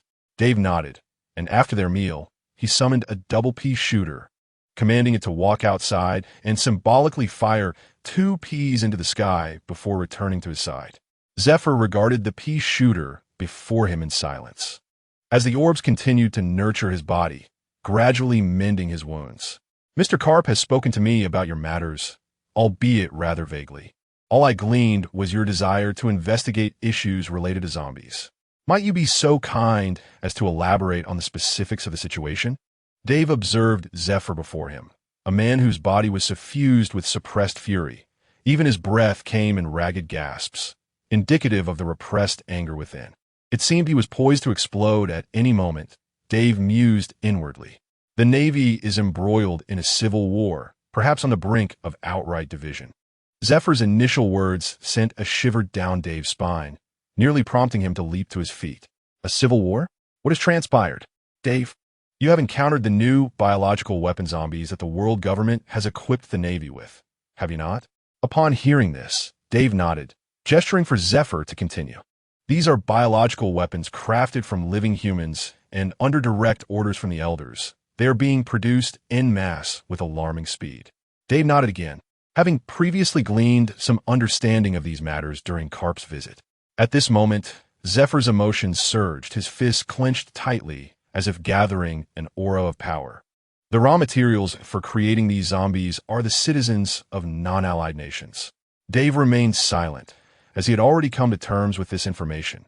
Indeed, as a radical within the Revolutionary Army, he was hardly surprised by the world government's capacity for such actions. The sustenance for these zombies is also derived from living beings, a vast number of humans transported by the Navy. Dave continued to remain mute, for what Zephyr spoke of had not exceeded his expectations. So, Mr. Zephyr, what was the catalyst for this situation? Dave did not believe that such circumstances alone could incite a civil war within the Navy. In the past, when the citizens of his homeland, Mariejois, were slaughtered, it was the Navy that guarded the perimeter, preventing civilians from fleeing.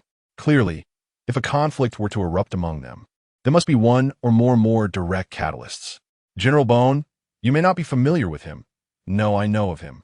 He is a naval officer known for his gentleness toward civilians. Many ordinary people spoke highly of him during the liberation of oppressed non-allied nations, which left a profound impression on Dave. It is precisely due to the existence of such genuinely righteous members within the Navy that Dave, and indeed the entire Revolutionary Army, have refrained from viewing the Navy as an outright enemy. Bone has been killed, right before the eyes of everyone at Navy headquarters, slain by an agent of Zero. Zephyr's hands intertwined, now cloaked in darkness. The reason for his murder was that he knelt before a senior official of the world government, pleading for the ordinary people to be spared from becoming test subjects. Bone merely wished to protect the innocent. Zephyr's fingers tightened, a flicker of dark red, lightning coursing between them. He was beaten to death because the world government deemed his words and actions would impede the production of zombies. As for the proposal to use prisoners as test subjects for zombie creation, the world government dismissed it, citing an insufficient number of prisoners. Moreover, The transformation of robust prisoners requires an extended duration, rendering it an unworthy endeavor. In other words, whether the raw materials are ordinary individuals or formidable ones. The resultant zombies exhibit little variation in strength. Dave contemplated silently. Before everyone, in the presence of the entire Navy, that 5 elders proclaimed humanity to be mere refuse. And those obstructing the experiment, the Vice Admiral of Bones, were the refuse among refuse. At that moment, Zephyr's aura resembled that of a man-eating tiger. It was then that I beheld the man beside the 5 elders, Dr. Edgar. It was indeed he. Zephyr continued recounting the events, yet Dave abruptly rose to his feet. Dr. Edgar? George Edgar? The Zombie King Doctor? Enlightenment dawned upon Dave. He comprehended everything in an instant, although the specifics eluded him. The mere mention of a name allowed Dave to surmise the situation with remarkable accuracy. Traversing into this world, he was not the only one burdened with such ties. No wonder he encountered so many unpredictable variables on Judicial Island, and it was no surprise that the abominable creature, the zombie, emerged as the nemesis of plants.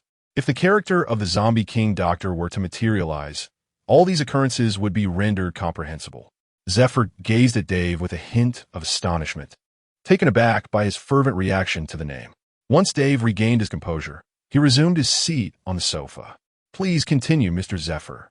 The aforementioned events should not suffice to incite a civil war within the Navy, should they? Chapter 67, Saving Vegapunk. Within the modest confines of the room, both Zephyr and Dave sat with grave expressions, the oil lamp flickering erratically under the overwhelming presence of 2 formidable individuals.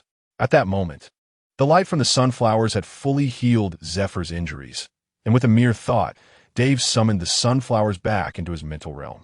Gazing at the imposing Zephyr before him, Dave silently reflected on the unfolding events. In his recollections, while a portion of the Navy indeed harbored a sense of justice, it was unlikely they would betray the world government over the matter of Vice Admiral Bones. After all, even disregarding the absolute control the world government has maintained over the Navy for nearly a millennium, one need only consider that the Navy's sustenance and livelihood derive entirely from the world government. The moment they forsake the world government, the Navy would become akin to a stray dog bereft of its master, losing its means of survival. The well-fed Navy might still cling to a semblance of justice, but the starving Navy could prove to be even more perilous than the pirates themselves. The incidents that could incite civil strife within the Navy were indeed manifold. Yet 2 critical matters stood out. Zephyr steadied his emotions and recounted the events with great detail. The first was the zombie outbreak incident, which had just transpired 4 days prior. The immense horde of zombies created by Edgar was overseen by the agents of Cipher Pole 5, yet as the numbers swelled, the difficulty of management escalated. Perhaps due to negligence or the foolish overestimation of their control capabilities, a considerable number of zombies spiraled out of control within Marineford. Dave furrowed his brow. An outbreak in Marineford? That was the Navy's family district, wasn't it? Wait, was a manufacturing site for the zombies within the Navy headquarters? Dave found it hard to believe that the Navy, which was supposed to protect the world in the name of justice, could stand by and witness countless innocent civilians perish before their very eyes. Unlike the incidents at O'Hara or God Valley, where the Navy could excuse their actions by blaming historians or claiming only a few civilians were harmed, the sheer number of ordinary people being weaponized before them was beyond comprehension. It was no wonder the Navy personnel were on the brink of despair. The chaos erupted near the Navy's family quarters, where numerous zombies attacked the families of the sailors. The Navy was not incapable of halting these zombies. Rather, they could not render them lifeless after defeating them. Even when dismembered, the zombies continued to assault the living. Thus, the regular forces of the Navy struggled to cope. Only when Sengoku utilized his abilities did the zombies' vitality become somewhat restrained. However, according to Kazan, Sengoku's effectiveness in curbing the zombies was far inferior to that of Dave's plant-based powers. While speaking, Zifa gestured towards Dave. "This is why I came to find you. Revolutionary armies, Dave. To venture into the area besieged by the multitude of zombies, we require a power that can suppress their vitality." Upon hearing this, Dave nodded, indicating his understanding of Zifa's purpose for seeking him. The relentless zombie assault on the family quarters had left many families of Navy members either injured or deceased. Dave regarded Zephyr before him, and his knowledge of the enemy informed him that, even so, if the Gorosei did not engage in any other reckless maneuvers, this incident would not escalate to the point of civil war. Zephyr paid no heed to Dave's gaze and continued discussing the subsequent actions of the Navy headquarters. In the face of widespread accountability from the Navy, the Gorosei had remained silent, yet their ensuing actions were entirely unexpected. The Navy Admiral Sengoku was dismissed, and Akainu Sakazuki was appointed as the new admiral, with the Navy increasingly resorting to the use of zombies as a combat force. The Gorosei seemed to have resolved to adopt an unprecedentedly radical approach to eradicate all pirates, thus empowering the more extreme Sakazuki. After hearing Zephyr's words, Dave pondered silently. Radical actions? Was this a response to an unexpected surge in combat capabilities, leading to a decision to eliminate all dissenters? Nevertheless, given that they aimed to suppress the neutral and dovish factions led by Sengoku while supporting the hawkish Navy under Akainu, one could foresee that the world government's subsequent actions would undoubtedly clash with the moral values of the majority within the Navy. No, it would be utterly deranged. Only a fanatic capable of unfaltering obedience could carry out such orders. Previously, during the bombing of O'Hara, they could dispatch someone like Akiji, who was not an extremist. Now, however, the necessity for a substantial biological weapon, combined with the extreme hawkishness required to execute such actions, raised the question of what exactly prompted the world government to risk fracturing the Navy in pursuit of this mission. Dave sensed that whatever course of action the world government decided upon next would undoubtedly impact the fate of the entire pirate world. The hatred reflected in Zephyr's eyes was reminiscent of confronting a pack of ravenous beasts. Mad Dave, your revolutionary army is not allied with the Navy. However, the events that are about to unfold will undoubtedly create ripples across the globe, leaving no one untouched. Dave gradually began to piece together a semblance of understanding. If the five elders have resolved to launch a full-scale offensive on a particular location, that place is destined for an impending clash that will significantly influence the outcome of the great battle to come. Are they planning to concentrate all their might to decisively vanquish the four emperors and seize the New World at once? Or do they intend to attack elsewhere? Various factors that sway the fate of the pirate world swirled in Dave's mind, colliding to form new conclusions. The sudden appearance of Dr. Edgar, the orders from the five elders, and the legion of prepared zombies all pointed to a singular conclusion. It seems that the five elders and the enigmatic M, having amassed sufficient power, no longer wish to engage in the pretense of world affairs. They are prepared to unleash utter destruction. Then, Mr. Zephyr, what is your next course of action? Did you come to seek my assistance in eradicating the zombies of Marineford? Dave inquired, positing that the extensive use of cherry bombs could indeed wipe out the zombies in one fell swoop. Yet, as a wanted member of the Revolutionary Army, Dave harbored reservations about venturing alone to the Navy headquarters.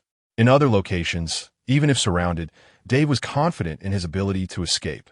However, within the Navy headquarters, besieged by several admiral-level adversaries, even with the system at his disposal, Dave feared he would meet his demise. Recognizing Dave's concerns, Zephyr waved his hand dismissively, saying, "The chaos at the Navy headquarters will be handled by Garp and Sengoku. Revolutionary member Dave, I request your company to Egghead Island to retrieve Dr. Vegapunk. This is not about confronting the zombies of Marineford or thwarting the machinations of the world government." Dave momentarily struggled to comprehend the connection between Vegapunk and the incident at the Navy headquarters. As I mentioned earlier, the affairs at the Navy headquarters will be managed by Sengoku and his team. Your plans are not the only effective means against the zombies. Sengoku and Tsuru possess their own abilities that can be of assistance. However, to unravel the origins of Dr. Edgar and devise a solution for the zombies, only that particular doctor can provide clarity. Indeed, Dr. Vegapunk is the most likely individual capable of addressing the zombie crisis through technological interventions. For such biochemical weapons, only a technological approach can ensure the event's complete cessation. However, as far as I am aware, Egghead Island is also rife with zombies. so I require the aid of someone adept at countering zombies to safely extract Dr. Vegapunk. Mad Dave, I implore you to assist me. Chapter 68. Remember, do not ask the green-haired fellow for directions. The atmosphere in the room was laden with silence. Faced with the purple-haired elder's request, Dave did not respond immediately. Instead, he pondered for a moment, gradually synthesizing the information in his mind, culminating in the realization that action must commence. So, Mr. Zifa, how did you sustain your injuries? Who is the enemy? Dave voiced his doubts, expressing that there are few individuals in this world capable of inflicting harm upon Zephyr, perhaps none at all. Zephyr, with a tone laced with disdain, mentioned his desire to investigate Dr. Edgar. However, thwarted by the interference of Zero, he found no success. Consequently, he took matters into his own hands, eradicating a host of malevolent entities from the world. He also dealt with a number of personnel from the Scientific Combat Division, a battle that persisted until the early hours of the morning. Dave responded to Zephyr's decisive actions with applause, recognizing that to have wounded this former admiral suggests that the Celestial Dragon's shield must have suffered significant casualties. Thus, Zephyr's motives were no longer in question. He was likely as high on the Celestial Dragon's list of foes as Dave himself. At this juncture, Dave needed only to contemplate how to collaborate with Zephyr to investigate the matter thoroughly and rescue Vegapunk. Undoubtedly, the impending actions of the world government would disrupt the balance of the world, potentially determining the outcome of the ultimate confrontation. Dave pondered deeply, yet could not grasp the true intentions of the world government. The lack of information was so profound that it precluded any definitive conclusions. Observing Dave's contemplative silence, Zephyr remained patient, sitting nearby and admiring two newly formed orbs of sunlight, his eyes reflecting envy. After a prolonged period of contemplation, Dave, unable to decipher the world government's objectives, resolved to assist Zephyr in investigating Egghead Island. From the perspective of the Revolutionary Army, it was imperative to engage in such significant matters to avoid complete passivity. Yet, aside from Zephyr's proposal, he felt entirely at a loss regarding how to contribute to the unfolding events. As an outsider, he could hardly aid Sengoku and Garp in a naval civil war. Very well, I accept your proposal. I shall assist you in the investigation at Egghead Island. However, once we rescue Dr. Vegapunk, he must remain with our Revolutionary Army, Dave stated. Upon hearing Dave's agreement, Zephyr broke into a smile. Agreed. The current Navy can no longer ensure the safety of that doctor. Dave nodded and turned to ask Zephyr if he needed a moment to rest before they set off. No need. My injuries have healed. What is urgent now is to clarify the situation, Zephyr replied, his demeanor reflecting considerable anxiety. Dave nodded, choosing not to elaborate further, and asked Zephyr to wait a moment. He then turned and used a Den Mushi to inform Dragon of the developments. It was merely a notification, as even Dave was not privy to the specifics of the situation. After clarifying his whereabouts with headquarters, he made his way to Robin's study. Upon entering, Dave noticed a stack of books intended for the Revolutionary Army on the table. Robin was diligently reading the manuscript of Das Kapital that he had provided her. On the table before her were 3 hands made from the Hana no Mi, each delicately wielding a quill pen to inscribe various content onto the paper. Curiosity piqued. Dave cast a glance at one of the sheets, which detailed the latest developments in an ongoing story. The 5 elders, Saint Vahul, were in a heated rivalry with Saint Saturn over Akinu's dual cultivation qualifications. During this period, an array of mature descriptions emerged incessantly. Just a fleeting glance left Dave trembling with astonishment, his eyes burning with intensity. Yet, observing Robin's expression as she wrote, with a smile gracing her lips and her gaze fervent, it was evident that she was utterly captivated by the narrative. The sound of the door creaking open announced Dave's arrival, prompting Robin to rise in delight. Mr. Dave, the manuscript you provided me with in joy. Before she could finish her sentence, she was interrupted by a warm embrace. Still reeling from the surprise, she heard Dave bidding her farewell. Robin, I am bound for a perilous place, and it is possible that I may not return for a considerable time. Even after I conclude my affairs, I may not return to Water 7 immediately. As he spoke, Dave handed Robin a cryptographic communication device. This encrypted phone bug will allow you to contact the Revolutionary Army and headquarters.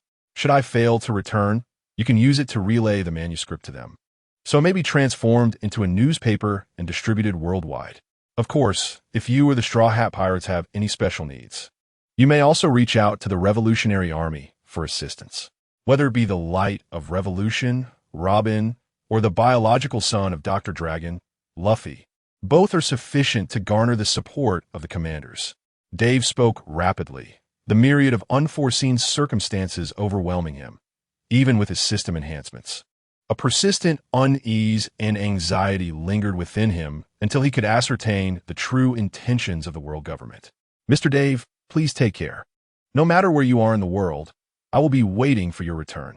Robin understood that Dave had pressing matters to address, hence she refrained from further words. Nodding in acknowledgement, Dave exited the study. As he closed the door, he heard Robin's voice from within. Wishing you great success. Dave did not respond, but smiled gently before making his way to Zephyr's location.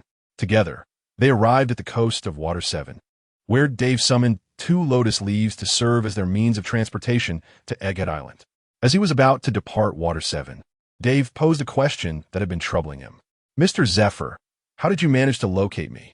If it were due to Carp sensing my presence with observation hockey when I was near the coast, I could understand. However, tonight I am situated in a house at the heart of Water 7, engaged in discussion with Robin. How then did you find me? To discern my presence amidst the multitude of life forces in such a vast city with observation hockey is a feat perhaps achievable by Fujitora, but I doubt you possess such capability. Moreover, weren't you supposed to arrive at Eni's lobby this morning? What enemy could have delayed you until now? Oh, about that.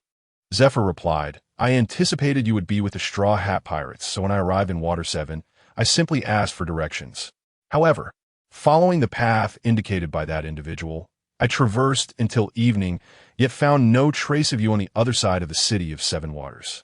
In utter despair, I could only return to my initial landing point and attempt to venture in the opposite direction suggested by that person. This time, however, I quickly located you.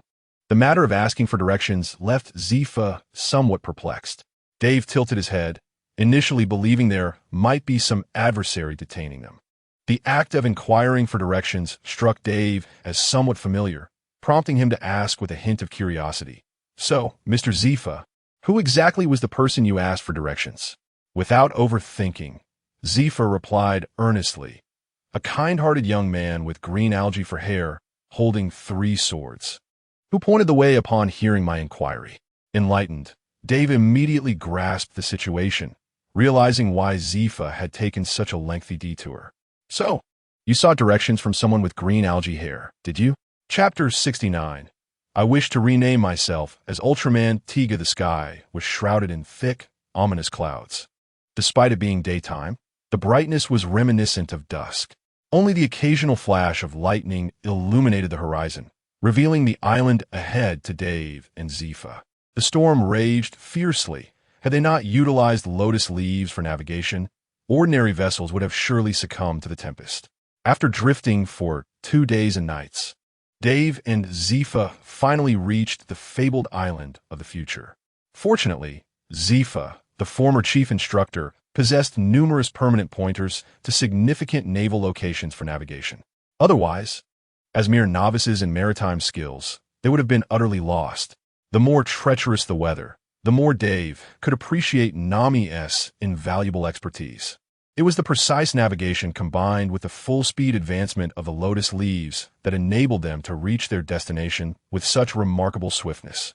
Additionally, their formidable strength allowed them to withstand the violent winds and torrential rains of the New World, which would have easily overwhelmed lesser warriors, casting them into the depths of the sea.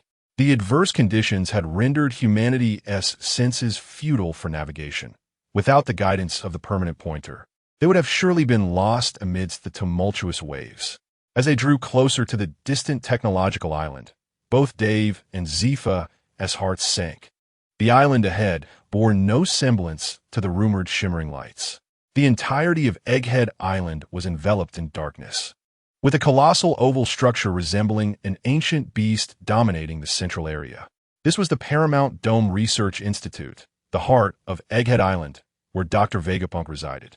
At that moment, apart from the dome-like structure, reminiscent of an egg, which still emitted light, the entirety of the surroundings lay in somber silence. The massive research facility was cloaked beneath a thin layer of yellow membrane, a charged laser protective shield. From Dave and Zifa's vantage point, countless small black dots, akin to moths drawn to a flame, incessantly ascended the protective barrier only to be scorched by the laser, plummeting from midair. There were countless zombies. At this moment, the zombies were crawling towards the sole radiant, energy-charged laser shield of Egghead Island, resembling a swarm of ants ascending a sugar cube. They were subsequently met with the lethal force of the shield's lasers, suffering injuries that caused them to plummet from the sky, only to rise again in unison with the relentless tide of the undead. The vast sea of zombies was enough to send shivers down one's spine. Dave and Zephyr stood at a distance, gazing towards the coast, and it became evident that the number of zombies on Egghead Island had surpassed 40,000, densely packed together. These creatures are unlike any I encountered in Marineford, Zephyr murmured, capturing Dave's attention. Mr. Zephyr, could you elaborate on the differences between the zombie horde here and those in Marineford? Dave inquired. The zombies I observed there varied in appearance, their attire identical to what they wore in life. Yet these before us appear to be uniformly crafted, as if molded from the same template. All sharing the same visage and attire, Zephyr explained. Upon hearing Zephyr's words, Dave began to grasp the situation. The zombies before him bore an uncanny resemblance to the characters from a game he had played in his previous life, dressed in tattered clothing, adorned with a Trump-style red tie. Some sporting a barricade warning on their heads, others wielding large iron gates or holding newspapers behind glasses. Regardless of the angle, this massive horde of zombies seemed to conform to a handful of archetypes, all reflecting the same imagery from a game. It was akin to summoning Peashooters, each identical in form, no matter how many were conjured. In contrast, Zephyr's observations indicated that the zombies he had encountered were evidently crafted by living beings, each possessing a distinct appearance. Thus, it could be deduced that the horde before them was not a product of technology, but rather something akin to their own plant companions, possibly generated by a system. The world government, too, had its own peculiarities. Dave's expression shifted, having been named Dave in his past life. Could it be that his counterpart was a foreigner named George Edgar? Furthermore, did this individual possess a zombie warfare system against plants? Noticing the myriad of emotions crossing Dave's face, Zephyr felt a twinge of curiosity. Do you recognize these beings? Have you encountered them before? No. Merely a thought has surfaced in my mind. What thought? Zephyr inquired, intrigued. If only I were not named Dave, I might instead be called Ultraman Tiga. Zephyr was left perplexed, unable to comprehend. Dave sighed, it's nothing. Let's focus on eliminating the zombies before us. It appears that the living are concentrated within that protective shield above. Agreed, although Zephyr did not fully grasp the young man's musings. His disdain for the undead propelled him into action. The robust elder with violet hair soared into the air with a moonwalk, drawing nearer to Egghead Island, before descending into the throng of zombies. With his arms, imbued with the color of armed might, he shattered the skulls of the zombies one by one. Dave observed in admiration. Zephyr was indeed a formidable figure worthy of his rank as a general, although each of his strikes lacked the sheer power of Carpes. Zephyr's relentless black arm technique offered a continuity of force that surpassed Carp's iron fists. Each strike from Cap requires a buildup of energy to unleash a myriad of shockwaves. In contrast, Zephyr's attacks, while lacking immediate explosive impact, are executed with relentless precision, akin to a textbook demonstration. No matter how many zombies swarm around him, his defenses remain impenetrable. He methodically crushes the skulls and hearts of these undead foes in a continuous barrage. After observing for a brief moment, Dave summoned all 75 of his stored Peashooters from the system. In a flash of white light, an army of dual Peashooters materialized upon the shores of Egghead Island, swiftly dispatching rows of zombies with their rapid-fire projectiles. Zephyr realized that to eradicate the zombies entirely, he would need to hammer them into oblivion with his formidable black arms. In the midst of the zombie onslaught, he pounded away for nearly a minute, managing to slay only a few. However, Dave's Peashooters, with a single volley, decimated nearly 60 zombies, their heads tumbling to the ground, devoid of vitality. The Peashooters continued their relentless assault, obliterating row after row of the undead. Yet, it was still too slow. A glance at his system interface revealed that he had 27,650 sunlight points remaining, a reward accumulated after clearing the Judicial Island and Demon Slayer dungeon. In addition to the sunlight points returned from gifting previous magical plants to the Straw Hat crew. Now, Dave found himself in a position of affluence. Observing that the number of zombies was approximately 30 to 40,000, he invested 20,000 sunlight points into the system, converting them entirely into dual Peashooters. In an instant, 100 dual Peashooters appeared along the shoreline.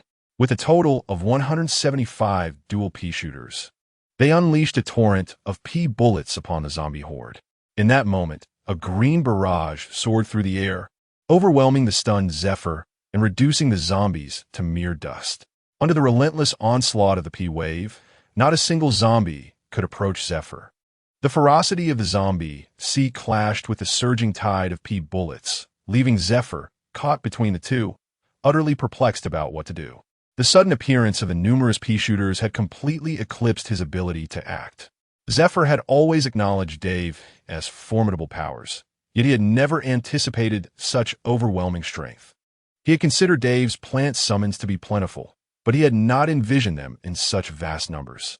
Given Dave's youth, Zephyr had always regarded him as a junior. Despite seeking his assistance, in a fleeting moment, Zephyr suddenly pondered whether he had spoken too loudly in Dave's presence earlier. Chapter 70. Kazan. You are not being honest beneath the murky sky. The winds howled as darkness enveloped Egghead Island, save for the faint, deadly glow emanating from the Dome Research Institute. Countless zombies climbed toward the Institute, only to be scorched and sent plummeting by the protective laser shield. The island lay in eerie silence, with the only illumination here, indicating that the remaining survivors were likely concentrating all their energy on the protective barrier, awaiting salvation. The laser shield was relentlessly besieged by waves upon waves of zombies, and the once brilliant scene that Dave had first encountered began to dim gradually. At another location, Zephyr, having leapt to the shoreline with a moonwalk, found himself inundated by a throng of zombies eager to feast upon the brains of the living. Yet, Zephyr stood motionless, seemingly dazed, as he watched the newly summoned legion of Peashooters, emerging from Dave's call, unleash a torrent of peas that decimated the undead. The overwhelming wave of peas penetrated the ranks of zombies, and no matter how numerous they were utterly annihilated by the relentless barrage of pea projectiles. Zephyr, a former admiral of the Navy, felt compelled to protect his junior, Dave, during the battle. However, despite his fervent efforts, he could scarcely fell a single zombie, while each successive wave of peas claimed countless lives. His once proud black arm gradually ceased its flailing. The disparity in efficiency was simply too vast. Before Dave's Peashooter army, even with Zephyr's vigorous attempts, his achievements were meager at best. It would be more prudent to stand aside and admire Dave's display. At that moment, Zephyr's heart surged with turmoil, akin to tumultuous waves crashing against the shore. This was not right. Hadn't Kazan claimed that Mad Dave had escaped his grasp by threatening Akira's life? The spectacle, the effects, and the sound of pea projectiles whistling past his ears seemed incongruous. Moreover, he had heard tales of Dave possessing high-explosive bomb plants. The entire scene suggested that it was Kazan and Akka who were fleeing in desperation. How dare that brat Kazan deceive me, the Black Arm? As Zephyr observed the relentless harvest of zombie lives by Dave's plant army, he reflected on the rumors surrounding Dave. This was clearly amiss. With such lethality, how could Dave have left any zombies alive in his previous endeavors? This was hardly madness. It was rather genteel and congenial. Initially, Zephyr had harbored some reservations about Dave, due to the latter's previous destruction of the demon-slaying fleet, which had left countless Navy soldiers unconscious. He had perceived Dave as hostile towards the Navy. However, it now appeared that Dave not only bore no animosity, but also graciously forgave the Navy's offenses and ignorance, sparing the lives of the sailors. This young man was extraordinary. Unperturbed by the dramatic shifts in Zephyr's expression, Dave pondered a pressing issue. Despite the Peashooters having vanquished numerous zombies, he had not accrued any sun points.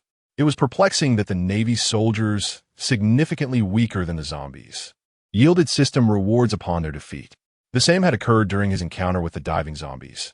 It seemed that in the system's estimation, vanquishing zombies, no matter how many, granted no reward points. This left Dave somewhat disheartened, as he had intended to use the zombies as a means to accumulate points. It appeared he must seek out the formidable beings native to the pirate world instead. Dave and Zephyr found themselves in contrasting positions, one on the shore while the other stood serenely atop a lotus leaf, gazing at the relentless onslaught of Peashooters as they systematically obliterated the zombies. Despite the concerted efforts of numerous Peashooters, the progress against the vast horde on Egghead Island remained painfully sluggish. Unable to contain his impatience, Dave opted to exchange for 2 explosive hot peppers, unleashing their fiery wrath upon the zombie masses. In an instant, the peppers erupted, creating twin paths of flames, each approximately 2 meters wide and nearly 100 meters long. Radiating from the point of impact, the inferno incinerated every zombie in its path, reducing them to charred remnants, which were swept away by the howling sea winds. The flames intertwined, illuminating Egghead Island in a brilliant blaze. Yet, the sheer number of zombies proved overwhelming. The space cleared by the explosive peppers was swiftly reclaimed by the advancing horde. Observing that the efficiency of these consumable plants was not significantly superior to that of the Peashooters, Dave resolved to pause and await the peas' lethal efficacy against the zombies. A twinge of regret lingered in his mind, for the explosive peppers did not possess the capability to incinerate enemy units in a linear fashion across infinite distances, as they did within the confines of the game. Meanwhile, Zephyr, ensconced within the barrage of pea projectiles, noted Dave's deployment of a new plant, particularly one that countered the freezing effects with fiery damage. This reinforced his belief that their previous confrontation had been a narrow escape for Kazan. Determined to impart a lesson on honesty to Kazan, Zephyr made a mental note of this resolve. In the distance, the laser shield began to flicker, indicating that the energy sustaining it was waning. As the shield's light wavered, several zombies seized the opportunity to breach its defenses. Panic ensued within the dome as the terrified voices of scientists echoed from the research facility above. It became evident that all the living souls were concentrated within the dome. Exchanging glances, Zephyr and Dave activated their moonwalk, propelling themselves toward the research facility. In a world rife with illiteracy among pirates, these scientists represented invaluable treasures. Upon arriving at the dome, the flickering of the laser shield intensified, its brightness diminishing progressively. Drawing upon his extensive combat experience, Zephyr successfully infiltrated the shield during a moment of flicker. Utilizing the 6 styles of shaving, he executed a series of swift movements to confront the zombies threatening the scientists, dispatching them with precision. Meanwhile, Dave summoned the system interface, converting 700 of his remaining 7,650 sunlight points into 14 double Peashooters, designating the summoning site within the laser shield. He instructed the Peashooters to autonomously seek and engage the zombies that had inadvertently wandered into the research facility. Dave then ascended to the highest point of the dome using his moonwalk, timing his entry to coincide with a flicker of a laser, allowing him to survey the surroundings from this vantage point.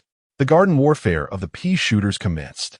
After regaining his footing, Dave unhesitatingly unleashed his newest skill, transforming into a colossal Peashooter. With unparalleled precision, he eliminated the zombies that ventured into the laser shield, striking them down one by one. Upon activating his machine gun shooter ability, for barrel-like appendages extended from Dave's mouth, rapidly firing peas. A torrential downpour of pea bullets erupted from Dave, obliterating any zombies that dared to breach the sanctity of the Dome Research Institute. Chapter 71. The poisoned Vegapunk for an uninterrupted hour and a half. The horde of zombies beneath the shield ascended, while the Peashooter army relentlessly fired peas along the coastline. Within the protective dome, Dave entered the garden warfare form, steadfastly enduring for an hour and a half. coupled with the laser lethality of the shield and the protection provided by Zephyr and the 14 deployed Peashooters. Not a single scientist suffered harm from the encroaching zombies before the tide was decisively quelled.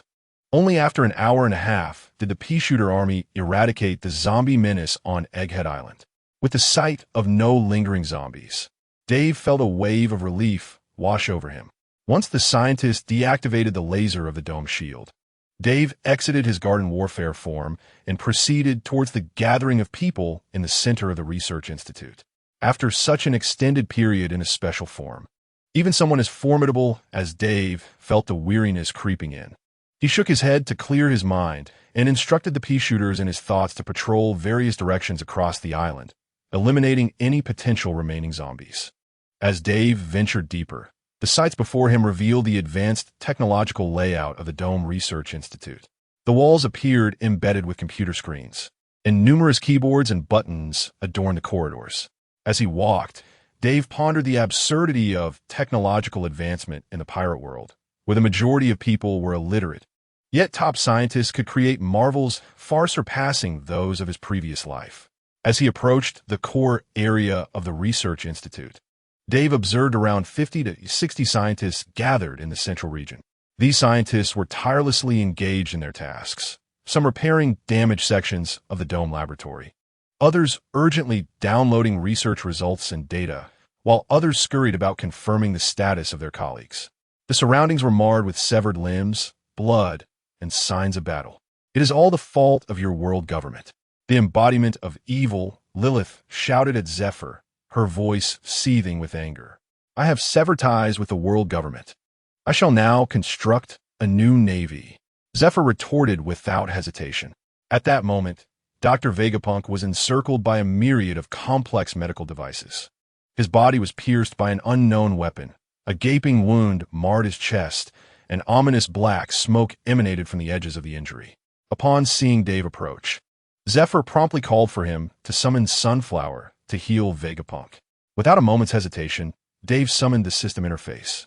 After summoning 10 pairs of twin sunflowers, countless orbs of light, under Dave's guidance, merged into Vegapunk. The orbs entered the wounds, gradually healing the perforated injuries. For a moment, even Lilith and Zephyr, who had been bickering nearby, fell silent, captivated by Dave's healing process. As the sunlight orbs infused into Vegapunk's body, the hollow wounds began to mend. However, from the perception granted by observation hockey, it was evident that Vegapunk's core essence showed no signs of recovery. His life response remained feeble. What could this mean? Indeed, upon closer inspection, Dave noted that although Dr. Vegapunk's physical wounds had healed, the blood vessels of the site were still tinged with purple. He was poisoned, seriously poisoned. Unfortunately, while Dave's sunlight orbs could restore vitality, they were incapable of cleansing the toxins. Previously, various avatars had employed advanced technology to sustain Dr. Vegapunk's life. Now, even with the continuous influx of sunlight orbs, they could only maintain his existence without effecting a cure. Realizing that Dr. Vegapunk's essence could no longer be treated and could only be sustained, Dave decided to leave 2 twin sunflowers behind to continue supplying him with life energy. He instructed the remaining sunflowers to run back and forth, delivering sunlight to the busy researchers, healing those with injuries and revitalizing those without. Dave's actions garnered him numerous grateful glances.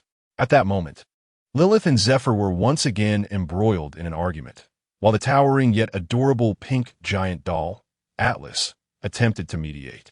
Edison was tirelessly working on the keyboard nearby. Only Shakyamuni, embodying integrity, stood silently to one side.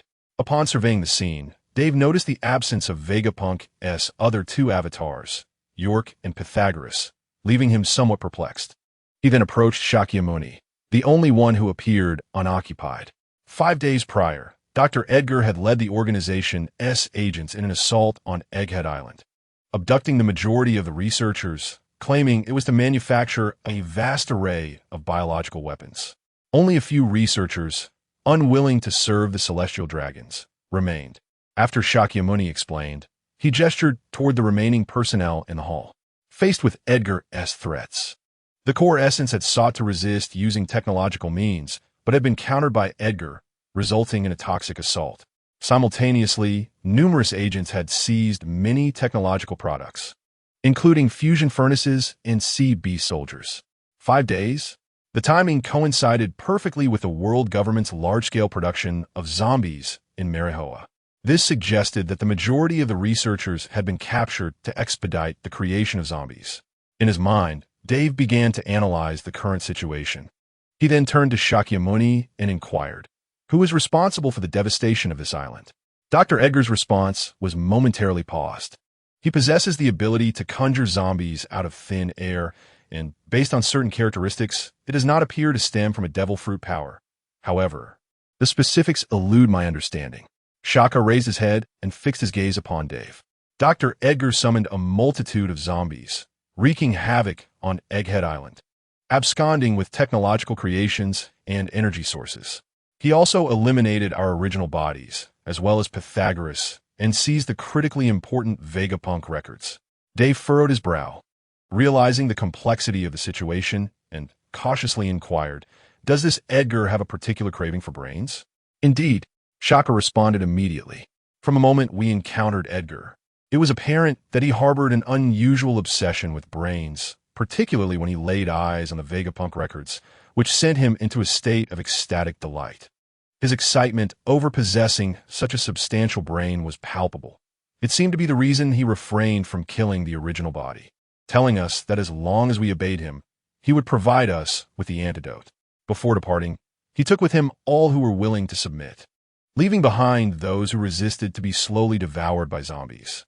We could only do our utmost to gather the remaining energy and activate the laser shield for our salvation. Were it not for your timely arrival, we would likely have met our demise. As he spoke, Shaka bowed deeply to Dave. Dave quickly waved his hand, indicating that such formalities were unnecessary. He surveyed the surroundings and noted that all of Dr. Vegapunk's clones had suffered attacks, each body marred and incomplete. Currently, only Lilith and Atlas remained relatively intact. The original body had been poisoned, yet we were at a loss for how to proceed. Upon hearing Shaka's words, Dave formulated a plan. If a doctor is needed, I know of one with exceptional medical skills who is currently in Water 7. If he can eliminate the toxins, combined with my abilities, I believe we can resolve the issues concerning the doctor.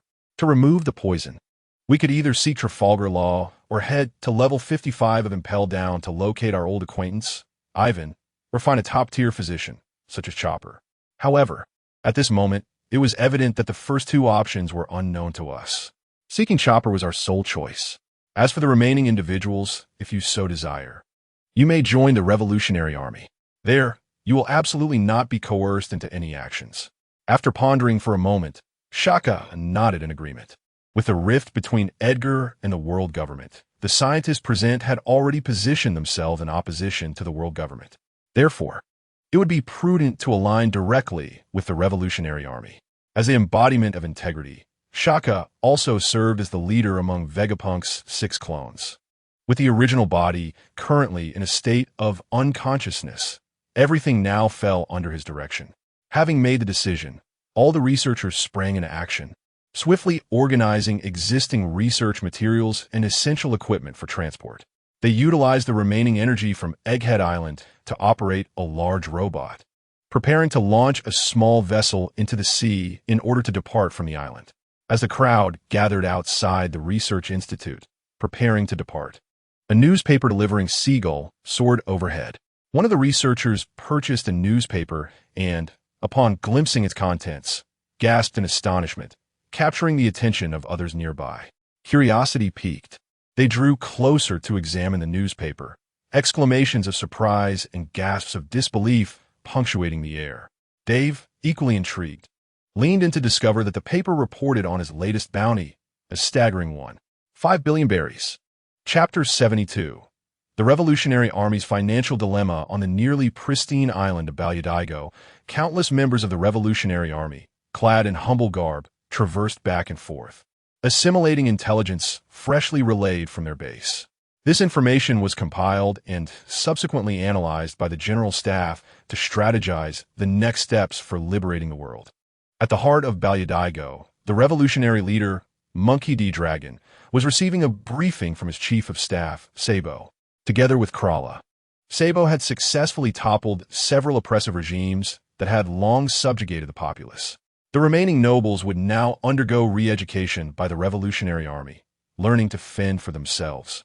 Those who fled would find themselves adrift at sea, destined to become pirates.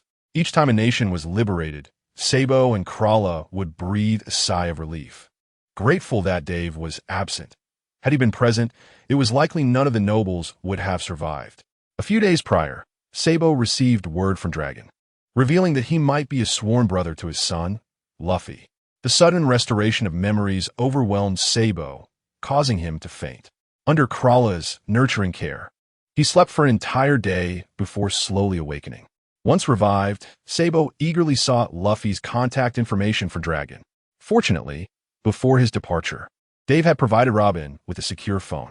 After a tearful conversation between Sabo and Luffy, during which Sabo intended to express his gratitude to Dave, he learned of Dave's mission to rescue Dr. Vegapunk. Following his return to brief Dragon on the situation, Sabo collaborated with the leader to devise their forthcoming plans in Ballydaigo.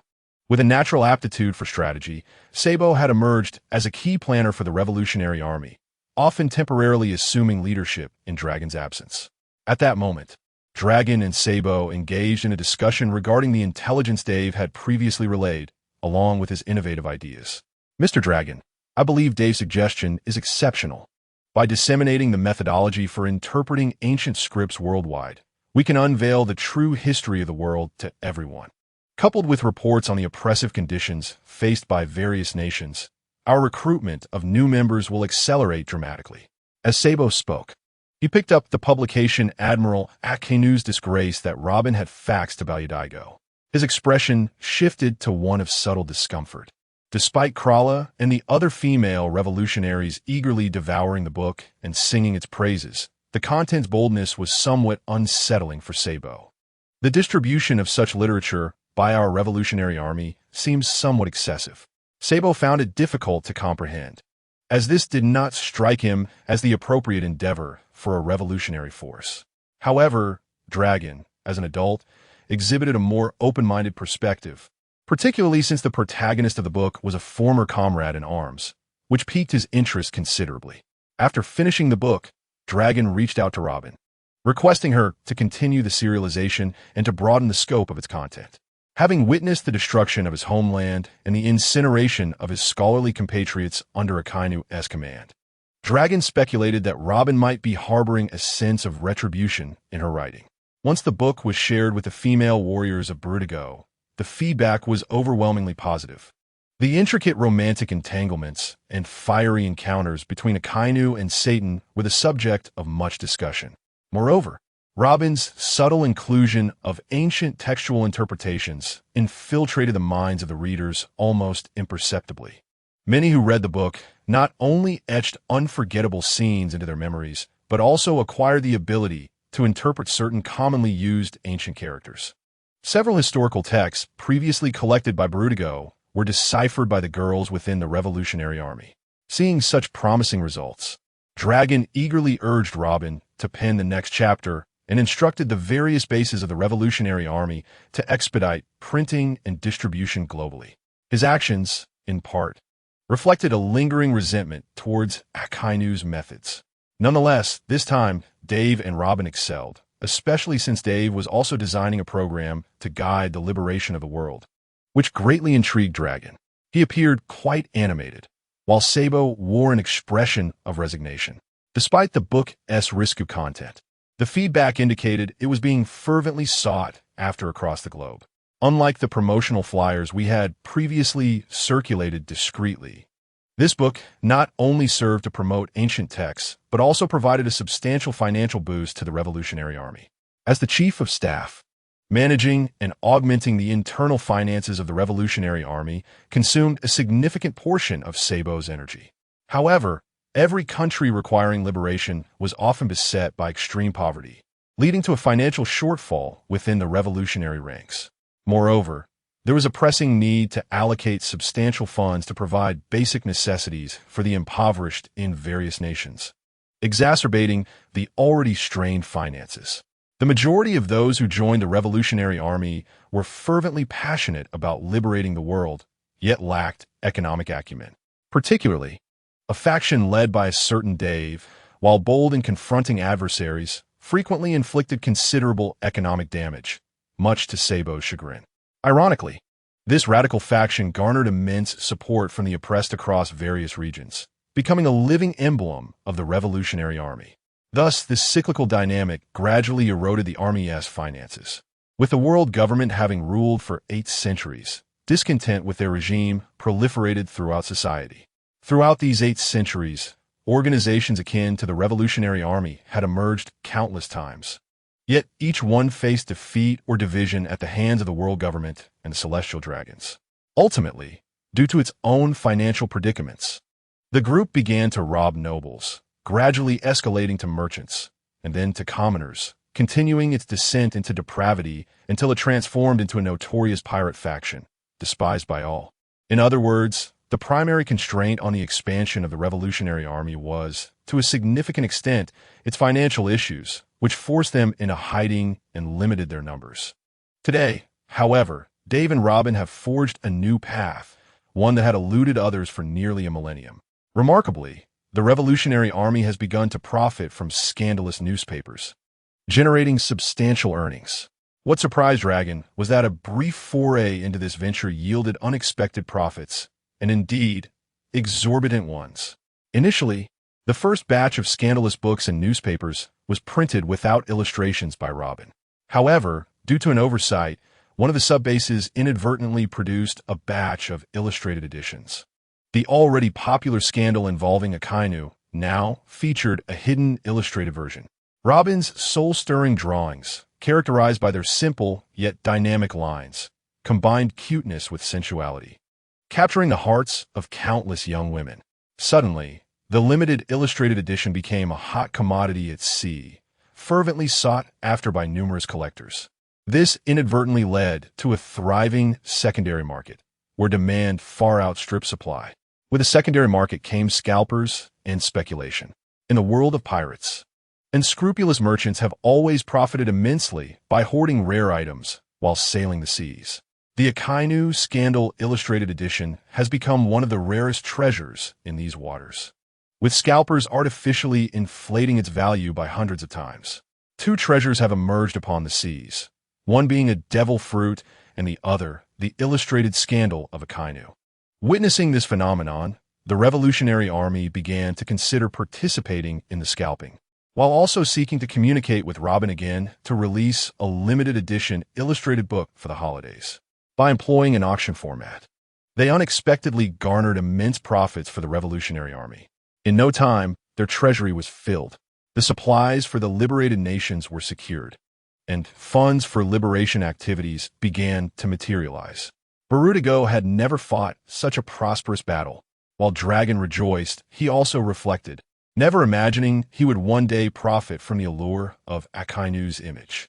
As he observed the continuous influx of currency into the Revolutionary Army's account, a transformation overtook his previously stern demeanor, replacing it with one of exuberance. He envisioned the steady stream of wealth flowing into the Revolutionary Army's coffers, subsequently fueling a greater wave of liberation that would sweep across the globe. Truly, Dave was a genius in his own right. Just as Dragon and Sabo were contemplating this, the commander of the Eastern Army, Bella Betty, abruptly pushed the door open, presenting the latest bounty sheet. Mr. Dragon, pardon the interruption, but you should take a look at this. Dave's most recent bounty had soared to an astounding one. 5 billion berries. Chapter 73. Our Navy truly is a gathering of heroes in the upper conference room of Marineford.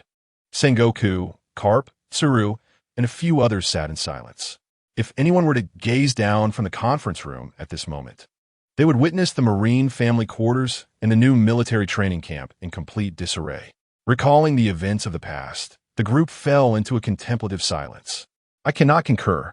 Such matters are utterly unacceptable to me. Sengoku slammed his palm down on the imposing table made of atom wood, shattering it into several fragments that crashed to the ground. At that moment, veins bulged on Sengoku's forehead, and his eyes appeared bloodshot. He had not slept for 3 days and nights since hearing of that incident. The notion of annihilating Fishman Island with a horde of zombies and eradicating all the fishmen was something the Navy must never be complicit in. Sengoku's voice trembled, as if he had resolved to take a definitive stand. However, Mr. Sengoku, we have previously engaged in similar actions, such as the incident at Sabaody Archipelago. This time, we need only remain silent. Did the Gorosei not instruct us to refrain from intervening? Black Horse countered, clearly reluctant to defy the Gorosei's decree. Following Sengoku's recent demotion for challenging the Gorosei, Navy personnel were prohibited from addressing him as Admiral. Upon hearing Black Horse's rebuttal, Sengoku clenched his jaw, visibly affected, with veins pulsating on his forehead. After several deep breaths, he balled his fists, seemingly yearning to strike something to vent his frustration. Yet, in an instant, his fury dissipated, as if all anger had been drained from him. He hung his head, resting his hands on his knees, sinking into profound silence. Sengoku, acting out of anger will not resolve any issues, Elder Crane advised. At that moment, Crane was wrapped in elaborate bandages, her left hand entirely ensnared, leaving her with only her right hand to turn the pages of a publication. As an elderly individual, she had yet to fully recover from the injuries sustained from 20 potato mines. Hearing her words, Sengoku lifted his gaze, his eyes still tinged with bloodshot hues. I can turn a blind eye to past transgressions, for only in doing so can I protect more lives from the slaughter of pirates. Yet, if an entire race is deemed evil, what becomes of my justice, of the Navy's justice? No life should ever be defined as wicked based solely on its race. Sengoku's restraint was at its breaking point. Even Black Horse refrained from retorting, for such a notion truly tested the psychological limits of all non-hawkish members of the Navy. A great extermination, a man-made extermination, Sengoku continued. The future of a Navy, regardless of the justice it upholds, must never transcend the fundamental sanctity of life. The only sacrifices we can accept must bear significance. If the Navy itself ceases to embody justice, then it would be better off non-existent. As Sengoku's declaration resonated, both Akiji and Black Horse rose in astonishment, desperately wishing to dissuade him, but unsure how to articulate their concerns. Akiji attempted to speak several times, but eventually slumped back down, his gaze betraying the weight of a decision.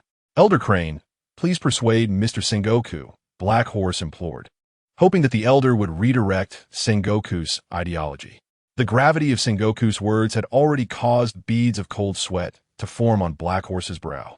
As a former classmate of the revolutionary Monkey D. Luffy, the Black Horse still vividly recalls that the Dragon, prior to his departure from the Navy, once expressed similar sentiments. At that time, Dragon exhibited exceptional prowess, being groomed by the Navy for the rank of Marshal. Yet, he ultimately attained only the status of Vice Admiral. In stark contrast stands Sengoku, the former Fleet Admiral.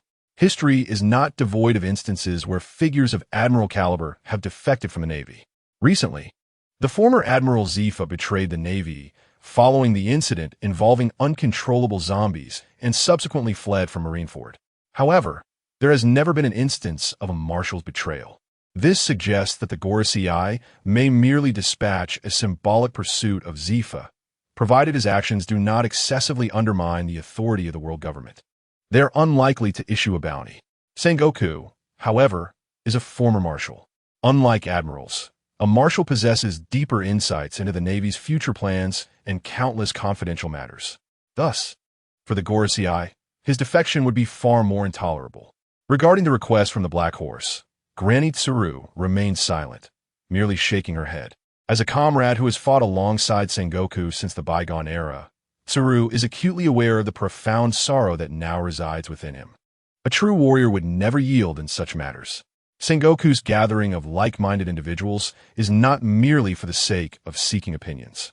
He has undoubtedly made a certain resolution within. In Tsuru's eyes, this is true for Sengoku, Garp, and even Akiji. Although Garp appears to be sound asleep at this moment, seemingly indifferent, it is uncertain whether he is genuinely asleep or feigning slumber, awaiting a definitive plan from the others. Tsuru let out a deep sigh, recalling how Garp was always like this in his youth. When it came to fights, he would be the first to charge in, yet when confronted with complex issues, he would defer to her and Sengoku. Knock, knock, knock. The door to the conference room was rapped upon by an agent clad in a black suit. Gorosei, Saint Satan requests the esteemed pillars of the Navy to convene. Sengoku inquired, "What is the subject of the meeting?" "The capture plan for the recently active revolutionary, the Mad Dave, and details concerning the Navy's forthcoming operations." The agent respectfully replied. Upon hearing this, Sengoku and the others did not hesitate, rising in unison to proceed to the meeting venue. Among them, Granny Tsuru was pushed in a wheelchair by Akiji. In the grand conference room, Saint Satan awaited their arrival, already seated and observing the faces before him. Individuals who are either candidates for admiral or hold even higher positions within the Navy, including Admiral Akainu, rumored to have sold his most treasured possession to finance the Revolutionary Army with his charm, former Fleet Admiral Sengoku, the wisdom of Buddha, entirely devoted to dismantling the Navy's new operations. Hero Garp, his son, founded the Revolutionary Army, and his grandson is the Sun God. Chief of Staff Tsu, the elderly lady revitalized by tabloid gossip, currently pondering the mentorship dynamics between Garp and Akiji, particularly the admonishments. Admiral Akiji, laid back, with a penchant for younger girls, currently wishing to freeze Akainu's daughter, Kiku. Admiral Yamato, a Nika dance performer, tax evader, inexplicably maintaining long-term contact with Monkey D. Dragon.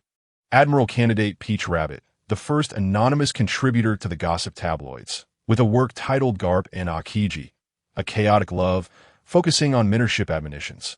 Chief of the Headquarters Office Black Horse, the source of rampant gossip tabloids in the Navy headquarters, a master of a kindness-centric hype, aiming to repay a massive gambling debt accrued in Gold City by scalping, aspiring to expand his enterprise. Admiral candidate T-Pig, a sycophant, devoting all his salary and bonuses to Peach Rabbit, yet has not even touched her hand, currently wanting to collaborate with Black Horse to resell newspapers. Saint Satan gazed upon the many elites before him, feeling particularly content. With such formidable talents, how could the celestial dragons not thrive? The Navy truly is a gathering of heroes, a veritable assembly of brilliance. Chapter 74. The Navy's vision in the conference room. The afternoon sun streamed through the gleaming glass, casting a slanted glow upon every attendee's face. This was one of the rare meetings that only the highest echelons of the Navy were summoned to attend. In other words, such gatherings were typically mandated by the 5 Elder Stars as a necessary notification of strategy, rather than a discussion of specific tactics. No dissenting opinions against Saint Satan were permitted within this assembly. After conveying the plans set forth by the 5 Elder Stars, Satan slowly rose with the aid of his cane, and, escorted by Agent Zero, made his way toward the exit, leaving the others to ponder their thoughts in silence. 2 photographs stood displayed on the board. No, it should be described as one wanted poster and one photograph. One was a wanted poster for Dave. The other depicted Princess Shirahoshi. The wanted poster proclaimed the Mad Dave of the Revolutionary Army, who, at just over 20 years of age, commanded a bounty of 1.5 billion. The 4 emperors reigning over the New World at this age were hardly more than that. What was most alarming was Dave's character, which seemed poised to embark on even greater exploits. It was no wonder the 5 Elder Stars had singled him out. However, the operational plans concerning this Mad Dave would have to wait, as the immediate critical target was Princess Shirahoshi. The rationale behind selecting her as a target remained unspoken even by Saint Satan. This announcement merely confirmed the suspicions held by all. Either all residents of Fishman Island would be slain or enslaved. Henceforth, there would be no more free-roaming fishmen or merfolk, and this process would be executed by the hands of the Navy. What perplexes many is the deliberate warning issued by Saturn, emphasizing the necessity of preparing an adequate fleet prior to action, in order to guard against the potential rampage of numerous sea kings. Furthermore, after abducting Princess White Star, it is imperative to swiftly depart from the ocean, utilizing Dr. Edgar's balloon to transport her back to Mariejois. As for Saturn's final proclamation, it served to confirm earlier rumors. Following the dismissal of former Admiral Sengoku, he commanded Akainu to assume the role of the new fleet admiral, bypassing the conventional naval collective vote or candidate duel. Once the meeting concluded, The attendees exchanged glances for a brief moment. Ah, indeed, Kizuru mused aloud, uttering words of agreement while leisurely sauntering out of the conference room. The second to exit was Garp, his demeanor unruffled, as if nothing had transpired. I shall certainly become the fleet admiral, should you resist. We can settle this in the traditional manner, he declared. Then came Akinu, who, before departing, uttered a remark directed at Akiji, and without a backward glance, strode out alone. As the chief commander of the impending Fishman Island annihilation plan, Akainu needed to undertake extensive preparations. Noticing the somber atmosphere, Tsuru followed closely behind Akainu. The sentiments of former Admiral Sengoku had long since circulated within the Navy's ranks, yet she did not wish to abandon her post. After Tsuru's departure, Shinjio too hastened to leave. Present were only Sengoku, Akiji, Tsuru, and the Black Horse. Perhaps I can make another attempt, Akiji rose, addressing Sengoku and the others in a familiar tone. I can contend for the position of Fleet Admiral against Sakazuki. Following Sengoku's removal, Kizaru relinquished his pursuit of the Admiralty. According to naval regulations, both Akainu and Akiji were now eligible to inherit the Admiral's position, although the Gorosei favored Akainu, who exhibited greater loyalty. The Navy had long been divided into hawkish and dovish factions, each with considerable support. Forcing the elevation of one faction would alienate the other from the world government. Particularly in light of the recent defection of the chief instructor Zephyr, such a schism would prove especially detrimental. In the face of the impending extermination of the Fishman race, should Akainu be forcibly placed in command, the passive dovish Navy would significantly hinder the operation. Akiji, it is futile, this time. The Gorosei have resolutely decided to exert pressure on the Navy, Sengoku remarked. I comprehend your intentions.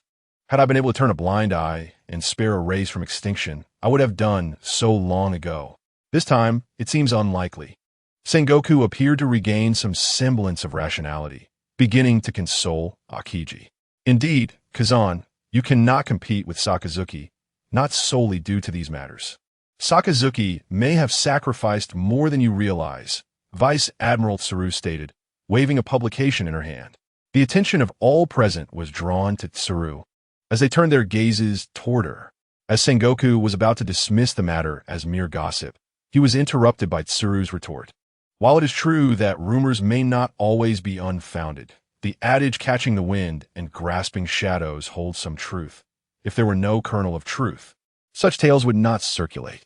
Tsuru continued, stating that even the most trivial slanders possess an underlying logic, whereas reality often defies reason. Paradoxically, the more illogical a rumor appears, the greater the likelihood it harbors some truth. A profound silence enveloped the room as Sengoku, Akiji, and Kizuru began to reflect on the peculiarities surrounding Sabaody and Akainu's previous behavior. If those present could be categorized as moderates, then Akainu and his acolytes represented the extremists, with their divergent views on how to address malevolence and resolve conflicts. However, the current choice transcended the dichotomy of moderation versus extremism. Faced with the unwarranted destruction of Fishman Island and the potential chaos unleashed by the zombie weapons, which could wreak havoc upon countless innocents, Akainu unwaveringly aligned himself with the Gorosei.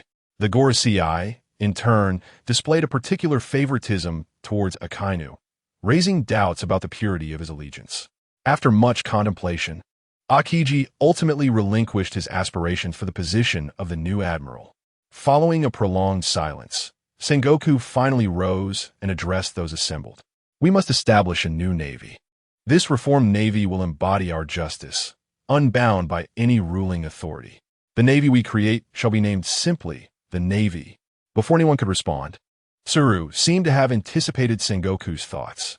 Sengoku, the current naval expenditures are entirely funded by the world government. If you wish to forge a new navy, how do you propose to address the financial aspects? Chapter 75. Kuma's Memories. Dave, how do you think we should tackle the financial issue? As Dave boarded the ship departing Egghead Island, returning to Water 7 with the others, he heard the leader, Dragon, pose this question through the Den Mushi.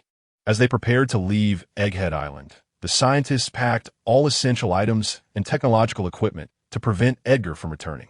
Dave and Zifa assisted the scientists in organizing their belongings, knowing that this departure likely meant the scientists would never return to the island. While others busied themselves with the packing, Dave ventured alone into Vegapunk's transformation laboratory. The pacifistas and Seraphim had already been relocated by Edgar, leaving the laboratory desolate. However, as Dave had suspected, he discovered within the lab the remnants of Kuma's memories, preserved thanks to his devil fruit abilities. These memories, deemed of no practical use by Dr. Edgar, lay abandoned in the center of the laboratory. Encased within a protective shield was an energy form shaped like a bare paw, representing the last memories Kuma had intended for his daughter, Bonnie, while he still possessed consciousness. In the recollections of Dave's original self, he recalled the joyous moments spent with Kuma during his childhood. Indeed, Kuma could be regarded as a mentor in combat for Dave's original self.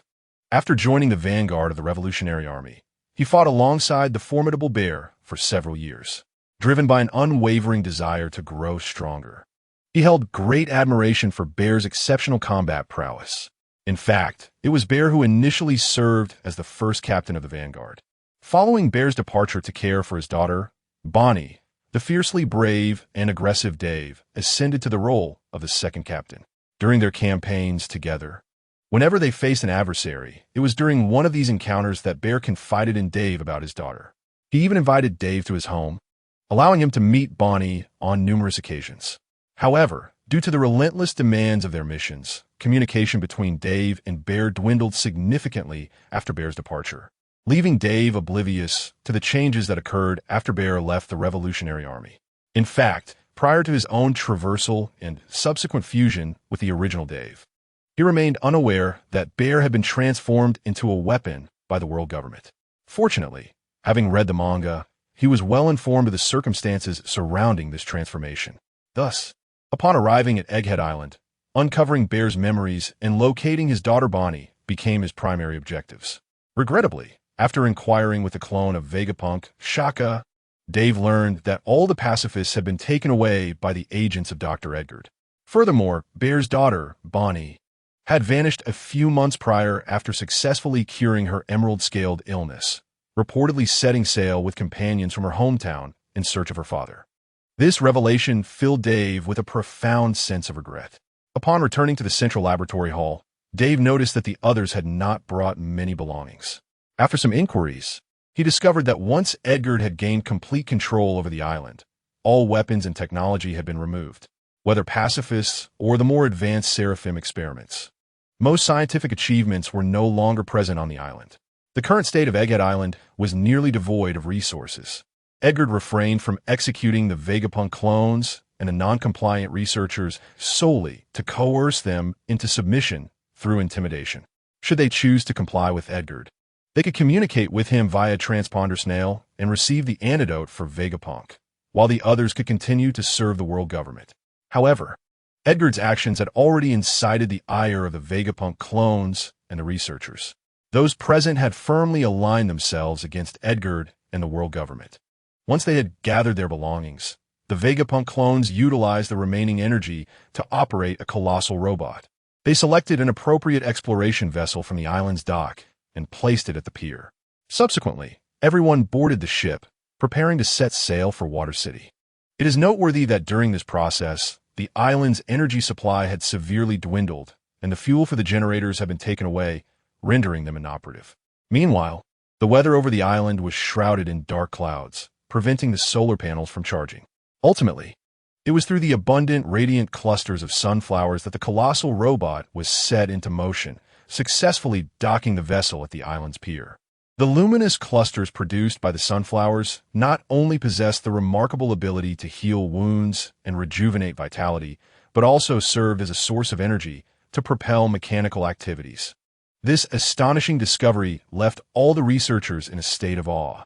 Consequently, the entire research team clamored to explore the mysteries of the miraculous plant, with many, including the various incarnations of Dr. Vegapunk aboard the ship, eagerly employing an array of devices to analyze the extraordinary properties of the sunflower's luminescence, their exuberance echoing throughout the vessel.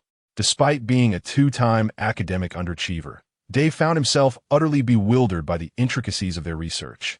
Upon learning that the wondrous plant could bestow gifts upon others, the incarnations of Vegapunk expressed a fervent desire to possess one. Such a summoning item, capable of self-defense and healing, was undoubtedly a rare gem in the pirate world. For these exceptional talents, Dave was more than willing to bestow a few gifts.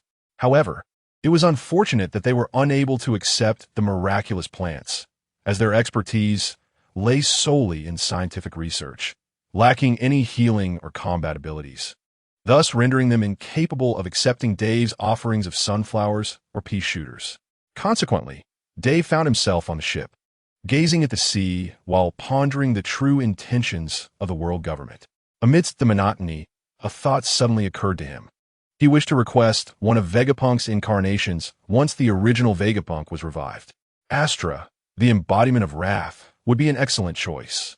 Given Astra's volatile nature, she would undoubtedly be intrigued by the prospect of confronting the celestial dragons. With Astra's wisdom aiding him on the journey ahead, Dave believed he could expedite the realization of his ambitions. Just as the group set sail towards Water 7, a communication from the Revolutionary Army leader, Dragon, jolted Dave from his daydream. "Dave, how do you propose we resolve the financial aspect?" "Money? What money?" Dave responded, somewhat perplexed. Upon sensing Dave's confusion, Dragon promptly elucidated. "Thanks to your proposal, the distribution of newspapers has been remarkably successful, significantly enriching the Revolutionary Army's treasury, while like-minded allies continue to join our ranks. However, with the proliferation of methods for interpreting ancient texts, a counterwave against the world government is inevitable. Therefore, it is imperative that we establish a multinational organization capable of supplanting the world government. Yet, how shall we stabilize the financial expenditures of this new multinational entity?" Dragon's voice paused, seemingly granting Dave a moment to contemplate the issue at hand. 5 billion berries. Dave's bounty was astonishingly high. Hearing the words of the Eastern Army commander, Bella Betty, both Dragon and Sabo could no longer remain seated. They rose to examine Dave's bounty notice closely. Although they had anticipated an increase in Dave's bounty, the magnitude was still staggering. After all, this time he has obliterated Judicial Island and decisively vanquished the Demon Hunter fleet, which will undoubtedly amplify his perceived threat in the eyes of the world government. This is no longer a trivial matter akin to liberating non-member nations. It has escalated into a significant affront to the world government. Dave's actions have unequivocally delivered a resounding slap to the face of the world government. As for the current state of the world government, the various instabilities upon the seas have gradually begun to subside. The rampant pirates, akin to blind flies wreaking havoc, have been assimilated into the ranks of the Shichibukai. Meanwhile, the extraordinarily powerful emperors of the sea have taken refuge in the New World, indulging in their foolish games of piracy. To the ordinary populace, these emperors, unrestrained by the navy or the world government, appear so carefree and unattainable. However, the Gorosei perceive these secluded pirates not as true pirates, but merely as exceptional non-member nations. As long as the foundation of their rule remains unshaken, the world government is entirely indifferent to collaborating with pirates. Just as the Gorosei believed the tumultuous waves of the pirate era, initiated by the legendary pirate King Roger, were finally calming, Dave's recent actions have delivered a thunderous rebuke to the world government on a global stage. Judicial Island, as the symbol of the judgment of criminals, represents the visage of the world government. The fact that Dave has destroyed Judicial Island, while simultaneously dismantling the Demon Hunter fleet that pursued him, exposes a grave vulnerability within the world government. When they are unable to promptly eliminate such a criminal, it is akin to revealing their own backside. A world government that cannot retaliate when ridden upon is no different from a sickly cat. Yet even so, neither Dragon nor Sabo anticipated that Dave's bounty would be so exorbitantly high. It is noteworthy that Katakuri, the second in command of the Big Mom Pirates, has a bounty of merely 1 billion berries. At 5 billion, this represents the upper limit for the second in command of an emperor. To attain such a bounty at this young age effectively signifies that the world government regards Dave as the next pirate emperor. At that moment, Belabedi wore a joyful expression. As a longtime comrade-in-arms, Belabedi, the commander of the Eastern Army, has always shown great affection for Dave, her younger brother by a few years. When he went missing during a mission for unknown reasons, she spent several sleepless nights, wandering in a daze. It was only a few days prior, when Dragon informed her that Dave had escaped danger and was currently with the Straw Hat Pirates, that Belabedi finally felt at ease. It is said that he not only survived a dire situation, but also unexpectedly mastered a new power, which further delighted Belabedi. She has begun to envision the scene of Dave returning to the Revolutionary Army's headquarters in Ballydigo, proudly showcasing his newly acquired abilities. It is not just Belabedi. Everyone in Ballydigo is celebrating Dave's new bounty. The cheers of the warriors penetrate through the windows, reaching Dragon's ears. Announce it forthwith. Let us hold a banquet to celebrate Dave's emergence from peril. Upon witnessing the scene, Chief Dragon promptly instructed Belabedi to announce the convening of a banquet, celebrating the current abundant financial resources and the promise of a brighter future. Belabedi, upon hearing this, beamed with delight, bouncing out to summon her comrades and prepare the feast. Her exuberant leaps caused some concern that her ample bosom might sway precariously. The news of Dave being offered a bounty of 1.5 billion berries swiftly spread throughout Ballydigo. As a prominent figure among the Revolutionary Army's radicals, Dave's journey of growth had been closely observed by all. A considerable number of revolutionary soldiers had once been civilians whom Dave had rescued, joining the cause out of admiration for his audacity. Following his mysterious disappearance, the atmosphere in Ballydigo had notably soured, reminiscent of the aftermath of the former Eastern Army Commander Ginny's vanishing years prior. Upon learning that the captain of the assault team had not only returned alive, but had also obliterated Judicial Island, a facade of the world government, Spirit's sword. The order for a banquet from Chief Dragon ignited the long-suppressed hearts of the warriors, and jubilant cheers echoed across the White Island. At the banquet, glasses clinked and comrades embraced, creating a fervent atmosphere. Many newly inducted soldiers were profoundly moved by the ambience. In that moment, every member of the Revolutionary Army felt certain of a promising future. Alcohol, an intriguing companion, often encourages the emergence of wild ideas. It was during this inebriated revelry that the tipsy Belabedi proposed, "Friends, perhaps we could establish a new organization of United Nations, standing alongside the current world government, free from oppression, discrimination, and slavery. Let us call it the United Nations." This suggestion ignited a spark in the eyes of all present revolutionary warriors. Enthusiastic discussions about the potential of such an organization erupted among them, and the more they conversed, the more exhilarated they became. Under the influence of alcohol, the vision of a coalition of nations triumphing over the world government felt tantalizingly within reach.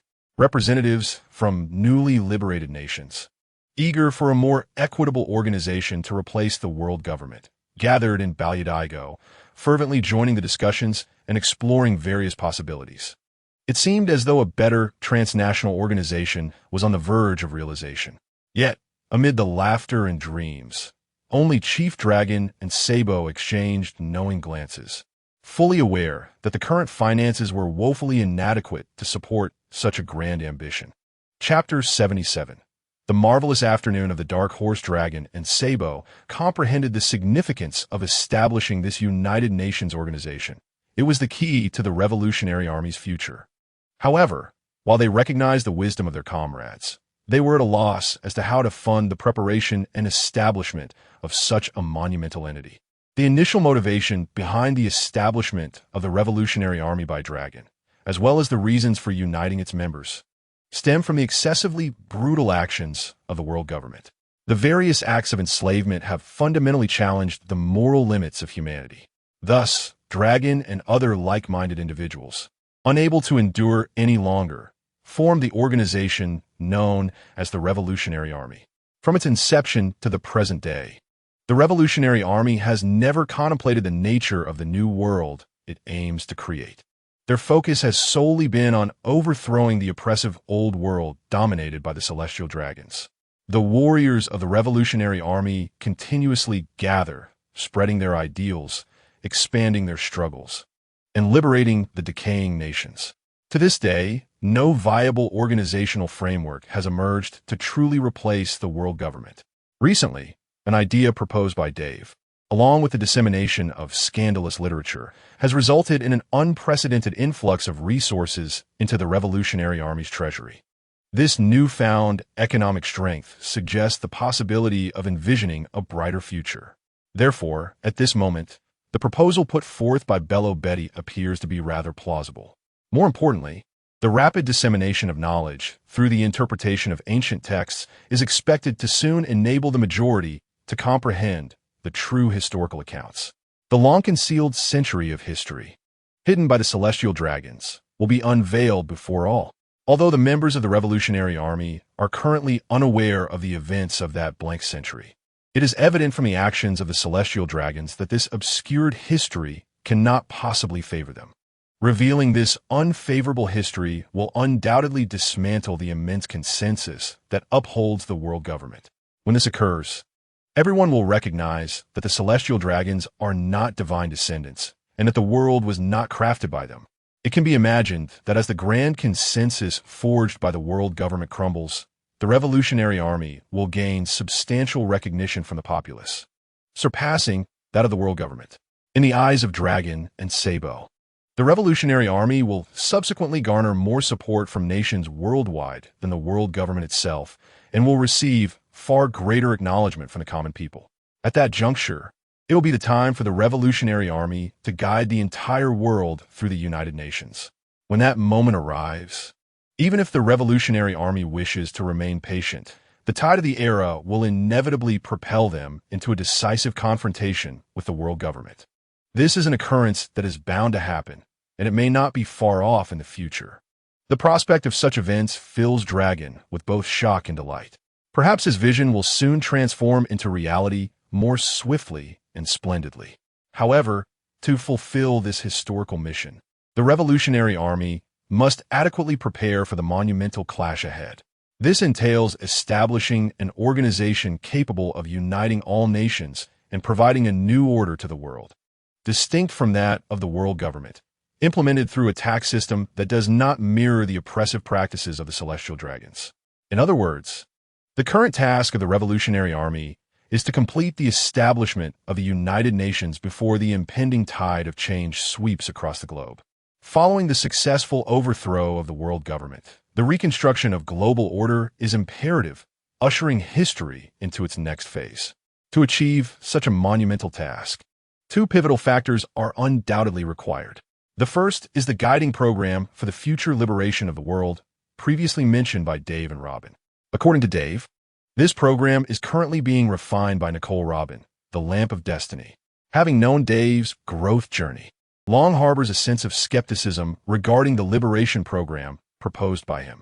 While a moment of brilliance from a clever mind might inspire confidence, it is unlikely that anyone would entrust such a person with the research of nuclear reactors. Such endeavors are best left to experts. Nicole Robin, a trusted expert, graduated with a doctorate at the tender age of 8 and has spent 20 years in a life of evasion, continually learning and enduring the trials of human entanglements. Without a doubt, she is an excellent candidate to determine the future operational plans of the Revolutionary Army. Consequently, although the capital was proposed by Dave, its endorsement by Robin instills in Long an unshakable confidence. The second crucial element necessary for the seamless establishment of a united front is a substantial influx of funds. Before the Revolutionary Army can justifiably levy taxes on numerous allied nations post-defeat of the world government, the financial resources required for this so-called United Nations will be astronomical. Relying solely on newspaper sales will likely fall short of such ambitions. After the banquet, both Long and Sabo, the leaders of the Revolutionary Army, felt a sense of helplessness, unable to devise effective strategies to secure the vast sums needed to realize their plans. At that moment, Sabo suddenly proposed that since Dave had previously mentioned a method that had significantly bolstered the finances of the Revolutionary Army, why not consult him again to explore any other potential solutions for funding the establishment of the United Nations? This prompted Long to call Dave. "Do you have any good ideas?" Long inquired. Dave responded with a joyful smile. As someone who had lived through two lives, he had thoroughly grasped the financial mechanisms tied to land. In his past existence, he had utilized this method to sustain a vast organization. Land? Yes, land. Dave knew that with appropriate management and strategic promotion, land could be endowed with immense transactional value, transforming it into an infinite source of tax revenue capable of supporting a large organization. To be precise, it is the combination of land and speculation.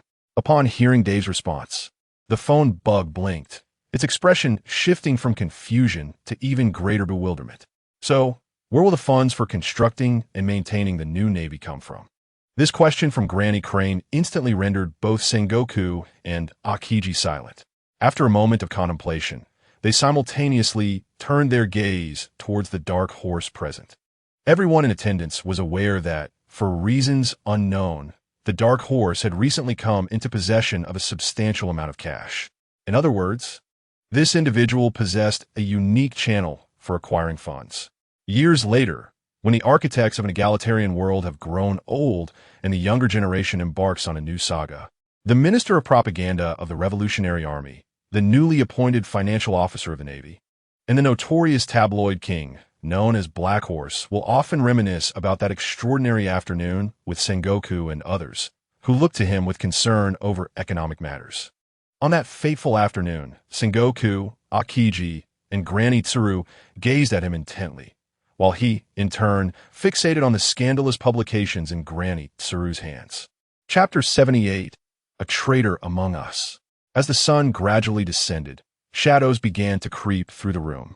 Within the confines of Marineford, where they often held small meetings, Granny Tsuru, Akiji, and Sengoku were united in their scrutiny of Black Horse. Regarding Sengoku's proposal, both Vice Admiral Tsuru and Akiji had no objections. If the sole aim of the world government were merely the annihilation of Fishman Island, it would not compel those seasoned naval pillars, who had endured a lifetime of conflict, to betray the world government so resolutely.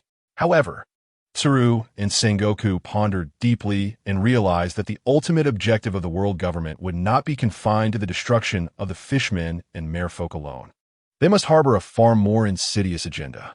Furthermore, the countless zombies deployed in the assault on Fishman Island were, in fact, transformed from living civilians within Marineford, subjected to the experiments of Dr. Edgar and his research team.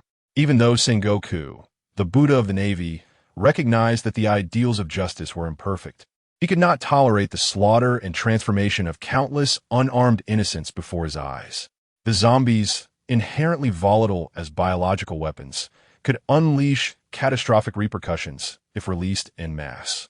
Sengoku could foresee that these zombies would not only obliterate Fishman Island, but would also follow the currents to wreak havoc upon countless ordinary lives across nations. They could even lead to the downfall of nearby, smaller states. This decision, made not only in defense of the innocent races and the countless ordinary lives at stake, was also for the sake of his old friend, Zifa. On the day the zombies spiraled out of control, all the recruits under Zifa's command perished. Such events, compounded by the numerous atrocities committed by the celestial dragons, had pushed Sengoku to the brink of tolerance. It was time to sever ties. It was time to emancipate the Navy from the world government. Sengoku could no longer bear to witness the loyal Navy being wielded as a tool for the celestial dragon's malevolence. If the elders ceased to support the Navy in executing their version of justice, they could very well establish a new Navy, free from the shackles and constraints imposed by the elders. Now, the only pressing concern remained: how to secure funding for the newly formed Navy. As various methods of financing swirled through Sengoku's mind, inspiration struck repeatedly, igniting fresh ideas. If the nascent Navy were to operate independently and impose taxes on the non-member states to maintain regional security, it would ultimately be indistinguishable from the current four emperors of the sea. However, if one were to continuously engage in a cycle of mutual exploitation to sanction pirates and plunderers, those nefarious organizations of the dark underworld, such an approach would be both unstable and prone to corrupting the nascent Navy into a formidable pirate crew. Sengoku pondered deeply, yet could not conceive a viable solution. Ultimately, a potential resolution emerged in his mind. the office director of the Navy, Jaime. Jaime had a penchant for revelry in Golden City and had accrued a staggering gambling debt years prior. This predicament was no longer a secret among the high echelons of the Navy. What compounded the issue was that Jaime's significant debts had been meticulously orchestrated by the Golden Emperor, Taizolo, coercing him into signing various usurious agreements. The interest compounded relentlessly. To this day, the sum had ballooned into an astronomical figure. Though Jaime, as the office director of the Navy headquarters, received a substantial salary, it was insufficient even to cover the mere interest on his debts. His financial obligations had spiraled beyond anyone's imagination. Despite his polished appearance in a tidy suit, all within the Navy's upper ranks understood the dire circumstances he faced in his personal life. Consequently, over the years, numerous colleagues and friends had extended various forms of support to help Jaime maintain a fade of dignity. Yet, unexpectedly, it came to light that Jaime had recently settled his colossal debts entirely. Not only had he cleared his obligations, but he also possessed considerable funds, allowing him to indulge extravagantly in Golden City. This revelation sparked intrigue among his colleagues at the Navy headquarters, although they refrained from probing further. At that moment, as they contemplated the financial needs of the burgeoning Navy, Sengoku began to reflect on the mystery of Jaime's sudden influx of wealth. Should they uncover how Jaime had rapidly acquired such substantial funds, perhaps it could pave the way for establishing the new Navy. Jaime, I'm aware of your recent windfall. Could you enlighten us on how you achieve this? If we could ascertain a reliable source of funding to sustain the new Navy, our aspirations might indeed come to fruition. Our justice would no longer be shackled by the likes of the Five Elders. Upon hearing Sengoku's inquiry, both Akiji and Tsuru turned their attention to Jaime. His recent lavish spending had not gone unnoticed by anyone. Although curiosity lingered among them, the camaraderie of colleagues restrained them from pressing for answers. Yet, this moment was pivotal for the formation of the new Navy, making the source of Jaime's funds a crucial avenue for their endeavor. As the three gazed expectantly at him, beads of cold sweat formed on Jaime's brow. Jaime, you too cannot condone the darkness of the world government, can you? Join us in establishing a new organization to realize our vision of justice, Akiji remarked, interpreting Jaime's hesitation as reluctance to betray the world government. The Dark Horse hesitated for a moment before finally speaking with a trembling voice. It is merely hype. I recently learned that newspapers are in great demand, so I attempted to hoard a batch. To my surprise, the more I hoarded, the higher the prices soared, especially for certain rare editions. As he spoke, the Dark Horse cast a glance at the limited edition scandal publication held by the elderly Crane, who sat in a wheelchair. Some rare editions commanded exorbitant prices, and thus, his voice dwindled to a whisper, tinged with a hint of guilt. At that moment, everything became clear. The method by which the Dark Horse had accrued such wealth was understood by all. The recent flood of newspapers at the naval headquarters had already caused considerable distress among those present, particularly due to the bizarre rumors circulating about the upper echelons of the Navy, which had become a source of annoyance for many involved. Among them, Admiral Sakazuki stood out, as these scandalous publications seemed to feature him as the protagonist time and again. Prior to the outbreak of the zombie incident, before the plans for a new Navy were even conceived, Fleet Admiral Sengoku and Vice Admiral Tsuru had already launched several campaigns against these scandalous newspapers in Marineford. Yet, each attempt ended in failure. It soon became apparent why, despite exhaustive searches, the origins of the scandalous publications remained elusive. It was as if the source of these rumors possessed foresight, evading detection whenever the Navy's higher-ups sought to investigate. It turned out that a traitor had infiltrated the ranks of the Navy's leadership. At that moment, Admiral Akiji trembled visibly, gazing at the Dark Horse before him, who wore an expression of guilt. The earlier sentiments of compassion for the common folk and contemplation for the future of the new Navy had vanished entirely. The strange rumors that had plagued Akiji recently resurfaced in his mind, depicting an unsavory portrayal of the bond between him and Garp. Consequently, the Marines in Marineford had begun to regard him with a different gaze. To Akiji's utter disbelief, the source of all this turmoil stemmed from the very Dark Horse standing before him. A traitor. We have among us a traitor. Chapter 79. Sengoku's propaganda tactics. The small room fell into silence once more. Among those present, only Vice Admiral Tsuru remained composed. Both Fleet Admiral Sengoku and Admiral Akiji were visibly agitated, their faces marred by bulging veins. The two strongest forces of the Navy had just unleashed their conqueror's haki upon the office director, the Dark Horse, delivering a thorough beating. Yet it was still insufficient to quell their frustration. Now, the Dark Horse knelt on the ground, guilt etched upon his face, his eyes bruised, and numerous lumps on his head, causing his entire visage to swell. His glasses lay shattered nearby, and he stood with an expression that was a pitiful blend of vulnerability and lewdness. Sengoku and Akiji glared at him with ire. What a disgrace! Such utter disgrace! Only the elderly Crane, seated in her wheelchair, regarded the Dark Horse with an expression of keen interest, in an effort to procure those tantalizing gossip publications. Despite having a considerable salary, Granny Crane found herself unable to complete the entire collection of the lengthy tale Kapu and Akiji, a chaotic romance, even after exhausting all her savings. The exorbitant prices and perpetual shortages of these volumes posed a significant challenge.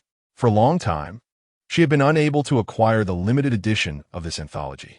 Now that she had discerned that the elusive Black Horse was orchestrating these troubles from behind the scenes, she felt justified in claiming her desired publications from him without hesitation. Indeed, the previous attempts to dismantle the anti-gossip newspaper operations had faltered, not solely due to Black Horse being privy to the key plans, but also because Granny Crane, as a devoted enthusiast, had provided crucial assistance. Naturally, she would refrain from disclosing this at the moment. Allowing the young Black Horse to shoulder all the blame seemed an astute choice. Meanwhile, Sengoku and Akiji, witnessing the pitiable state of Black Horse, felt an overwhelming surge of anger. Coupled with the turmoil instigated by the machinations of the world government, their fury was palpable, and they unleashed a barrage of blows upon him. "You scoundrel, it was you pulling the strings all along," Sengoku and Admiral Akiji shouted in unison, relentlessly directing their fists toward Black Horse's face. Observing the chaos, Major General Crane smiled subtly, quietly watching the spectacle unfold. She had been acutely aware of Sengoku's recent peculiar behavior and the psychological strain he was enduring. As a fellow pillar of the Navy from a bygone era, she understood all too well the profound disappointment that resided within Sengoku's heart. Not only Sengoku, but also her longtime comrade, Zifa, had departed in disillusionment due to the world government's unrestrained actions. Following the tragic loss of his wife and child to a pirate raid, Zifa dedicated himself entirely to nurturing the next generation of the Navy, viewing his disciples as his own children, destined to fulfill his unaccomplished dream of achieving world peace. However, when his beloved Prot G.S. perished at the hands of an uncontrollable horde of zombies, the architect of this calamity, Edgar, was shamefully shielded by the world government. Major General Crane could only imagine Zifa's profound indignation. Furthermore, how could Kapu not share in this fury? Although he remained reticent, his recent abnormal silence and frenzied assaults on the training bags aboard naval vessels spoke volumes about his profound disappointment in the world government. Akiji, since the fateful O'Hara mission, had remained in a prolonged state of silence, transitioning from a fervent warrior of justice to the laid-back admiral he had become. Crane was acutely aware of the wounds that bled within him. These myriad reasons weighed heavily on Crane's heart, as she silently feared that the recent malevolence perpetrated by the world government might exhaust the spirits of these righteous men. Yet, witnessing Sengoku and Akiji now, vibrant and exuberantly shouting as they pummeled Black Horse, brought a flicker of hope amidst her worries. She believed that through such incidents, both individuals could unburden their pent-up frustrations, alleviating their inner turmoil. Although this would subject the Black Horse to some physical discomfort, her thoughts drifted to another matter. The rumors circulating currently were predominantly centered around male relationships, suggesting that the authors of these books were likely women. She suddenly yearned to meet these authors, particularly the one who penned Kapu and Akiji, a chaotic love whose tastes and interests resonated perfectly with her own. Each time she read this book, she pondered that if she were to encounter its author in reality, they would surely refer to each other as sisters. After Sengoku and Akiji had thoroughly pummeled the Black Horse several times, their wrath finally began to subside. The two of them allowed the bruised Black Horse to recount the events leading up to his predicament. As anticipated, the Black Horse had accrued a substantial gambling debt and had been attempting to secretly sell some inconsequential naval intelligence to Taizoro of Golden City in exchange for an extension on his repayment deadline. Recently, this Golden Emperor had noticed the remarkable popularity of the scandalous publications emerging in the market. Across the seas and the Grand Line, many were clamoring to purchase them, often paying exorbitant prices. For Taizoro, a top-tier businessman, this was undeniably a golden opportunity for investment. According to Taizoro, upon witnessing the frenzy surrounding the scandalous newspapers, it was as if he beheld countless golden coins dancing before him. Thus, through a combination of temptation and coercion, the Black Horse became a source of various naval gossip stories for Taizoro, simultaneously becoming the origin of these scandalous tabloids distributed and sold within the Navy. Naturally, every time he distributed these scandalous papers, the Black Horse cleverly disguised himself to conceal his true identity. Moreover, as the office director of the naval headquarters, he was the most familiar with the internal structure of the organization. In times of danger, he could evade searches by leveraging his knowledge of the building's many pathways. Consequently, despite several attempts to capture him, no one had ever succeeded. His consistently upright demeanor and virtuous image had also led others to never suspect him. Surprisingly, after some time spent selling newspapers and scandalous publications, the Black Horse accrued an abundance of berries. Not only did he settle his gambling debts, but he also amassed considerable wealth, allowing him to indulge freely in Golden City. This time, without Taizoro's coercion, the Black Horse proactively began to joyfully sell scandalous publications and found delight in doing so. As he recounted with tears in his eyes the tale of how he acquired vast sums of money through the sale of these scandalous publications, Sengoku and Akiji regarded him with disapproving expressions. Only Granny Tsuru stood by, sporting a slightly amused smile. After a considerable period of contemplation, the astute Sengoku finally spoke. What do you think would happen if we were to include some information in these scandalous newspapers, given their immense popularity? For instance, if we were to provide some information to the world in advance regarding the Navy's new operations and enlighten them about the characteristics of zombies, could we potentially avert a catastrophic disaster for others? The voice of the warring states echoed softly within the confines of this small room. Chapter 80. The tumultuous New World. Have you heard the news? The great treasure is hidden in Fishman Island. This island possesses an unparalleled devil fruit that has the 5 elders of the world government drooling with desire. Acquiring it would elevate one to the status of a Yonko. In recent days, a plethora of outrageous rumors concerning Fishman Island has begun to circulate throughout the New World. The catalyst for this frenzy lies in an unknown individual distributing newspapers across the New World, which detailed the Navy's latest maneuvers. Initially, the publication contained only news regarding the destruction of Fishman Island, but for reasons unknown, the narrative has spiraled into chaos, distorted by the pirates' embellishments. Even the legendary treasure of the Pirate King and the Devil Fruit have found their way into these tales. Within just a few days, the entire New World has ignited with fervor. On Onigashima, the island of the beast pirates, countless torches blazed, casting flickering shadows upon the darkened landscape. It seems that the 5 elders truly intend to take action against Fishman Island. What is your objective? Kaido inquired, abruptly slamming his gourd of sake onto the ground, producing a resounding crash that reverberated off the surrounding walls. His gaze fixed upon the trembling agents before him.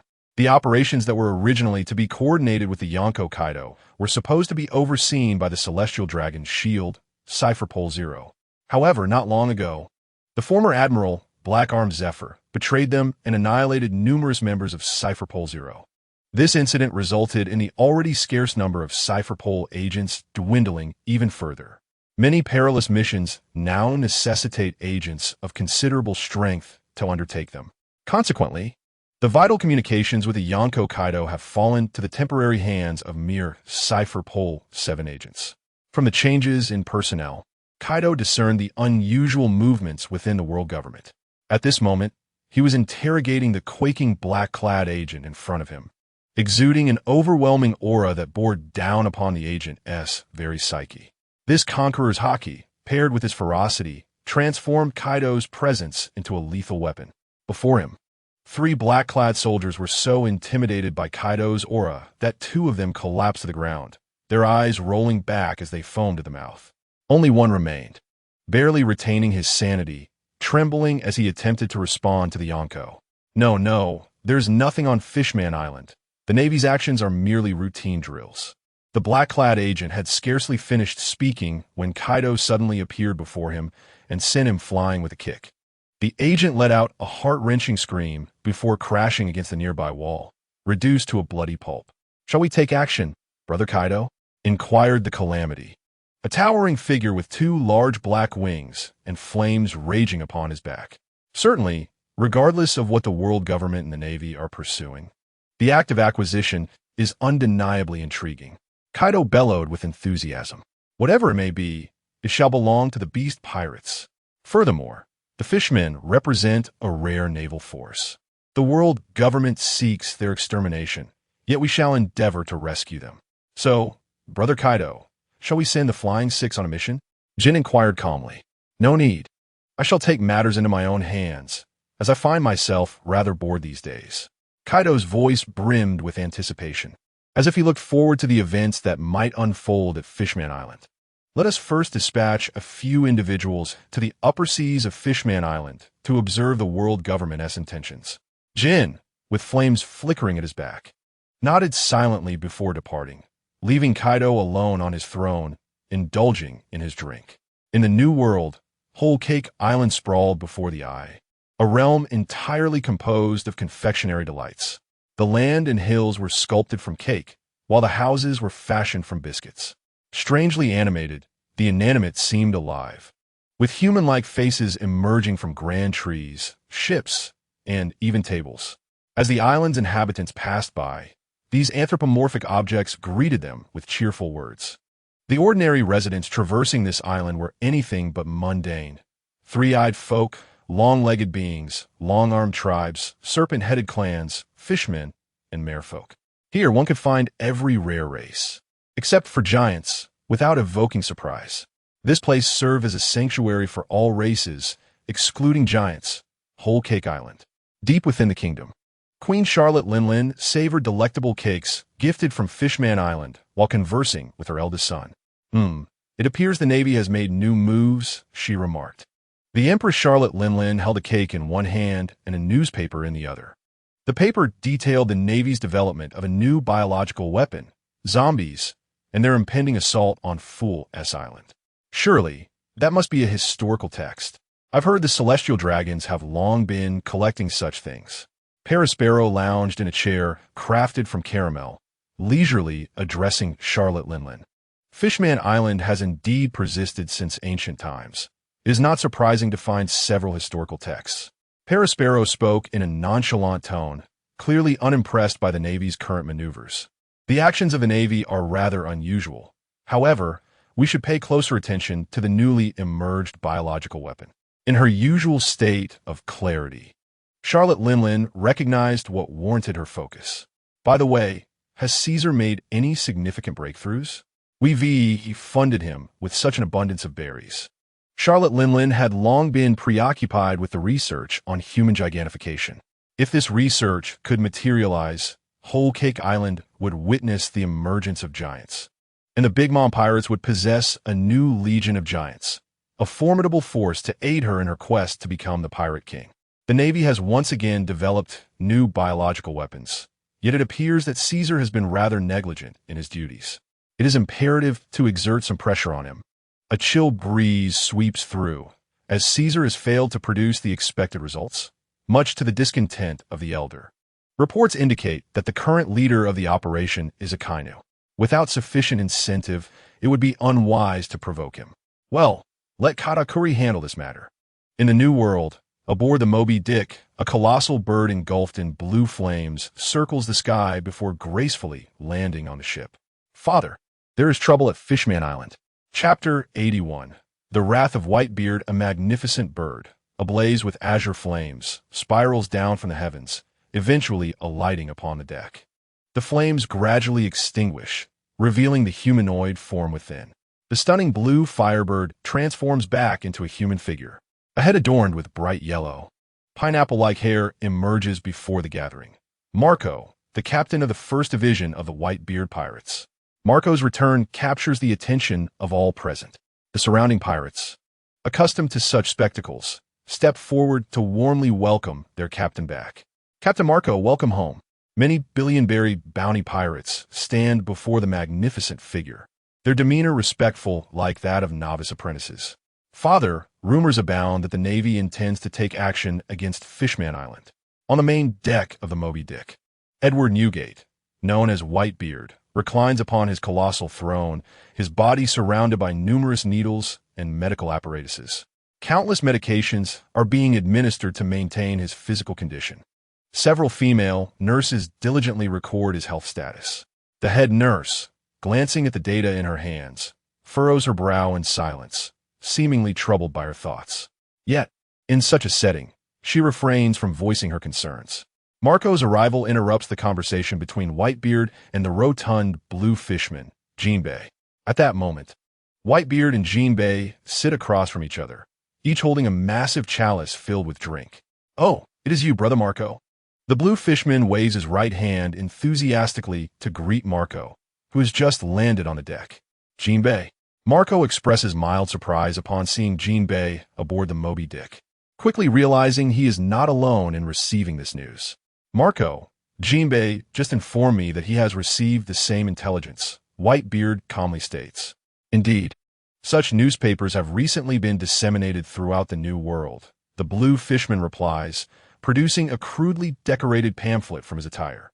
The content of this pamphlet mirrors that which Marco holds. It appears some individuals are deliberately spreading this information, Whitebeard concludes, his gaze flickering with uncertainty. As the undisputed sovereign of the seas, he is undeniably the mightiest man in the world. For decades, none have dared to challenge his authority. At this moment, whether it be the reckless young pirates venturing into the New World, the Navy, or even the lofty celestial dragons, all recoil in trepidation upon hearing his name. It is precisely because of this that Whitebeard has managed to safeguard countless islands in the New World merely by the power of his reputation.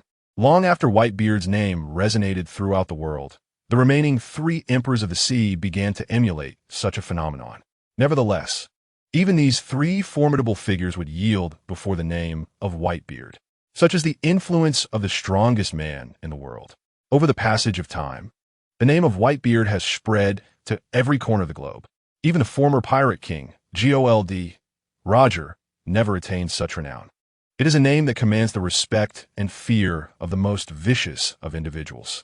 Whitebeard, along with his name, has become the singular legend in this world, one that is revered and unreachable. Now, this legend faces a formidable challenge. Fishman Island, a territory under the protection of the Whitebeard pirates, displays the fluttering flag of their crew at its entrance, serving as the ultimate assurance of safety. Yet, at this moment, the Navy intends to strike at Fishman Island, effectively declaring war on the Whitebeard pirates. Indeed, brother Marco, such flyers have been disseminated throughout various locations in the New World. Moreover, the waters above Fishman Island are now teeming with Navy warships, continuously patrolling and monitoring the movements of the fishmen. This suggests that the information on the flyers is indeed credible. The tone of the blue mink is notably grave. His homeland seems to be facing imminent catastrophe, a concern that even the typically optimistic Jinbei cannot dismiss lightly. Out of desperation, he has come to seek assistance from Father and the crew. Jinbei's voice is earnest as he speaks, bowing deeply in supplication before the seated Whitebeard. However, before his forehead can touch the deck, a gentle force lifts him, elevating his entire upper body. Jinbei gazes at Whitebeard, who is surrounded by a radiant white circle emanating from his right hand, a symbol of his tremor fruit abilities. It is this gentle but powerful force that has raised Jinbei, who wishes to bow his head in respect. You need not be so, Jinbi. Fishman Island is indeed under my protection. An assault on Fishman Island is tantamount to a provocation against the Whitebeard pirates. Those who challenge the Whitebeard flag are destined for hell, Whitebeard asserts, signaling to his crew. Indeed, Father, the Navy's actions are a direct affront to our entire crew. We cannot let them go unpunished. The pirates aboard the ship echo their support for Whitebeard, including Marco, who has just landed on the deck. Whitebeard rose to his feet. The various medical apparatuses affixed to him cascading to the ground as he stood. At that moment, he resembled a ferocious beast unshackled from his chains, unleashing a desperate roar towards his adversaries. With a mere wave of his hands, seemingly effortless, the sea surrounding the Moby Dick began to boil violently. As though lifted by invisible divine forces, the waters surged skyward, forming colossal walls of water that temporarily obscured the sun. Should the Navy dare to provoke, they would find their fangs severed. Whitebeard's voice rang out resoundingly, met with the relentless cheers of his fellow pirates. The overwhelming aura he exuded seemed capable of shattering the world itself, compelling even the heavens to retreat. Amidst the cacophony of jubilant shouts, only Whitebeard's gaze flickered with a rare ferocity, as if he were deep in contemplation. The 2nd Division commander, Ace, who had ventured out in search of Teach, remained unaccounted for. Analyzing the Navy's movements, it appeared that this matter was indeed directed towards the Whitebeard pirates. A glint of fierce determination ignited in Whitebeard's eyes. If anyone dared to harm the offspring of a beast, they would undoubtedly pay the price. Chapter 82. The Dragon's Decision. New World. Baliadigo. Strategic Conference Room. Revolutionary Leader Monkey D. Dragon was engaged in discussion with Chief of Staff Sabo regarding the sudden intelligence emerging from the New World. The Navy seemed intent on obliterating Fishman Island. Despite the pervasive rumors indicating an impending assault on the island, the underlying motives for such an action remained shrouded in mystery. Even the very individuals responsible for fabricating and disseminating this information appeared oblivious to the reasons behind the Navy's and world government's maneuvers. Shortly after receiving this intelligence, Dragon contacted the revolutionary undercover agents infiltrating the Navy. Through their feedback, both Dragon and Sabo confirmed that the reports of the Navy's latest movements were indeed authentic. However, neither the informant's accounts nor the newspaper revealing the Navy's operations provided any clarity on why they sought to annihilate Fishman Island. The rationale behind this destruction eluded both Dragon and Sabo, even after prolonged deliberation. Based on Dragon's understanding of the celestial dragons, this endeavor could not possibly stem from the foolish aspirations of a celestial dragon seeking to capture Fishman slaves. Such a monumental operation must possess formidable strategic intent. After all, deploying naval forces of this caliber could only be sanctioned by the 5 elders. Furthermore, Dragon speculated that the enigmatic Knights of God would likely play a pivotal role in this undertaking. According to the intelligence we have received, the waters leading to Fishman Island are now heavily patrolled by Navy warships. Whether it be outsiders attempting to enter the island or fishmen seeking to escape, both endeavors are fraught with insurmountable difficulties. Mr. Dragon, it appears that the Navy is resolutely determined to bring about the destruction of Fishman Island. Sabo placed both hands firmly on the office desk, his gaze intensely fixed on the real-time situation relayed by his informant, his mind racing. Beads of sweat trickled down his face. It appeared that the Navy, or perhaps the Celestial Dragons, sought to seize something from Fishman Island. Should the Revolutionary Army intervene this time? Upon hearing Sabo's inquiry, Dragon pondered for a moment. All 4 corps commanders had already been dispatched on missions, leaving only the 2 of them as available combatants. If Dave were nearby, with his formidable strength, he would undoubtedly be capable of confronting such a level of naval power. Responding to Sabo's question, Dragon spoke slowly. Mr. Sabo, in truth I. Sabo was about to express that under Dragon's guidance, he had grasped the essence of the Dragon Claw fist and could hold his own against numerous vice-admirals, even admirals. Dragon, unaware of Sabo's intentions, hastily interjected, "No, Sabo, you are indeed exceptional. Yet you remain too inexperienced particularly in the presence of the current 3 admirals of the natural type, especially Akainu. I fought alongside them during my time in the Navy. I am acutely aware of their capabilities. Even among all past admirals, these 3 stand out as formidable beings, and you are entirely ill-equipped to contend with them. Dragon gently placed a hand on Sabo's shoulder, noticing the frustration in his eyes. Perhaps Dave, having acquired new powers, could manage such a high-stakes situation. However, he was currently occupied with Dr. Vegapunk. Compared to the Navy's inexplicable actions, his present mission was far more critical. Focus on your training, Sabo. Upon hearing Mr. Dragon's directive, Sabo nodded slowly. Just then, a series of urgent knocks echoed through the conference room. After receiving Dragon's assent, the person outside pushed the door open. It was Haku, the fishman karate instructor of the Revolutionary Army. Mr. Dragon, I've heard alarming news. Fishman Island is under siege by the world government.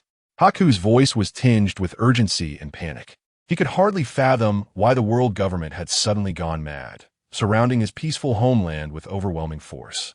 Yes, we have received this news as well, Dragon replied, picking up a newspaper from the table. It contained the same information deliberately distributed across various islands in the New World by those with ulterior motives. Strangely, the format of this intelligence newspaper bore a striking resemblance to the publications issued by the Revolutionary Army. The very foundation of the Revolutionary Army was to prevent the noble class from annihilating others. Therefore, faced with such a crisis, the Revolutionary Army would extend its assistance. Rest assured, Haku. Dragon anticipated Haku's plea for help and articulated his plan even before he could voice it. However, this time, the Revolutionary Army's actions would not directly engage with the Navy or the forces of the world government. Their current strength was still insufficient for a head-on confrontation. With 4 commanders absent and the main force, Dave, engaged in other duties, the Revolutionary Army's combat capability is severely lacking. Upon hearing Dragon's words, the fishmen Haku and Sabo were eager to express their willingness to fight, but were silenced by a gesture from Dragon. I understand your intentions, but given the current situation, the admirals of the Navy will inevitably be involved. With your present combat strength, confronting any admiral would be futile. Even if I were to join the fray, I could only withstand one of them. Therefore, although we will participate in this conflict, we must strive to avoid direct confrontation. Our objective is to rescue as many distressed residents as possible. At this declaration, Haku nodded eagerly in agreement. During the battle, I will take action. Your task is to assist the residents of Fishman Island and refrain from engaging in direct combat. Both Sabo and Haku acknowledged Dragon's decision. Despite their desire to confront the Navy head-on, they were acutely aware of their own limitations. Furthermore, intelligence indicated that the Navy would deploy a significant number of new biological weapons, specifically zombies, necessitating thorough preparation. In a previous conversation, Dave had mentioned that zombies are exceptionally troublesome. They cannot be quelled unless utterly destroyed. The revolutionary soldiers were already well informed about the challenges posed by such biological weapons, and upon mentioning them, Sabo and Haku exchanged serious glances, acknowledging the heightened difficulty of countering the Navy and world government's new bioweapons. Shortly thereafter, under Dragon's direction, Barudigo and all soldiers began mobilizing to prepare for the upcoming Fishman Island incident. Haku initiated contact with the revolutionary fishmen warriors, as a greater number of fishmen would provide enhanced maritime control. Meanwhile, Sabo reached out to as many coding craftsmen as possible, understanding that only by coding more vessels could they infiltrate the sea and assist the residents of Fishman Island.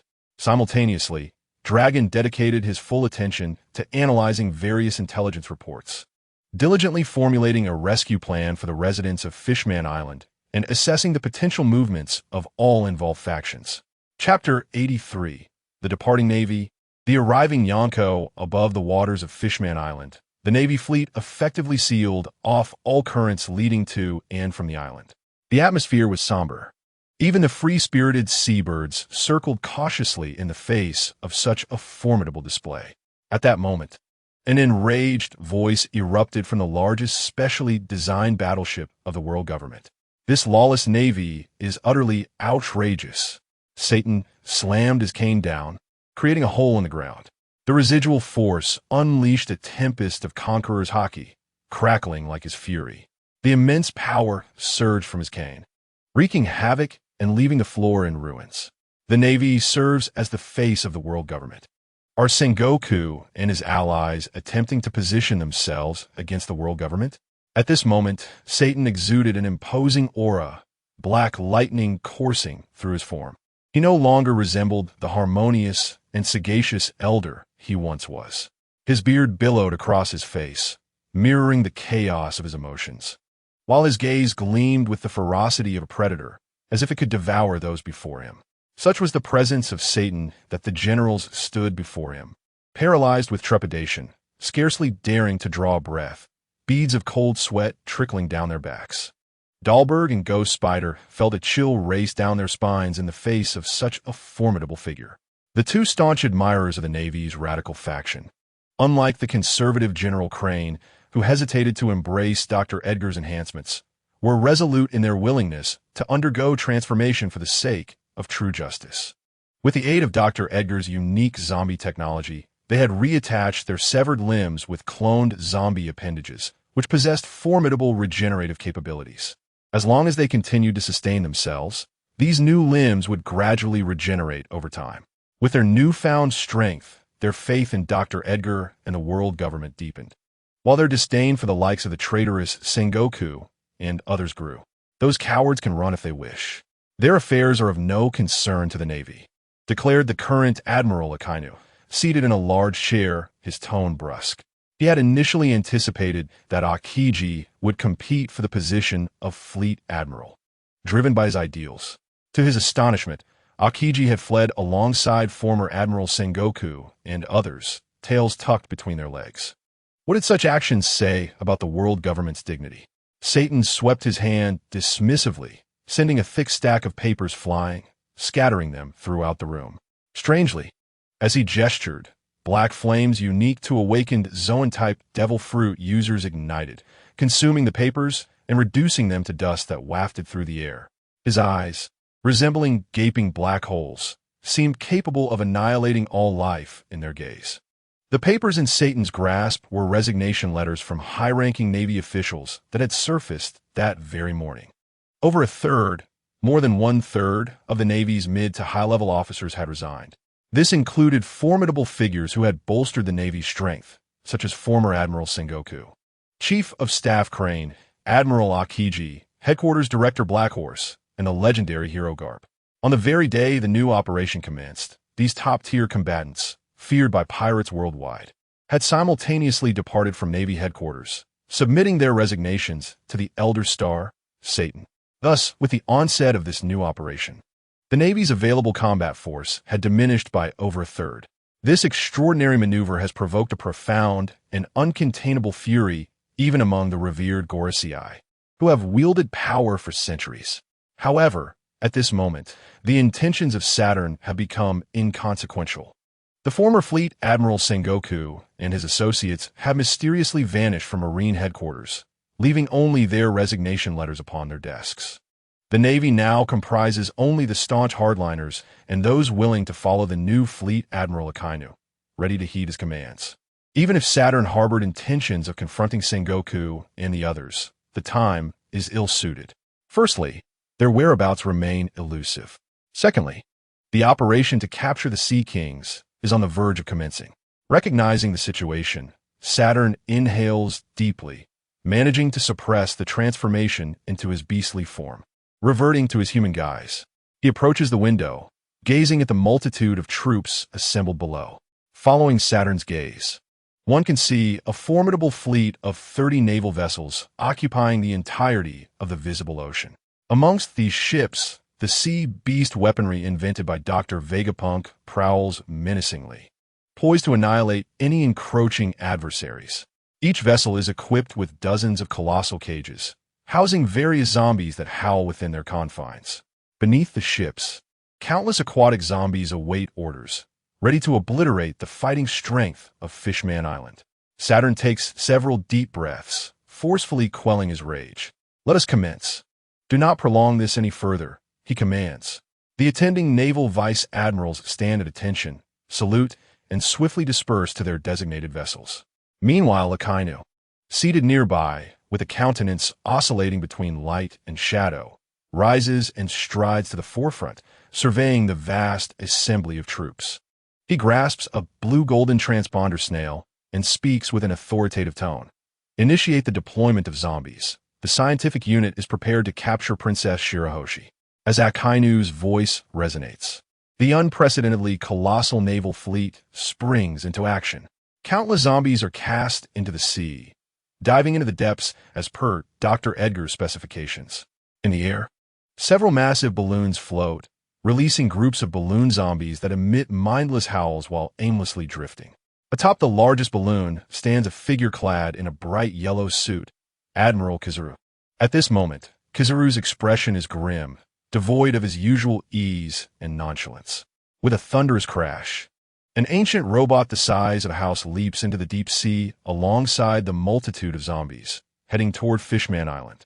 This zombie-shaped automaton, controlled by Dr. Edgar, is essential for this operation, which necessitates traversing the deep sea. To ensure absolute success, the involvement of Dr. Edgar's zombie technology is crucial. Furthermore, this battle presents the Gorosei with a unique opportunity to witness Dr. Edgar's genuine combat prowess firsthand. Only by demonstrating formidable strength can Dr. Edgar hope for further collaboration with the world government. The immense scale of the Navy's mobilization inevitably attracts the attention of many onlookers. At a considerable distance from the naval fleet, countless pirate ships gazed longingly at the vast armada. These vessels, renowned throughout the New World, were laden with formidable pirates whose bounties exceeded 100 million. Yet, in this moment, not a single pirate crew dared to approach and challenge the Navy's boundaries. They merely observed from afar. The sheer magnitude of the naval display was so imposing that no pirate would risk touching the whiskers of this ferocious tiger. They maintained a safe distance, keenly watching, hoping to remain elusive to capture. However, not all pirates were deterred.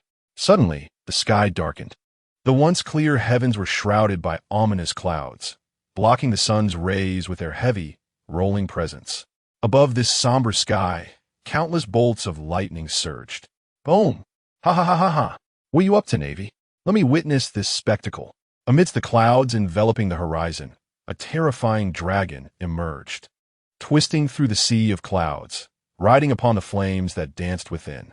Countless thunderbolts accompanied its form, erupting in a cacophony of sound.